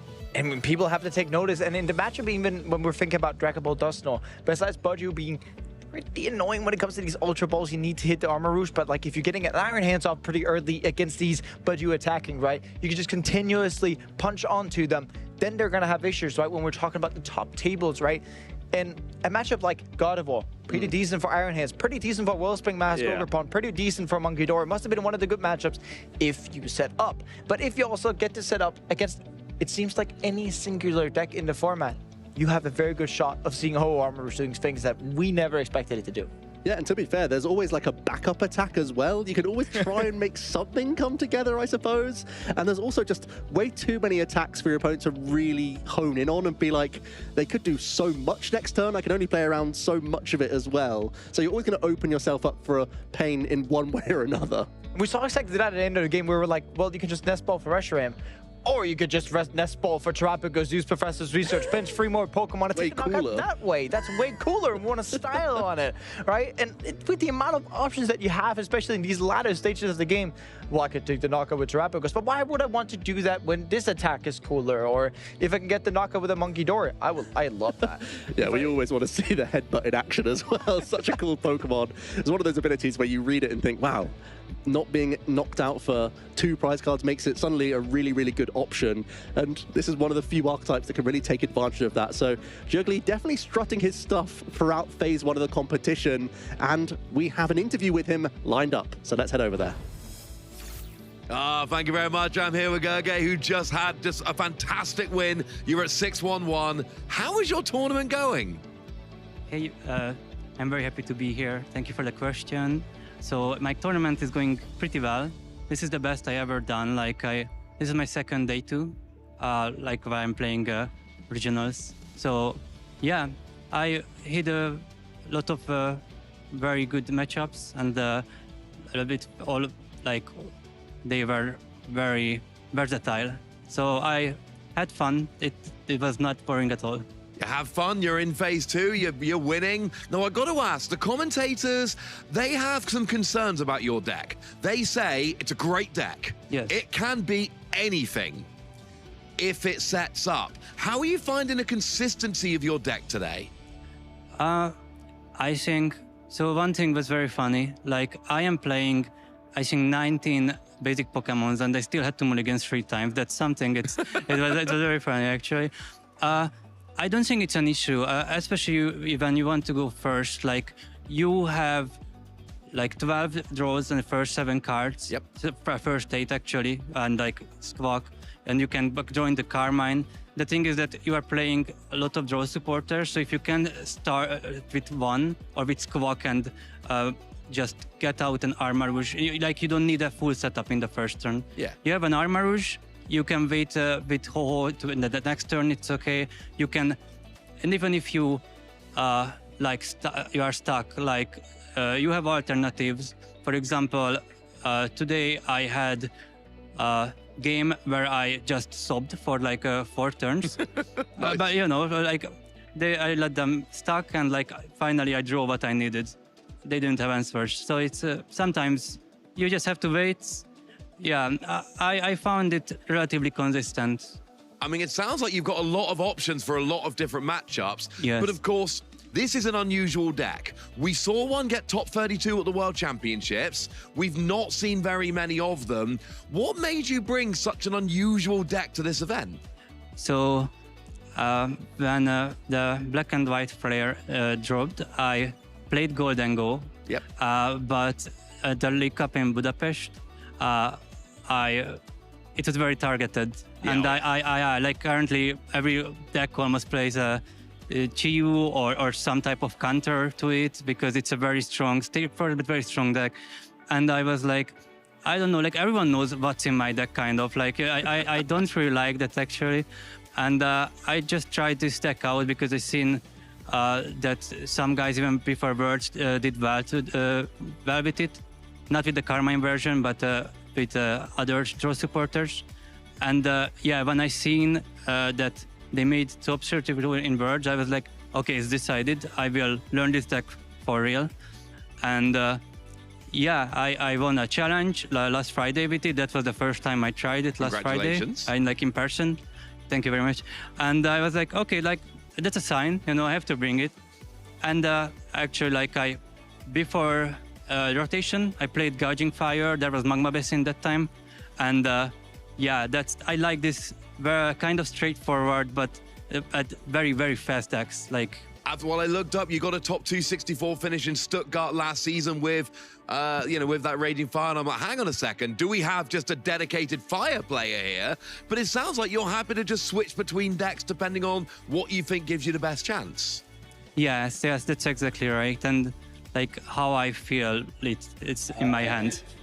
Yeah. I mean, it seems to be working so far. You're sitting at 6-1-1. You're doing fantastically. You've already won a challenge, so why not come, and just win a regional shortly afterwards? You're putting yourself in good position. Congratulations on your win. Good luck for the rest of the tournament. Thank you very much.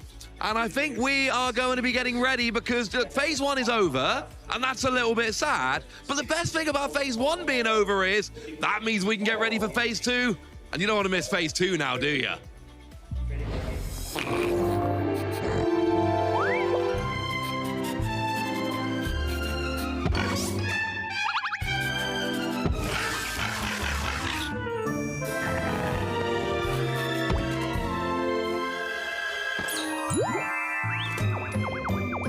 Every Pokémon trainer has one dream: to rock the crowd like Jacob Van Wagner, to shock the world like Shintaro Ito, or to topple the very best like Vance Kelly. And each year, there comes one stage big enough to etch your name into the Hall of Fame, the Pokémon World Championships.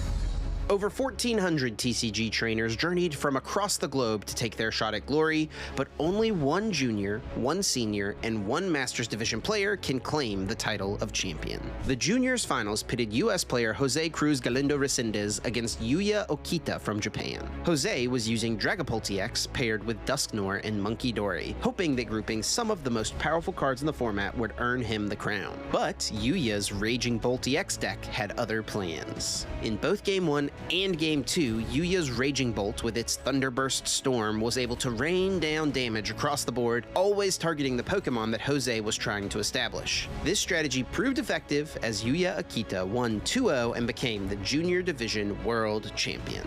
The Seniors Division featured the most promising young player in the game, Gabriel Fernandez from Brazil, up against Fuguan Liao, a decorated player from mainland China. Gabriel had won LAIC, EUIC, and NAIC this season already, but with one match between him and the perfect season, he faced an uphill battle. Fuguan's unique Golden Go EX Joltic Toolbox deck seemed to be favored against his INS Zolark EX deck.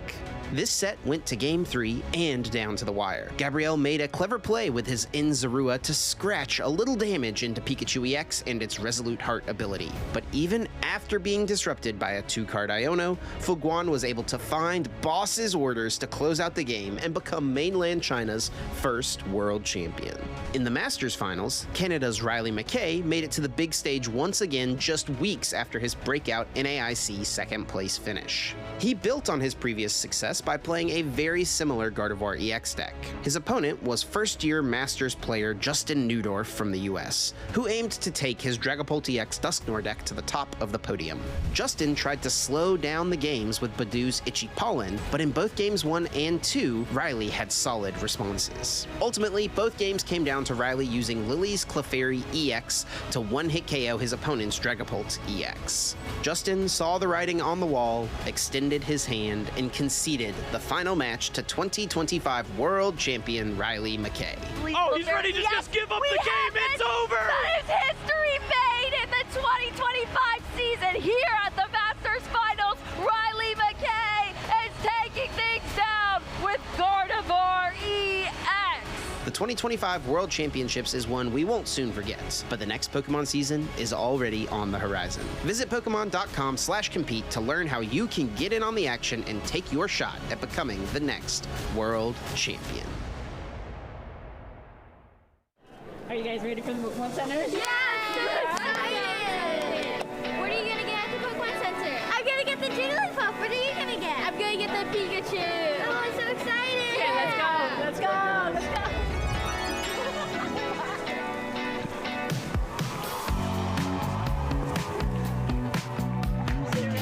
Yeah, let's go! Yes, we need to get these. Oh, this one. Oh, Psyduck. Oh, Psyduck, Quagsire, Tatsugiri, oh!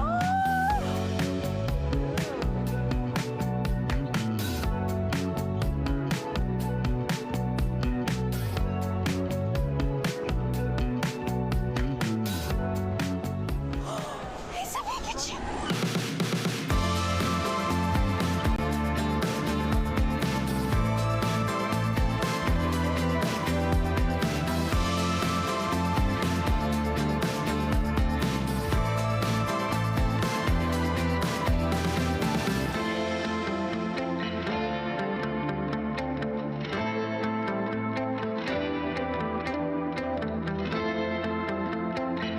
Tough choice. Remember, you can only have one.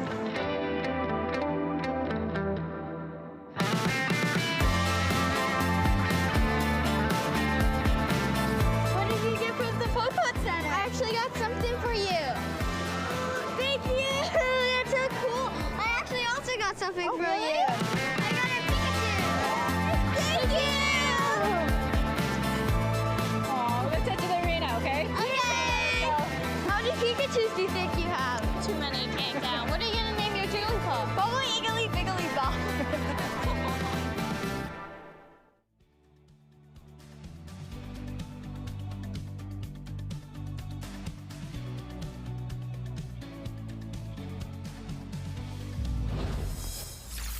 We are done with phase 1. We have done our first 8 rounds of Swiss here in the Masters Division of the Frankfurt 2026 Regional Championships. And yes, my name is Jesper Eriksson. I'm here with Ross Gilbert. And Ross, how many Pikachus do you have? Oh, how many Pikachu do I have? I have a lot of Pikachu, but I also have children who love Pikachu. I've got 3 of them. There are many of them. And all I can tell you is that they all like Pikachu, and they all take my Pikachu. So how many should I have? A lot. How many do I actually have? It depends, varying day to day. But put it this way, I could not go home from the World Championships with one of the Anaheim Pikachu. That would be a very silly thing to do. I have to take back at least 2, one for me, one for them. It feels like I'm in the same shoes whenever I'm speaking to my nieces who are, you know, kids of phantomized Pokemon players like my brothers. But speaking of very joyous Pokemon players and Pokemon enjoyers, we got Amy ready on the floor. Hello, trainers. We are here with Leander, who is the lead for the side events. Yes, there's more than just the main event. Leander, can you tell us what's a side event? Oh yeah, thank you for asking. So at side events, this is mainly for players that are either like already out of the tournament, spectators, or just people visiting the venue. You can play small, very fun events with other trainers having the same in mind. So we have two kind of events. So we have scheduled events, we have on-demand events for both the Pokémon GO, the Pokémon trading card game, and of course also the video game. For the on-demand events, you'll just have pods of 4 players, 4 random players, or you can also sign up as a group of 4, or just with other friends, to play in a round robin, so everyone against everyone, in a quick, short, nice tournament. For example, we have a booster battle, where you get 1 booster, you play the standard trading card game, but with just 10 cards out of the booster you just pulled. We also have a new format like the multiplayer booster battle, where you play everyone against everyone, but also you can attack everyone every round. So it's pure chaos, still with 10 cards. Wonderful chaos. Exactly. But we also have scheduled events, like bigger events that happen at a set time, where you just sign up and then you play in a group of many players. For example, for the build and battle tomorrow, we have both a solo tournament and also a team tournament where you play 2 versus 2. For the video game, we have a Chaos Cup, which, as the name says, it's just pure chaos, pure fun. You get just a random team assigned. So you have lots of different things for every Pokemon fan, every heart. So, yes. Oh, that's absolutely incredible. So there's so many more activities than anyone would expect normally. And so whether you do well in the main event and you continue playing, or if, you don't quite make it through to phase 2, you could start entering side events. They're on today and tomorrow. What events have we got coming up tomorrow, Leander? Do we have a sisterhood event at this Oh, yes, of course. I mean, like at all the previous shows, we have a sisterhood event again. All sisterhood events will take place at 1 p.m. for both, not for both, of course, for all 3 Pokémon GO, trading card game and video game. To sign up, just come see us at a Yellow Side Events area, at a Yellow Side Events Hive. Our staff is always happy to assist you, and we will get you through the registration process. It's quick, it's easy, there's nothing really big to do. So, yeah, join us. Absolutely. That's honestly the best thing to do. And whether you have a deck or you don't have a deck, there are trading card game events for everyone. There are pick-a-packs where you don't need to have any cards with you, or you can bring your deck to a larger event. Which is there a cup or a challenge style event tomorrow? There's both. So, wow. So we are in the morning, we have the cups for all the main event games. But we also have challenges for some people that might not want to cup, might not want like the big tournament, or like more comfortable, maybe thinking they could win a challenge for all games. So those will be available tomorrow.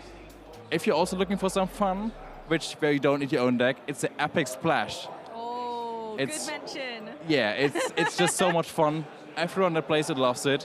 We have rental decks for you, so you can just come up to us, sign up. You'll be given a deck, and then you can just have fun to splash around. Oh, thank you so much for chatting with us, Leander. But now it's time for us to take an epic splash back to the caster desk. Well, yeah, it's always nice to hear from other people around the venue, isn't it? I've done a couple little, walking chats so far, Jesper. I've bumped into some lovely people. And what's really fun when you're going out there, you're finding people to talk to, you get to chat to other people and just I made some friends out there. I met some people. I have had a jolly good time this weekend, or just today, just wandering around, meeting people and finding stories to share, which is really what we're doing when we go out there and, try and find people to highlight on stream. We're trying to find stories to share, and I really enjoy doing that. Yeah, and I enjoy just seeing everyone out in the field. Most of our friends out there playing, right? Some of our friends are out there judging, and we get to hear all the good stories about all the things that they've seen today, about all the Ho-Oh armors that they've seen on the tables, as well as the Conkeldurr mirrors. I watched that today. That was fun to watch. Seeing just 2 people being like, are you also playing Conkeldurr? Yeah. It's like playing Cloth Mirror back in the day when we did that too. And you get to cast that on top with your cloth watching action. Man, I enjoyed that Cloth Mirror in Stuttgart. That was a fun event. I mean, I played a Garchomp Breakthrough Mirror, if anyone's old enough to remember that one. We were the only 2 Breakthrough Garchomp players in the in the hall. We found each other. We played a mirror. I won, no big deal. It does happen sometimes if you're both having good events or it's round one. Who knows? I'm having a look, Jesper. There are 7 people at 7-0 going into this final round, you know, that we just saw on stream. And I love that there's 7 people going 7-0. That makes me happy with the synergy.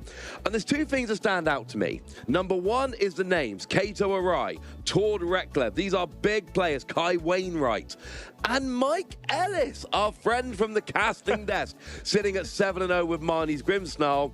But also the deck distribution in those 7-0s is pretty wild. We've got Dragapult, Dragapult, Dragapult, Dragapult, 4 out of 7 Dragapult.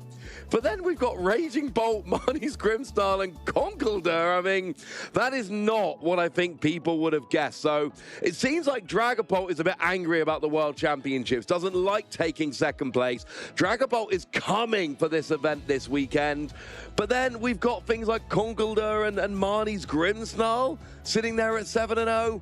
This is not turning into the tournament I expected. I asked at the beginning of the day for the players to surprise me, and frankly, I'm a little bit happy that they are. And I'm really happy to see all this Dragapult Dusknoll. Yes, as you're saying, after that World Championships getting second, people must have been thinking, no, not this Regional Championships. We're going to show up in masses. And the more Dragapult Dusknoll there's in the room, technically the bigger the shot is for Dragapult Dusknoll to win the entire thing. But one thing where these players start is always not at the Regional Championships. Nope. They can start online, but a lot of us, including, I think, myself at the very least. Oh yeah, and me, don't forget, I started here too. You started there too, yeah. But we started at our locals, and you can always get to find a local place. I'm pretty much sure wherever you are, there's always a place to play locally. And I mean, yeah, you started locally, right? I did indeed. Why don't we learn a little bit more about starting at your local game store?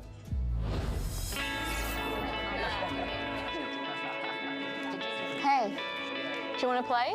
Yeah.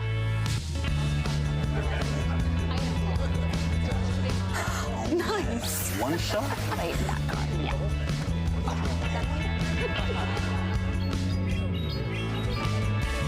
I'll use twin cannons. Great game, guys. Bye.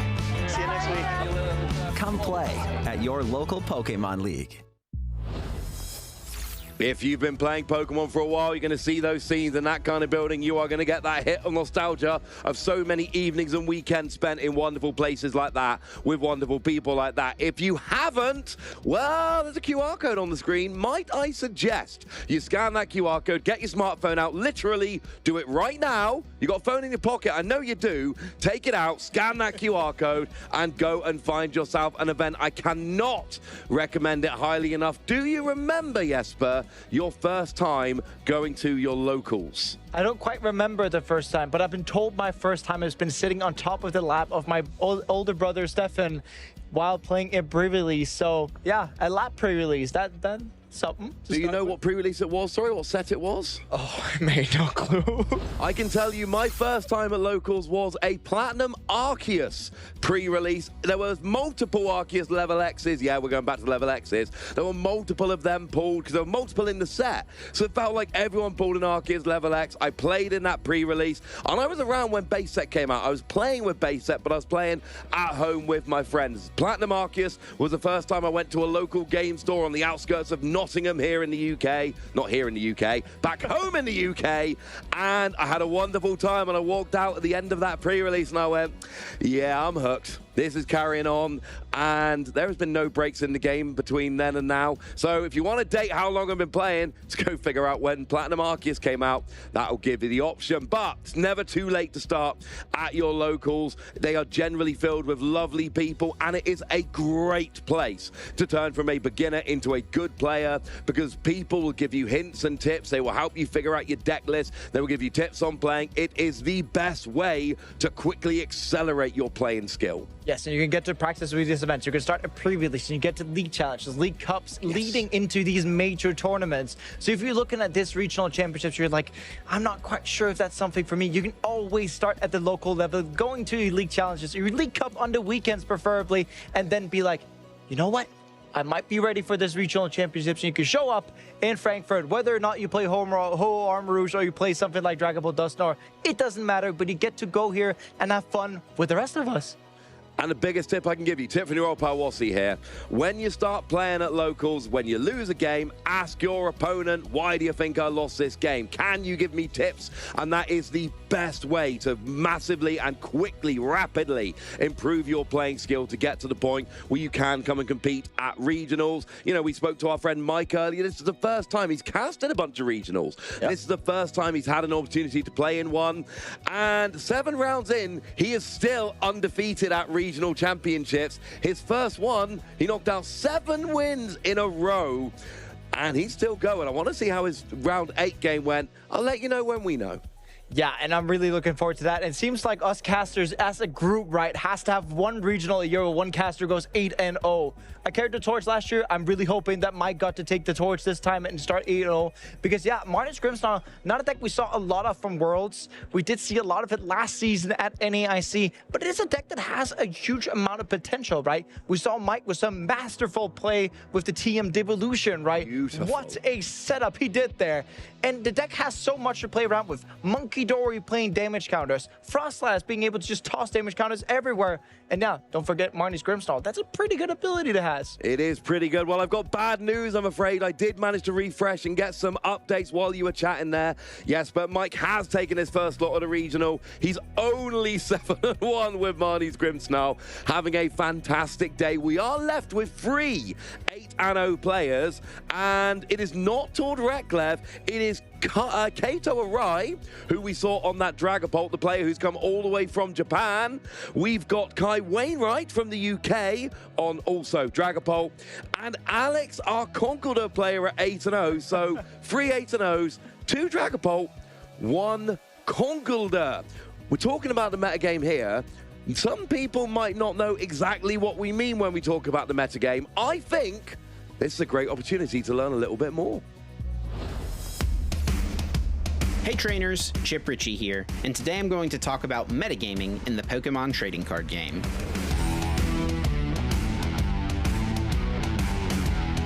The competitive Pokemon TCG landscape is constantly shifting and evolving from event to event. We call this the metagame. Basically, what decks are popular and what decks are most successful. Let's discuss how you can use this information when preparing for a Pokemon TCG tournament. By using the results of recent tournaments and following along with online discussion, players can attempt to accurately predict what decks will be most popular at an upcoming event. There are a few ways to approach a tournament with this information. You could take a popular deck or archetype and just choose to play that. There's nothing wrong with doing this. There's a reason those decks were successful at the previous tournament. They are really good. It's easy to find successful deck lists on the Pokemon website. You can either copy one of these lists to use yourself, or use it as a baseline and put your own personal twist on the deck. Some players will look at what has been successful and try to find ways to take advantage of the anticipated metagame. This can be in the form of a single tech card to have an answer to something you expect to play against, or it could be an entire deck. When a player builds a deck with the intention of countering the expected metagame, this is called an anti-meta deck. Anti-meta decks can be very powerful, as they include cards that are good against a variety of popular strategies. But they also can be risky, as oftentimes these decks are less consistent and could lose games simply because they fail to get set up quickly enough. These are not your only 2 choices, however. Playing the best deck is rarely a bad choice, and trying to find an anti-meta strategy is very fun and rewarding, but you can also find some middle ground. There are dozens of viable strategies that you could play at any given tournament. It really becomes a numbers game. If there's a deck in a format that consistently makes up for 25 to 30% of the meta, it could be a really risky decision to play something with a bad matchup to that deck. I think it's important to recognize that it's okay to play a deck that has a bad matchup, so long as that bad matchup is something that you feel is not going to be very popular. The metagame is also constantly shifting between events, so it can be useful to stay in the loop online to see what the community is discussing and what players are thinking leading into a tournament. When making your final decision, comfort level should also be a factor. It's worth your time to practice and prepare to make sure you have a game plan regardless of what you come up against. Being familiar with not only your own deck, but the popular decks in the metagame will increase your chances to become the very best. To see all the action, be sure to tune in to our Championship Series coverage, and to learn more, visit Pokemon.com/play.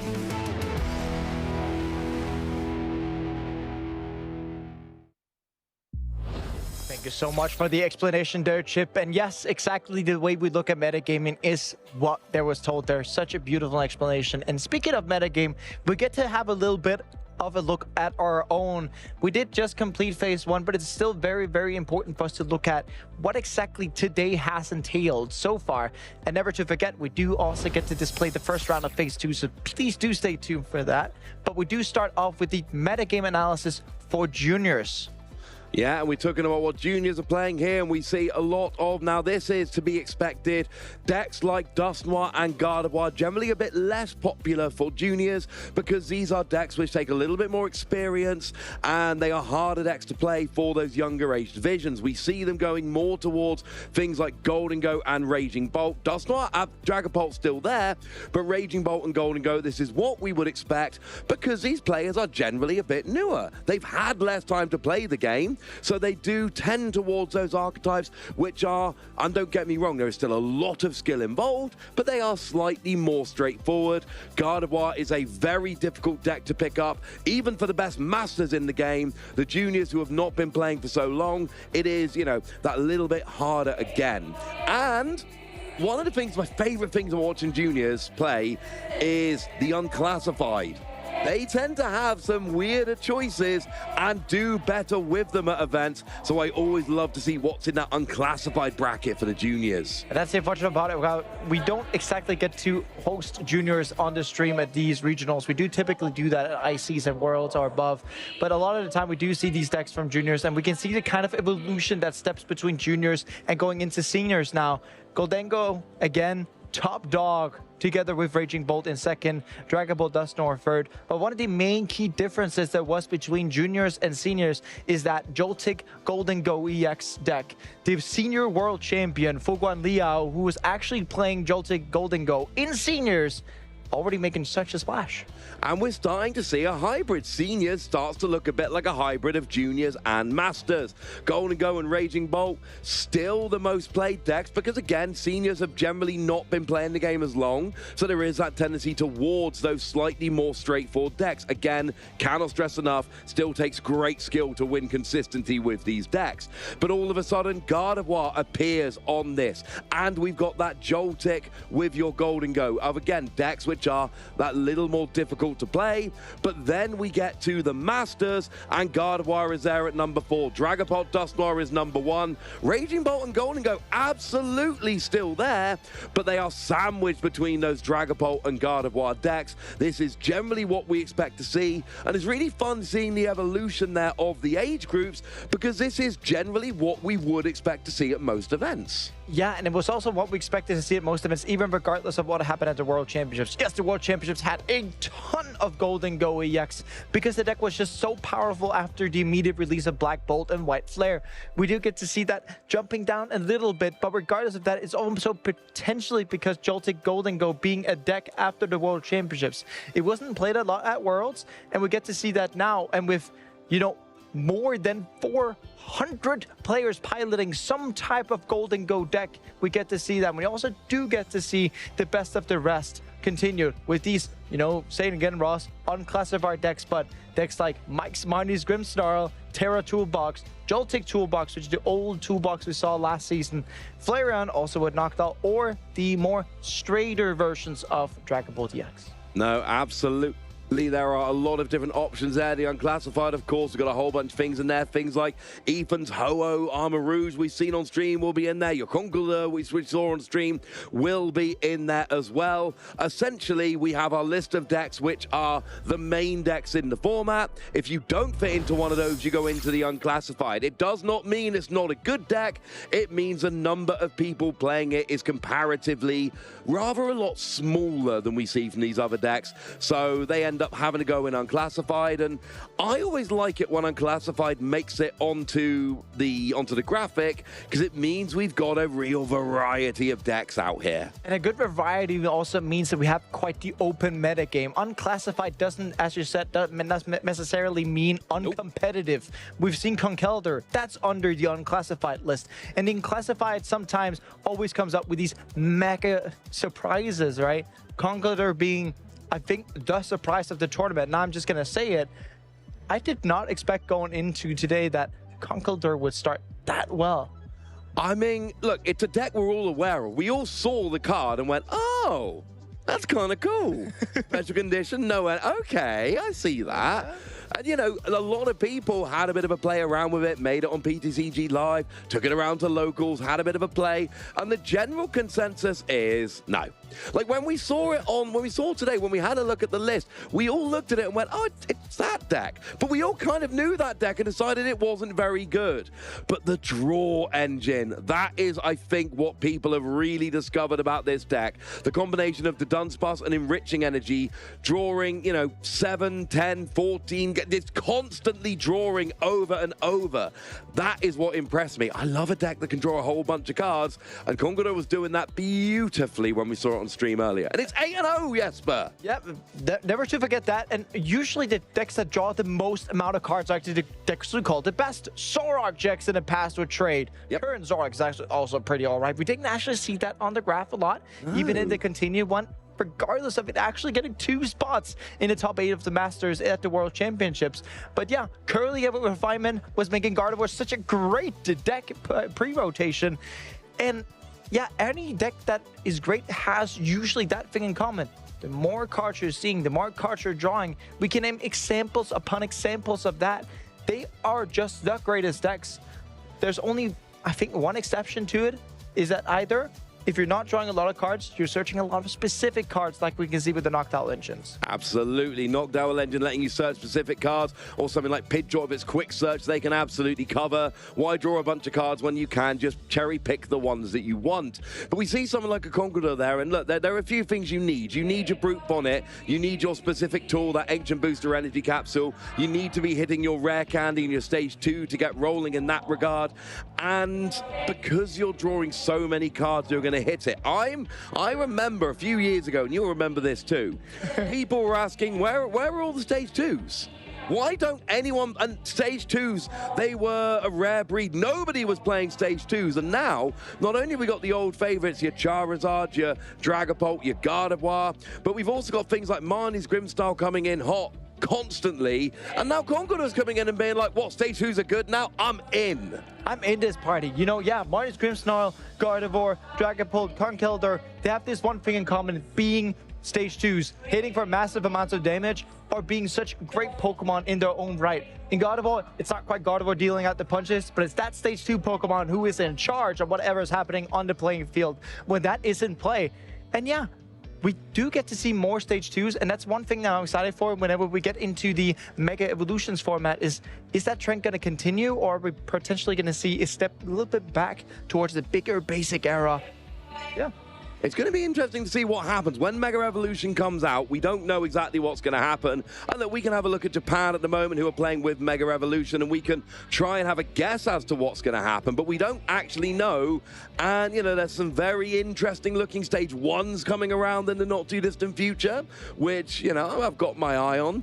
But right now, Stage 2s are absolutely central to the game. And it's a combination of power and a lot of the time draw. These good decks, things like your Dracloak in your Dragapult deck, having, you know, things like we've seen the Conkeldurr with that draw engine, you need to work consistently. Stage 2s are generally more powerful. That's why they're Stage 2s. If you can set them up consistently, and the best decks you can set up consistently, they are going to work. And I am delighted right now, Jesper, because I said at the start of the day, I want to be surprised. We've got Ho-Oh coming in here, sitting at 6-1-1 in good position. We got a Conqueror at 8-0. We got Marnie's Grimmsnarl at 7-1. But we've also got a chance to repeat what happened last year. We started the season last year in Dortmund. German Regional Championship. We had a Japanese player playing Dragapult, took down the whole tournament. We have 3 8-0s right now at the first tournament of the year in Germany, in Frankfurt, and one of them is a Japanese player playing Dragapult. Is it gonna happen again? Yeah, is Dragapult going to take it again? Is Japan going to take it again? And as Kato said to you earlier in the interview, yeah, Ryuki Okada is one of his friends, and are we going to keep this German regional championships within the friend group, right? That would be pretty nice to do so. And yeah, as the invites are so hard to get in Japan, it would be pretty nice for Kato to say, I traveled to Frankfurt this weekend. I got my invite to Worlds. I can relax if I want to. But knowing Kato, he's probably just going to go and play Champions League in Yokohama in 2 weeks and just absolutely going to play as many tournaments as he can during the season. Because one thing for sure is that, just like the rest of it, he told you he went here to get stronger and better and practice. Yep. And even if he wins the tournament and gets the automatic invite, Kato is so set on playing as much as possible. And that's, you know, what we get to see at these regionals. It's a lot of rounds we get to pile through. We're talking about up to something like 13 Swiss rounds once we're playing this before the asymmetrical top 8. And just to clarify what we're doing right now, the reason why we're waiting for the matches and all that is we've finished phase 1. We finished the first 8 rounds. We're going to be playing the first match of our phase 2 today to make sure that we have ample amount of time to make sure that people can be finished tomorrow as well. But playing the first 9 rounds out and then starting that phase 2 up. That's why we're waiting to see. People have to see their standings, have to make sure that their standings are correct. And after we gotten the standings correct, everything will be starting off with phase 2. Yeah, we're getting ready for the first round of phase 2. That's going to be fun to see. But right now, we've got a couple of people. They're waiting on the couch. They're going to draw some pictures. And I think it's going to be a jolly old good time. So let's go and figure out what Amy and Joe are up to. Hi trainers, we're back. My name is Amy Wasley and I'm here with Joe Bernard, art aficionados, ourselves. Goodness gracious. Anyway, we're going to be playing a little game with you guys at home. So I've got my drawing pad and I'm going to be drawing a Pokemon trading card. It's going to be a Pokemon or an item or a supporter. It could be anything, but I'm going to draw a Pokemon card and you have to tell me which one it is. Wonderful. Specifically. Okay. So even if I start drawing a Pokemon, you don't have it right until you have the exact card. Okay, Joe? Okay. Great, so that goes for you guys at home as well. Be writing in the Twitch chat. Make sure that you got to outshine Joe, basically. Okay? There's a lot of pressure on me as well as you, Amy. Yeah. But I'm glad you're the one doing the drawing right now, and I'm the one guessing, that's for certain. If you get too many wrong, I'll hand you the iPad. I've seen your work before. I'm confident you're going to give me some good clues here with your drawing. Okay, so we're going to go with my first one, and I have... So you're being fed answers. Yes, so right, what I'm going to do is... You've got to do it all off memory, all off the cuff. Yes, all of it. So we're going to go with my first one. Let's keep it easy, I think, for the first one. Is it a Jigglypuff from above? How did you know? Okay, seeing what I'm hoping is claws or arms of some description. This is going great so far. Ooh. It's either hot or smelly. Okay. Are these... So this feels like it's more like an item card than a Pokemon. It's holding something. Or is that its... And then... I'm still trying to see, are these dots the eyes at this point? Like. It is a Pokemon? I'm so terrified. I forgot what it looks like. That's not great. And then this is makes... it's an evolving, so it's either a basic or a stage 1. It makes fire. Yes. I'm so worried. Okay, you're going to have to give me a hint whether it's... Am I going for a Pokemon right now? I still don't know if I'm going for an item. It's going for like a cake or like a Or is that its body? Is that its feet? No.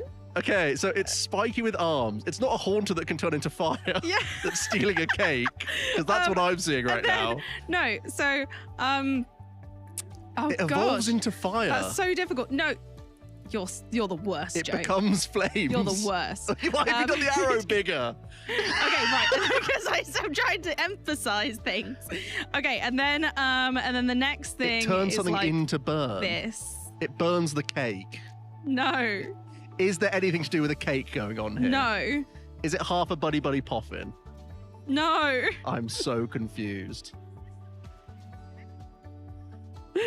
So, what? A pizza?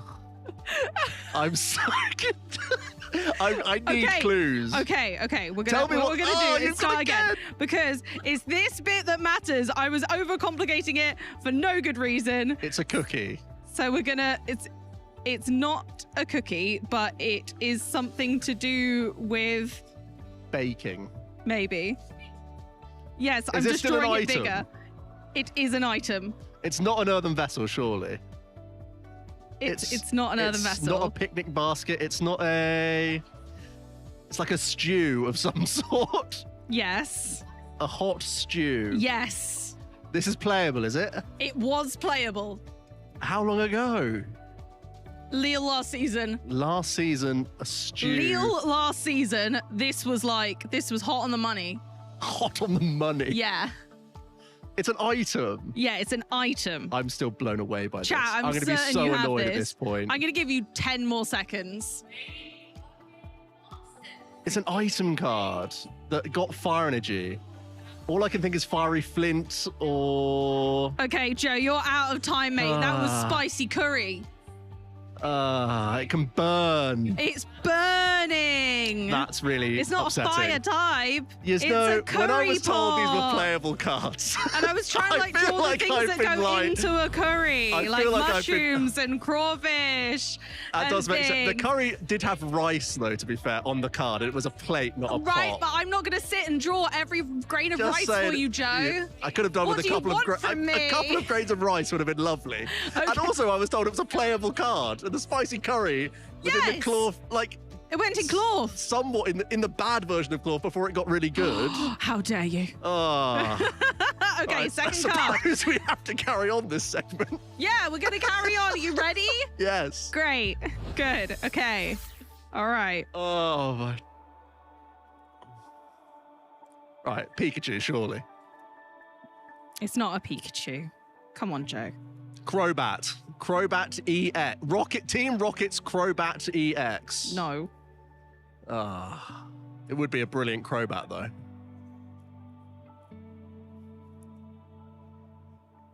Well, it's definitely bat-like. You weren't wrong with the Pokemon. Oh, so it's just the wrong version of Crobat. Yeah.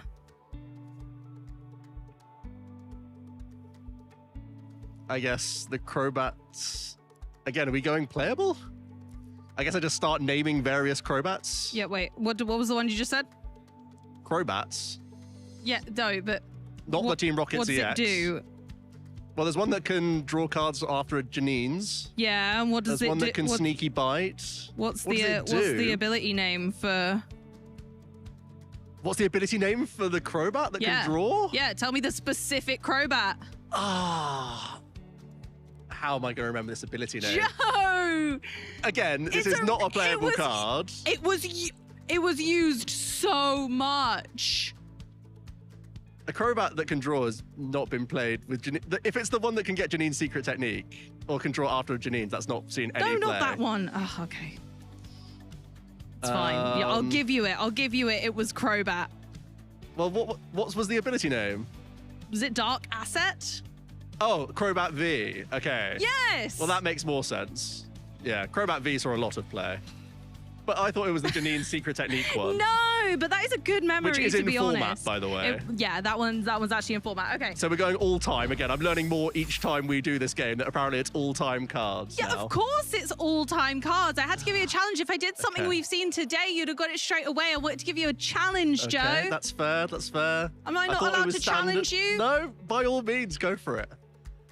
It did draw only 5 cards. You could have drawn 6 cards and then Well, I kind of I'm gave always up a after critic. you weren't I am a getting critic. it. This is a very harsh critic for what was a brilliantly drawn Crobat in the first instance. Thank you And very much. To be fair, Crobat V was the most playable Crobat we've had in many years. So I thought it was the obvious That's one. probably my fault. But hey ho, that's enough of us thank messing goodness. around with some cards from the past. Let's throw you guys back to the casters for some more action. I'm so sorry. Thank you very much, and everyone at home needs to know that we got spicy seasoned curry, incredibly quickly. I thought, Amy, your drawing was fantastic. I am not a critic. I have no criticisms to make. You were awesome. Yes. So, Jesper, we're heading on to phase 2 now. Yep. How is it going for... Explain to everyone at home the difference between phase 1 and phase 2 and the different challenges the players have got now. Basically, what we do with phase 1 is that we start to weed out the tournament a little bit. We play the first 8 rounds, and then after that, everyone with a record of 5-2-1 and better, which means 16 match points, are going to be continuing on towards phase 2. Phase 2 is much like phase 1, another set of Swiss rounds, and then after we played our Swiss rounds in phase 2, we go ahead and do the asymmetrical top cut, which is a maximum of 16 in this case. So everyone who has the same score as number 8, yes, down all the way to number 16, gets to have a shot at being in the asymmetrical top cut. And thereafter, we start playing single elimination, where players start knocking each other out. And then at some point, we will reach champion. We get top 8, and then from top 8, we are single elimination. Now, the asymmetrical top cut, I adore the asymmetrical top cut, because what it means is if you finish with the same record as the player in 8th, as long as you're not 17th or lower, you're in. So they get, 33 points for argument's sake. Everyone with 33 points gets in. There were many tournaments in the past where you'd look at it and go, oh, so I got the same number of points as number 8, but I'm not playing in top cut. That seems unfair. Doesn't happen here. But the higher seed is still good. So let's say, simple example, there are 9 players in Top Cut. That means the top 7 are in, but 8 and 9 have to play for that final 8th position. Higher seed, less chance you've got that you're going to be playing an asymmetrical Top Cut, and you will go straight to top 8. But here we have the standings on the screen. And, well, we said our 3 8-0s. What else stands out here for you, Jesper? Conkelder. 8-0. It looks like Cloth as the stage 2 deck. Yeah, it does. Last season at a German regionals, we also had, Stuttgart regionals, exactly. Also here in the southwest part of Germany. 8-0 Cloth. Now it's 8-0 with Conkelder, Kai Wainwright, and Kato Arai, also both piling different Dragon Ball variants at 8-0. And yet we get to see a whole slew of players who are doing fantastically. Yeah, you see there a bunch of 701s and 7-1s. We've got some players that will seem very familiar to you on there. Tord Reklev sitting down there at number 12 after just taking 1 loss in the final round. Mike Ellis at number 10 after taking 1 loss in the final round. But it's those 3 8-0s that we are most looking at here. We've got Kato Arai, who is playing that Dragapult deck. We got Kai Wainwright playing Dragapult, and then Alex Bismara, your number 1 seed right now with Conkelder. I cannot stress enough how unexpected this is. That deck has received absolutely no hype. I am always looking at Japanese results, Jesper, trying to figure out these secret decks and what they might be. And I am seeing deck after... I've seen Team Rocket's Arbok winning Little City Leagues over in Japan. I have not seen Conkelder being hyped in Japan at all, and I assure you I've been watching. I don't know if you watched the City League of last week, actually, because there was actually Conkelder that got either second or top 4 in a City League last weekend in Japan. Okay. So maybe Alex, I've looked towards that and been like, it's doing quite good in the Mega format. Maybe potentially it can maybe take it into this format. And it's been working wonders for Alex, who stands at an 8-0 record. First seed heading into phase number 2. And potentially, going on further. There's no reason as to why that Conkelder's deck has to stop working.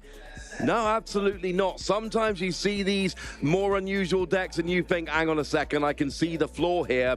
I'm not sure we see it in Conkelder going 8-0. But look, we've shown you the top players. We do have a list of some other players who have gone and made it to phase 2. So let's see if we can pick out some names here from players that, is there anyone? Maze Breckenmeyer, maybe they're a player people have heard of. Maze Breckenmeyer, as said, finalist at the 2015 Pokemon TCG World Championships.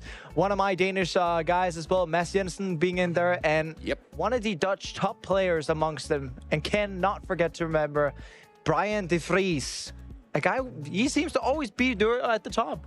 Yeah, you've picked out all the names I was looking at, but Niels Jurgensen, another player you might be familiar with, you might have seen at some tournaments before. There are some very, very strong names. I'm going to give a shout out to the lovely Antoine Boulet, who has made it to a 6-1-1 record, has made it to Phase 2 as well. Somebody I was chatting with before we came live here. They're not on the graphic, but they're a very good player who's had some very good success in Japan as well as in the West.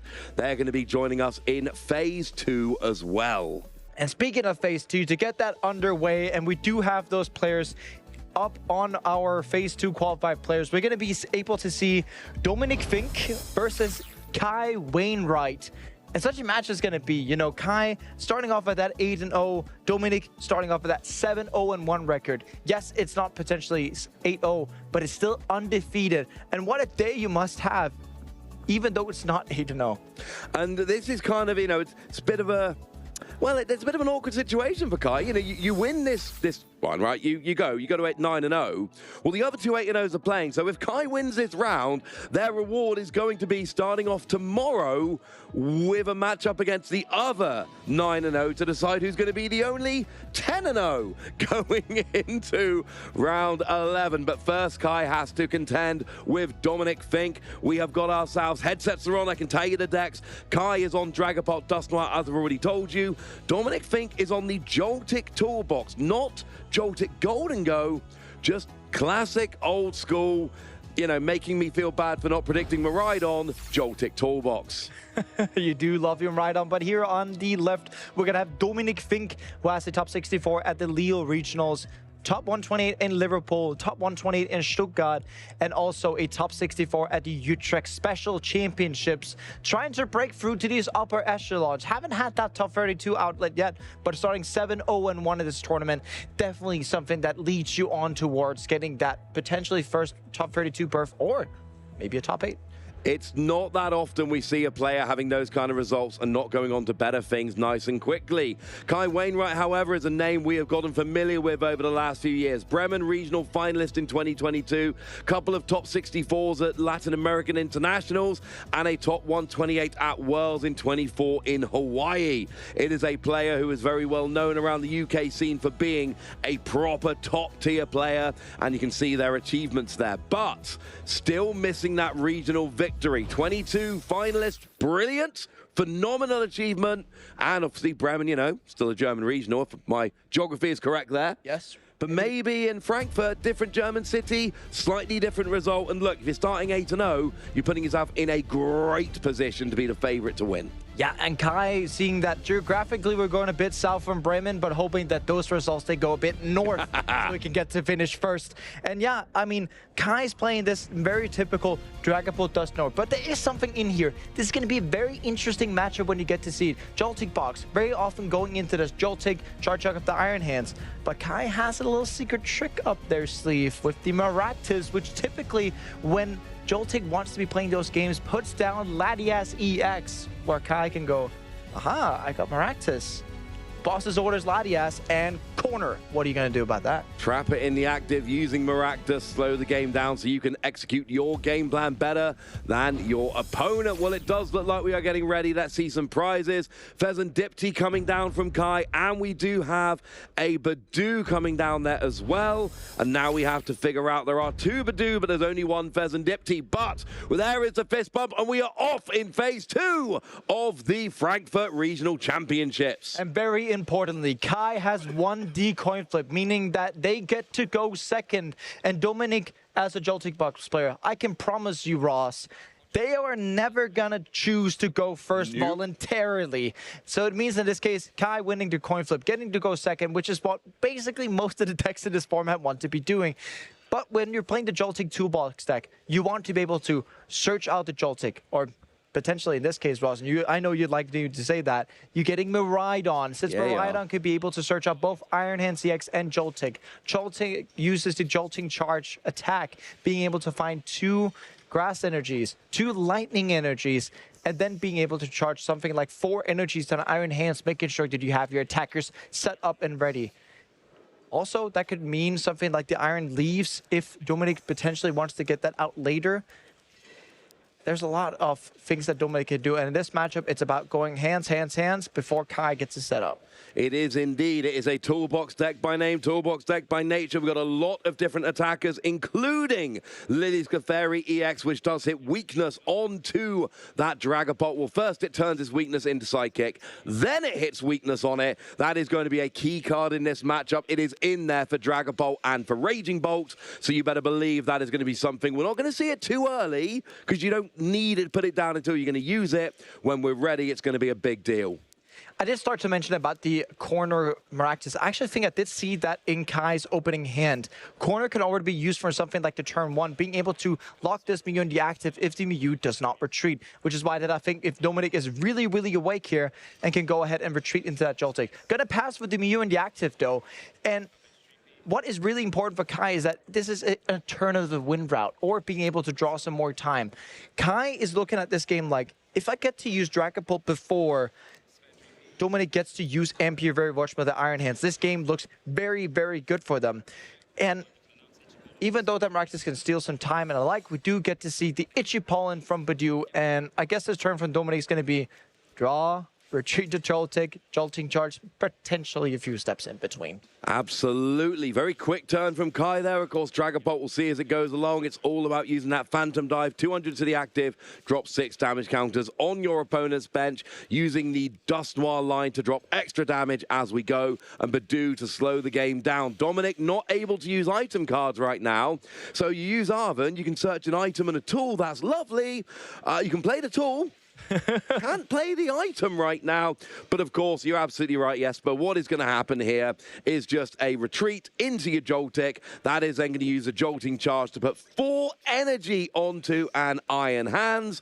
And then they are going to be ready to roll afterwards. Yeah, and ready to roll indeed. And that Braver Charm being able to swoop that Iron Hands up to 280 HP. Not to forget, though, that Kai does play the Jamming Tower into, which turns that Braver Charm off. Although it means that Kai has to hit that towards getting that easier knockout on the Iron Hands. Gonna go over to Kai now, and after this Jolting Charge, which I am pretty sure of, even though we don't have full confirmation of it, it's gonna be 4 energies to hands. I don't see anywhere else that Not 4 to hand. Not allowed to do that. 4 to hands. And now Kai was a little bit excited there, already started his turn before Dominic had finished that Jolting Charge, but we're all good. We've got the Drac Cloak. Oh, look at this. Maractus, you say? Saying, I don't have much respect for you, Joltic. I don't think you're going to be using any useful attack after this first one. So I am going to corner. I'm going to trap you in the active. I need time to set up my Dragapult. Maractus is going to give it to me. And this is going to be so smart for Kai, because either Dominic has to evolve this Joltic to get into the Iron Hands. The corner says the opponent's active Pokemon cannot retreat. When you evolve, you get rid of all effects on the Pokemon, so you can get to retreat. But if you retreat into Iron Hands and take the knockout with Ampere very much, it means that the exploding needles of this Maractus is going to put Iron Hands into a knockout range from Dragapult if Jamming Tower comes into play. Well, there is another option, because Dominic is playing one of the Galvantula. So what you could do is evolve Galvantula, make sure you've got 1 Lightning, 1 Grass on, and there's already 1 of them on there, and that will actually hit 102 Maractus. Now, it would KO the Joltic as well, which is not ideal, but it wouldn't lead to damage going on the Iron Hands. I'm not saying...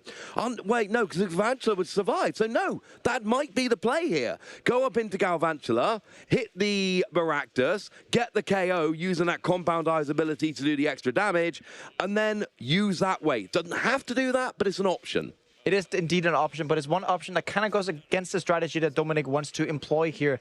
It means that they get to go on an uneven prize map. Yes. Dominic really, really wants to go 2-2-2 with the Iron Hands. It's why Iron Hands draws prizes in 2s, and that's why the best decks that we see in the format draws their prizes in 2s or more, is what we see of Dragon Ball taking these 2, 3, 4, 5, maybe even 6 prize turns sometimes, when especially we get to count in the Dusknors. So Crispin here from Dominic, charging up Pikachu to have an alternative attacker on top of that. Searching out Metal, searching out Lightning, and this turn, it's going to be really important for Kai to see, okay, Dominic, are you going to be able to get the Iron Hands off? There's another option even. You can use something like the Iron Leaves, which has the ability to, where it can push itself into the active position. And once you've done that, it also resets the corner. But just going to go ahead and Jolting Charge and charge up the Pokemon here. And Kai has successfully bought themselves a turn. Yeah, I don't want. This seems like a really good result here for Kai. Did Jolting Charge even get any energy here? It looked like it just got a singular lightning energy. Onto the Mew. Yes. Yeah, so 1 lightning energy is really not, you know, the whole point of Jolting Charge is it's phenomenal to get you 4 energy. You're playing a 30 HP Pokemon, it's going to get KO'd. You're giving up a prize, but it doesn't matter. You're getting 4 energy, and that is absolutely worth it. The good news is you did get the energy on there, but unfortunately, the second corner came down, and that means that it has gone and been KO'd. And again, Maractus sitting in the active going, come on then, go and attack me, I dare you. You will have to take 6 damage counters from my Exploding Needles ability. And like we said last turn, you don't really want to do that with your Iron Hands, because then it's so much easier to be KO'd by Kai. You definitely don't, but at some point you also have to do so, right? Kai has these 2 different ways of winning the game. Kai has to be open-minded into trying to win off the good old-fashioned way, right? Winning by using Dragapult EX Phantom Dive. But there's this corner attack is actually still very potent. If we can make Dominic play the Prime Catcher and the Latias, then if there's any weakness that comes down, then we can get to lock the game up with Maractus. Well, big play here. Boss's orders onto the Dracloak, and that is bad news for Kai. Kai doesn't play any rare candy, and there are a bunch of these lists that don't, and I think that's what Dominic is betting on right now. There was a chance where Kai could have gone Dragapult, Neo Upper Energy, Jamming Tower, and actually got a KO onto the Iron Hands if it attacked into Maractus. That didn't happen. Boss's orders to cut Dracloak. Dominic takes 2 prizes. There's no damage on the Iron Hands, and there is no Dragapult coming down this turn. A huge swing from that Boss's orders. You are right about that. And now Kai has to try and find their feet again. Getting that nice stretcher for Dracloak, trying to set up the Recon Directive, but just hitting with the corner into Iron Hands is not going to do the job. You either have to start moving this Iron Hands to try and see if you can potentially tell Dominic, if you don't have X amount of cards, these certain cards like Iron Release, Prime Catcher, or evolutions for different Pokemon, which we can't evolve any of them who don't play because they're basic EXs, then we can get there. But it's a difference of, can Kai buy time or not? Can Dominic get out and use Iron Hands to take 6 prize cards? There's always going to be in Pokemon in play for Kai where Dominic can just take 2 prizes. So it's for Kai to use these Ionos and basically say, can I put the odds in my favor for Dominic not to hit any type of gust, whether that be Prime, Catcher, or Boss's orders? Absolutely, because of course one thing that this Jolty Box deck does not really have is much of a draw engine on the board. Yes, I know you've got Mew that can draw until you've got 3 cards in hand, but that is not the most potent draw engine out there, and right now with 4 cards in hand, it's not doing very much at all. But this is where Kai is in a little bit of trouble, because you go away, you get the Maractus. Well, this Maractus is still going to give up 2 prizes if it's hit by the Iron Hand, so Dominic's still 2 prizes away from winning. Oh, and it's a Boss onto the Dracloak again, not taking that damage from the Exploding Needles, taking out 2 Dracloak, getting 4 prizes. I love this from Dominic, and now Kai is really, really on the back foot here. Yeah, and Kai really, really on the back foot. That singular energy being taken out, not to still thinking about, we do still have Neo Upper Energy, but getting a knockout on the Iron Hands this turn is going to be really difficult. So we all go into the spot where Kai has to say, I'm going to honor you. Please do not draw a Boss's orders. You still need time, unfortunately. That's what Kai needs here. You're not going to have a Dragapult. Well, I suppose you could actually with the Neo Upper Energy. The problem is, even if you get a Jamming Tower, which you do, you're 10 damage away from KOing the Iron Hands with your Dragapult. You really want 3 damage on there. There's only 2. That is not the maths we're looking for here. Amy did poker maths earlier, and I assure you, it's not working out like we want it to here. So we recon directive with the Dracloak, which I'm pretty sure that was down last turn, wasn't it? So it is eligible to evolve. Indeed it is, Ross. And yeah, but getting that recon directive going, getting the Ultra Ball, which could be for either, in this case, it looks like it's going to be something like a Dusclops or even a Dragapult DX. But yes, as I said before, we still need that Neo Upper Energy A-Spec. And if we're not getting that, we're not attacking with Dragapult. Nope. This may even be a turn where you put down Dragapult, retreat into the active, or go for Blood Moon Ursaluna to get the knockout. With the Jamming Tower, we can exactly get that knockout by the Blood Moon attack. And yeah, Night Searcher comes in, gets the attachment of Blood Moon Ursaluna, but there's still such an opening. If Dominic just hits a singular Grass Energy, he can just take the knockout of the Blood Moon Ursaluna. Absolutely. Pikachu hits 300 damage. That is going to be enough to get a KO on there. Do we get it? Here we see Miraidon doing a little bit of searching. We are not there at the end of the game just yet. Topaz Bolt needs a Grass Energy to use. Pikachu will get it, but I know I can't get enough energy on the Mew right now. We are really looking for the Grass Energy. Here comes Arven. He's going to be searching for, it's your Earthen Vessel for your Grass Energy, for your Topaz Bolt, for your final KO, and your 2 prizes to put Dominic up 1-0 with that Joltic box deck. Kai started today at 8-0, but is 1 game down here, and it is Dominic who takes the first game. And Dominic getting closer to that 8-0-1 score. This is the battle of the undefeated, and Kai doing everything that they can. We get to see the replay of the game here. The Jolting Charge, of course, getting that 4 energy to the Iron Hands. The Boss's Orders continuously just bullying out these Dracloaks, taking 2 prizes again, and then making sure that Kai is not going to be able to set up an attacking Dragapult at any stage. Boss's Orders again around the Maractus, not playing into those exploding needles. Thank you very much. Gonna take 2 prizes. And the end of the game, Kai thinking, okay, I can get the knockout with Jamming Tower, Blood Moon Ursaluna, doing Blood Moon, exactly getting a knockout there. And Dominic responding with Arven into Earthen Vessel into game. Pretty much just taking a knockout here with Blood Moon. Promotes Arven. Here comes the Vessel. Gotta discard a card. And yeah, Kai sees the writing on the wall. And we're going to go into game 2. We are going to go into game 2 here. And you saw the power of Joltic Box in that last game. Remember, they had to go first, which is not what they want to do. And one of the things I want to point out, yes, Dominic managed to get the boss's orders at the right time. That's obviously a big deal. But just cheekily setting up that Pikachu on the bench. Didn't do much, just attaching energy when you could, but just saying, I'm going to need this Ross, at some point. There's double Dracloak being prized for Kai and the Maractus, which is so important in this matchup. So every single matchup piece, it seems, for Kai is being prized here. On top of, well, Dominic not having that bad prizes. 1 Joltic prized, but that's not 2 Joltics. And yeah, Dominic going first again. But as we said last game, they won going first.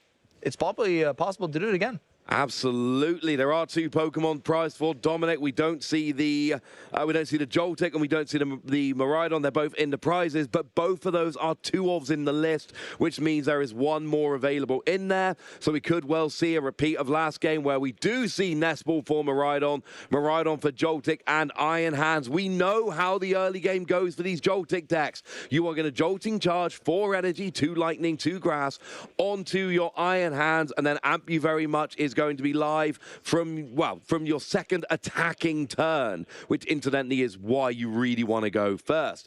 Remember, if Dominic was second, if Dominic was going second, turn 1 Jolting Charge, you just need a basic energy at this point. But you're still set up to do it just a turn slower. I think you're going to be okay. But still on Kai's side, staring down this Iron Hands that is going to come into full fruition. Dominic being really, really smart here, staring down at Badu with that Ichipon being like, yo, I'm just going to go ahead and play my Pokegear so I can make sure I have a supporter card potentially into my next hand. And grabbing a boss's orders already, that's a few turns down the line with those Dracloaks start getting to play.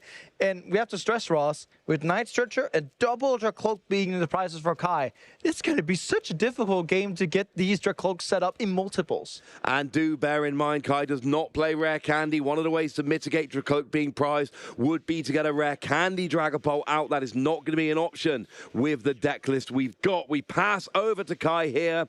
Now, the good news is that first game was only 15 minutes. And Kai, especially on that first turn, we didn't see that first turn big long search like we normally see. Here's a Hilda, though. We don't love turn one Hilda, do we? We absolutely hate turn one Hilda, Ross. That doesn't get us into any of these buddy puffins that we want to get for our dream piece.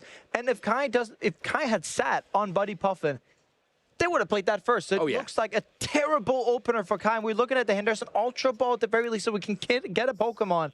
But yeah, it already looks very much like the ball is 100% in Dominic's court. And it's worth noting, Hilda does not get a basic Pokemon. Hilda only searches an evolution Pokemon. If you're wondering why you would go for a Dragapult rather than a Dreepy, you can't go for a Dreepy. You can Ultra Ball for one Dreepy, and you do know that you at least have a turn. Dominic is not KOing Dreepy on your next turn. They are going to Jolting Charge. You have one more turn to get your board sorted out, or things are going to go very badly. One thing I'm definitely not liking here is that, yes, that Dreepy is going to be allowed to turn into the Cloak with the Cloak in Kai's hand. But, as we already know, there's Boss's Orders in Dominic's hand. There's going to be a Jolting Charge to that Iron Hands. Whatever happens, Kai has to top deck something like Iono or Research to get going. Otherwise, that Dreepy with the energy on the bench right there is going to be falling down to an Iron Hands that's going to come after it, and there's no way to escape that if a Boss's Orders comes up. I'm getting deja vu here because once again we are under item lock, but we're still using Arven so we can grab the Bravery Charm so we can pop it onto the Iron Hand. So when we get the energy on, there is that little bit of extra protection. And here is the downside with playing no rare candy in your Dragapult list. If you've only got one Dreepy now, you can only have one Dracloak next turn, which means if it gets taken out, you can bench another Dreepy, but the following turn you can only have a Dracloak. This is what Dominic took advantage of last game. And if we see another 2 Boss's Orders like we did in game 1, I think we might see a similar result. For now, Jolting Charge, and Kai kind of needs to Iono because they know Dominic's got a Boss's Orders, but they also need a lot more.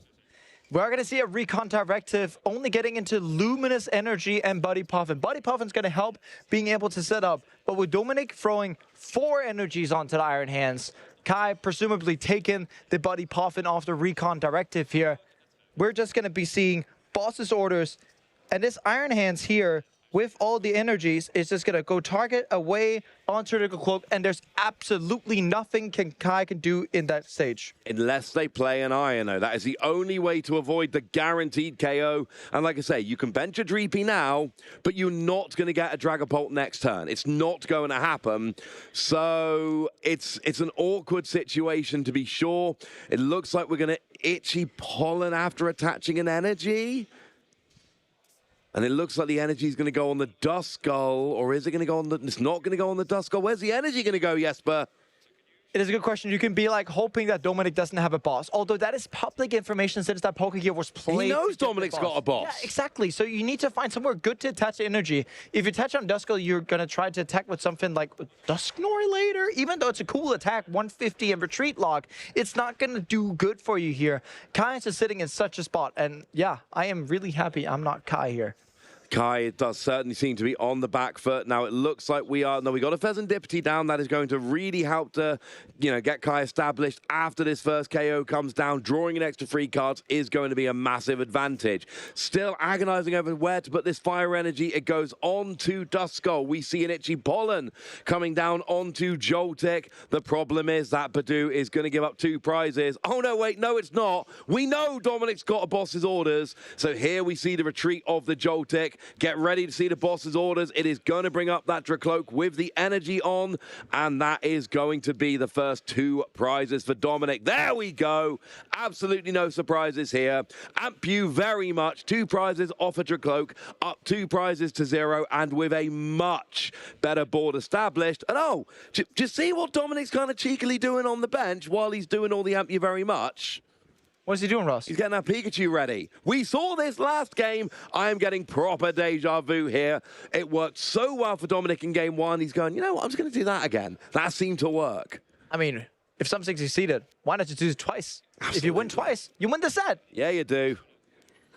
So we get to see Kai putting down more. But the issue for Kai here is that they're only going to be able to get maximum 1 Dracloak in play. And me amongst my friends kind of joke about Joltic box. It's like kind of you go Jolting charge, you get hands going, and then it turns into boss's orders simulator. If you can get boss's orders enough, you win the game. And Ross, did we spot any boss? There is one there. There is boss's orders in hand, just like there was back in game one. We absolutely do have a boss's orders in hand. So I don't like to say it, and I'm sorry, Kai. There is bad news coming down the pipeline. You've only got one Dracloak. It is going to be boss's orders and KO'd, and Pikachu is going to be getting ready to finish off the game the following turn. And genuinely at this stage, Kai is using Itchy Pollen, and it is crossing fingers time. You were going, look, I Iron-O'd them to 4 cards. They had better not have a boss's orders from those 4 and their draw for the turn. They've actually got Prime Catcher as well, so they can boss this turn, Prime Catcher next turn, and, well, you can't Prime Catcher this turn, obviously, because of Badoo. I mean, the Prime Catcher is ready for next turn for Pikachu, who just got a second energy. Dominic is fixing to win this game next turn. Yeah, and setting up this cool checkmate scenario where we're just telling Kai, whatever you're going to be able to do, yeah, mate, just forget about it. That's not going to happen. We're going to see the knockout here. Ampu very much taking 2 prizes, getting that Marite on an Ultra Ball into hand. Not something that's super useful, but it is useful to get closer to that 8-0-1 record. And there will be no Itchy Pollen. You cannot Itchy Pollen, because if you Itchy Pollen, then Dominic goes, okay, amp you very much for game. Which means Dominic is going to have that, you know, the ability to play item cards. So if Kai has got an I&O, and it looks like they do, has to be played. Yeah, they've got one in hand. They have to play it this turn. We know that Dominic has got that Prime Catcher. Kai doesn't, to be fair, but you still kind of need to put them on a 2-card hand. It just feels bad to be in Kai's shoes right now, right? You can get the knockout with Blood Moon or Saluna due to that jamming tower being down and just getting an attachment on. But Kai's constantly been missing these small pieces turn after turn after turn. Kai is going to be able to use Dusclops, put 50 onto the Iron Hands, or potentially the Pikachu, of course, to get into the spot of using Iono 2-1. Mew's still down on Dominic's side, but Kai's giving themselves a way to fight and turning off this Resolute Heart by using that Dusclops. Now, you're going to need a lightning and a metal energy for Pikachu. That's what we're really looking for here. Oh, my goodness, his one card he's got in hand is a metal energy. That is genuinely his hand is a metal energy, which means if we see the KO, well, no, it doesn't matter what comes up. Everything is in range of Pikachu, and Dominic got I&O to 1 card in hand, and it is, and I mean this in the most literal sense of the word, the only card he needs. And we're just going to see promotion up Pikachu, draw a card for turn as if a formality, and attaching the metal energy. Dominic Bink 2-0 in round number 9 versus Kai Ring by going off to the 8-0-1 record. And yeah, on for phase 2 tomorrow. Well, we already in phase 2 now, buddies. And Dominic being such a force with that Joltic box deck. Can you imagine the relief when your opponent I-Nos you to 1 and you get the only card you need? Here we go back to have a reminder of game 1. The boss's orders onto the Dracloak. KO with Iron Hand. Amp you very much. I will take those 2 prizes. And then Dominic goes, you know what? That was really fun. Amp you very much on a Dracloak for 2 prizes with a boss's orders. I'm going to do it again and take another 2 prizes, putting me 2 away from winning. Oh, yeah, by the way, I've been building up my Pikachu on the bench just in case. And then up comes your Blood Moon Ursaluna. You wouldn't KO me with a Pikachu, would you? And Dominic goes, no, I'm sorry, I actually would. That's my final 2 prizes, and I am winning the game with that Topaz Bolt from Pikachu, the Earthen Vessel, getting the final energy needed. Yeah, and such a good way to cover here. Dominic again going first, but showing off that in game 1 we also went first. Going Nest Ball from Rhydon, Tandem Unit, gonna get the whole squad out with the Joltic, with the Iron Hands. And yeah, again, it's another one. Boss's orders, Ampu very much taking out the only Dracloak in play. From there on, we kind of looked at Kai's situation being like, yes, we kind of have to go into the same ways of game 1. Iono, hope it works, but again, boss's orders and Ampu very much to take the knockout. And it kind of spiraled out of control. That Pikachu being set up in the back, kind of working as a safety policy. And yeah, Pikachu coming up at the end. Iono to 1. don't matter. We get the metal energy to get the last knockout of the game and the last knockout of tonight. And it's got to be pointed out, one thing that Kai did was really good. You actually KO'd the Mew there. So the only draw that was on Dominic's side of the board got taken out at the same time as you INO'd them to one. You knew they were only going to have two cards, the one from the INO and the one they drew for their turn. And it was still enough because it was the metal energy. And think back to the prize map. Game 1, Boss, amp you very much on a Decloak. Boss, amp you very much on a Decloak. Pikachu KO's Blood Moon Ursaluna. And in Game 2, Boss, amp you very much on a Decloak. Boss, amp you very much on a Decloak. Pikachu KO's Blood Moon Ursaluna. The exact same prize map for Dominic in both games. Yeah, and when we're speaking of prize maps, we have a little clip ready for you here from the previous game where it kind of just shows how this game has been going on constantly. We were talking again about it. You know, corner with this Maractus into the Iron Hands, and then thinking about, okay, what Dracloak can we target? Dracloak with energy, if we target that, we're going to be able to take over. Yeah, Boss's Oyster Cloak. And that's the whole sentiment of this matchup, is just all about taking out the setup with MP very much. It is this simple whenever you're playing Joltic box, but it's just so beautiful because simplicity, as I said, equals consistency. Yeah, it works. I mean, we're rocking a Joltic on the desk. I don't know if anyone's noticed. We're rocking a little Joltic on the desk here this weekend. And Joltic has been representing on stream today. Amy's caster predictions coming up absolutely beautiful so far. Indeed. And yeah, good predictions, Amy. That was really well done. And I'm really looking forward to see if Dominic can continue this hotness of today. Undefeated, although with a little tie on top. But if we want to hear about how Dominic has actually done this today. And I do. And I do really want to too. So yeah, Dominic, tell us, how'd you do it? Absolutely. Welcome back, everyone. My name is Amy, and I'm, of course, here with Dominic, the winner of our feature match. Dominic, how are you feeling going into phase 2 so strong?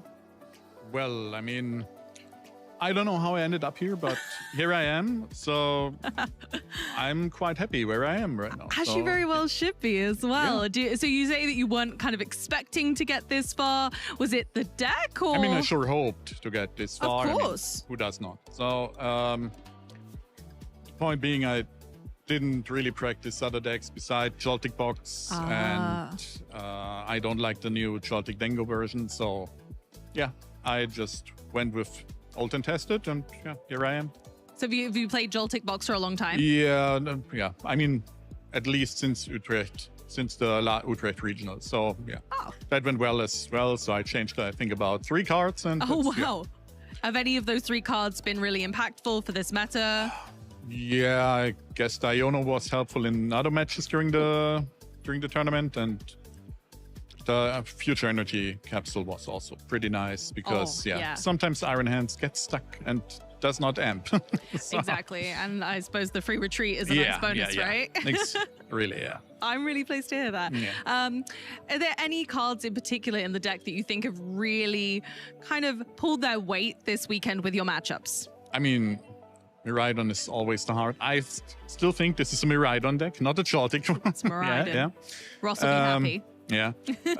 But besides that, it's like just a really consistent deck, which is always important if you're going into a tournament. Like, consistency is king, and at least for me. And yeah. Absolutely. You're in such a strong position going into phase 2 with already a win under your belt. Really couldn't ask for more. So what are your plans next? Is it just Frankfurt? Are we planning on more events this season? Well, I'm already registered for Lille and Gdansk, so... Fabulous! Yeah. I really like, especially Gdansk, so yeah. I don't know if yeah, okay, never mind, yeah. All good. Okay. I'm just...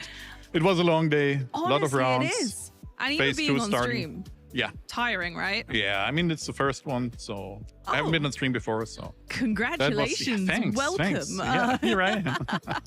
Honestly, I think that's absolutely brilliant. Like, you've managed to get all the way through this day. It is tiring, and I don't think people at home realized that you've been up since the crack of dawn, really.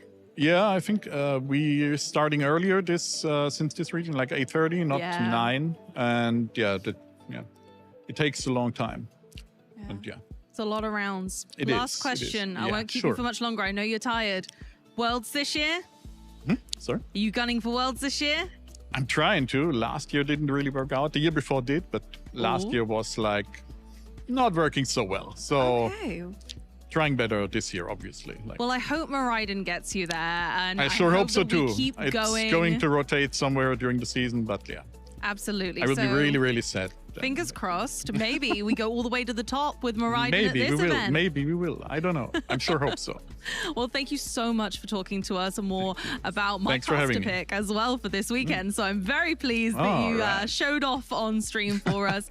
We're going to head on for a quick break before we wrap up the evening.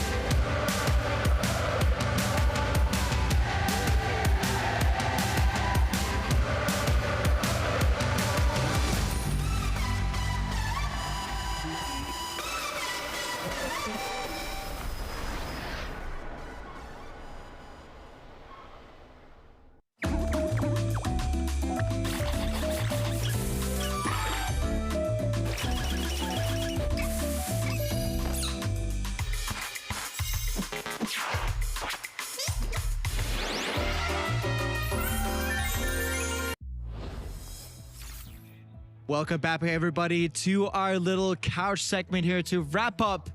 What a day it has been today. Conkeldurr starting 8-0 in the phase 1. And yeah, when we have just taken a little bit of a bite of phase 2 here to finish off with Dominic Fink, who, yeah, masterfully got into their boss's orders and got to amp you very much. And yeah, amp you very much, guys, for being here today with me. And yeah, what a phase 1 we had. I mean, look, we started the weekend. We started this morning, and I spoke to the camera, and I said, look, I want the players to surprise me this weekend. And I am surprised. I'm more surprised than I was really asking for, but I mean that in a good way. I thought it was going to be like, oh, there's a little bit of Ho-Oh Armor Rouge, which to be fair, there is. Or, oh, and Zoroark showing a bit better. I didn't think we'd have an undefeated player with Conkeldurr, but apparently players took my challenge very seriously. Actually, accepting a Ross challenge is always risky, but it was paying off for some of the players there. My highlight from phase 1 was watching Mike, our friend, our pal, on stream, creating a really cool 4-prize swing turn with a TM devolution. Very smart play. I think also going into phase 2 of the competition at 7-1, very respectable record, one of the highest placing Grimmsnarl out there right now. The highest. Still rooting for him, yeah. And we do want to take a look at how the Swiss standings were at the end of phase 1. These are not updated since the current round is still ongoing. But yeah, Alex Bismara, Conkeldurr 8-0, Kai Wainwright, Dragapult Dusknoir 8-0, Amy anything that surprises you in here, or anything that you're like, yeah, I expected this pretty much? I don't know, that Mike Ellis guy, really not certain about that. I'm not sure I've heard of him before. Of course I kid. Mike being up there in 10th place is absolutely exceptional. Very, very pleased for him. And of course, we've got some great names on this graphic. We've just seen Dominic there piloting Joltic to success, and with Miraidon, which I'm ever so pleased about. I think this is my best performing caster pick of like all time so far. So I'm pretty chuffed with myself, because sometimes I can be a little silly. You put all your eggs in one basket as well. You went Joltic into Galvantula. You doubled down and it's paying off. Oh, I did. I mean, it's working. Yeah, I mean, speaking of paying off, it definitely is paying off in spades, that's to say.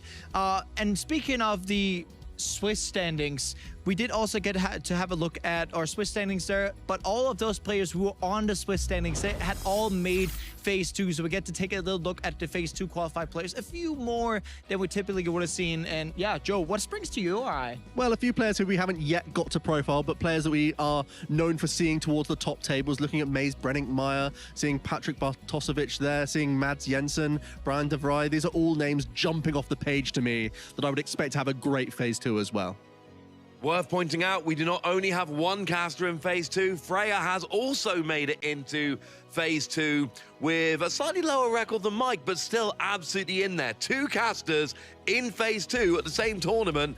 Also, are we ever going to hear the end of this from Mike? Because he's casted like 10 regionals, finally plays in one. And he's gonna, I don't know what you guys are worried about. Like, I went 7-1. It's not that hard. We're going to be hearing a lot from Mike, hopefully also tomorrow. And potentially we could just be having him join us with some winners interview again, as we did see today. But yeah, we're going to be having a lot of more phase 2 action tomorrow. It's not only going to be that one snippet of a round we had today, but it's also going to be a lot more. We do start tomorrow on Sunday at 10 a.m. And you have to remember, you can always go onto Pokemon.com/broadcasts to hit all of our broadcasts up, even though it may not be a regionals day. It could be today. It could be tomorrow whenever we stream it. It could be during the week when you can potentially see some restreams, or next week when you can get to see the Pittsburgh Regional Championships happening over in the US with our comrades over there. And yeah, start time tomorrow, 10 a.m. I am so excited to see all of that, because we're going to be crowning a regional champion tomorrow, guys. We are, and we gave you guys just a little bit of phase 2 as a treat, but there's a lot more to come. I mean, look, you've had a taste of phase 2. You've seen how fun phase 2 is. So make sure you come back tomorrow, 10 a.m. or, you know, the internet has been invented, so you can use that to figure out the time zone in your local area. And then you can see the rest of phase 2 into Top Cut, crown a champion. It's going to be a fun day. It's going to be a great and if day. you want to see a champion tomorrow, if you want to follow the story of the Frankfurtian Kelder, remember to follow us on our socials. You can use either X, YouTube, Facebook, Instagram, pretty much any single social media that we all use. You can use the hashtag #PlayPokemon and tell us, what is the favorite Conkelder variant of yours? Yeah, not enough hashtag play Pokemons out there. We want to hear from you. If you're in the hall, if you're watching at home, we need to have those from you. We're going to do our best to show them off as well. So we want to hear your stories from the tournament, from the stream. What have been your highlights? We always love to hear from you. And you're always welcome to tell us, what do you want to see on stream? We've already seen Ho-Oh Armarouge as a pick that won a stream game. But then there's only one thing to say, guys. And we can't wait until tomorrow to say that. But we will see you tomorrow at 10 a.m. or, if you're in the Pacific Standard Time, 1 a.m. Hopefully not. And have a good night.